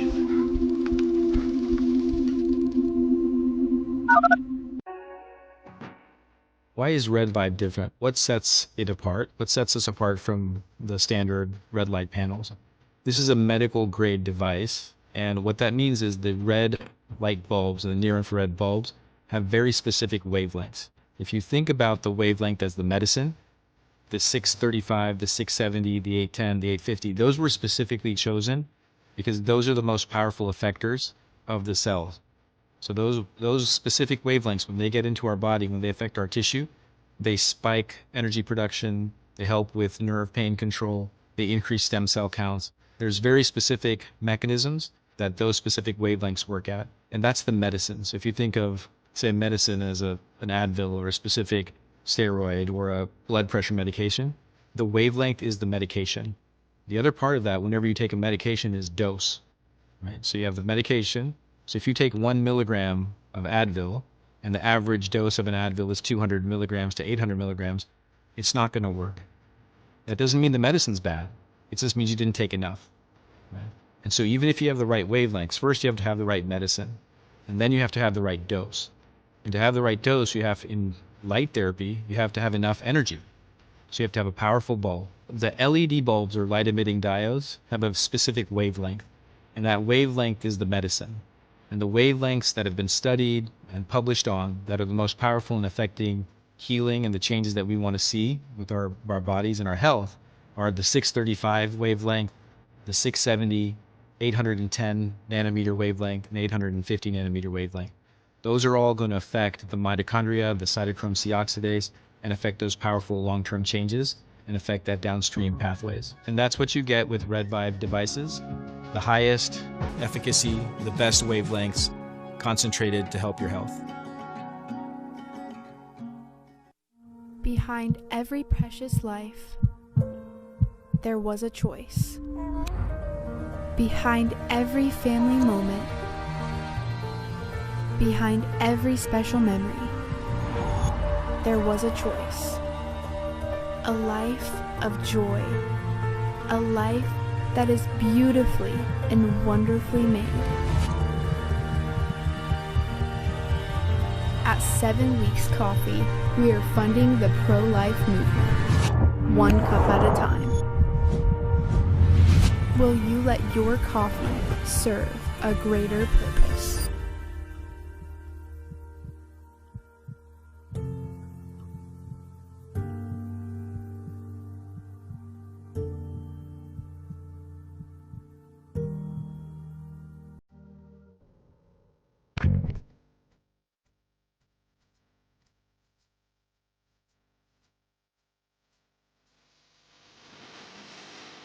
Everyone's an important piece of the puzzle and has a role to play. When you're on God's team, no one sits on the bench. On God's team, there is no bench. Yay, welcome! I am so excited to be with you today. If you're new to Flyover Conservatives, our slogan is wake up, speak up, and show up. God has called us for such a time as this. What an amazing time to be alive. I just want to share with you, today's show is going to be so encouraging for the body of Christ, for the ecclesia, for the remnant, the people that have been holding on, declaring, praying, and believing for breakthrough. We are there. As you can see from the title today, heaviness and oppression give way to powerful breakthrough. As I was going through all of the videos and prophetic words and everything that, that was sent to me by the contributors, God just kept coming back to this the whole time, Breakthrough is here. If you've been feeling heaviness, if you've been feeling oppression, you are not alone. The body of Christ has been feeling that And God is letting us know that powerful breakthrough. In fact, you're going to hear some of the largest breakthrough we've ever experienced. We are on the verge of it right now. So I just ask you to share this with people that you know, that you love, that this might be encouraging for them, because God has great things in store for the body of Christ. There is no doubt about it. I want to do a shout out to the contributors for today's prophetic report. This would not be possible without these amazing women that every single week they are praying, they are spending time listening to the Lord, they are listening to the prophetic, and then they are saying, okay, God, what do I send? They send them to me on Wednesday mornings at 4 a.m. I get up, God and I put this show together, and it would not be possible without these women. So a big shout out to Denise Brewer, my sister Tammy Wagner, to Terry Strange, to Cheryl York, and Dawn Leonard. Thank you. Thank you. Thank you. I love working with each one of you. It is so much fun to see what God does every single week. I also want to do a shout out to the sponsor of the show, and that is Fern Valley Soap. As you guys know, I love Sandra Fry. I love working with her as well. Sandra and her daughter Stacy own Fern Valley Soap, and it's soap made with goat's milk. And this is pretty cool. They actually have big Father's Day gifts that they've put together. And so if you're thinking, what do I get my dad? You know, because it's like, how do you get him flowers? Not really. You know, what do you get your dad? And what do you get somebody that a lot of times already has everything that they need? Well, Fern Valley Soap is amazing, and it is a gift that can be sent directly from Fern Valley to your dad. So if they're in another place, another state, another city, you can send it right to them. So this is a really cool box. It says Happy Father's Day. It says the best dad in the world. So really, really cool. And they smell great. So there's different kind of boxes you can see, cool manly boxes here. They also have a wooden crate that you can send to your dad. And I will say this, Double Down, this is one of their newest scents that's in one of these, the crate, and I see it on a lot of the boxes. It smells really great. It's very manly, but very fresh. So this is a really, really great gift for your dad at fernvalleysoap.com. And I will say, my husband, we typically like the Humboldt Hands. He Yes. loves that one. But I pulled out one the other day, the Night one, like Knight, and Yep. he's like, oh, I love this one, and he like gets really excited to use it. So, that is great for a man even to be like, man, I'm excited to take a shower because I know I'm gonna smell really good. That is for sure. Their scents are incredible. So again, this is a really great gift for your dad. And when you use the promo code FLYOVER, you get 20% off on your purchase. You're supporting a company that loves Jesus, that are patriots, mother-daughter business. You're supporting the Flyover Conservatives, and you're getting your dad a great gift. And every time he uses it, he'll be thinking of you and thanking you for that gift, Fern Valley Soap. And then I also wanted you to know that they have a brand new soap that just came out, and it's celebrating 250 years of America. It's cool. It's got the flag on it. It has an eagle on it, and it smells like apple pie. And I'm not kidding you. It smells like apple pie. You want to eat this bar of soap. It is so, so, so good. And it is also a scrub, as you can see on there. So this is a great way of supporting our 250 years of freedom in this country. And we're going to be talking a lot about freedom today. So fernvalleysoap.com. Make sure you use the promo code FLYOVER. I also want to do another shout out to the other sponsor of the show, and that is mypillow.com. Love Mike Lindell. We had Mike Lindell on the show maybe a week and a half ago. I'm going to be playing a reel for you in just a second, but I wanted to let you know that this is also a great gift for dads as well. If you're thinking, okay, what do I get my dad? This is another really great option. mypillow.com/flyover. They're running really great deals right now. The one thing I wanted to highlight was the thing I've heard from a lot of people is how much they love the pillow mattress topper. They love the mattress topper, and right now it's as low as $99. It's typically $219, as low as $99. So really, really great gift for your dad as well. So you could even go together with siblings or something like that to get that for your dad. Obviously, they had robes. Their pillows are at an all-time low price right now as well. So they are running really, really great deals. Yeah, look at that bathrobe. Those bathrobes are really nice as well. That's another great gift for your dad. You could get him some soap and a bathrobe. So, man, hard to beat that for your dad. mypillow.com/flyover. I want to play for you a reel from Mike Lindell. So again, he came on. He's running for governor in Minnesota. But he was talking about, like, again, born for such a time as this, and how the timing is everything. Our timing is not necessarily always God's timing. And you can find this by going to the Flyover app. You can see Mike Lindell. And I do want to say, do you see the views? Is it 100? Is it 11.1? 11.1. Thousand eyes more friends, funds, favor, and fun. In the name of Jesus Christ, we receive Deuteronomy 1:11. I love that. He is such a great man. I heard him say one time on an interview that he would be willing to give up everything and start over again if he knew that we had fair and free elections in this country. And so he has done so much to make that happen. Again, a really, really, really great man. Check out this quick reel. This is the most critical time in history. When I prayed for grace at the Rose Garden years ago, when I spoke and said we had taken God out of our country, a nation had turned its back on God, we need to spend time getting back in the Word and pray for God's grace. You guys, we're living it right now. Starting with the 2020 election, if those deviations hadn't happened, we'd have all went to bed. Biden would have won. Everything would have been counted. And we'd have thought that this whole nation likes transvestites and men and women's sport. But that's not the truth. We're 95.5 country, and we're 60-some% red. And I want to tell everyone, if you're out there praying and you're saying, my prayers haven't come true or whatever, well, it might not be God's grace or God's timing. I've had to learn patience myself. But where is God's will? God's will is in the Word. I've said it before. Every day I stay in the Word, and then you can be proactive in prayer, everybody. And it lines up beautifully. Just everybody keep the faith, because we're going to get to a place. And remember this, God uses all things for good for those who believe. And you want to talk about prayer today at 3 p.m. Ginger Ziegler is going to be teaching us how to intercede prophetically. I am so thankful for Ginger. I have learned so much from her to be able to join that, to be a part of that. If you can't do it at 3 o'clock today, go on later. But it's Ginger Ziegler, Ziegler, prophetic intercession. You can find her on Rumble. You can find her on YouTube. Make sure that when you do go there to her channel, make sure that you subscribe, make sure that you like, so more and more people are seeing this. But we're talking about thousands of people coming together, praying over these prophetic words and asking God to put his words in our mouth. Do we stop? Do we change? Do we alter? How do we make a difference in this country, in this world, and agreeing with what God is saying? So I love Ginger. That's Krista right there with her. And I have learned so, so much from her. She is my mentor. She is my friend. She is my prayer partner.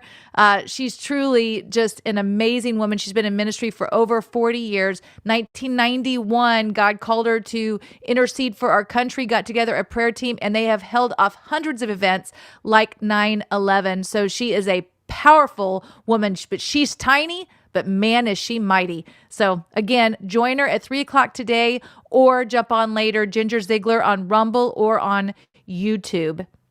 All right, so what are the prophets saying? We're going to actually start with Lana Vosser. When you go to flyoverconservatives.com, go to prophetic words, and you're going to find the written prophetic word there from Lana, talking about what we just heard about from Mike Lindell, maybe things that you've been praying for. Are you feeling heavy? Are you feeling oppressed? Are you feeling like, man, I have been in such warfare? Well, God is talking about right now, breakthrough for us. Again, this came out on June the 3rd, 2026, and this is what she said.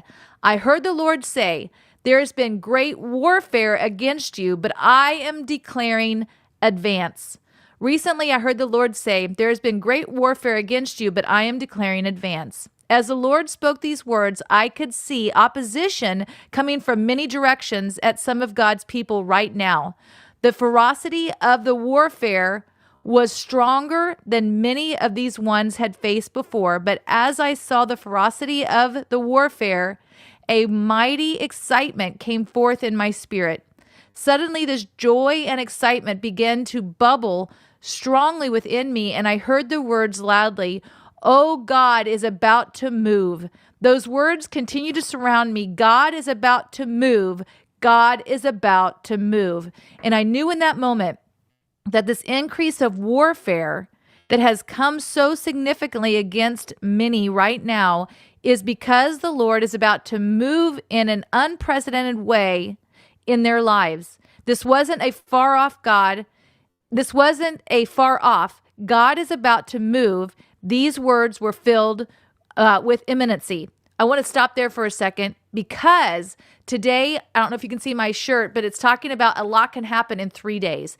And so God actually, before I started the prophetic report today, God told me to wear this shirt. Obviously, we know Jesus died on the cross and then he was resurrected 3 days. What happened in 3 days? He took everything that Satan had stolen from us with Adam and Eve, and he gave it back to us. And so very, very powerful.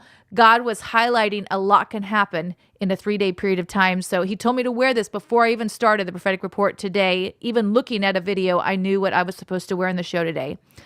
As I leaned into the Lord and listened, the Lord spoke to me that the enemy is attempting to cause many to run, to hide, to withdraw, and to give up right as the Lord is about to move in a mighty way. The sense surrounded me so strongly that it was very important right now that his people remain where he has called them, to remain in faith and to stand and be steadfast. The scripture surrounded me. Fight the good fight of faith. Lay hold of the eternal life to which you were summoned and for which you confessed the good confession of faith before many witnesses. 1 Timothy 6:12. As I continued to lean into the Lord's heart and listen, I heard the sound of a shofar so loudly in the spirit, and I heard, "Advance, my people, advance. I have already given you the victory." The enemy is doing all he can to attempt to delay you, intimidate you, weary you, and discourage you. My people, there is such an assignment of the enemy to bring discouragement upon you right now and to attempt to discourage you out of your victory.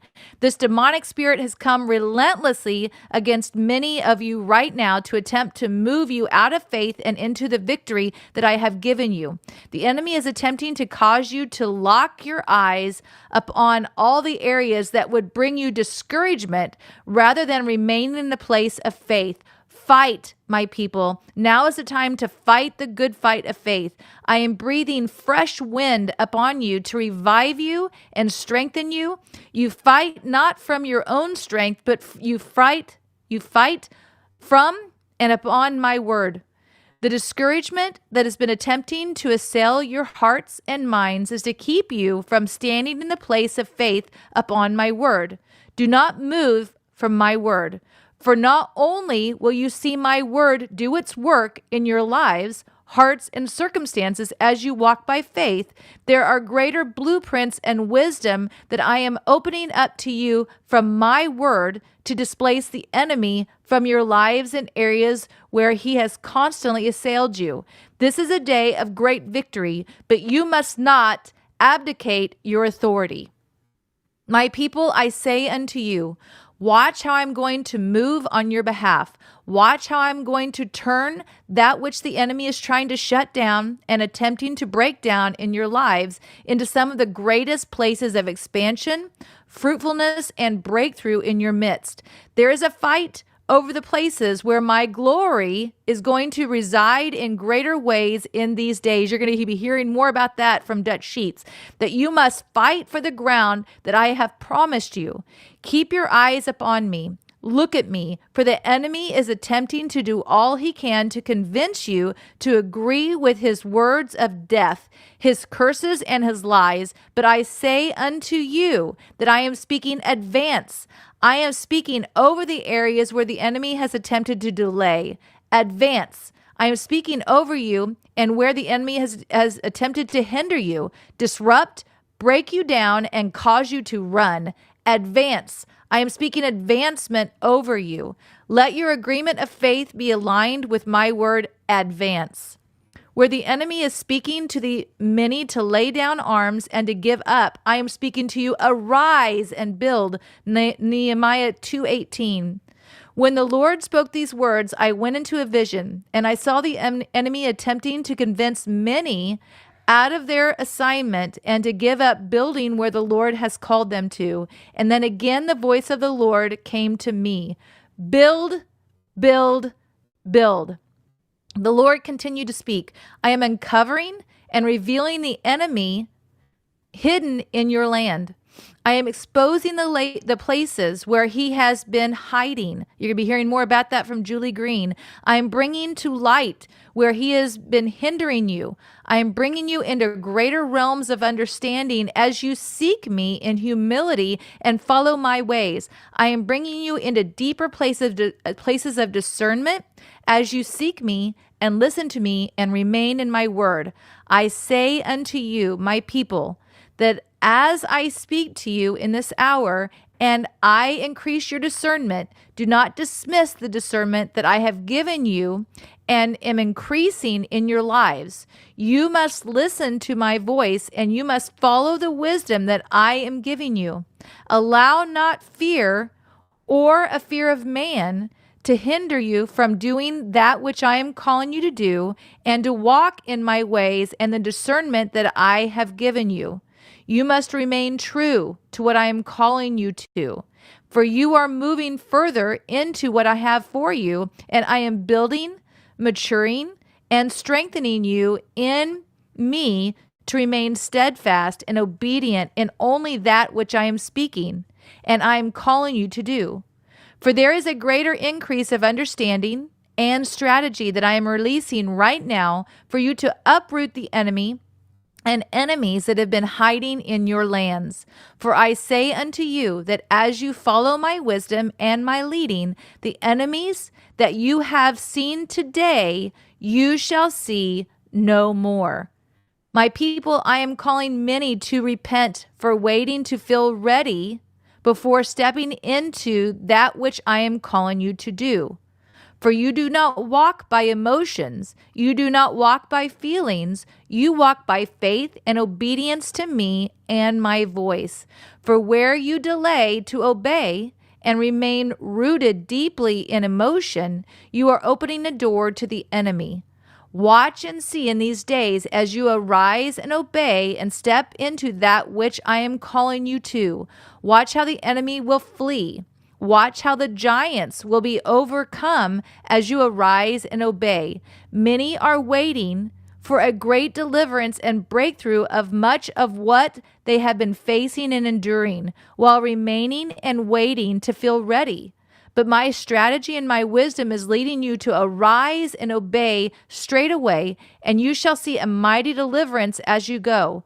Watch how powerfully I will increase that which I have told you to build and to do, not by the works of your hands or your strength to attempt to build, but as you obey and build, watch what I will suddenly increase because of your obedience and what your hands never could nor could sustain.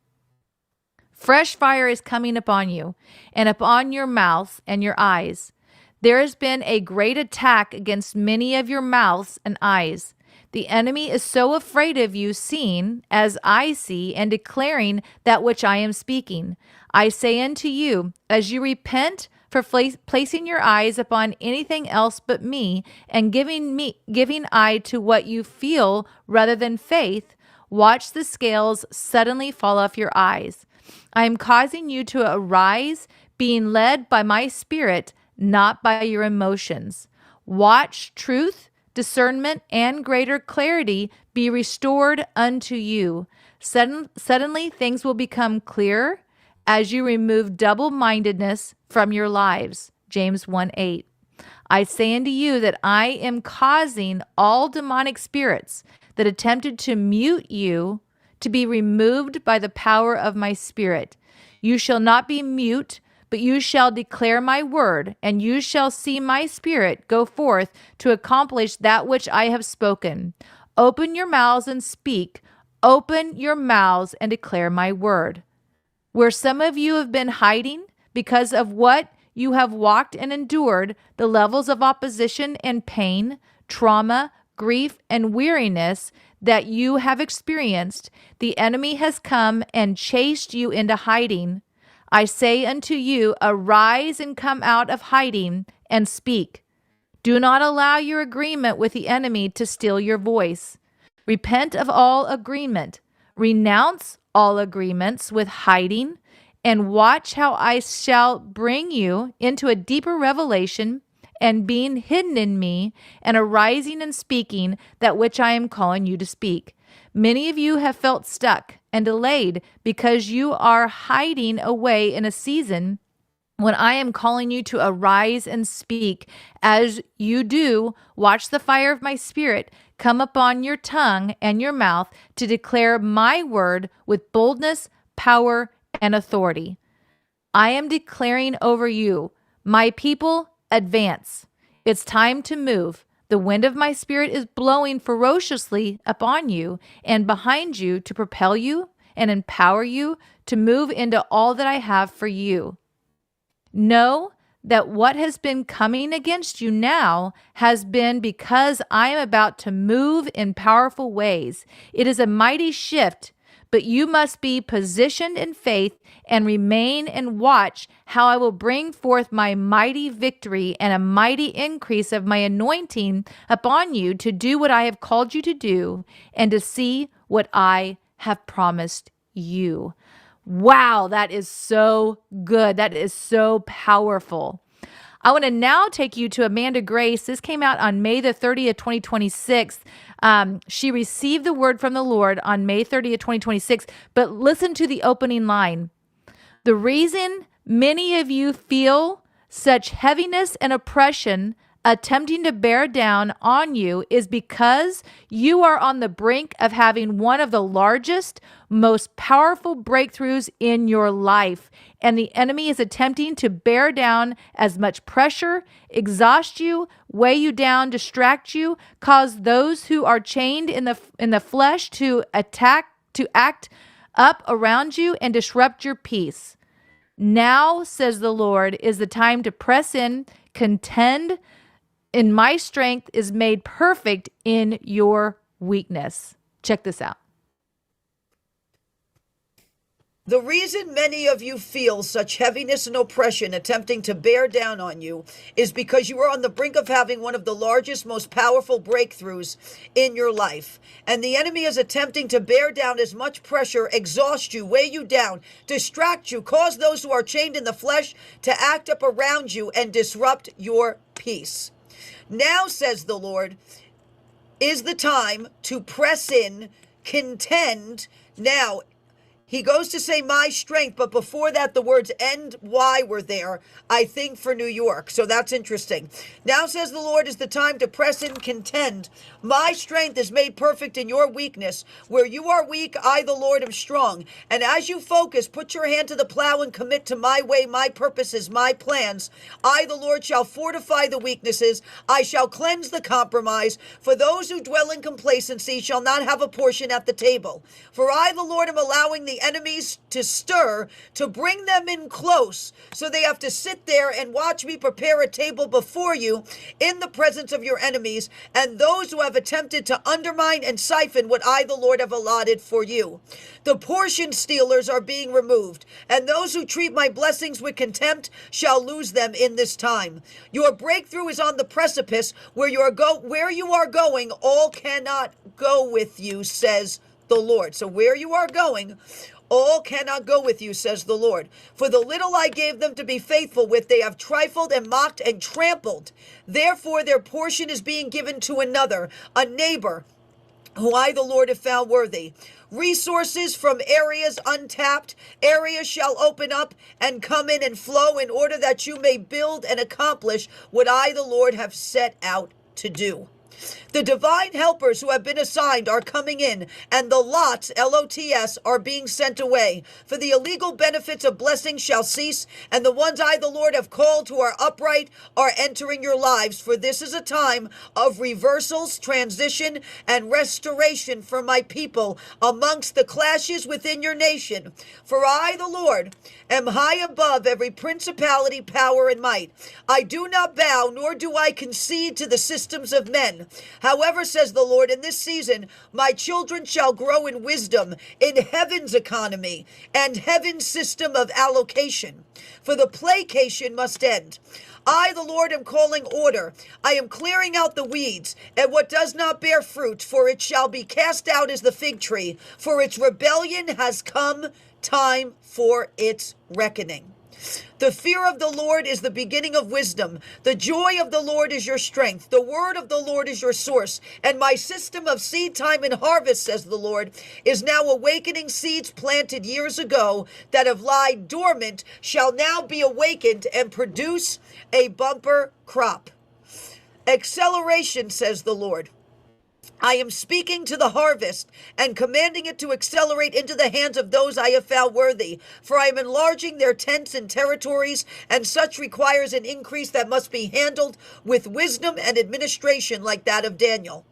Call in the Daniels, says the Lord. Call them into the capital. Call them into ministries. Call them into the corporate arena. Call them in, for the excellent spirit from the Holy Spirit is fortifying my people. What was delayed a decade shall now come to pass within a year. As the nation shakes, as the nation sifts, the faithful shall rise, their influence shall carry, they shall take their positions within the government and private sector to turn entire areas that have strayed. The time of Belteshazzar's, which was the king in Daniel, the time of Belteshazzar's fall has come. You praised the God of gold and silver. You praised false gods that are unclean. And now the time of vengeance has come for such leaders, says the Lord.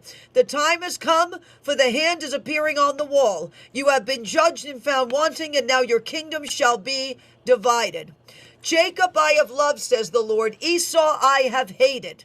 The Esau's, their time of fullness has come in nations, in the governments, in the parties of America. The mixing of practices will be cleansed. The financial cabinet of the administration is about to take a very sudden turn, for revolt percolates nearing 250 years. Revolt is percolating near July, and an outcry to bring down the House, the White House, the ballroom, and its branches is rising in the nation. For rebellion is percolating to sabotage and disrupt. The sharp turn the nation needs to continue to endure, to right what has gone so wrong, says the Lord. For an implosion is imminent within your capital, within New York, within California, within Texas, within Michigan, within Wisconsin, says the Lord. My people must continue to humble themselves amidst the brawl that shall ensue, for they erect an arena to fight, and that is what shall present itself, a battle royale of cabinet, of Supreme Court, of the midterms, says the Lord. My people, be sober-minded, be vigilant, be diligent, and contend for the soul of the nation. For the enemy seeks to bring on an unusual event to nullify a reestablished covenant. Unusual, however forceful, to catch the administration off guard. For a serpent rises up out of the sea, says the Lord, and will take over a port to attempt to cause a multi-front war, says the Lord. France, an implosion, says the Lord. England, complete collapse, says the Lord, including a historic building, says the Lord, that will be a sign of what is about to collapse with the royal family, with Parliament, with the euro, says the Lord. Benghazi, Benghazi, says the Lord, the time of reckoning is almost upon you. For in this time former presidents shall be judged for their crimes by order of heaven's court, says the Lord. The verdict will be sobering, and it will be around a highly symbolic time when the sentence comes down for their crimes, as their legacy shall expire, as the nation feels the pressure of the weight to cause to break. Those I am raising up to the political realm, for the sand and the rock shall come to the forefront and clash, and the rock shall remain as the sand crumbles and is swept away. What goes back to the Reagan-Bush exchange shall be uncovered, as the storm and its blueprints and stockpiles shall be found. Exposed with a burning bush and a trumpet blown shall be yet another wake-up call to the nation that the advance of a spiritual war requires the church to step in with the vision to discern the spiritual maneuvers as they come by air and by misinformation. The church shall be cleansed of its toxins, says the Lord, that Agencies so did inject.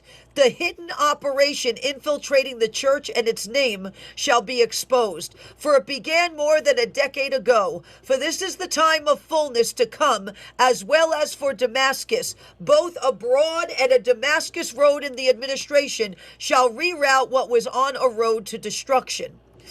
I am God, there is no other, meaning the Lord. Walk circumspectly before me. Humble yourselves. Do not treat with contempt what I, the Lord, have given. Activate the fruits of the Spirit, for that fruit has been infused with strength and resolve that will bring you through the opposition to your position. Behold, I sit on the highest throne, the Ancient of Days. Revelation is calling, says the Lord. Read it in this hour. Read it in this hour. Thus says the Lord, in Jesus' mighty name. Oh, so good. So she said that as she was getting the word, Chris came in and she feels like God has more that she's going to be giving. So stay tuned to listen for what else the Lord wants to add to that. I want to now take you to Hank Kuhneman. This was at Oasis Church in an event that Tim Sheets was holding there, May the 29th, 2026. And as he was there preaching, he received a prophetic word from the Lord. Check this out. We stand in this season of the new. We stand in this season of the Father's kiss, carried out by the precious Holy Spirit. Your glory, your glory, your glory, your glory, your glory, your glory. Masikite. Joremakati sikite. Rasikile sotore makarada basate. Thank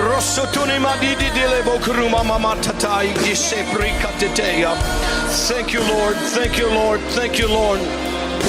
Thank you, Lord. Continue to play behind me.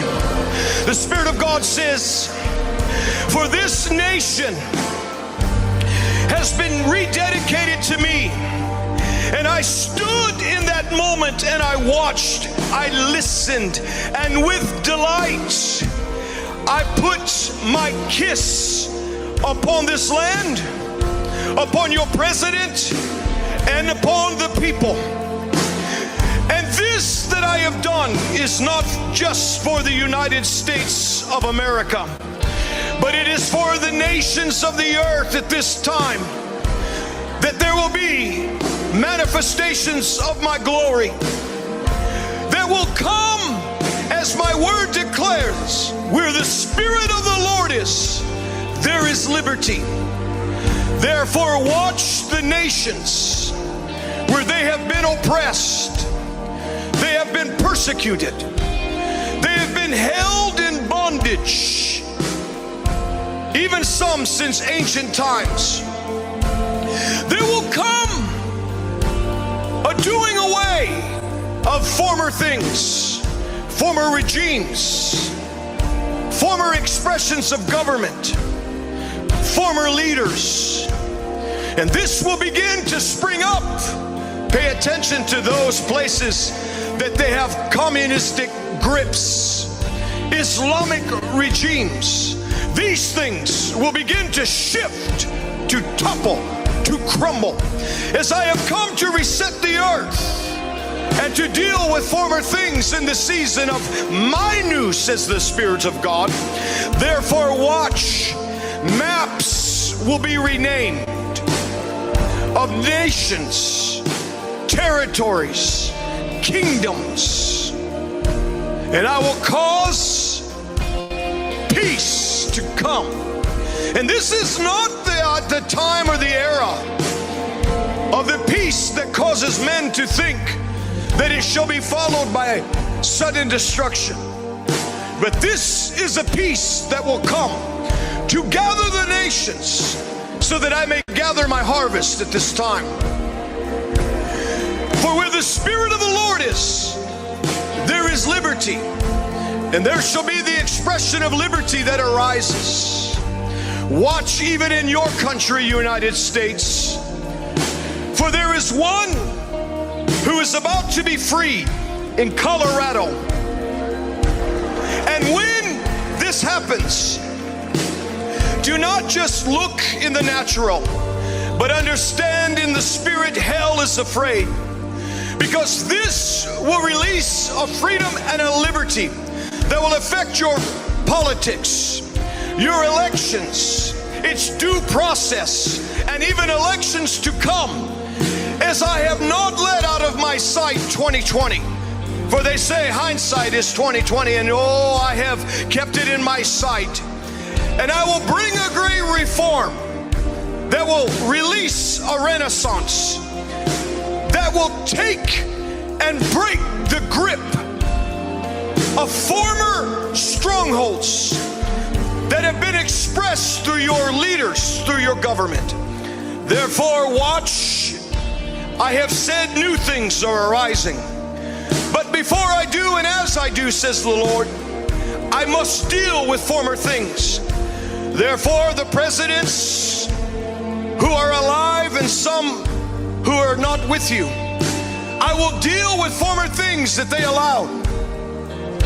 And I will change and rearrange, reset and remove some of the things that they brought to your country. And there will be a sign of this former thing concerning presidents. For there will be, and you will see, a laying of rest of one who you say is a former president. And this does not just mark an end of life, but it ends a mark and an end of an era and satanic strongholds that have been expressed throughout the decades. But then there will be justice that comes.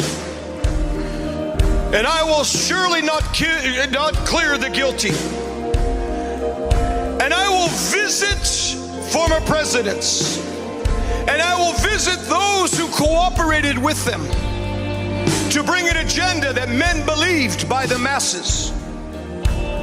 And to expose it, to reverse things, and to set my terms, to eliminate terms, and to extend my terms that will be part of my reset.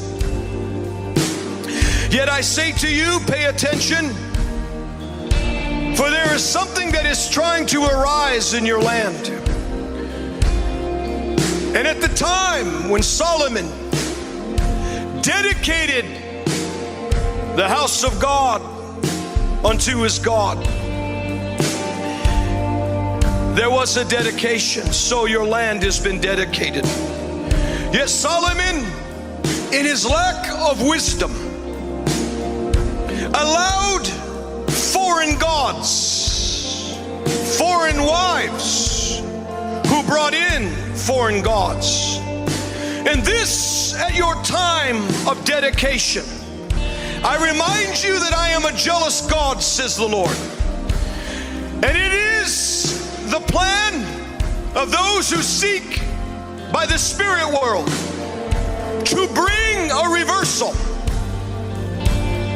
to bring confusion, and to try to stall my agenda by those in political places, foreign wives and their foreign gods. Foreign gods coming through the expressions of government.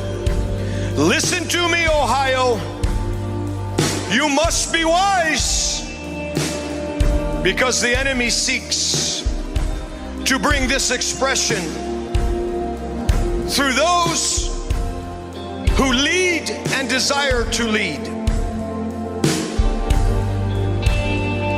Do not say, but they're qualified. Do not grieve me. I seek for honor.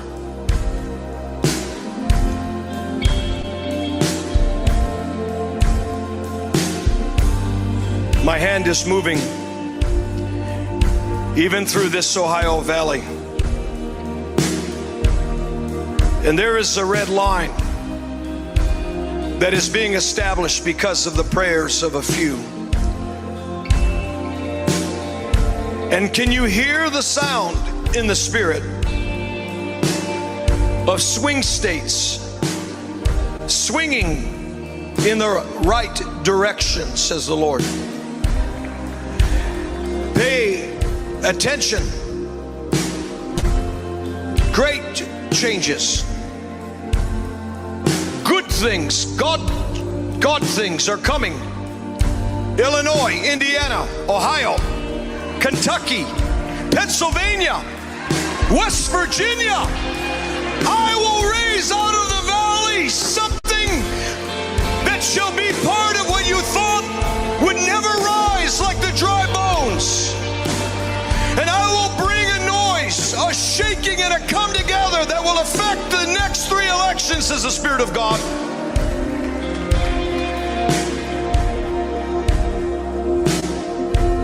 Will you stand with me in this day to honor what I honor, to love what I love,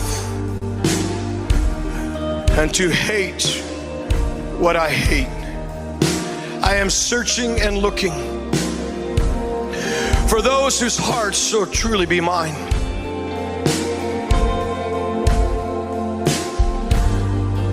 I've come to this house. You are not called Oasis by a name. This is the prophetic destiny and mandate that I have proclaimed over this house. That surely my presence will be known among this place.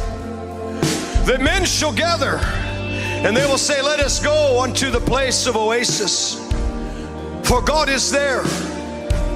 How shall I choose to express myself? I will express myself with my presence that will cause men to shake, that will cause people to lay out upon the floor, and they will be caught up with me. This shall happen. And I will cause a visitation to come upon this house, for I have declared in my word that my house shall be called a house of prayer. And you have prayed much from this house. You prayed much in this house and for this house. Now my spirit shall rest in this house with the spirit of prayer in a way that you have not seen, where my glory will hover over you, and you will be summoned to pray and to pray and to pray and to pray. And this will yield this glory that I speak of. And this place will be known not only as an apostolic oasis, but a healing center where men shall come to be healed. And there will be rooms where my presence will not leave, that those who come and linger and stay and enter into that presence will be healed. The enemy thought that he could attack the angel of this house, and attacked him.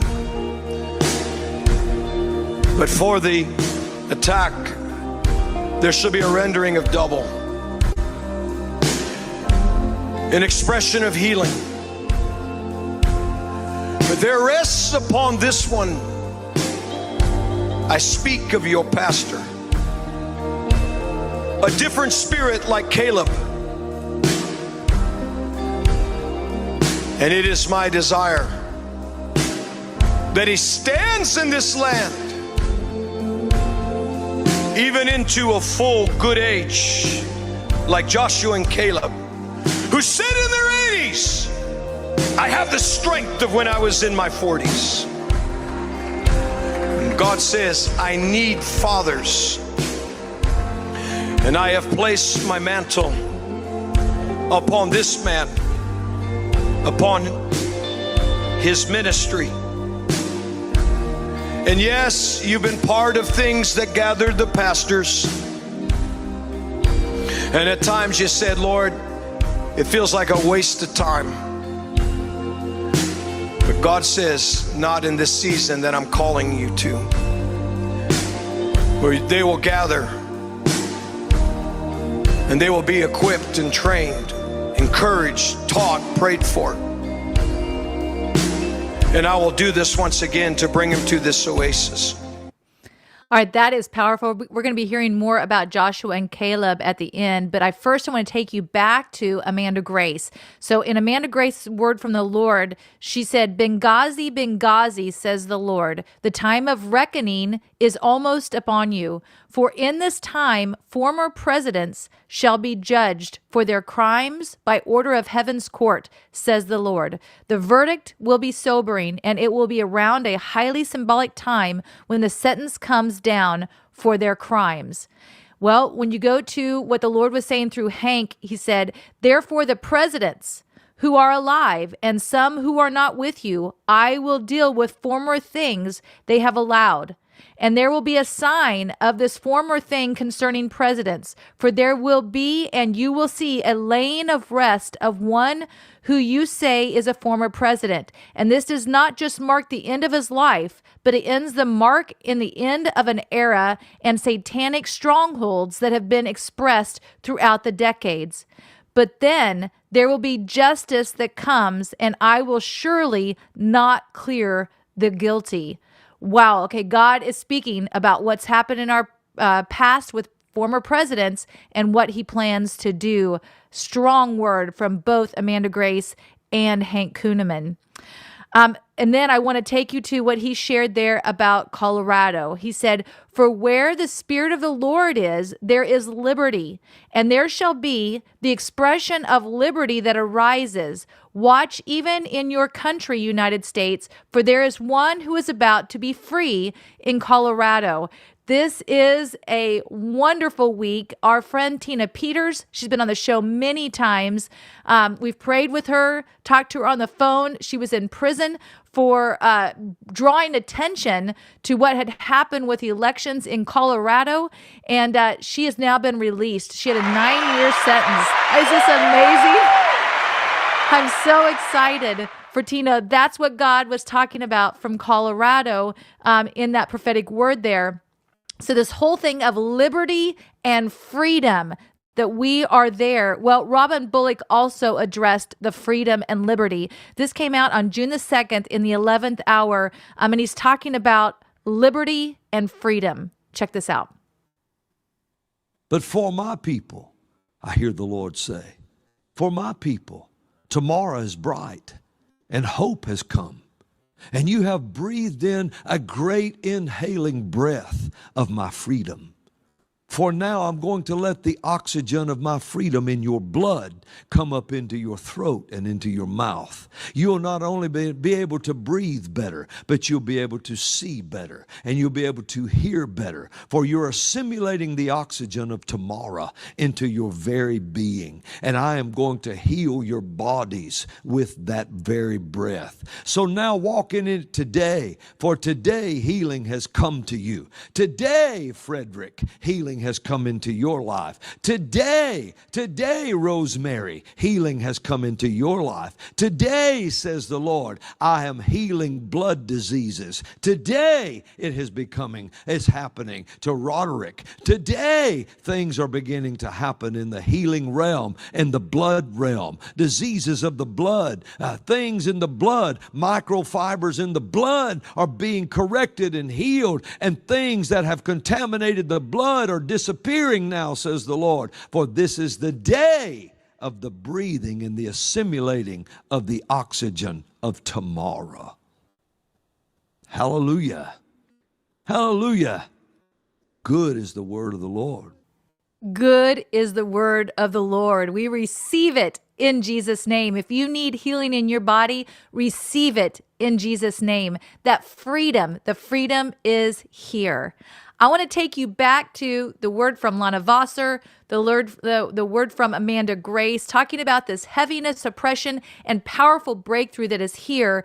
This came out from Julie Green. We're going to go into what she shared, but I just want to take a portion of this and share it with you even before we go into it so you can look at this. Again, God is highlighting heaviness, oppression, that a breakthrough is here, a powerful breakthrough that is larger than things we've ever seen before. So this is what she had to say. My children, I know your lives have been hard. I know so many are struggling to keep faith and not to lose hope in anything good happening. And we just heard about hope from Robin Bullock. Stay in my word and keep in front of you. Protect your faith in me. Protect my word in you and don't lose heart. I will always be there to help you. I have not left you. I'll not abandon you in your situation and circumstances. You're not a hopeless case, and I am with you and I am in you. With me, there is victory. With me, there is fullness of joy. With me, there is peace. You don't give up now because your breakthroughs are headed your way, says the Lord of hosts. This word, she received it on May the 23rd, 2026. She delivered it on June the 1st, 2026. And it says, proof is coming where all your tax money has truly gone. Check this out. Proof is coming where all your tax money has truly gone. My children, Pandora's box is about to be opened and the IRS will be fully exposed. Something will break wide open to expose the unprecedented fraud your tax system has been hiding from this nation. Proof is coming where all your tax money has truly gone. Not only to pad the pockets of your politicians, but it has gone to the secret societies, mainstream media, big banks, big pharma, to the establishment's election fraud system, to social media companies, to illegal aliens to keep them voting for the establishment puppets. Your tax dollars have also gone overseas to many different countries, to their terrorist organizations, to these rogue governments. And so much has gone to keep child trafficking, to keep it running, to benefit not only the globalists, but put the puppets and put them in leadership positions. Many deals are still being made to keep these children slaves and to keep this underground world a secret. That is why so many people have died to keep the government secrets safe. But a whistleblower is coming to knock the walls off, or knock the walls of the IRS down. This person has proof of everything the IRS was designed to do against you, including the IRS employees getting paid to spy on you, to make sure they get every dime out of you. Remember the 87,000 IRS workers that the Biden administration tried to hire using funding from the 2022 Inflation Reduction Act. There is so much more that the Biden and Obama were hiding with that funding package. What their true plans were for the IRS is far worse than what you could have ever imagined. My children, the IRS was meant to enslave you. It wasn't meant to make your lives better. Soon and very soon, the big banks and the financial system are torn down and annihilated. So will your tax system. None of your enemy's systems will stay in place, and they will not be used against you anymore. The mainstream media will soon completely go bankrupt. The education system will continue to be gutted, and a new system will be put in its place to properly educate your children and to teach them the truth of why this nation exists, what true freedoms really means. The three inalienable rights like life, liberty, and the pursuit of happiness, and what the Declaration of Independence was truly written for. The medical industry will change drastically because it will be exposed, and no longer will your tax dollars go to these organizations who have made you sick and tried to kill you. The World Health Organization will soon not exist. The bioweapons they have designed against you will be destroyed. And not only will COVID be fully exposed, but every bioweapon that was made that the World Health Organization designed. Full exposure will come out on who paid for these bioweapons and who released them. Will all be exposed. I told you the secret societies want a depopulation of the entire world. And that is part of the Great Reset.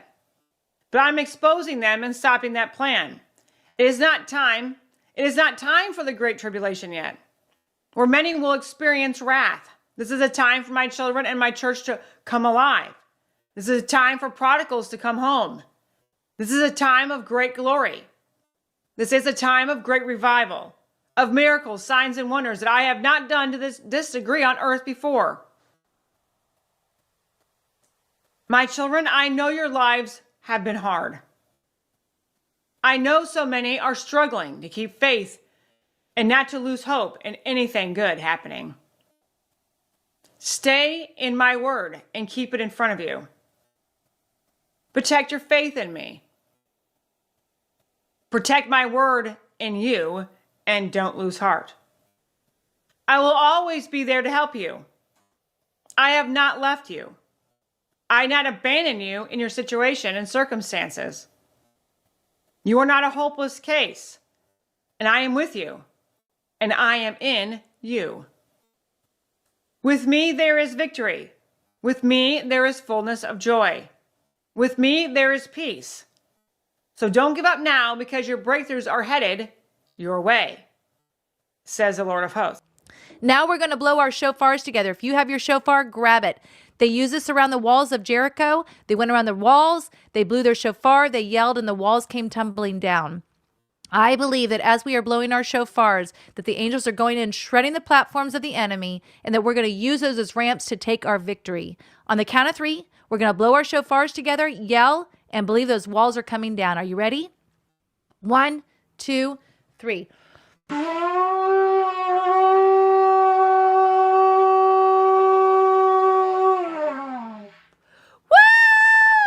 Go host, make toast. Thank you so much for joining me today. I bless you. I bless you to realize you were born for such a time as this. I bless you to realize your future is brighter than your past. And I bless you to wake up, speak up, and show up. Thanks again for joining me today. Don't forget to jump on with Ginger, and we'll see you back here next week. We hope you've enjoyed this episode of the Flyover Conservatives podcast with David and Stacy Whited. Please subscribe, hit the notification bell, and leave us a comment below. Lastly, if you enjoyed today's podcast, share with those who came to mind. Be blessed and make it a great day.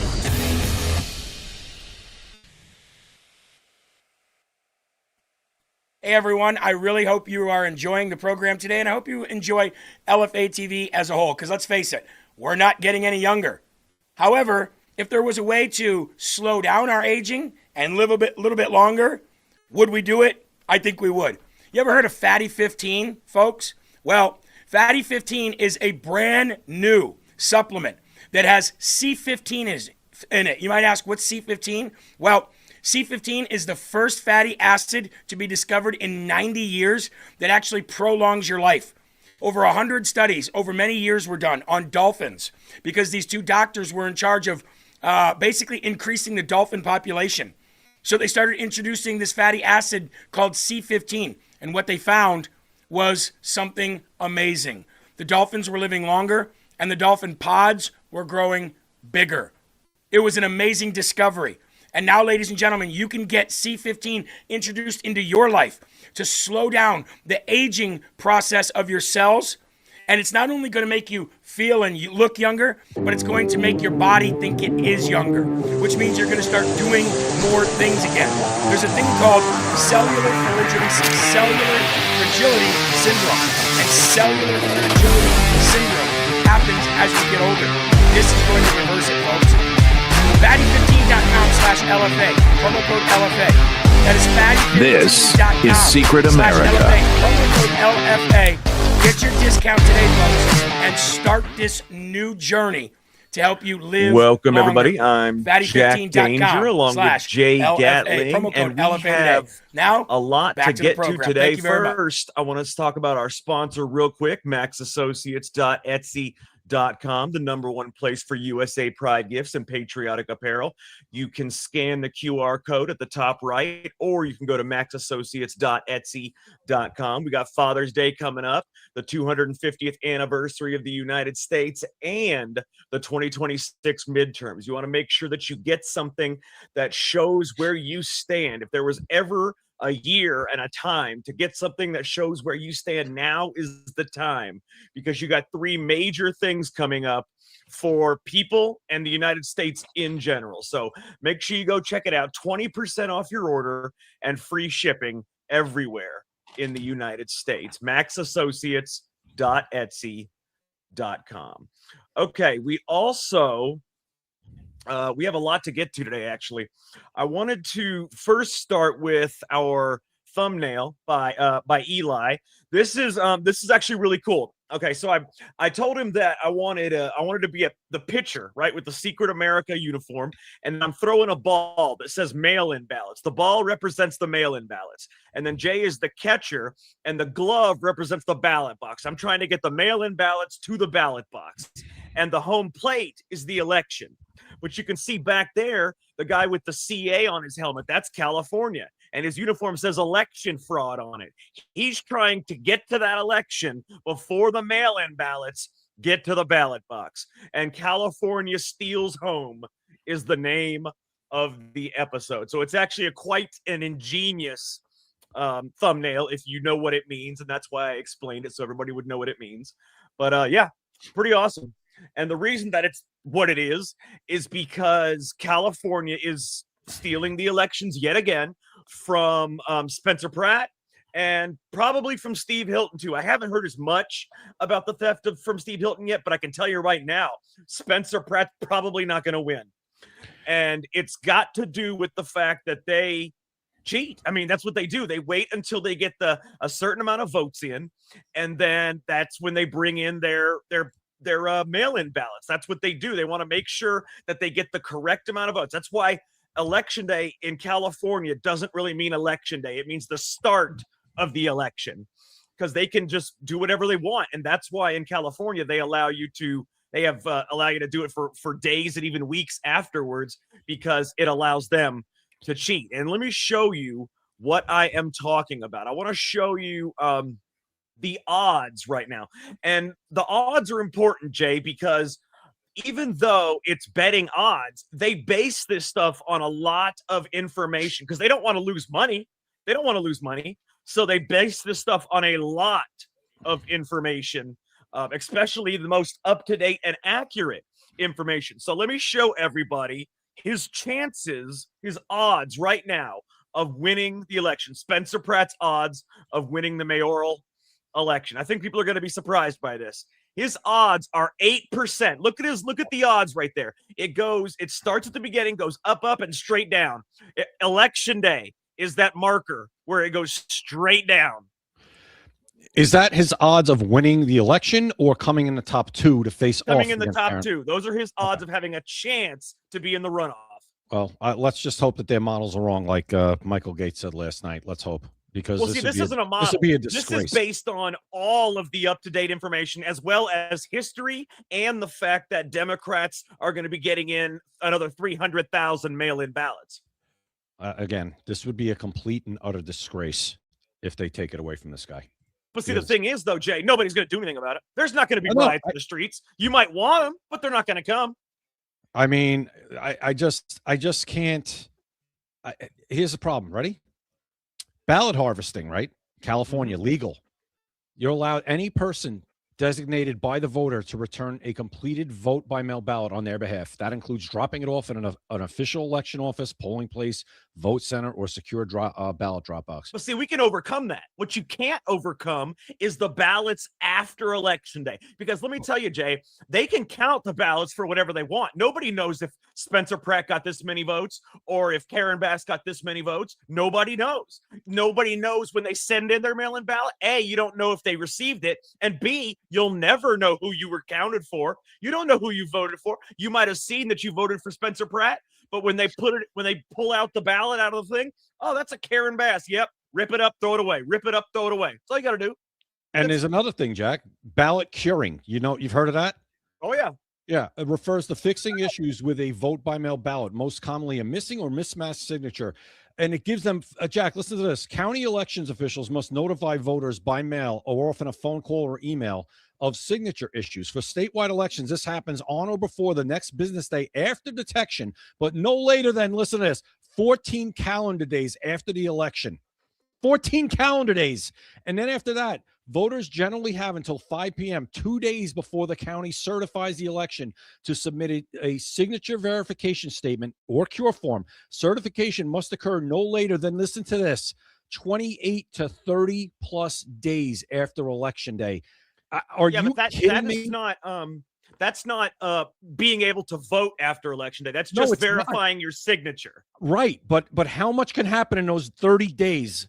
Or with a ballot that, oh, listen, this ballot's not right. You got to fix this. Yeah, but they would all have to come in and verify their signature, each individual person. But there's this opens. So curing is not really an issue. It's a huge issue. It's a huge issue. Oh, it's not an issue. Huge. Yes, it is, and it's got to be stopped because it has to. If you're too stupid to send in your ballot with the proper signature, then guess what? You don't belong voting. I'm sorry, not sorry. If you can't, but once they get the ballot, once they get the ballot. It could be every individual person has to come in and verify, which means that they can't do a bunch of fake votes through ballot curing. I just heard today that a helicopter dropped off ballots from out of state. 2 million ballots from out of state. Oh, yeah. 2 million. I'm going to show you why. And do you know why that happened? Go ahead. Tell me why. They're saying these are absentee or these people that... Jack, they send a ballot to everybody in the damn state, whether they know they live there anymore or not. It's a joke. I'm going to tell you why this helicopter did what it did. Because there's a lot of misinformation out there. So let's go ahead and clear this up. If I can find the damn thing. Jeez, I swear, man. The X is getting worse by the minute, dude. The point is these votes should already be counted. We shouldn't be talking about this. Well, of course. But I mean, but I'm going to tell you why they're not counted and why, if I can find, what the hell. I mean, I tell you, man, X, oh boy. I've been trying to send messages on XJ, and it keeps saying message failed. Every single time. I have to go back and hit retry for every single. It's just, X is just falling apart, man.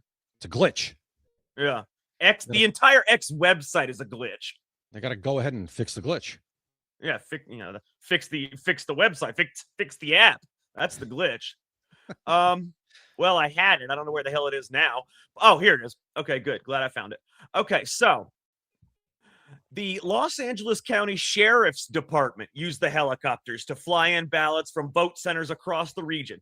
They're picking up ballots from 8 cities, including Lancaster, Santa Clarita, Palmdale, Lakewood, Santa Monica, Van Nuys, Pomona, and Torrance. Once they arrive, the ballots are securely transferred inside where election workers are receiving and processing millions of ballots. The reason they do this is because LA is over 4,700 miles long.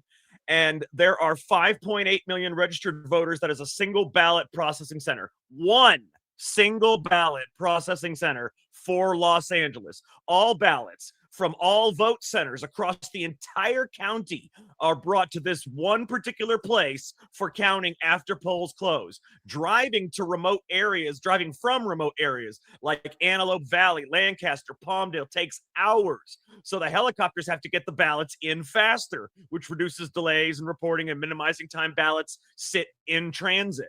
It's very interesting. But I can tell you that even though the sheriff's department is the one that did this with the ballots, I mean, you would think that that's secure, but it's interesting because it seems like the perfect opportunity to introduce as many ballots as you want without any questions, because there's only one processing center. This means that they don't have to coordinate rigging elections across multiple offices.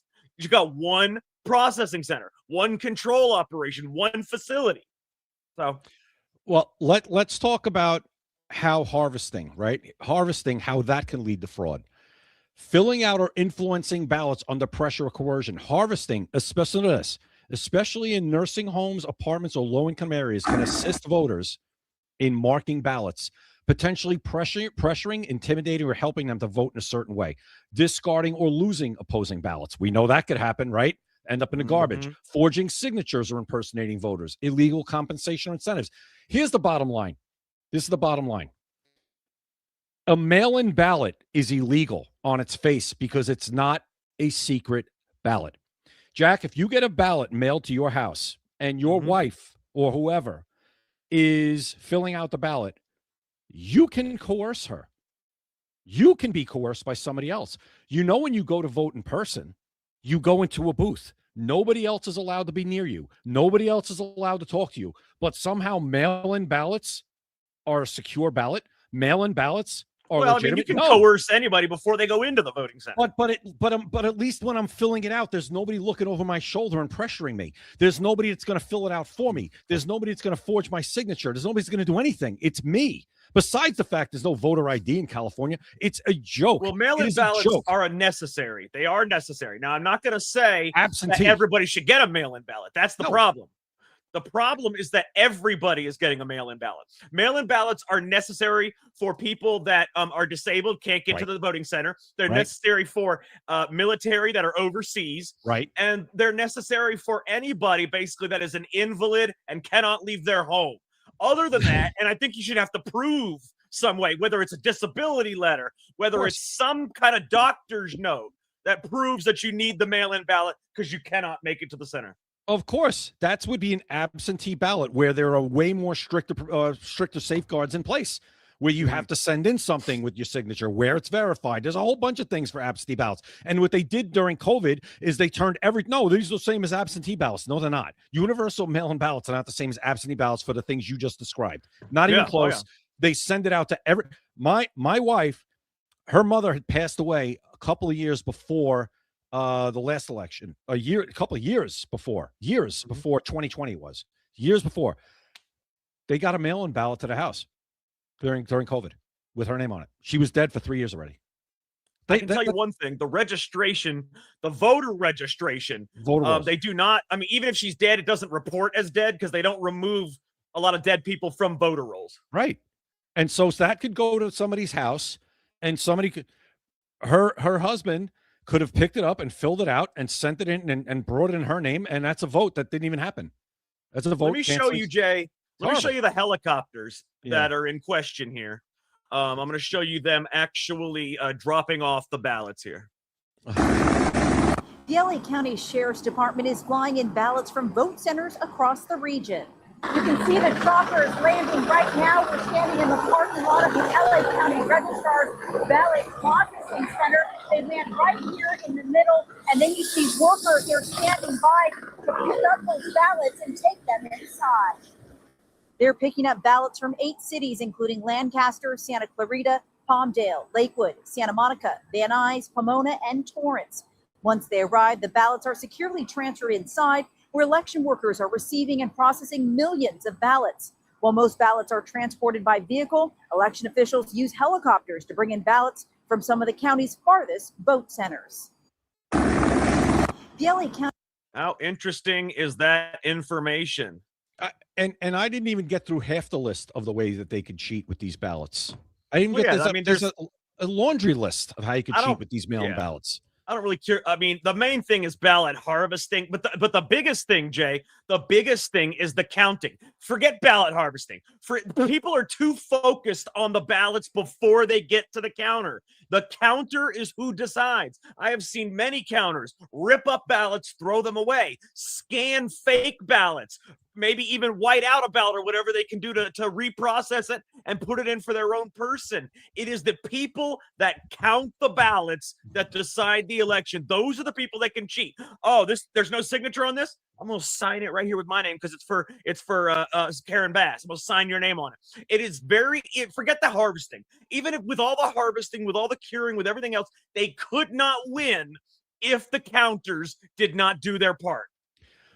Exactly. And that's absolutely true. So what I want everybody to do is go into your AI and just type in, how can cheating occur with ballot harvesting? Give me a bullet point list. How can cheating occur with curing? Give me a bullet point list. And it's going to line it out for you. And you could see all of the ways that they can cheat on top of what Jack just said about the counters who were doing this. Remember in 2020, I think it was Detroit, when they boarded up the windows so nobody could see inside? Oh, yeah. Completely illegal, and nobody did anything about it. Let me show you something interesting, Jay. this there's something even worse happening in Utah right now. Hey, there's Kara. She's in the chat because she lives in California, and she wanted to see this up close and personal, and she's going to probably put in some comments from time to time that we might put up on the screen. But let me tell you though that something worse is happening right now in Utah. Do you know what's happening in Utah? I'm going to tell you, Jay, what is happening in Utah right now. Let's see. There is ballot chaos in Utah. A staggering 9,000 voters just got the wrong primary ballots mailed to their homes. Republicans are getting Democrat versions. Democrats are getting Republican versions. Again, this is nonsense. Let's Stop take a with listen. Stop with it. 9,000 people received incorrect ballots in the mail for the Republican. Well, nearly 9,000 people received incorrect ballots in the mail for the Republican primary elections. This is happening in Tooele County. That's where news specialist Erin Cox joins us live from now. And we'll go ahead and go to her story right now about this. That's right. The county clerk says that they had the right envelopes and the right people, but it was the ballots that were printed wrong. Take a look. Unbelievable. The machines are registered and sealed here in Tooele County, ready to count the Republican primary votes. I'm super excited. I'm always happy when ballots start hitting mailboxes. In her 5 years as county clerk, Tracy Shaw says she's seen mistakes. Printing errors happen, postal errors happen, but a solution can always be found in the end. This year is no exception. Around noon on Tuesday, Tracy started getting calls about the almost 20,000 ballots that had been mailed out. Nearly 9,000 were incorrect. There's been a ballot production error that resulted in, the wrong ballot being in. Now, what do you do? Do those people just not get to vote because the primaries are over? They just don't get to vote? Is that what it is? I don't know. Good question. And I'm sure this was by accident, right? Was this by accident, or did In somebody Utah? No, not in Utah. I mean, this is the point with these mail-in ballots. Why is this all country crap that we're still dealing with across this country with ballot? We had it in Florida during the 2000 election with Bush and Gore, right? After that, Florida fixed everything. Florida counts, 30 million votes in hours? Well, you hours know, now. It's the thing is that the elections are supposed to be the most sacred thing in America, the most secure thing in America, the thing that makes America America, because other places, other countries have rigged elections. They have no elections, whatever it is. America is supposed to have free and fair elections because that is the cornerstone of a democracy and a constitutional republic. But apparently, even though they're supposed to be secure, and it's supposed to be the most sacred thing. Your right to vote, the most sacred thing you can have. Yet they are the most unsecure elections probably in the entire world, if you want the truth. They're very easy to manipulate. Forget the ballot, like I said, forget the ballot harvesting and curing. Forget even the counters, okay? A lot of these ballot machines are connected to the internet. They said they weren't, but the hackers actually proved it in court that these things do connect to Wi-Fi. All you have to do is connect to it. You create a backdoor, you connect to it, and you can change all the votes you want. Change the numbers, change the whatever you want. And that's how Biden won. And that is why in 2020, Jay, when Biden won, that is why the servers were seized, the Dominion servers were seized in Germany by the military, and you never saw them again. When have you ever seen election servers seized by the military? And it was seized in Germany. And you know when it was seized in Germany? Right after the election, when Hunter Biden was in Belgrade, Serbia. Do you know what else is in Belgrade, Serbia? Dominion headquarters. None of that stuff ever made it really in front of a judge, ever. Nope. None of it. None of the stuff, none of the evidence that was ever that we had or our side had ever went before court was ever really They were heard. afraid to do it, Jay. Yeah, they said the that they don't want to be the ones to decide an election. Right, that's the excuse. Well, Right. what's the 'cause point none of them have the election guts. law if you can't enforce it? But that's the thing. Like, we know in Pennsylvania that the legislature didn't change the rules. Okay. And Pennsylvania just changed the rules. Oh, because it was COVID. Doesn't work that way. They changed their rules. It was illegal, and they got away with it. And we've said this before in the show, and I said this to somebody today with, say, Spencer Pratt. If Spencer Pratt gets robbed, it doesn't matter if we find out after the fact. It's not going to get changed. No, Nobody's it'll going never to get change the changed. election. No. They'll never change it. This has to be stopped before. And it's like another thing. Hey, John Thune, do you see what's going on? Because guess what? The crap that's going on in California does affect national races in California. You have House races. You have Senate races every 6 years or whatever you have them. There's House races every 2 years. We have them on the ballot right now. These get affected too. Pass the Save America Act. Please do something. It's just incredible. It's so frustrating that we just can't have every time. I shouldn't have to, Jack. We shouldn't be talking about helicopters here. We shouldn't be talking about this. We should have known yesterday who won and who's moving on. This is ridiculous. In America, you would think that would be the case, but it's obviously not the case, and I don't know if it ever will be in California, especially because they want what they want, which is to win, and the only way to win is to steal the elections. Even after all the illegals they have let in, even after all the ballot harvesting they do, even after all the ballot curing that they do, and every other thing that they do, they still need the counters to throw away and or change votes. That's the whole point. That is their thing. If you have counters that see that this signature doesn't match this ballot, if you have counters that don't throw away Trump votes and put them all through the scanner, then you can't win even with harvesting and curing and whatnot. It all comes down to the counters. In 2020, the amount of counties that they said that Joe Biden won, it was impossible for him to have that many votes. That's what I'm talking about. We know it was fake. We knew in 2020, and nobody's done a damn thing about it since. I mean, a couple of states have. Georgia top a little bit. Florida, we know, is probably the best in the country, I got to be honest. Florida, I mean, is there an argument there? How they handle their elections, how fast they count the votes, all that? I don't think there is, But, Democrat-run states are in no rush to do any of this. In fact, they would probably like to loosen up the rules. I mean, they want illegal aliens to be able to vote. So we know they're not going to do anything about this. I don't know. So, Jay, it's very frustrating. Let me show you a viral tweet that I had back in, it was April 12th, 2024. It was some information that I found out about the 2020 election that I reported on, and I put it out, and it went viral, and I want to show you this. Check this out. Okay, so I'm going to read it to you, okay? It has been revealed that Hunter Biden's cell phone was pinged in Belgrade, Serbia, near Dominion Voting Systems headquarters on November 5th, 2020, 2 days after the 2020 presidential election, while vote counting was still happening. Hours later, Dominion servers showing Trump won were seized in Germany. If this weren't enough, it turns out that Joe Biden's brother-in-law was, and probably still is, a part owner of Dominion Voting Systems. Valerie Biden Owens is married to John Owens. Guess what? His brother, R. Kevin Owens, is a part owner of Dominion. Take a look at this, okay? This shows right here. What does this say? It says Dominion Voting Systems. It says headquarters, Belgrade, Serbia, down there at the bottom. Belgrade, Serbia. Next, this right here. Joe Biden's brother-in-law, part owner. And if you go down to the bottom, you can put this election should be officially null and void. Dominion is partly owned by Joe Biden's brother-in-law.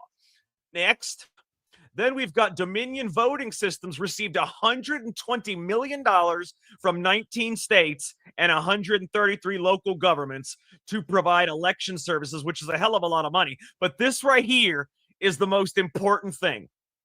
Dominion Voting Systems is the second largest vendor in the non-transparent and entrenched election system, where 3 vendors control 88% of the market. Dominion Voting Systems is apparently, since the presidential election of 2020, they've come under scrutiny for Georgia, Arizona, Michigan, Wisconsin, all of that stuff.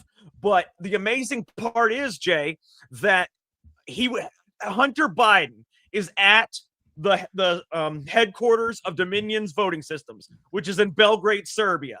A few hours later, the servers in Germany were seized. And you want to see what the real election results were for 2020? Good. I will show you. I got to find it real quick, though, because I wasn't expected to do this. But I will show you what the real election results were in 2020, because it's actually, it was actually, and this goes by the Germany servers. It was something that was leaked a while back. And believe it or not, it is massive, a massive victory for Trump. In fact, it may have been the biggest victory ever. Why don't you go ahead and filibuster for a second? I got to try to find this. Yeah, as far as Dominion goes, I'm just checking. Dominion voting machines now under the Liberty Vote brand. Okay, so now it's no more Dominion, just so you know. Now called the Liberty Vote brand after 2025. They were sold. Still used in many U.S. elections. Georgia, Pennsylvania, Michigan, Nevada. It says at least 27 states in the 2024 general election, Dominion equipment was used in at least 27 states, similar to 2020. As of September 2025, many states continue using Dominion Liberty Vote equipment for ballot marking devices, optical scanners, and related systems. So this stuff is still around. It's not like we're not using Dominion systems anymore in our elections, even after 2020. So it's, again, they don't want to fix this.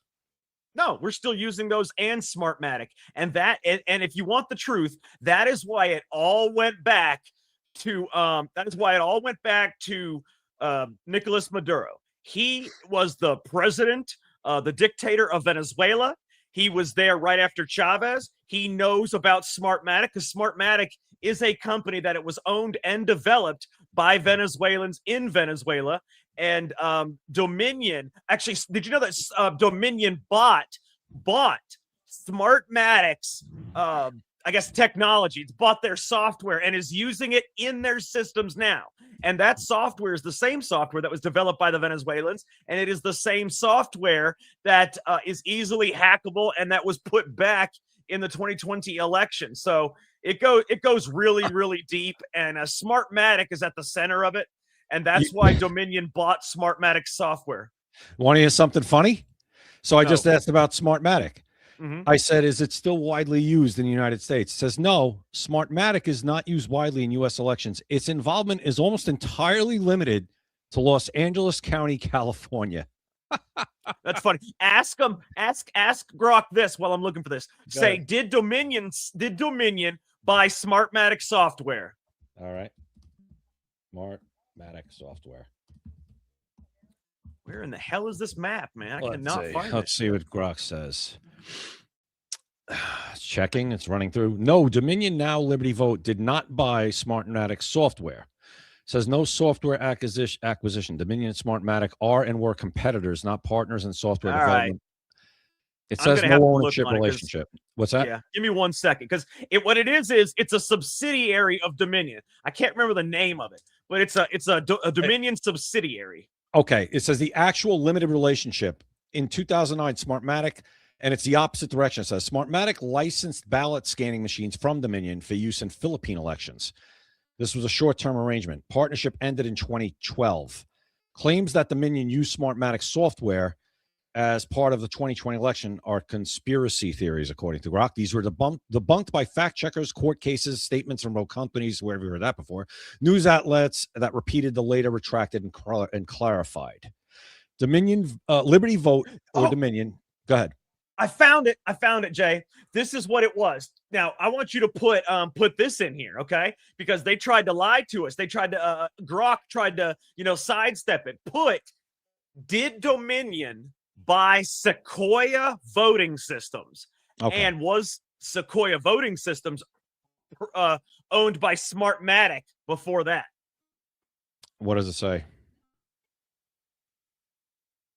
Does it have anything on it? No, I was going to see if you would pull it up. Oh, all right. Let me pull it up. All right. Hold on. Say it one more time and I'll type it in quick. Okay. Did Dominion purchase Sequoia, which is Sequoia voting systems, was it previously owned by Smartmatic? That is how they got that right there is exactly how they got Smartmatic software into their systems. All right, there we go. Let's see what it says. Did Dominion purchase Sequoia Voting Systems and was it previously owned by Smartmatic? Let's see what it says. Yes, Dominion purchased acquired assets of Sequoia Voting Systems in 2010. Yes, Sequoia was previously owned by Smartmatic 2005 to 2007. Vindicated. There you That's go. why Grok sucks.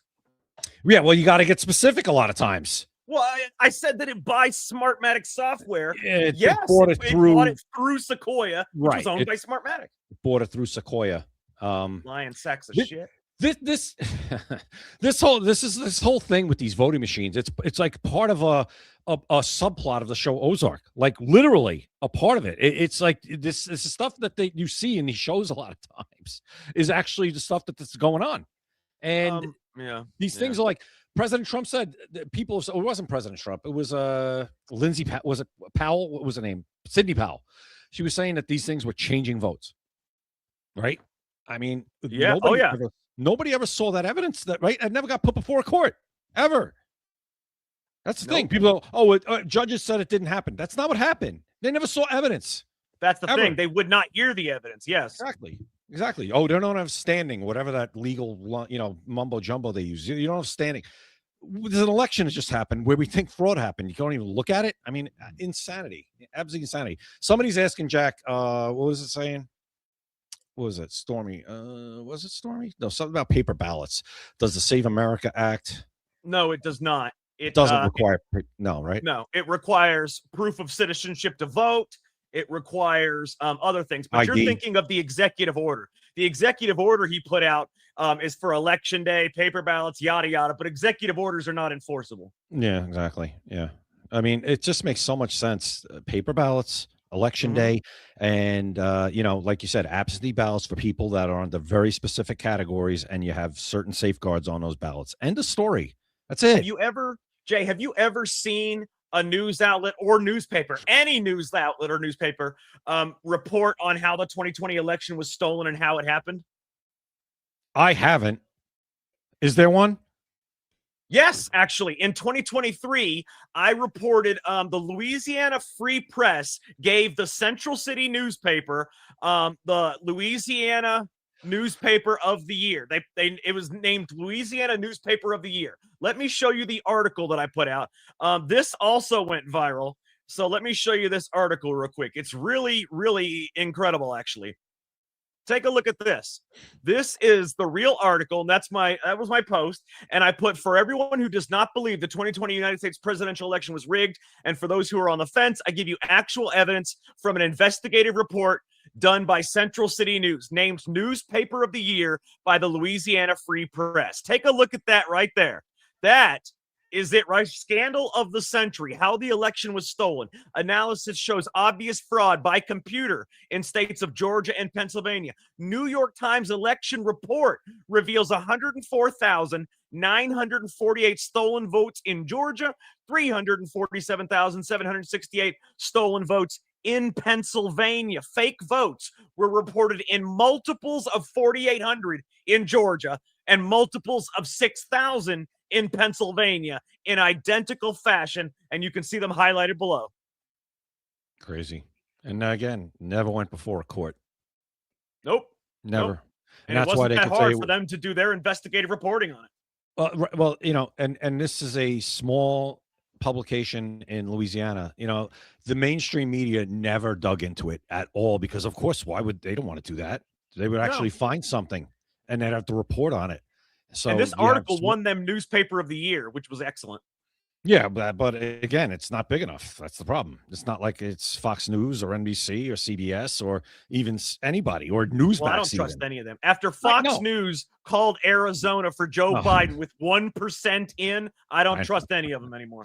That people, a lot of people never forget that. That was Brett Baer. Yeah, a lot of people never forget that. Like what, Arizona? Are you kidding me? You're calling it that early? Crazy. 1% in. Jay, let me ask you a question. Yeah. Okay, let's say right now in the Spencer Pratt thing, there is actually, you know what? Let me just go ahead and pull it up real quick, okay? I want to pull it up right now because I want to ask you something. I want to show you something too. Apparently, they've called it for Karen Bass. We already know that part. We know that. Yep. Yeah, but let me show you something that's very interesting. I'm pulling it up right now because I want everybody to see this. If it'll come the hell up. My God, I tell you, man, you can't do anything in the when you're on here it's like everything freezes, you know? Well, Oh, I you know know that about better it. than anybody. I know. You know? Yeah, exactly. I know about it. My internet, for whatever reason, freezes. You know, tonight so far we're good. Knock on wood. Yeah, so far, knock on Mike. Yeah, I got a Okay. wooden desk. Yeah, there you go. There you go. I'm good. Okay, I'm I good. got it up right here. I want to show you guys something. Let's take a look at this. Okay, Jay, I'm going to ask you a question. Right here, let me pull it up. There it is. Here we go. Oh, great. Now it's saying you need a Oh, it's a order paywall. of, oh boy, that's annoying. You got a God paywall. almighty. You got a paywall. Yeah, gotta pay to see the election results. Is that where we are in America now? You gotta pay to I see could the pull election up- results. Go to NBC. You could go to. Hang on, I'll tell you right now, and you could pull them up. Well, this is good right here. Can you see this? Oh, You it got went them? off. Okay. Hang on, let me show you. I've got the results up right now. Let me show All you right. real quick. This is not Right a now, the paywall, thank God. screen's blank right now. I know, I'm pulling it up. All right. All right, here we go. I want you to take a look at this right here. So let me ask you a question, Jay. Right now, Karen Bass is 32,000 votes ahead of Spencer Pratt. Right. Okay. It was called for her. But Spencer Pratt is 33,000 votes above Nathiah Ryman, but it's not Right. called for him. Right. Right. Yeah, of course. Very interesting. Why is that? isn't it? Yeah. Very. Well, we know why. Because if they call it, then it makes it like, wait, it's called. How did you find the now? Then it really looks like cheating. Yeah. How can she be 32,000 votes above him and they call it, but he be 33,000 votes above Nathiah and they can't call? It's too early to call.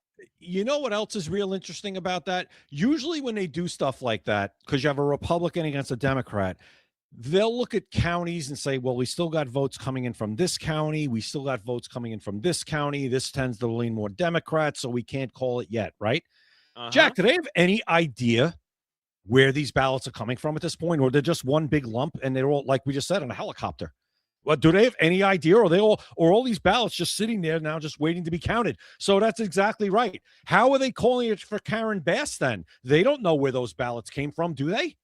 It could have come from a that's why Republican even in area. the helicopter, Jay, a lot of them were just, even in the helicopter, they were all lumped together. That's what I'm saying. So it's almost like you guys don't even have a reason to say, oh, well, we know that Nathiah Ryman is going to get certain amount of votes because it came from a Democrat area. Where did those ballots all come from? They came from a bunch of different counties and they're all lumped together in a helicopter, apparently. So they don't even know. I don't know. Am I wrong? No, not at all. Let me show you something. You want to see how Dominion Systems, you want to see how the counters and Dominion Systems cheated the election in 2020? Yeah, go ahead. I am going to show you something interesting, Jay. Why does that keep knocking off there? Gosh almighty. All right, let me show you this real quick. Let me pull it up because I have to pull it up again now. All right, take a look at this. I'm going to show you exactly how Dominion Systems cheated the election. Let's take a listen. So this first ballot is for Jorgensen. Yeah, this ballot is for Biden.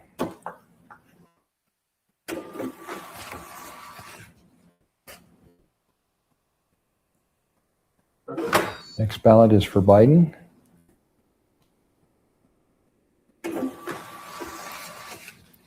Let's fast forward a little bit.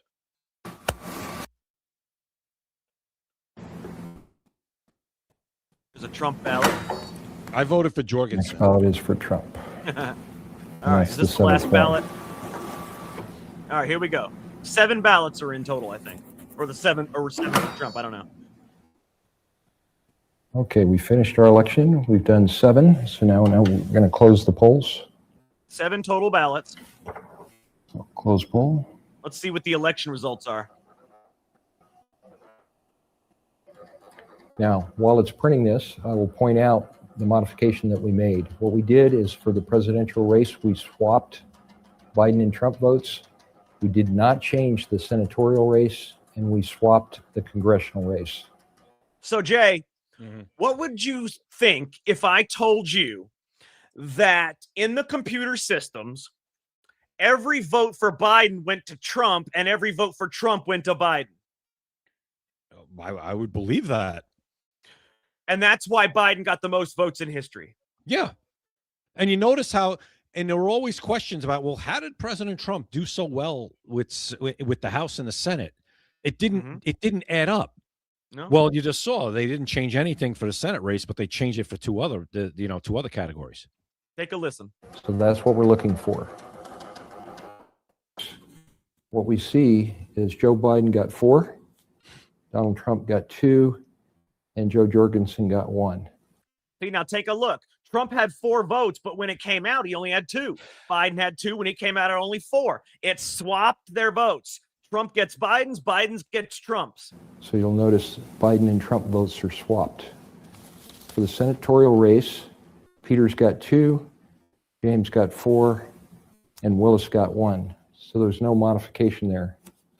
All of that is correct, and it's that easy to steal an election. All you have to do is modify the machines in any particular place. And in fact, you can do it just by connecting them to the internet. Modify the machines and say, look, any vote that is the second dot, anyone that gets the second circle, which is Trump's circle, it's going to go to this person. Anyone that gets the first circle filled in, it's going to go to this person. That's all you got to do.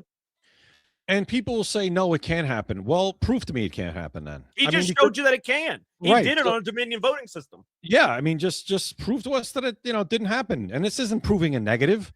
This is saying, no, make sure the machine works right. I'd like to see that the machine works right, and it can't be manipulated. Prove to me it can't be manipulated. He just showed you that it can. So that tells you the only way you can prove that it didn't happen is if you can prove that the machine, that particular machine, is not manipulated, because all of them can be easily manipulated.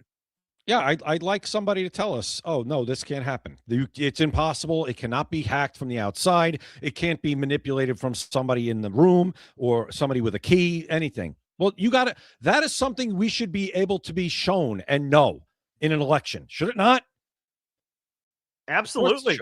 You would think, for free and fair elections. And listen, I've said to people, how many fraudulent votes is too many? Well, my answer is 1. 1 fraudulent vote is too many, because that means that somebody's vote got canceled out by a fake vote. I don't care. Well, it wouldn't have really made a difference. I don't want to hear it. I don't want to hear it, because sometimes 1 vote does make a difference, as we saw it. I think it was Boca Raton, Florida, in a mayor's race. I think 1 vote decided the election. And yeah, I get it. In a presidential election, it's millions of votes. I don't care. 1 fraudulent vote is too many, because it takes somebody's vote away. It takes somebody's legitimate vote and it cancels it out. And that's the bottom line. This is another thing for the 2020 election. I want everybody to see this also. I don't know if anybody noticed this during the election, but take a look at this. This is very interesting. You can see that at 11:08 in the morning, Trump has 1,690,000 votes. 33 seconds later, he has 1,670,000 votes. But Biden has 20,000 more votes. Trump has 20,000 less votes in 33 seconds. They got switched. It's that quick and that easy. Watch the bottom right here. 190, 152. All right? 33 seconds later, 170 and 272. Yep. Yeah, in seconds. Yep, in seconds. Yeah, went from 52 to 72 and 90 to 70. There you go. Absolutely. There's 20. Now, somebody's going to say that video is fake. Now, has that been run through? Have we checked that video? Has people checked that video? Say, no, the video's authentic. That's what happened. It's 100% authentic. It was on CNN. In fact, you can find the recorded video. The times weren't manipulated. The times jived. That's what happened. You can check it all on YouTube. It's a 100% video that you can check on YouTube yourself. There you go. I mean, listen, we're never going to, maybe, I don't know, if we haven't gotten everything from the JFK files and everything from all these other files, we're never going to get the truth on this.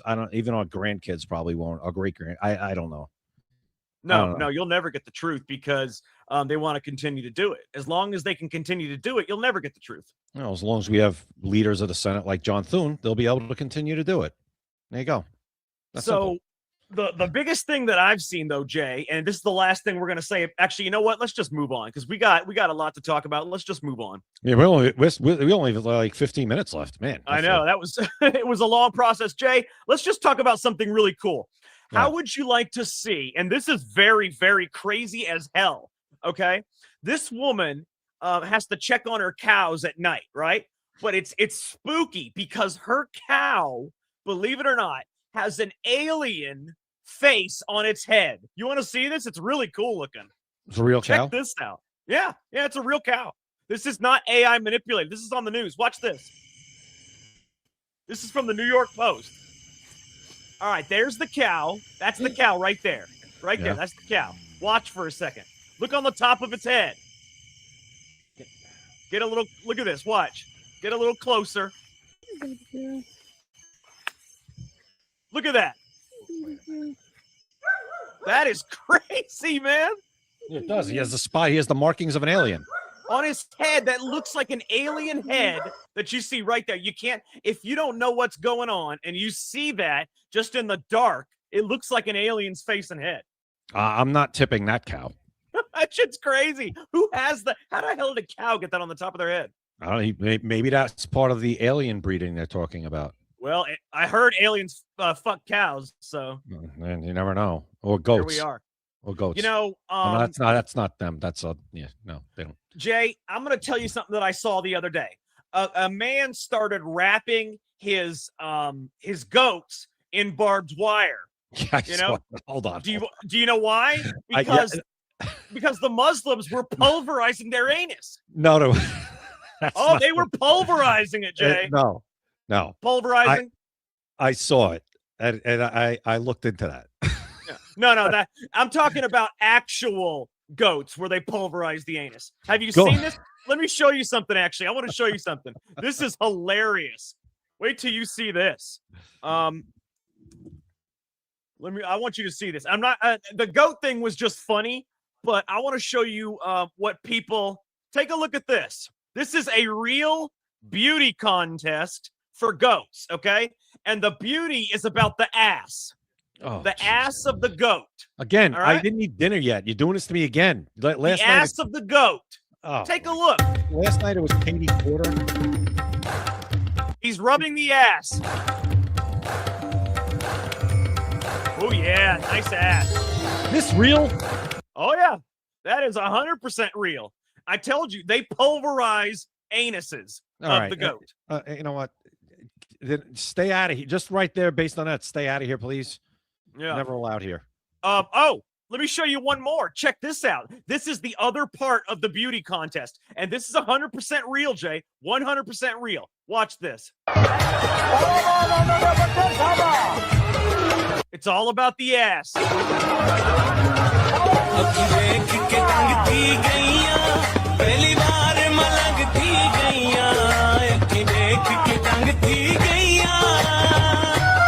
That one's going to win. Look at that ass, Jay. God. I'm not. Turn it off. Turn it off. Look at that ass. Wow. I can't. Baby got back. I can't take it anymore. Yeah, where's Sir Mix-a-Lot? Where's the?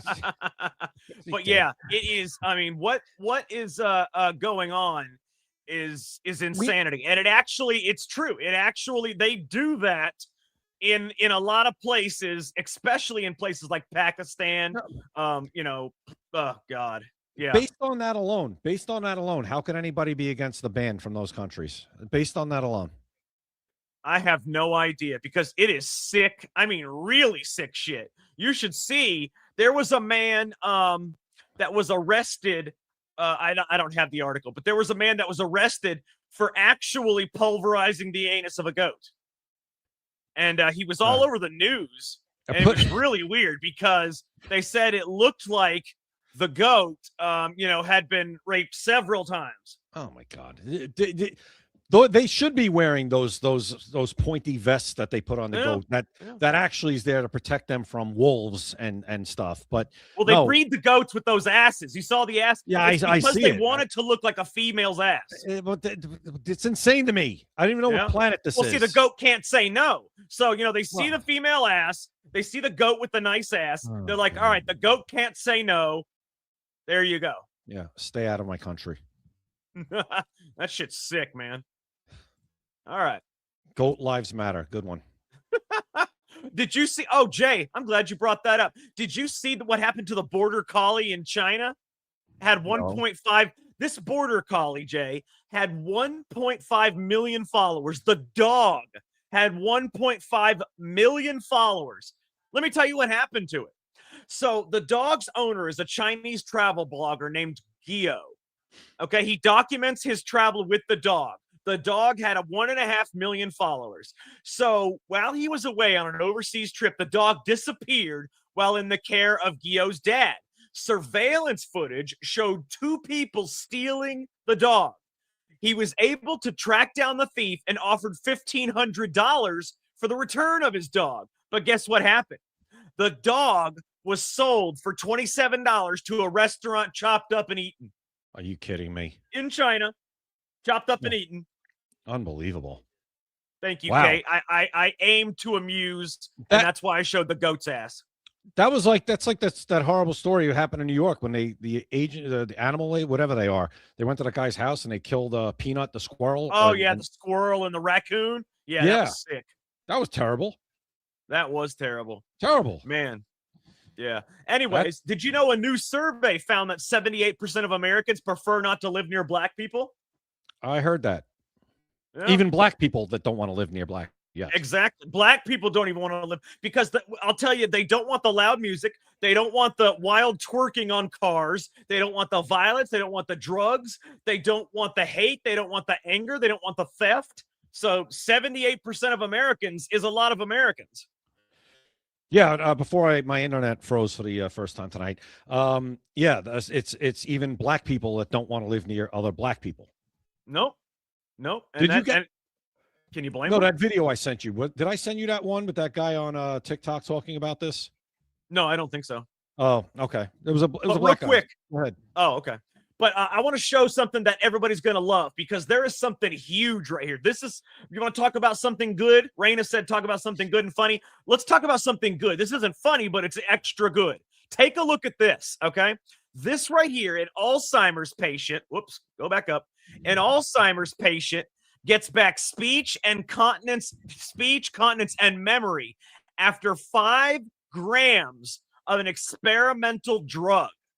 This is Alzheimer's. After a decade of cognitive and functional decline, an 80-year-old patient with advanced Alzheimer's disease showed remarkable signs of progress. All it took was a single dose of psilocybin, which is a hallucinogenic mushrooms, to get her to speaking more than she had in years. Oh. It is absolutely incredible, Jay. It's incredible what happened with her. Only 5 grams of those mushrooms, and she was able to speak full sentences. She was able to recall events in her life.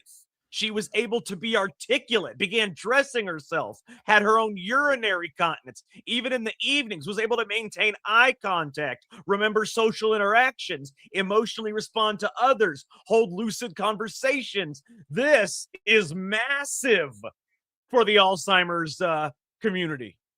Well, those mushrooms will be buried soon, so nobody could ever use them again.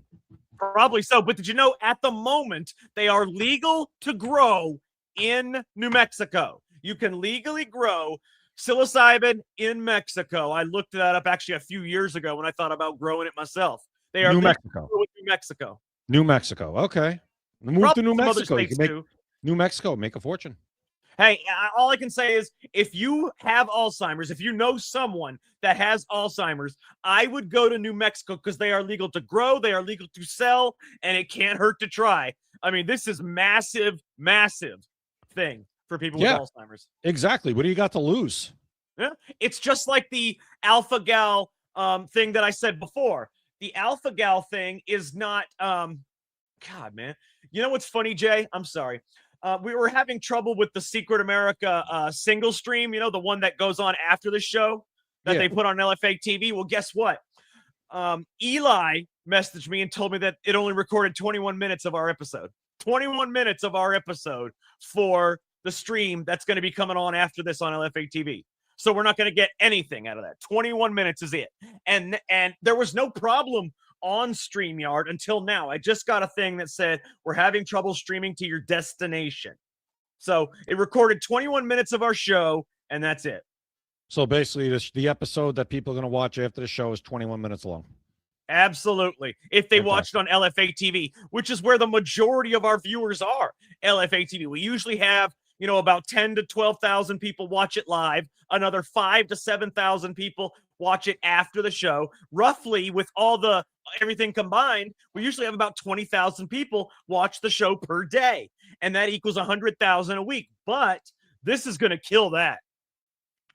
And that's a StreamYard issue. It might, yeah. Well, yeah, maybe.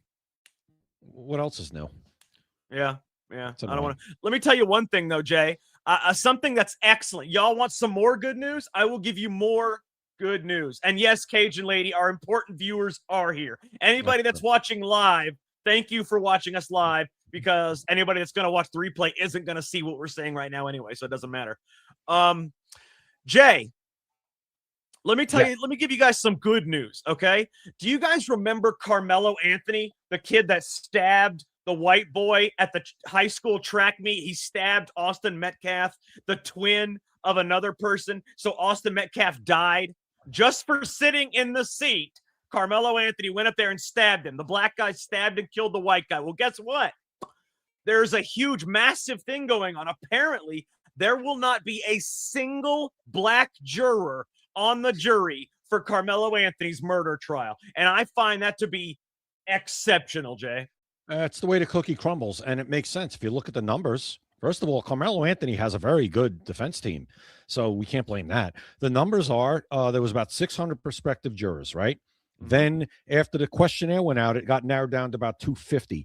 Then they voir dire them with the attorneys and the judge, and then it got knocked down. And a lot of the people answered the question, I can't put a brother in jail for life. Okay, well, you're out. So when you look at it, I think 10% of the population in that area, Jack, is black.